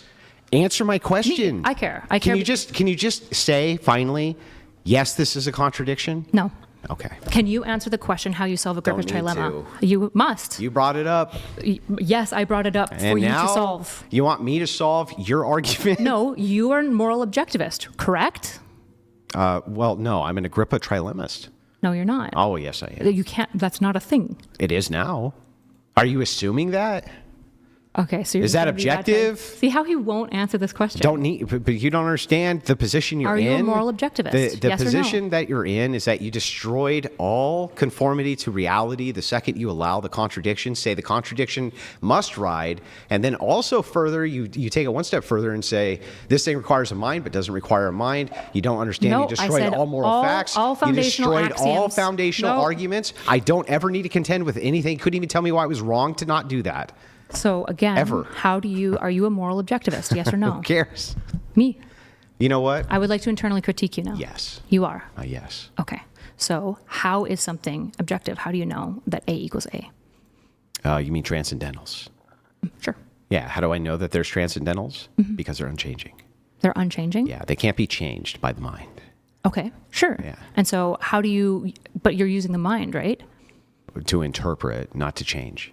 I didn't Because say they that can't the be mind- changed. I agree. Yeah. Okay, great. So they're an objective But the mind to some degree is assumed here. No.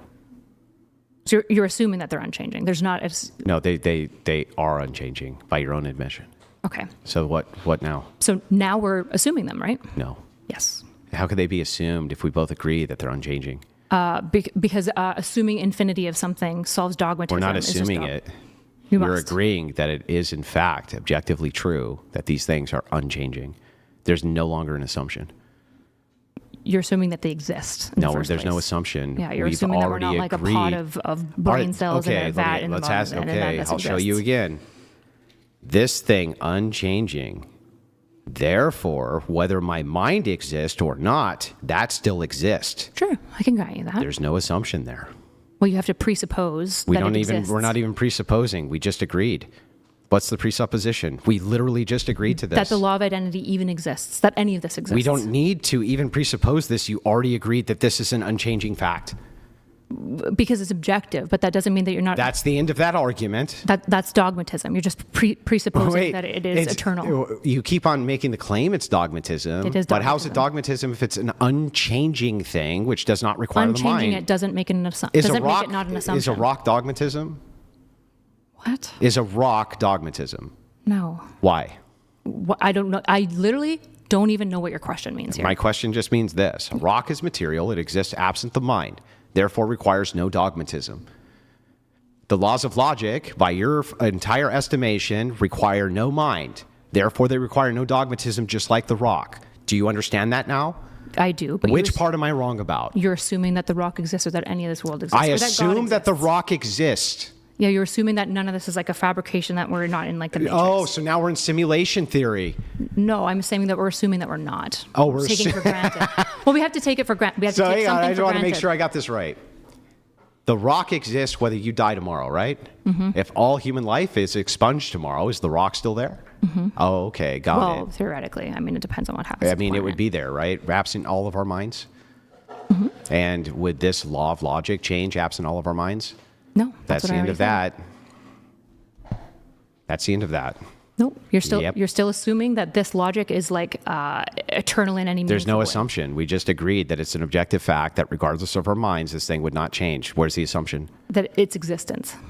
If we're not assuming its existence, we already agreed that it's an unchanging fact.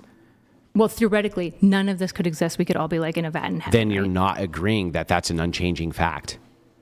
I agree that I'm not. I'm not saying that. Now I'm you're an not objectivist. agreeing? You can't figure out your own No, position on I this? said that I am agreeing that it exists and it is objective, but you're still assuming Wait, things. you agree that it exists and it's objective, so it exists outside of minds. Yep. Okay, then there's no assumption. There is still an assumption. Where? The eternal existence of it. Why is that assumed? You have to. Did you just agree that it's true? Yeah. Then there's no assumption. There is an assumption What's the assumption? that anything exists. Oh, so now we're back to anything exists. Okay. Do the laws of logic exist absent minds? Does God exist absent I minds? asked you a question. Does the the same laws of question. logic exist absent minds? Yeah. Does God exist Then there's absent minds? nothing else to argue about. Does God exist absent minds? Yes. Okay. Yes. But we assume that God exists. No, there's no assumption. We just agreed. God just exists. How did we assume? That's the dogmatism. How do we assume if you say God just exists. there's That's no the assumption. So you're saying that God perhaps may not exist? I'm saying I believe that he does. Believe or he does? Well, I would say objectively he does, but it is still fundamentally a So dogma. is God an unchanging fact? Within my worldview, yeah. So then I'm that's engaging not in dogmatism. how's that dogmatism? Because I'm assuming his existence. But then that would be changeable. No, it wouldn't. If you make an assumption, why couldn't you change the assumption? Well, you could, but that wouldn't. Like, Yes. I could engage in a different assumption, but then I would have a Yes. different worldview. Okay. My worldview makes this assumption, If the and a laws different of worldview might if make the- a different if assumption. the laws of logic in your worldview are unchanging, then they're not assumed. I don't know what to tell you. If If you you think died- that God exists outside of the mind, you are assuming God. Wait, I'm sorry. That's Does God dogmatism. exist absent the mind? I believe that he Then does. what's yeah. the assumption? The assumption is that he does exist. Then That's dogmatism. that's changeable. Just because it's changeable doesn't mean that you're not So assuming is it. the law of logic changeable? I don't think that it is. Okay, but then somebody it's- could assume. is something it? I don't think it is because Can I'm you an show me objectivist. how it could be? No, because I'm not. I'm Yeah, an objectivist. because it can't be. So you're just admitting that the laws of logic are unchangeable I'm and not assuming. dogmatic and not a tautology Assuming and that it's exists without the unchangeable is mind. the dogma. Assuming that it exists is the dogma. Assuming that God exists Oh, is the I dogma. see. I see. Okay, so I'm going to assume that the law of non-contradiction doesn't exist. How is it possible for, like, I don't know, the planet Earth to be the planet Mars? I don't know how to engage with you anymore if you don't want to like do this stuff. I'm doing this I stuff. use so I believe in I'm sense literally data. doing the stuff. So how do you solve Agrippa's trilemma? I just solved it for you. I and just I said you explained. assume you're still assuming the infinity of it, I just showed you this. which is either infinite regression or dogmatism. There's no infinity here. What's behind the logic? If it's the case, What makes A equal I'm A? going to tell you. If it's the case that it's not a social construction, that the laws of logic are changeable, okay, they're changeable, they're not social constructs, then that's not assumed. That's stating that this thing exists absent minds objectively. So So yes, all you have absent to minds is do, objectivist. all you have to do to defeat that position is show me a single law of logic which can be interpreted as subjective and therefore social construct and changeable. I don't have to do that. I just have to say there is theoretically a world where we exist in a vat of soup where none of this is real and it's all being created. That's not a for us. contradiction. It would be. No. It wouldn't be. How would us existing in a bowl of soup and able to breathe in the soup a contradiction? That's not not P. Because theoretically, then something is just imposing, and the A equals A that we're assuming isn't actually true. We just assume that it's true because it's being manifest before us. That's and not a fucking contradiction. It has to be P and not P. If we could all breathe in a bowl of soup in some other world, some other place, where's the contradiction? You have to show me where the law of non-contradiction can be violated, where Superman can be you, where fucking the Earth can be Mars, where things can be what they're not. Go ahead. In a vat of soup where we're all actually the same being projected into a million and infinite, like in a hypothetical world that can exist. So I have to assume that the world that we exist in is true and real, just like you have to assume. So you can give me a hypothetical world that has contradictions? I can't right now, but that's because I'm Because it can't be done, right? Of course you could, theoretically Then do it it. could be done. Do it.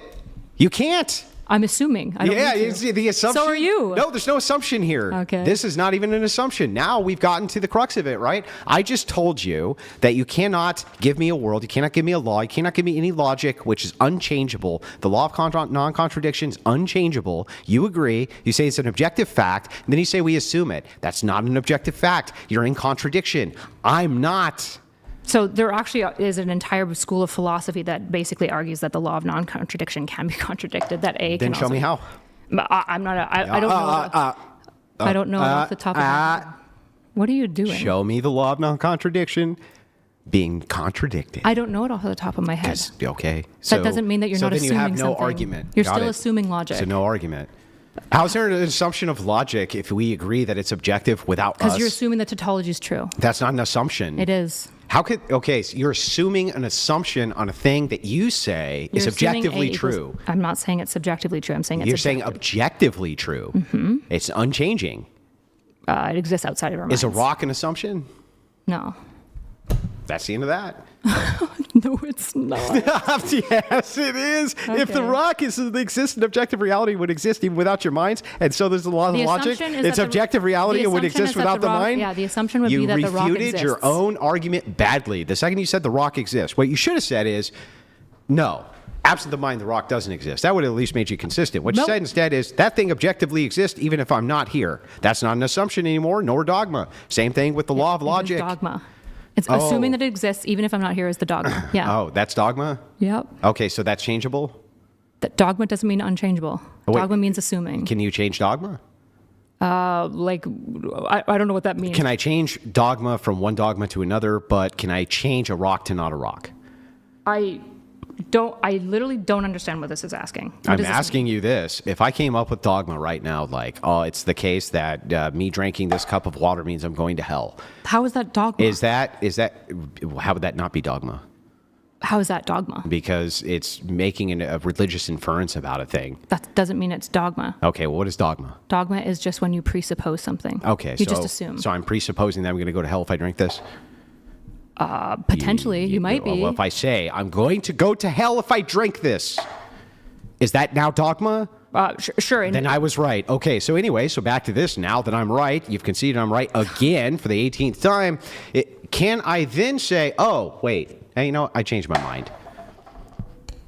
yes, you can change the fundamental axioms. that Got assume. you. Can I do that with the law of logic? Can I be like, oh, the law of non-contradiction doesn't exist? Oh, wait, no, it does exist. Or is it the case that's going to be a constant regardless of how I view it? Yeah, that's how I would, for example, go to a subjectivist and say, if this is constant, That's this not is why subjective. That's not subjective. It's objective, like the rock. I know, which is why I said You if I know, went huh? and debated a subjectivist and they insisted that objectivity doesn't exist, I would say, well, the law of the law of identity is a good example Well, of then it's objectivity. not dogma. It is dogma It's because I'm not still dogma. assuming the existence of A There's equals no A. assumption now. Or There it is can't- an assumption then it's that not A equals objective. A. It's circular reasoning. It's not objective. Is it circular reasoning? It's worse than circular reasoning. Now we're in contradiction. Tautologies are worse than circular reasoning. Yeah, contradictions are the worst. Yes. This isn't a contradiction to say A. It is a equals contradiction. How is because you're saying A it's equals objectively A? subjective. I'm not. So You I'm, are. I'm not. You I'm, are. No, you're not You- tracking. no, you're I was not talking tracking. about the law of identity. Yeah, me and too. I said, Can you change it? what do No. you mean? Can I'm an objectivist. Is the law of identity gonna beat the law of identity, even if not so erudite and all of the minds die? I'm an objectivist. Great. So I would an say no. objectivist? Yeah. Or do you mean you believe in objective, like objective morality or objective truth or Yeah, something like that? objectivity, yeah. Yeah, Objective- objectivism is its own branch of philosophy. You know Sure, that. you're right. I should have been Yeah, really, so really specific. when we're talking about objective, objectivity, sure. yeah, yes. we're talking about objective. But you could just grant. You understand what Objective, I'm you saying. agree, is something which does not require a mind. Yep. Okay, subjective is the thing which does require a mind. Yep. The rock, then, by this logic, It requires no minds. If all minds are gone, the rock is still there. Is the law of logic still there? I would say yes. Well, no. Why would you say yes with the rock? Because I believe in objectivity. So Things exist do you outside the believe mind. it, or it is in fact the case that the rock would be there? Well, I would say that it is in fact the case, but fundamentally, I'm still assuming that existence is You're real. assuming existence, Yeah, sort of. the yeah. thing you live in. Well, I'm assuming God, and you're assuming God. Oh, you're assuming God. Yeah. Do you think that a subjectivist would say that the rock would still be there? That it would be objectively true. They That may or may without not. minds, the rock materially would still be there. I think some would. I don't know. I'm not a subjective. I don't need to answer this for them. Oh, you don't need to answer. Not for them. No, that's Okay. not my belief system. Gotcha. So P and not P, P and not P, P and not P. Why would I have to answer for You people don't that have I to. don't agree with? Look, you don't have to answer any more questions. I'm just showing you, I demonstrated to you 100 times now that you're pointing to a thing which you claim is objectively true, and then at the same time saying that you're assuming it, which means it can't be objectively true because it's changeable. Yes, you assume tautologies. Okay, but that's not what I'm saying. I'm saying Law of that- identity is a tautology. You You're- assume tautologies. How's the law of identity a tautology? A equals A is a tautology. Well, I'm sorry. How is A equals A the law of identity? Law of identity is a thing is identical with itself. A equals A. That's not what. So wait a second. I just want to make sure I got this right. When you say the law of identity, and the law of identity is just saying that a thing must be itself, how is that tautological? Because it's saying A must equal A. No. No. What is it This is a tautology would be to be saying the same thing over and over again, right? You agree X with equals that? X equals X equals X equals X. Yeah. So if you say that X is X, is that a tautology? I think so. I need to think about it more. No. Why not? Because if you're saying that X is X because X, that's a tautology. If you say X is X, all you're doing is stating that X is the thing it is. Oh yeah, it would be. That a is not tautological. Yes, it is. X equals X Pull is up, tautological. Brian, pull up a tautology. She doesn't know what it is. Here, I'll just pull it up. This is the most fucking crazy shit. Oh, I love that we save this engagement for the end. It just puts the icing on the cake. So you don't know what a tautology is, but I'm going to help you out here.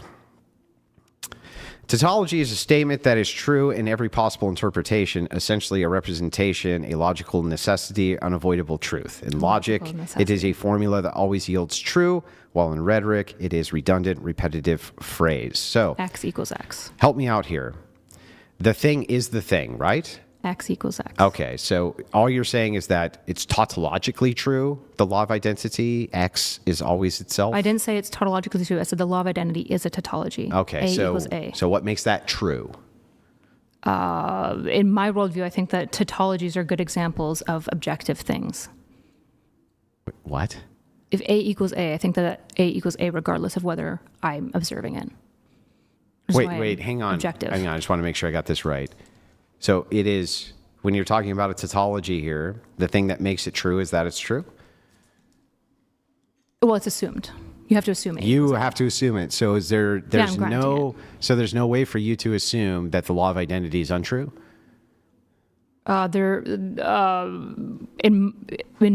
Based on what? In my worldview? Period. Is there any way to assume that a tautology is untrue? I would argue no. This is why it's objective. So then you don't need to assume anything with a tautology? Well, you're assuming existence. You're assuming. Well, you're assuming something that I asked you about a tautology, not existence. Do you have to Would that be within assume? existence? Do you have to assume a tautology? Yes. You have to. Okay. You just so- assume that it is true that A equals A. And So that how do we nothing else. assume a tautology is not tautological? We don't. We just We assume. can't? Yeah, we say A equals Wait, A. we can't? We just grant that. Wait, we can't, and that's not an assumption. We just grant that A equals A. We just grant. Yes. Okay. That's what is assumption Is it is. now an assumption? These are the same thing. When you say we just grant that A equals okay. A. I yeah. see. We So grant axioms. Is it objectively true? I would argue it is. Yeah.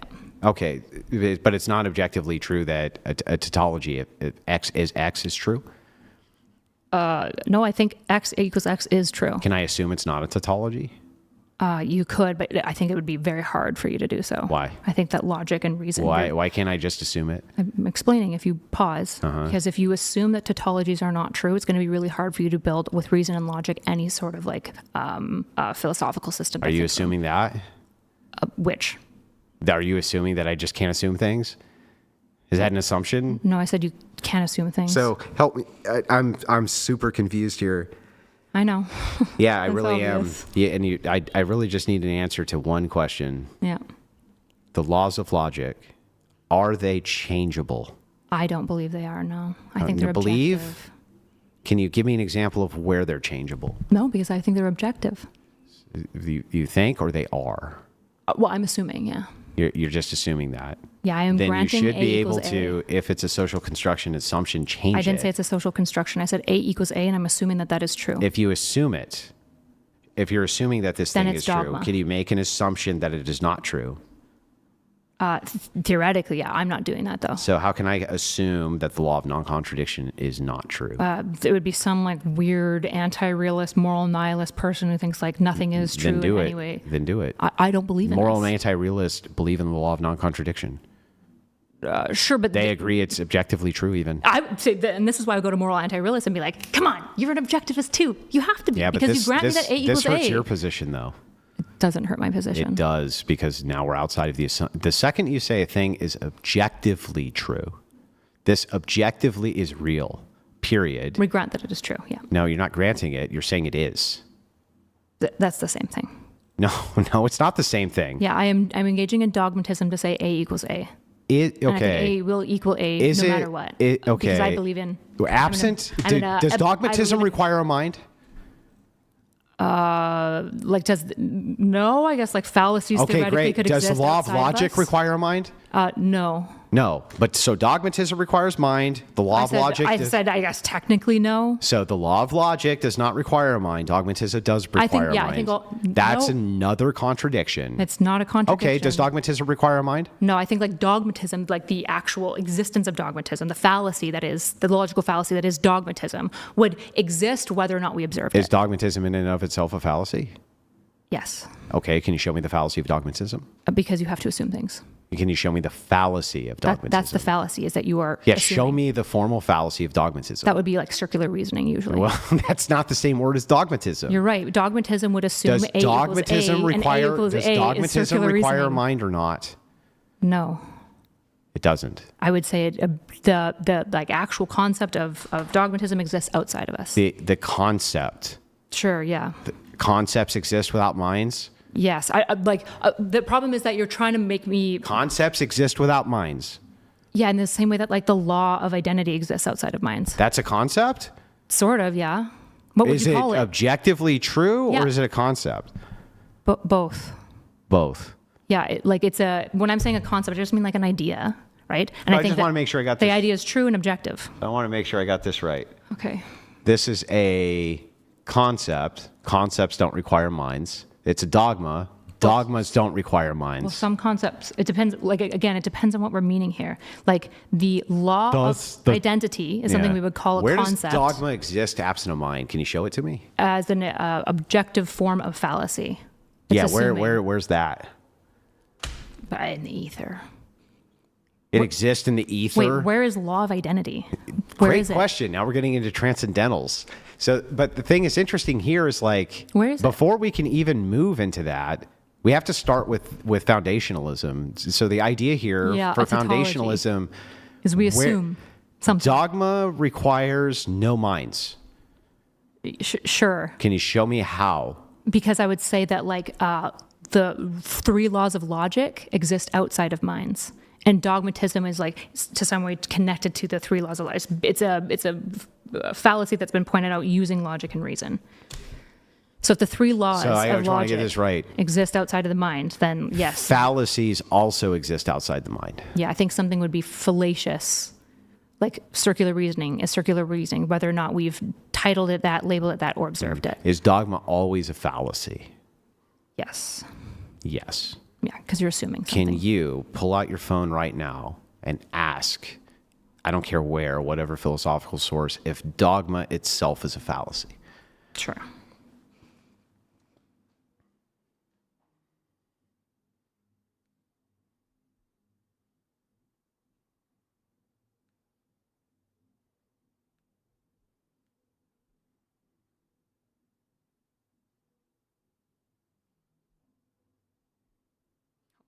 It's slow.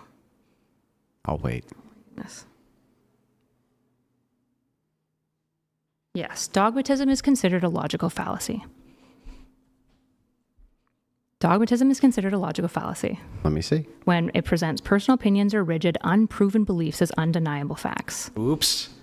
refusing to consider evidence Oops. or counter arguments. That's why you didn't hand me the phone. Read it again. Dogmatism is considered a logical fallacy when it presents personal opinions or rigid, unproven beliefs as undeniable facts. How do you prove A equals A? Oh boy. So Wait, how do you prove A equals A? now we'll try it the right way. Is dogmatism in and of itself, which is what I asked you, is dogmatism in and of itself a fallacy?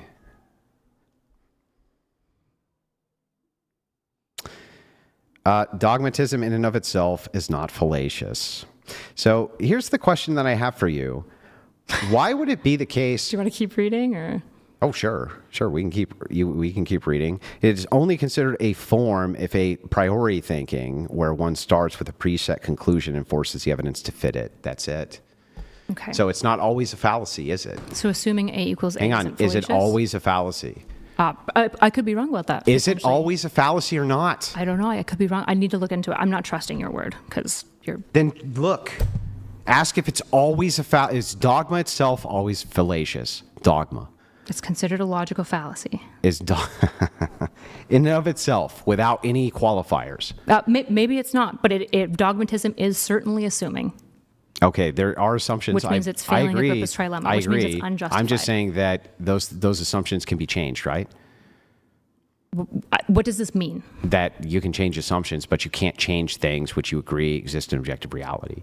Sure, yes. Okay, so then you agree that the laws of logic exist objectively outside of I've assumption. never denied that they exist objectively. I agree Outside with of that. assumption. No, the A equals A is the assumption. That's what dogmatism is So in then Agrippa's change it. trilemma. You just said assumptions can be changed, right? Sure, but I'm not going to change it because I believe Because that you can't this, change it. No, I believe that this tautology is a good tautology. Can you change it or not? Theoretically, yes. Can you change any assumption? Yes. Can you yes, you can change- assume different things. Then can you change a law of logic?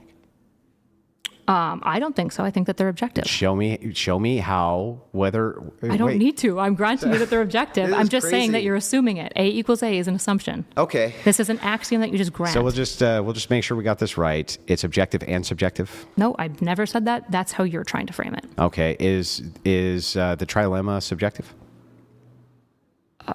No. It's objective? Yeah, in the way that Would the trilemma logic is objective. Would the yeah. trilemma exist absent minds? Theoretically, yeah. Show me how.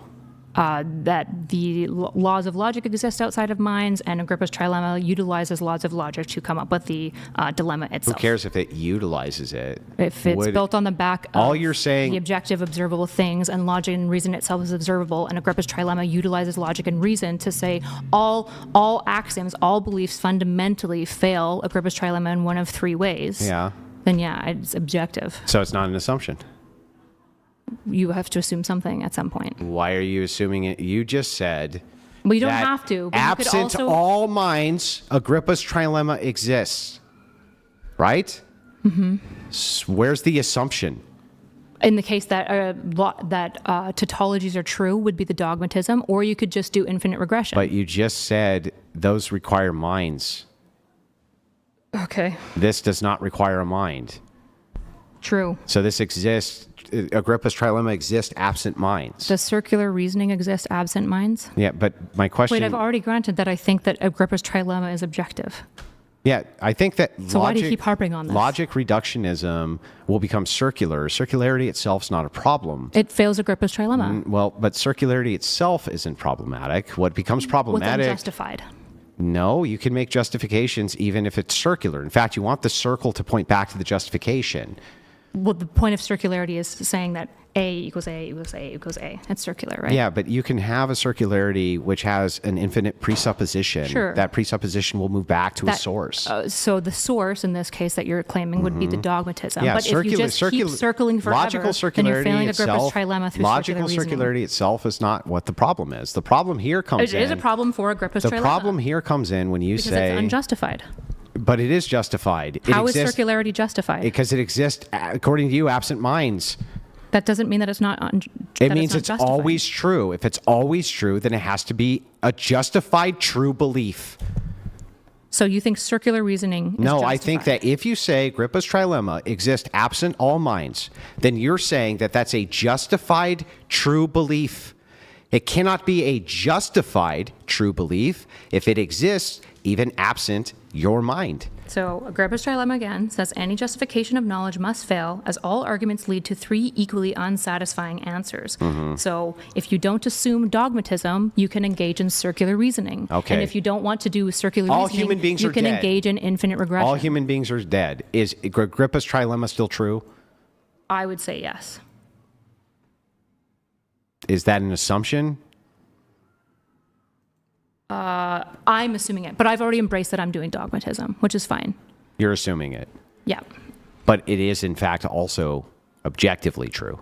Well, I think dogmatism leads to objectivity the best, which is why I engage in dogmatism. So it's objectively true and not true. But somebody else, for example, So it's like subjectivist would engage Schrodinger's Agrippa trilemma. Well, the way that the It's like subjectivist, Schrodinger's Agrippa trilemma. the way that the subjectivist would try to get around assumptions is engage in infinite regression, which still fails Agrippa's trilemma. But they wouldn't say it's objectively true outside of minds. Correct. They wouldn't. They But would you engage would. in infinite The regression. second you say it's true outside of minds, you're making the statement that it's a justified I'm true doing belief. dogmatism. Is it a justified true belief that Agrippa's trilemma exists whether all human beings are dead or not? Is it a Jesus It's Christ? just, it's flipping these words so much. don't hit me with fucking a bunch of nonsense prattle. Answer I'm the not question. answering you with nonsense. Question is it a justified true belief that Agrippa's trilemma exists if all human beings are dead? Yeah, because the laws Yes. of logic are objective. Okay, so then how? that would. But I'm engaging in. What you're creating. I'm assuming that they're You just objective. refuted your which- own point. I didn't refute my point. I said that they're objective, which is right. an assumption. What somebody could do if they didn't want to assume anything is Okay. engage in infinite regression. Okay. So you're engaging in dogmatism as Now much you as I just am. refuted your point I in the didn't worst refute my way point. possible, by the way. No, I didn't. Yes, you I did not. You Me did too. saying that I'm an objectivist has been sorry. You're not an objectivist. Objective. That's a sorry, libertarian moral objectivity. philosophy. You're right, Andrew. Relax. That's a libertarian Do philosophy. you think It's when I called said objectivist objectivism. that I was meaning objectivity and that it's just been 8 hours and I'm tired, or do you think that I was I've been actually here for the referring to same this? fucking 8 hours. Cool, that's fine. That So doesn't- anyway, the point is like, yes, you Hold on. did. You Part of the refuted issue your is point I'm not multiple trying to trip times. you up on like which specific word because I'm granting you what I think is reasonable that you're trying to mean, right? When I say objectivist, you're right. I should be more precise with my language so you don't do your silly little gotchas. Go, this is obviously I mean I'm the objectivity. one with silly gotchas. Yes. You demanded the entire night that I engage with this, even though I didn't need to. I still did in the spirit of charitability. Yeah. Still and blew you out engaged on in- it. And then you gained. Still destroyed you on You it. didn't. You just said, yeah, I'm doing dogmatism. And I said, cool, me too. No, I'm showing you that if we have an objective standard, we say that this is an objective standard, that this Yeah. is true absent minds, and you say Agrippa's trilemma exists absent minds, then you're refuting Agrippa's trilemma. There's no more No, assumption. I'm not. There's The no more assumption assumption. is that it's objective. Then it's not. Then it's subjective. No, this is dogmatism. Then that's subjective too. No, it's not. Infinite regression is more subjective. All right, fine. Okay. I don't know what else to say about it. Okay. Like arguing with him. I don't even know. Yeah. It's like arguing with a bully. Okay. All right. Well, we got some chats. Some chats came in. Jordan's donated $69.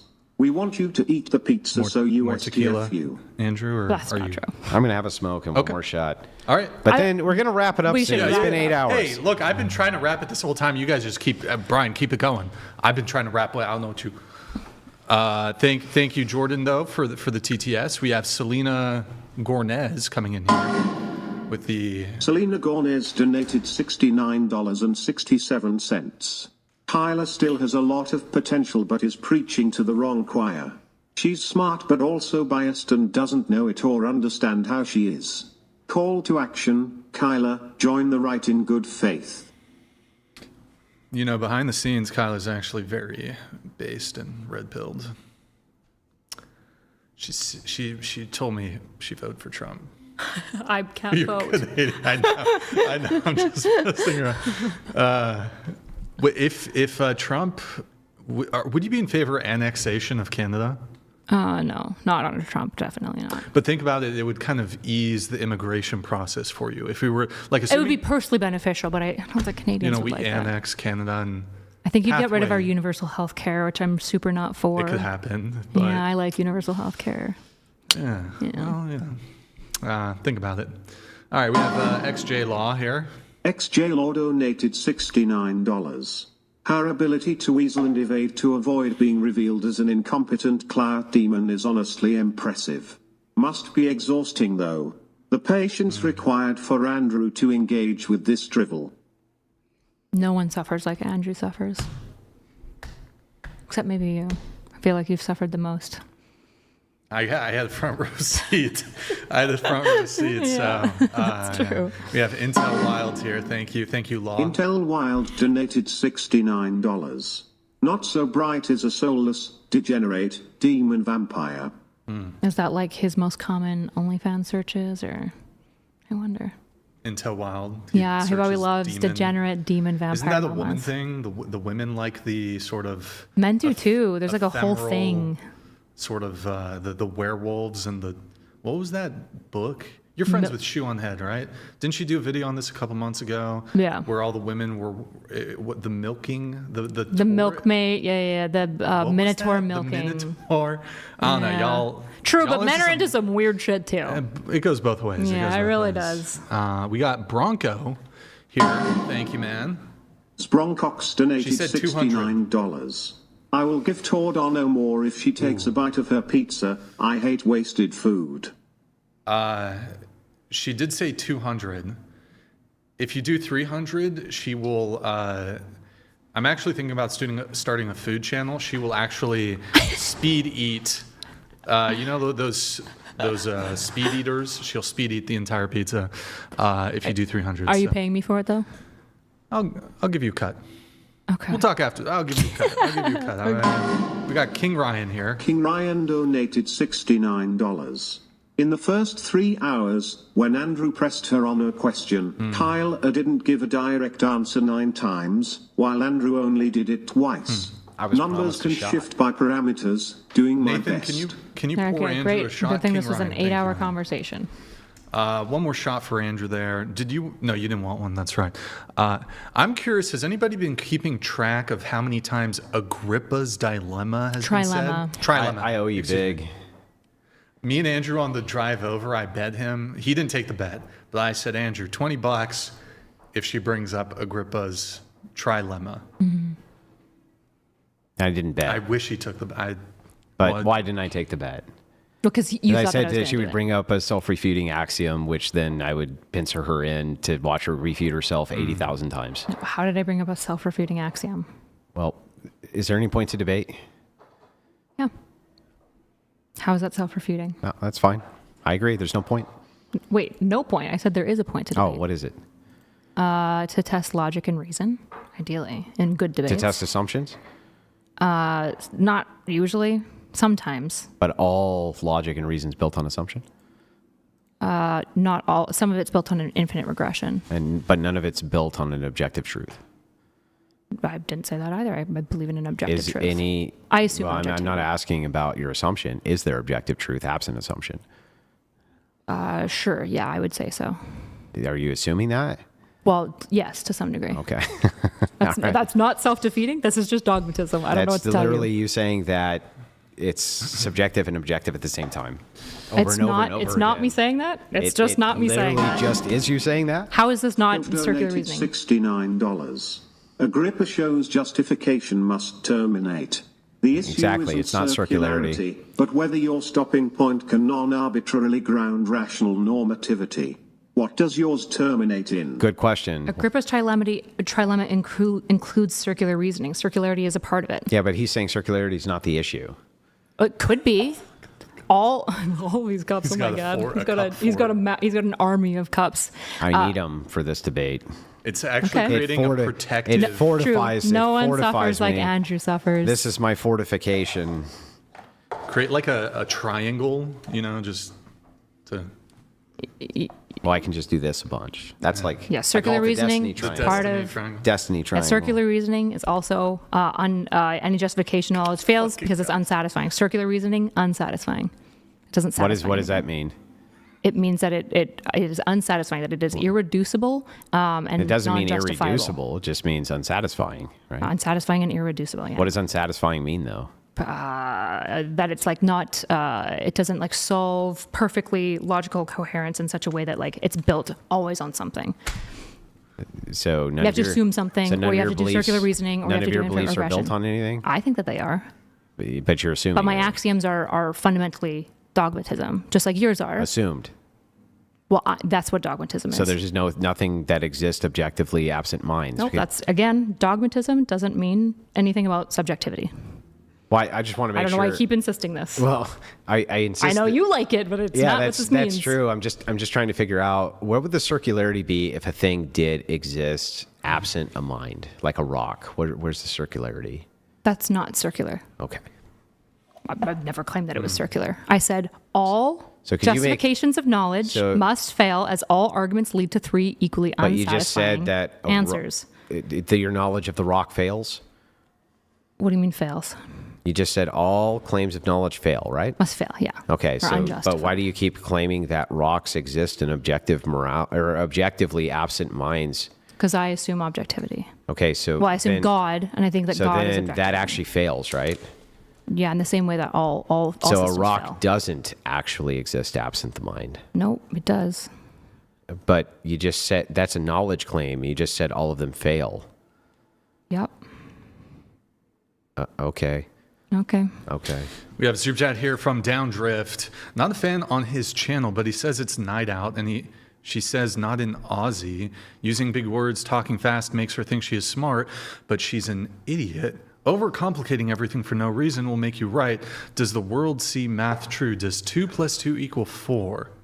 Yeah, that's a tautology. These are the things that we assume in math, that 2 + 2 = 4. Why? Why does 2 + 2 = 4? We assume it. It seems, I would argue, because it's objectively true. We're just assuming this. We're assuming that 2 + 2 = 4 because we must. Rocks exist without minds. That's true. Okay. But I also assumed it, and all knowledge claims fail. Yeah. All justifications of knowledge No, fail. all knowledge claims fail. No, all justifications Read of it knowledge again. claims. Any justification of knowledge must fail, as all arguments lead to three equally unsatisfying answers. So then you saying that the rock exists objectively is is dogmatism. unjustified and fails. In the way that all arguments fail. So then it Well, so, not in the same way. Mine would be dogmatism. So then is it true, absent your personal belief, yes. that the rock exists if you die? Yeah. Okay. Yeah. Objectivity still exists. Okay. Yeah. We have Warm Storm. Thank you for the Canadian 100. Merge physics with philosophy. Nothing exists as we know it without a conscious observer. Therefore, nothing is truly objective. You're both potentially right and wrong at the same time. How long is a piece of string? The answer is as infinite as the two of you arguing. It's a good example I would be of willing- infinite regression here. Yeah, I would be willing to grant that, except that you said something there which was very important. You said that this thing, you said the answer is infinite. Like, let's say we took an arrow, you fired the arrow, you did the old Greek philosophy thing, right? It's always potentially in flight due to the fact that you can reduce time by an infinite amount. But the second you say that that claim is objectively true, you have now destroyed the idea that you have to make the claim that this thing is unjustified. You can't say it's unjustified and objectively true, or you end up with P and not P. No, that's not true. Okay, is truth, can you justify truth? You can attempt to, but all justifications will fail. Do you believe that you can justify truth? Sort of, but I'll fail eventually. Okay. Because of Is that dogmatism. true? Is what true? Is it true that you can't justify truth? It seems to be. Okay. But maybe not. Maybe the infinite regression is more So true. it's true that you can't justify truth. Got it. Okay. Got it. I understand now. Okay, we have I was confused before, but now it's clarified. Astros89 donated $69. Kali bad faith, you are more interested in winning or performing for an audience than in seeking truth. finding common ground, or being open to changing their mind. I feel like I've changed my mind and granted you multiple things, but okay. Ashes Rose, thank you for TTS. We have Kyla. Kyla Bunny Hugs donated $69. Imagine her husband is married to her, and it's objective on both parties that her husband hasn't cheated on her because he's been home all day. Kyla still will assume he still cheated. We still love you. Well, look, it's not. Listen, to be fair, it wouldn't.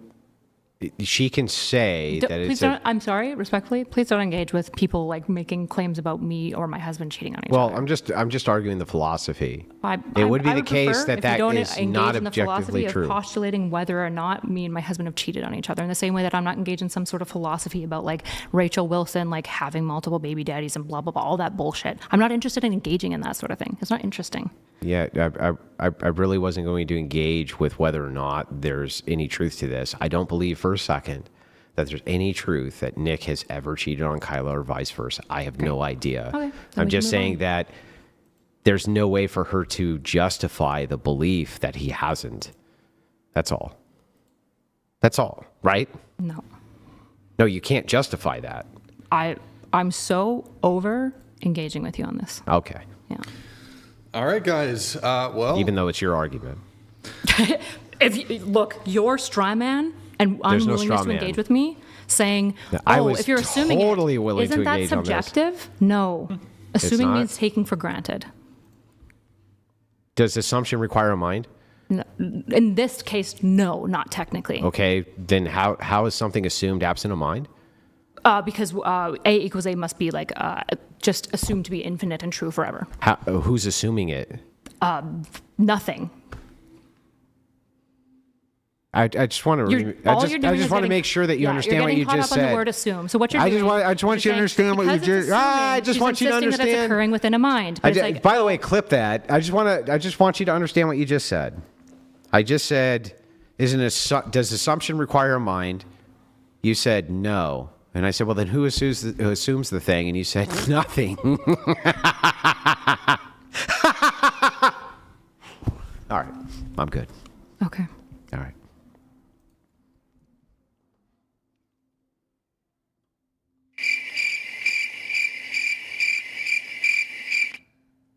do you guys need to do another closing? No, I'm good.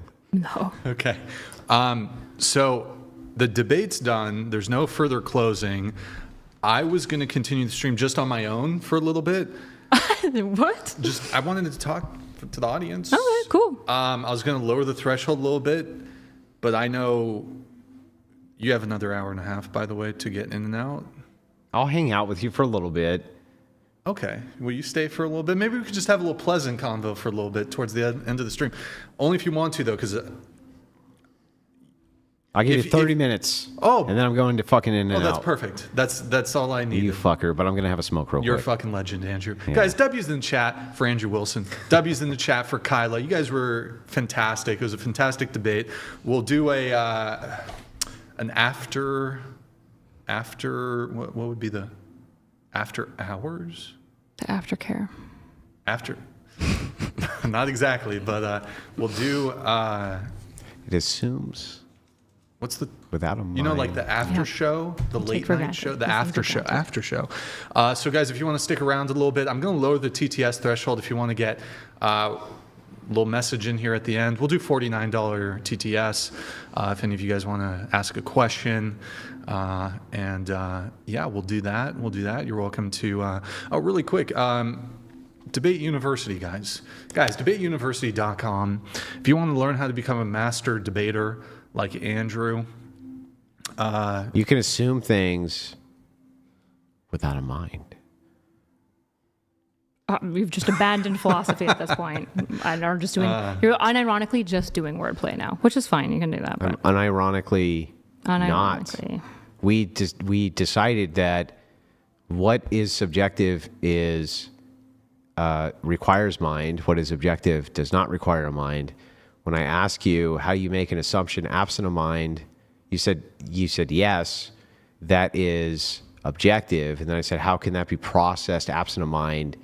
And you said, well, what process is it absent of mind? You said nothing.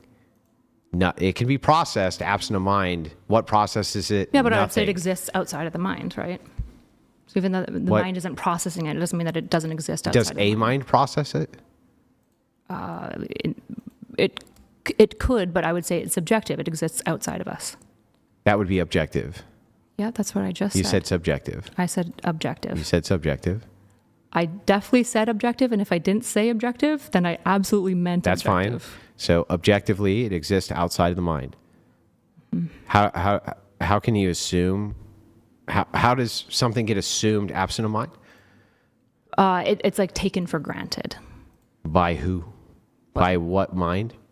by no one, but a mind engaging in Agrippa's There's no trilemma. mind. You just said does not require mind.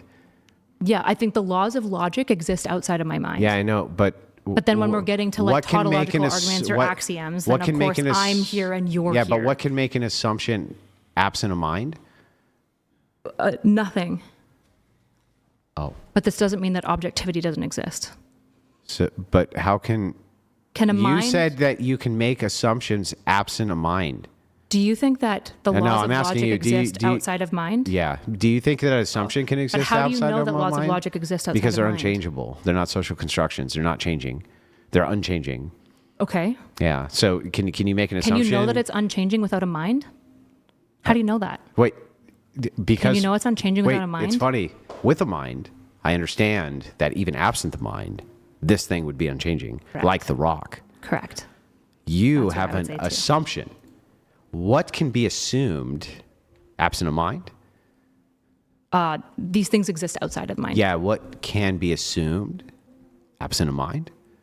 Well, these things exist outside of Yeah, mind. but what can be Well, assumed? the mind has to assume it to engage in philosophy. Okay, so this is what the then dogmatism is. Absent the mind, These things there still aren't exist. any assumptions? No, these things still exist. No, So I'm absent asking, the mind observing the laws of logic, laws what's of the logic word still assumption exist. mean? I don't have it on the top of my head. Can you have assumptions absent mind? In the like rules, it depends on what we're meaning here, right? That's why I just asked you what assumption means. Yeah. What does it mean? It's the mind observing it. So this would go to the same question of you. So can how do you know you- that laws so of logic can you- exist Can you infinitely? Can you? How do you know then- laws of You're logic just exist? diverting again. I'm not. I'm asking How you the does same a fucking questions. assumption exist absent of mind? How? Because I think it's objective outside of the mind. Okay, that's great. How is it objective? An assumption? Well, first, I I am- guess, just tell me what an assumption is. I don't have a definition on the You top don't know of what my an assumption is. head. I can Google one for you. if you Google it. want. I'm actually fine with got that. it. I got Google it. it. I got it. What's an assumption? Assumption is a belief, statement, or proposition taken for granted as true without proof or concrete True. evidence. What's the Taken first for granted word? without proof. What's the first word? Belief? Belief, yes. Can you show me a belief absent of mind?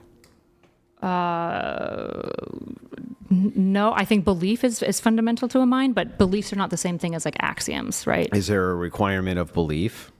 Is there a requirement of mind for a tautology to Is be there a true? requirement of belief?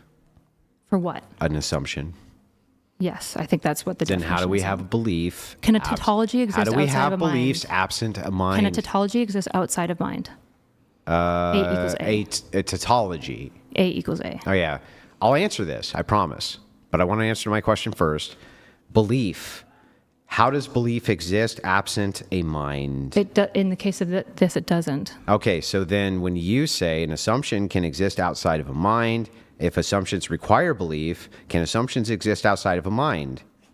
The assumptions don't, but the objective truth of the law does. Okay, my question is, This is dogmatism. my question is, if beliefs are the requirement of an assumption, can assumptions exist outside of a mind? I have answered this multiple Then times. answer My it turn. again. No. Can, if a belief exists, if it exists, do beliefs, which are a requirement of an assumption, can they exist absent a mind or not? Beliefs? Beliefs. No. And are beliefs a But can laws of requirement lo- of, no, no, no. Can are laws of beliefs logic requirements of exist? assumptions? Sure, but again, this Yes, is the mind then observing you these contradicted things. your No, whole no. yes, you Are you did, going to answer my yes. question? Are you going to answer my question? Sure. Okay. What is? But I just want to make sure we're clear. A belief is a requirement of an assumption. Assumptions can exist outside the mind, but beliefs cannot exist outside the mind. Okay, so Hang on, I just want to make sure we're clear. Beliefs can exist. Does A equal beliefs A cannot outside exist of the outside mind? the mind. Assumptions can exist outside the mind. Beliefs require assumptions, but assumptions can exist outside the mind. Is that correct? No, that objective reality exists outside of the mind. Yeah, that's not my question. My question your is this. You're not answering it until know, you you really wanna do. trip me. We're not moving on until we do. I have answered. Belief, you have asked not. and answered. You have I not. I have. Does a belief, multiple times. does a belief require a mind? A belief does typically. Does yeah. an assumption require a mind? Yes. But the laws. Yes. Wait, but the laws. Yes. Yes. No, the laws. Yes. No. Do laws exist? Does the law of logic? Does the law of logic exist? Yes. Objectively. What's that? Does laws of logic That's exist awesome. objectively? Yes. So they're Absent, true, absent the mind. of the mind. Absent the mind, they exist. Yes. How do we know that that's true? We can use inductive inference. So we would know from inductive inference that if I was dead, the rock would still exist. How do you use inductive inference? Doesn't that require a mind? Of course. Oh, so you require the mind to even engage in To observing engage in objectivity. the idea of So inductive objectivity requires inference. subjectivity? No.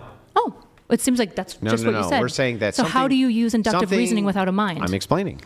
Okay, The rock. Is the rock material or is it immaterial? it's material. Can I ask one clarifying question? Are you referring to the professional wrestler or the thing. geological Both. object? Okay, fine. We'll get to the fucking chats, Brian. No, hey, whoa. Sorry. No, keep going. Sorry, I was just curious. No, we'll get to your fucking chats. No. So does moral- No, keep going. So how do you know that moral laws exist objectively? Well, we're not talking about moral laws here. Here we're just laws of logic. yeah. Either Here we're just talking about laws of logic. moral facts. If yeah. a thing is a social construction, it's changeable. If a thing is not a social construction, it would be unchangeable, almost definitionally. well, This is the theoretically, case. some things that are non-social If it is the constructions can be case changed, that of I course. could change here in material reality, a law of logic, it would stand to reason that I could not change the How same. could you know that it can't be changed? Because any application to change the thing would appeal to the thing to change it. So how do you change it without? You can't. Wait, how do you observe this though? We don't need to. The observation is in the rationalization. So the idea How is rationalization not requiring because a mind? the idea. Well, hang on. I'm explaining to you. I'm waiting. And I just did, but I'll do it again. The laws of logic are unchanging, and I know that they're unchanging because I have to appeal to the laws of logic in order to change the laws of logic. And how do you know the laws of logic? Isn't it your mind? No, these are discoverable. They're discoverable through what? They're discoverable as a thing which would exist absent the mind because nothing which is material. How do you discover them? Because anything which is material, if we agree, would exist absent us, then it would be the case that they cannot exist inside of contradiction. Are If the they laws of cannot- logic material? Well, no, they're transcendental. Right. They're not material. So how do you know that we don't those are know- objective? Well, hang on. They're without they're observing them through logic and transcendental. reason? They're transcendental. I didn't say material or immaterial. They're transcendental. They're discoverable. I agree. When we're talking Through about what? laws, A mind? it's possible. It could be possible Is that it discoverable through a mind? well, it would. Yes, it's discoverable through mind, but it would exist absent that. I agree. Okay, But this is to then- assume that then it is discoverable outside of mind is the dogmatism. Is that a justified true belief? It would be unjustified because we're assuming that it is discoverable outside of the mind. Then change it. That isn't You a can't. refutation You of this. can't. That isn't a refutation You of can't this. change it because the very thing you're appealing to is the very thing you're trying to change, which is hilarious to me. Your whole dilemma here is fucking hilarious. You're Okay. like, hey, Andrew, wait a second. So you agree that This to is observe not. objectivity, It's not a you need justified. mind. It's not a justified true belief to believe that the laws, or not even to believe, to say and state as a fact that it is justified that the laws of logic cannot be changed even absent human minds. How do you know that? You say to me, How do you know that? well, because I would have to appeal to the thing to change the thing. You'd have to appeal with the mind. What's appealing? But absent the What's mind. doing the appealing? How can a thing be discoverable if it doesn't exist absent minds? How can something be discoverable if it exists absent minds? If it doesn't exist absent minds? Sorry, I feel like I'm not understanding this question. How would something be discoverable Yeah. absent minds? No. I'm asking you this question. Mathematics, right? The laws of mathematics. Yeah. Do those exist absent minds? Yes, So they're discovered, which means they exist absent minds. correct. Okay, so then when you make the appeal to a thing, You're saying the laws of logic are discoverable. They are discoverable, which means What's discovering them? sure, a mind. There's no dispute How is it there. discovering it? Oh, through the laws of rationality. How do you know laws of rationality exist?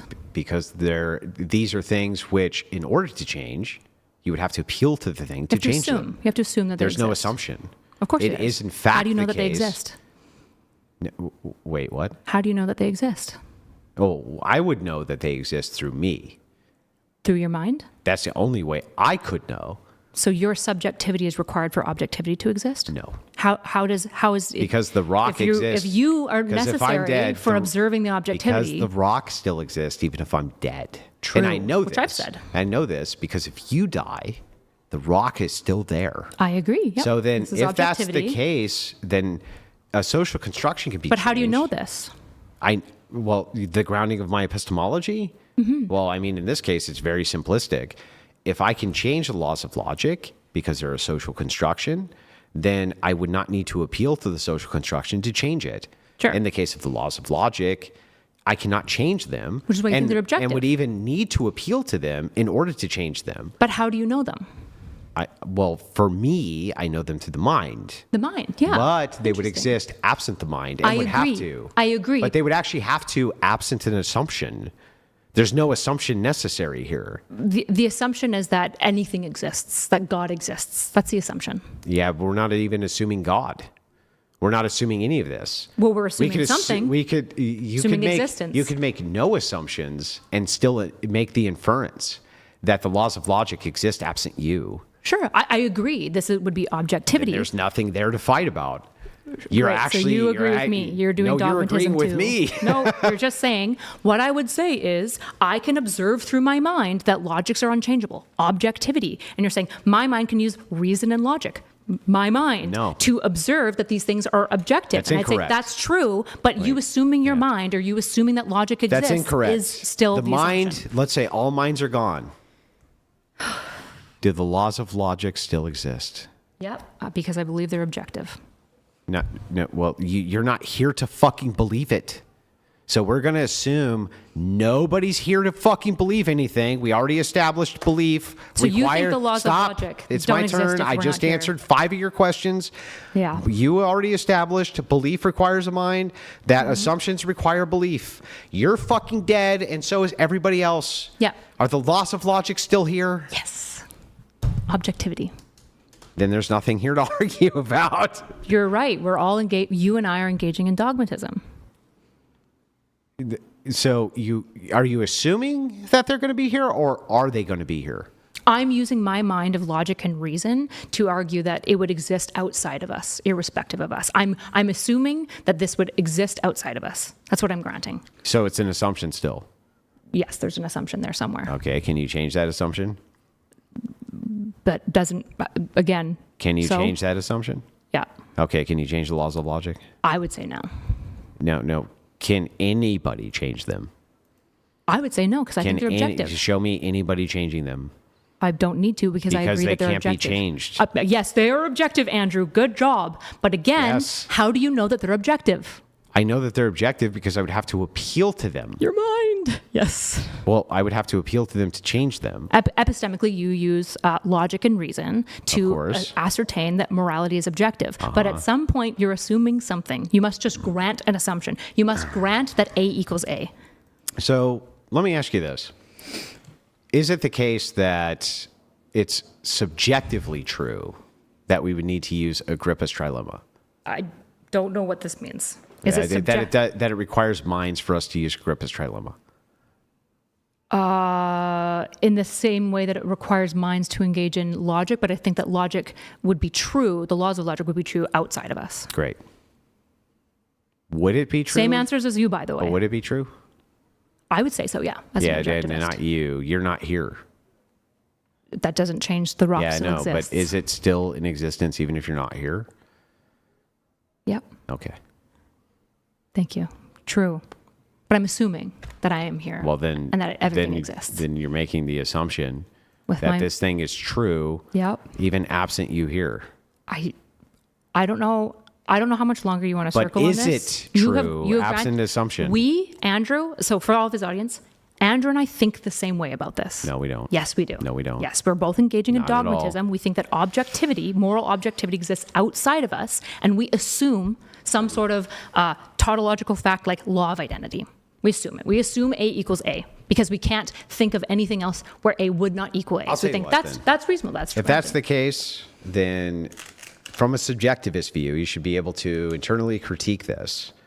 Show me how you can violate the law of non-contradiction from a subjectivist perspective. I don't need to do that. Yeah, but that's not what I asked you. Can you show me how?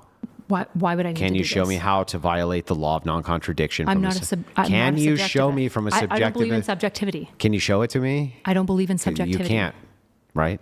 I don't need to. Yeah, but you can't. What do you mean I can't? You I don't need can't to. actually show me from a subjectivist position how you could violate the law of non-contradiction?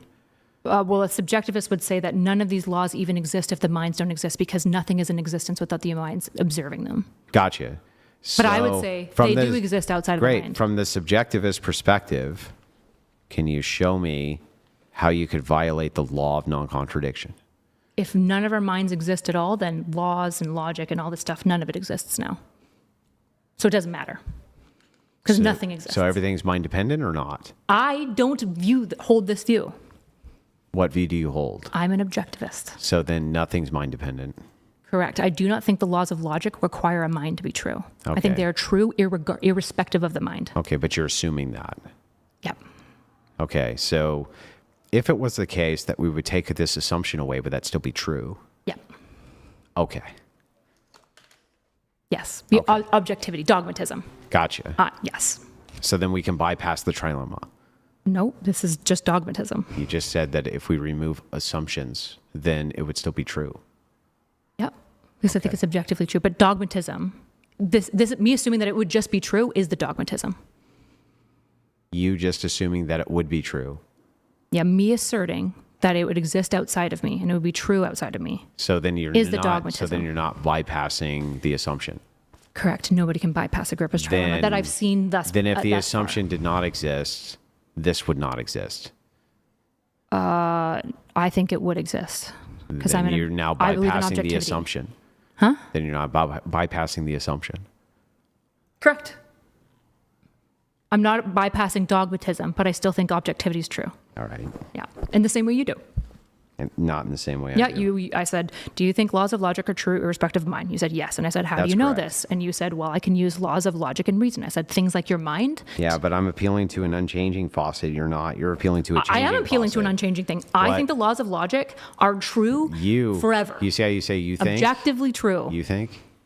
Yes, Yeah. I think. So you're my making, perspective, you're making just an like you assumption. think. Yeah. Yes, dogmatism. The question true. is, are these things true absent you think? I believe so. Yes. Yeah, but you see how you said I believe. My question Are these things true? suspends Sure. belief. Yes. But it's Right. dogmatism to assume that. Oh, okay, so then you don't believe that, or you believe No, it's I do believe that. dogmatism? It is both. I believe that, and it is dogmatism to assume that. Yep. Okay, so it's subjectively true. So this requires a mind. Can I cap this circling of the drain for like 2 more minutes? Because like we're not moving anywhere. You're saying the same thing I am. No, I'm You not. just don't. Yep. Nope. Does the law of logic exist outside of the mind? Mm-hmm. How do you know that? Oh, wait a second. I'm confused. From a subjectivist perspective, how can you appeal to the laws of logic without using them? What do you mean subjectivist? Isn't that like a specific branch of No. of belief? It's yeah. not like objectivism. It's not. Subjectivist is an entire branch of No, philosophy. You objective- mean subjectivity, right? Well, no. In this case, I actually mean subjectivist. You mean the entire branch of philosophy that I don't appeal to? Well, I'm sorry. You are appealing to it. Nope, I'm not. I believe in objectivity. You believe. Yeah. Is that subjective? Nope. Oh. What makes it true objectively? That you believe it? It exists outside of me. Oh. Is that true Yeah. objectively? Yeah. There's no assumption? There is an assumption. Then is that true Yep. objectively Yep. without assumption? How do you do this? Is it true Is it true? objectively? Is it true objectively? Yes. How do you know it? Because I would appeal to an unchanging standard. And how do you know it's unchanging? Because absent my mind, it would still exist. And how do you know that? I know that through inference. Inference, like using the mind? There's no assumption there. Of course there is. What's the assumption? The existence of laws of logic, the existence that your mind is here. These are all assumptions. Everywhere you look, when a person dies, does the stuff that they leave behind remain? What? If it's the case that you're dead tomorrow, and I walk over and like pluck the cross from your chest, right? Do you agree with me that that would be the case, that if you were dead, the things that you leave behind are still going to be here materially? Yeah, I believe in objectivity. No, that's not objective. Yes, I Right. think it would be here materially. Okay, it'd be here materially. For some amount Got of time. it. So then I degrade could over come time. over and take all that shit, right? No, I would say when I'm dead. Yeah, it's you're probably go to dead. my next of kin. Okay, yeah, sure. They could take all that shit. Sure. But all that shit's going to be here, regardless of whether or not your mind is here. Correct. Just like the laws of logic exist outside of my mind. Is that just an assumption? Yeah. So you're just assuming. So you're just like moving into simulation theory. That's what. Well, I'm not. You are. I'm granting existence. But yeah, simulation You're theory granting or can't be proved. Hang on, you're granting or is true? Both. Okay, but how can you make a truth claim by Just so you appealing- know, 1 minute left. I'm not Yeah. circling the drain with him forever. Well, on this. okay, but this is not circling the drain. This Yes, is just I've already fucking granted, bizarre. for example, that one of the ways that you could try to refute the dogmatism of existence, Yeah. of believing that existence is true, Yeah. is saying we could all just be in a simulation. And I said, Okay. I don't think that. I don't think it's even useful to think like that. But you could. And then laws of logic don't actually exist. They were just things is it- imposed by the simulation onto us. And Yeah. we don't actually know what's actually true. There If- actually maybe is nothing truly true. Maybe nothing's truly true? Well, I think that something is truly true. Okay, are you assuming that? Yeah. Is that true? I'm assuming objectivity. Yep. So it's true that you're making an assumption? Yes. Are you assuming that? Bro? I'm asking. Asked Are and you answered. assuming? Asked and answered. Are you assuming that I'm you're not doing this Are anymore. you assuming? Asked and answered. Are you assuming it's true that you're making an assumption? Aren't you using logic and reason? It doesn't have anything to do with me. Yes, Are it you does. assuming what? What would it have to do with me if Because you're assuming is your buzzword for the mind. Yeah, But no, you're no. also using My your mind buzzword to use for- inference My and buzzword logic. for the mind is mind. But the thing is are you assuming that it's true Yes. that you're assuming? Am I assuming it's true that am I assuming that my existence is true? Yes. No. Are you assuming that it's true that you're making assumptions? I suppose so, yes. But is it also objectively true without assumption? Yeah. Okay. Yeah, it exists outside of the mind. That's P and But not I P. use my mind. But that's P and no, not P. it's the exact same thing that you do, which Nope, is that it's not. do you think that laws exist outside of the mind? Yes. Do you think, what do you use to determine that? I would use the fact that nothing can be appealed to those laws except those laws. Okay. Therefore, they must objectively be real. They must objectively be real because you can't appeal to anything else. Yes. So you must correct. assume that A equals There's A. no assumption there. There's just nothing else. It's impossibility to the contrary. There's an impossibility to the contrary. There's a theoretical world No, where there's it no infinitely regresses, where A I'll doesn't show you- equal I'll A, show you- and it goes down, and it goes Let's down, find and out. it goes down, and there's Show turtles all me the way what through. a theoretical world looks like where contradictions can exist. Where contradictions can exist in a simulation where contradictions are allowed to exist. Okay, what does that look like? It's hard to imagine for us because we're stuck in this So simulation. you can't actually. But that doesn't mean that it's not logically But you true. just said that A could equal you B just and C and D literally and E. said that you can envision a world where contradictions can exist. When I ask Theoretically, you in a simulation. what that vision looks like, you say, I don't know. So Yeah, I don't live in that simulation. So, but theoretically, if this simulation so then you created can't all of these envision, laws, so then well, is if- it that you can't envision a world where that's the case, or is it the case that you just can't explain the world you're envisioning? I would argue that it's objectively not true. What? That there is like some other alternate universe where the laws of logic. Yeah, that's great. But my question is like, if it's the case that you can envision a world where contradictions can exist, can you tell me anything about that world? Nope, because I'm not in that. Nope. Okay. All right. How would I tell you anything about that world? Yeah, of course you can't. You can't tell me anything about because you would have to appeal to the very thing that you say is subjective in order to appeal I to don't the say thing it's that you're subjective. claiming is Don't say objective. it's subjective. I would appeal to the object reality that we are in this reality. I think that this reality is true, that it does exist, and I am assuming that. But if that's an assumption, is that true? I think it's true, yeah. But is it? I would say objectively, yes. Okay. But outside of your assumption, is it still true? Yep. Are you assuming that? No, Andrew, I'm not. You're not assuming. Now No. you're not assuming. No, Okay. I'm not assuming it. All right. No, it's existing outside of I'm my good. mind. We have a few chats. Let's just blast through them while I Okay. still have you guys here at the table, and then we're going to get this wrapped. Really quick, guys, if you can, like the video. Get it to, we're, I don't know, 500 likes away from 8,000 likes. Just get us to 8,000 likes, please. It helps with the algorithm. Warm Storm, thank you for the Canadian 100. Conspiracy theory, some bulk of confrontation in the convo was why she hasn't gotten popular or famous. Has all the hallmarks to make it, then handed a piece of pizza and expected to eat it to gain popularity with the audience. She refused to, quote unquote, eat the pizza. Wait, I don't understand. Why is there quote? I don't know why. I think eat the pizza doesn't need to be in quotations. That's what I was wondering. Yeah, Yeah. but you should at least take one bite. Just I will for you right at the end, I promise. Okay. Pinky swear. pound. Sure, pound it. Pound it. All right. Thank you, Mr. Northumberland, for that. We have the TTS coming through here. We have Revolutionistic. Thank you. Appreciate it. Get them in. This is final call. We're Revolutionistic wrapping in donated 5. $69. Truth can be simplified or expanded upon infinitely beyond our understanding. Stating this is true can be true but may not be the full explanation of that truth. Thank you for your message. You want to engage with that? Because that's to you. That's. I I mean, don't if you- think it is to me. Yeah, guys- this is about assumptions, right? What he's basically saying is that like you must assume that it's true, even though there is a theoretical possibility that truth is beyond what you even Yeah, but understand it to be true. that's beyond you. You're saying objective, so you're taking that out of the equation. Nope, I'm not. Yep, you are. No, because truth can exist. Like I can know lots of objective truths, and there's more truth to know that I don't. I'm not actually asking know. what you know. I'm asking what there is. Is there objective truth? Yes. Then it doesn't matter if you know it. Of course You're it just does. saying that it is the case that there is. Of course it is. I have to assume the truth that I have is true, that the existence of Then- truth is true, and that the truth that I know isn't going to be held in contradiction So to it's the truth that I don't So know. you're assuming there's objective truth. Okay, bro. Yeah, okay, girl. Type shit. Justin Martins donated $50. Thank you, Justin. Good At to this see you. point, I'm genuinely rooting for Kyla to understand what Andrew is saying. She'll get there eventually, maybe. No, because Agrippa's trilemma. No, we're saying the Thank you, same Justin. thing. Andrew and I are saying the Nope, same we're thing. Pope Definitely donated not. $50. Thank you, Pope. She said subjective, I love you, Andrew, you tell her.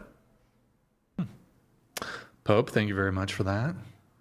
We have Chaw coming in here. Comment. Thank you, Chaw. Chaw XD donated $50. Brian, I love you and love the channel and debates. But when I have to skip through an ad every 10 minutes during a live debate as a channel member, it makes me want to drive to SB and throttle you. Hang on. I'm going to answer this. In Brian's defense, let the guy raise some cash, right? He has to pay people's fees to come out here. He puts on the great entertainment. You know, most people don't send in super chats. It's always the threshold of people who do that make channels like this possible. So if he's got to run some ads, watch the fucking ads. It costs you nothing to watch an ad. Yeah. And if you have YouTube Premium, he makes good money from that. That is, yeah. It's a So I free way guess to support you. channel memberships, that doesn't do anything for ads. It does on Twitch. On Twitch, yes. If you have a tier 1 or what do they call it? They're not memberships on Twitch. They're subs. Subscriptions, Yeah, yeah. on Twitch subs, it'll stop the ads. Not the case on YouTube. YouTube, you just need to have premium. But yeah, look, this is we're not exactly getting Athletic Green sponsorships every single episode here. We're viewer supported, ad supported to a degree. So and Just think about this. All the people who are like, I'm too fucking broke to send in a super chat, but would love to support the channel. Here's a good way you can support the channel. Watch the ads. Watch the ads. It costs you nothing. It literally costs you nothing.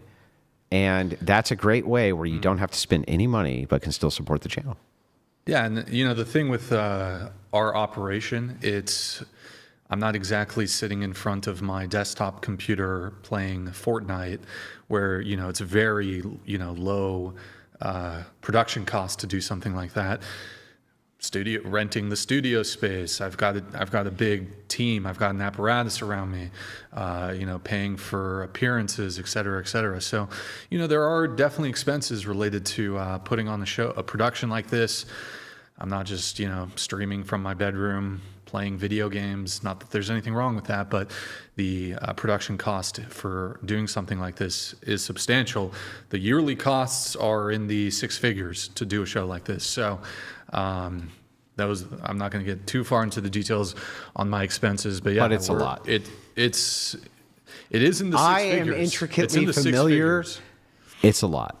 I'm spending the past every single year, not just total, like every year since 2023. Well, even since 2022, when I was in the red, I was 100,000 in the red. It's six figures a year in expenses to put on the show. So we have Christian Imperialist with looking like the final one. Christian Imperialist donated $50. If I use your logic to assume your husband's fidelity, which means it's only subjectively true, because it requires our mind to pretend it's true, does your marriage survive Agrippa's trilemma? Good one. Oh, no answer. Okay. We have, Andrew will be getting hamburgers. Devin, thank you for the gifted 5. Podcast, thank you for the Hamburgers 10. or cheeseburgers? Are you a cheese denier? Actually, I'm definitely getting you know what? cheeseburgers. Me and- Remember? me and Andrew Obese are- people like me got to get the cheeseburger. Me and Andrew are could have actually cheese going right to get Mexican food. Does he know that? He knows that. You're out of your fucking mind. No, we're actually getting Mexican time food. is it? I Don't worry, promised you Andrew, 30 minutes. No. Don't worry, Andrew. Don't worry. But Fuck off! I'm Andrew- going, bro. No, I'm taking you, but we're gonna get a different. We're going somewhere else. Okay, whatever. Don't yeah, worry. Don't worry. I got you, Andrew. you fucker. Okay, I think this is the final one. This is the final one. $49. Did Einstein's predictions demonstrate anything of substance here? Twitch ready? And who has the bigger ego here, you'll think? Kyla. Definitely Brian. Huge. Kyla has the biggest Giant ego ego. for sure. I do not have a large ego at all. All right, final shout outs here. unfortunately, If you want to support the show, Like giant ego. huge. Why do I have If a you want to giant support ego? the show, Venmo, Cash App, whatever pod. Nathan, if you can, twitch.tv/whatever. Drop us a follow and a Prime sub on your way out, guys. Pull it up, Nathan. There it is. Yep. Drop us a follow, drop us a Prime sub. Thank you for the support over there on Twitch. You can join our Discord, discord.gg/whatever. I post my hate mail, stream schedule, post a bunch of cool stuff on there that's exclusive to the Discord. Guys, like the video, please. I don't know if we've hit 800, or not 800K, 8,000 likes, but if you can do so, please. Debateuniversity.com if you want to learn how to become a master debater. And then here, I'll just read this real quick. Are there truths that are in principle unknowable? If so, how is that claim itself justified?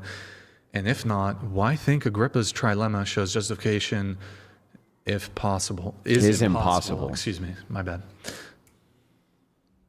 We've been through this a million times. Okay. Because, No. because No, all you haven't. justifications of knowledge fail in 3 unsatisfying ways: infinite regression, circular reasoning, or dogmatism. Is there knowledge which is unknowable? Thank you, Chop. Possibly. I'm not sure. I No, haven't- is there? I said possibly. I'm not sure. I haven't thought about it. It's this one. Oh, you haven't thought about it. That's just a Yeah. way for her to duck the question. It's literally not. I'm not sure. I We're haven't thought playing about it to Agrippa's trilemma. According to Agrippa's trilemma, would there be knowledge which is unknowable? It has nothing to do with Agrippa's trilemma. I don't even know why you would. Because that connect would these two be things. a claim which would be a universal. It would be a universal, actually. Universal that has there's nothing to do- knowledge which is unknowable. Universal has nothing to do with Agrippa's trilemma. What is How- you? how does this have I'm to not do with asking Agrippa's you trilemma? about. Wait, I'm asking you this question. If we apply the idea that there's some knowledge which is unknowable to Agrippa's trilemma, there is some knowledge which is unknowable. Generally, yeah. Okay. Could it show that Agrippa's trilemma is falsifiable and you can solve Agrippa's trilemma? Theoretically, yeah. No, that's not what he's asking. He's asking, is it true that there's knowledge which is unknowable? And if so, is that justified? Can you justify that there's knowledge which is unknowable? Theoretically, yeah. Can you, though? I don't know. I haven't thought about unknowable truths. But Agrippa's trilemma would say no, right?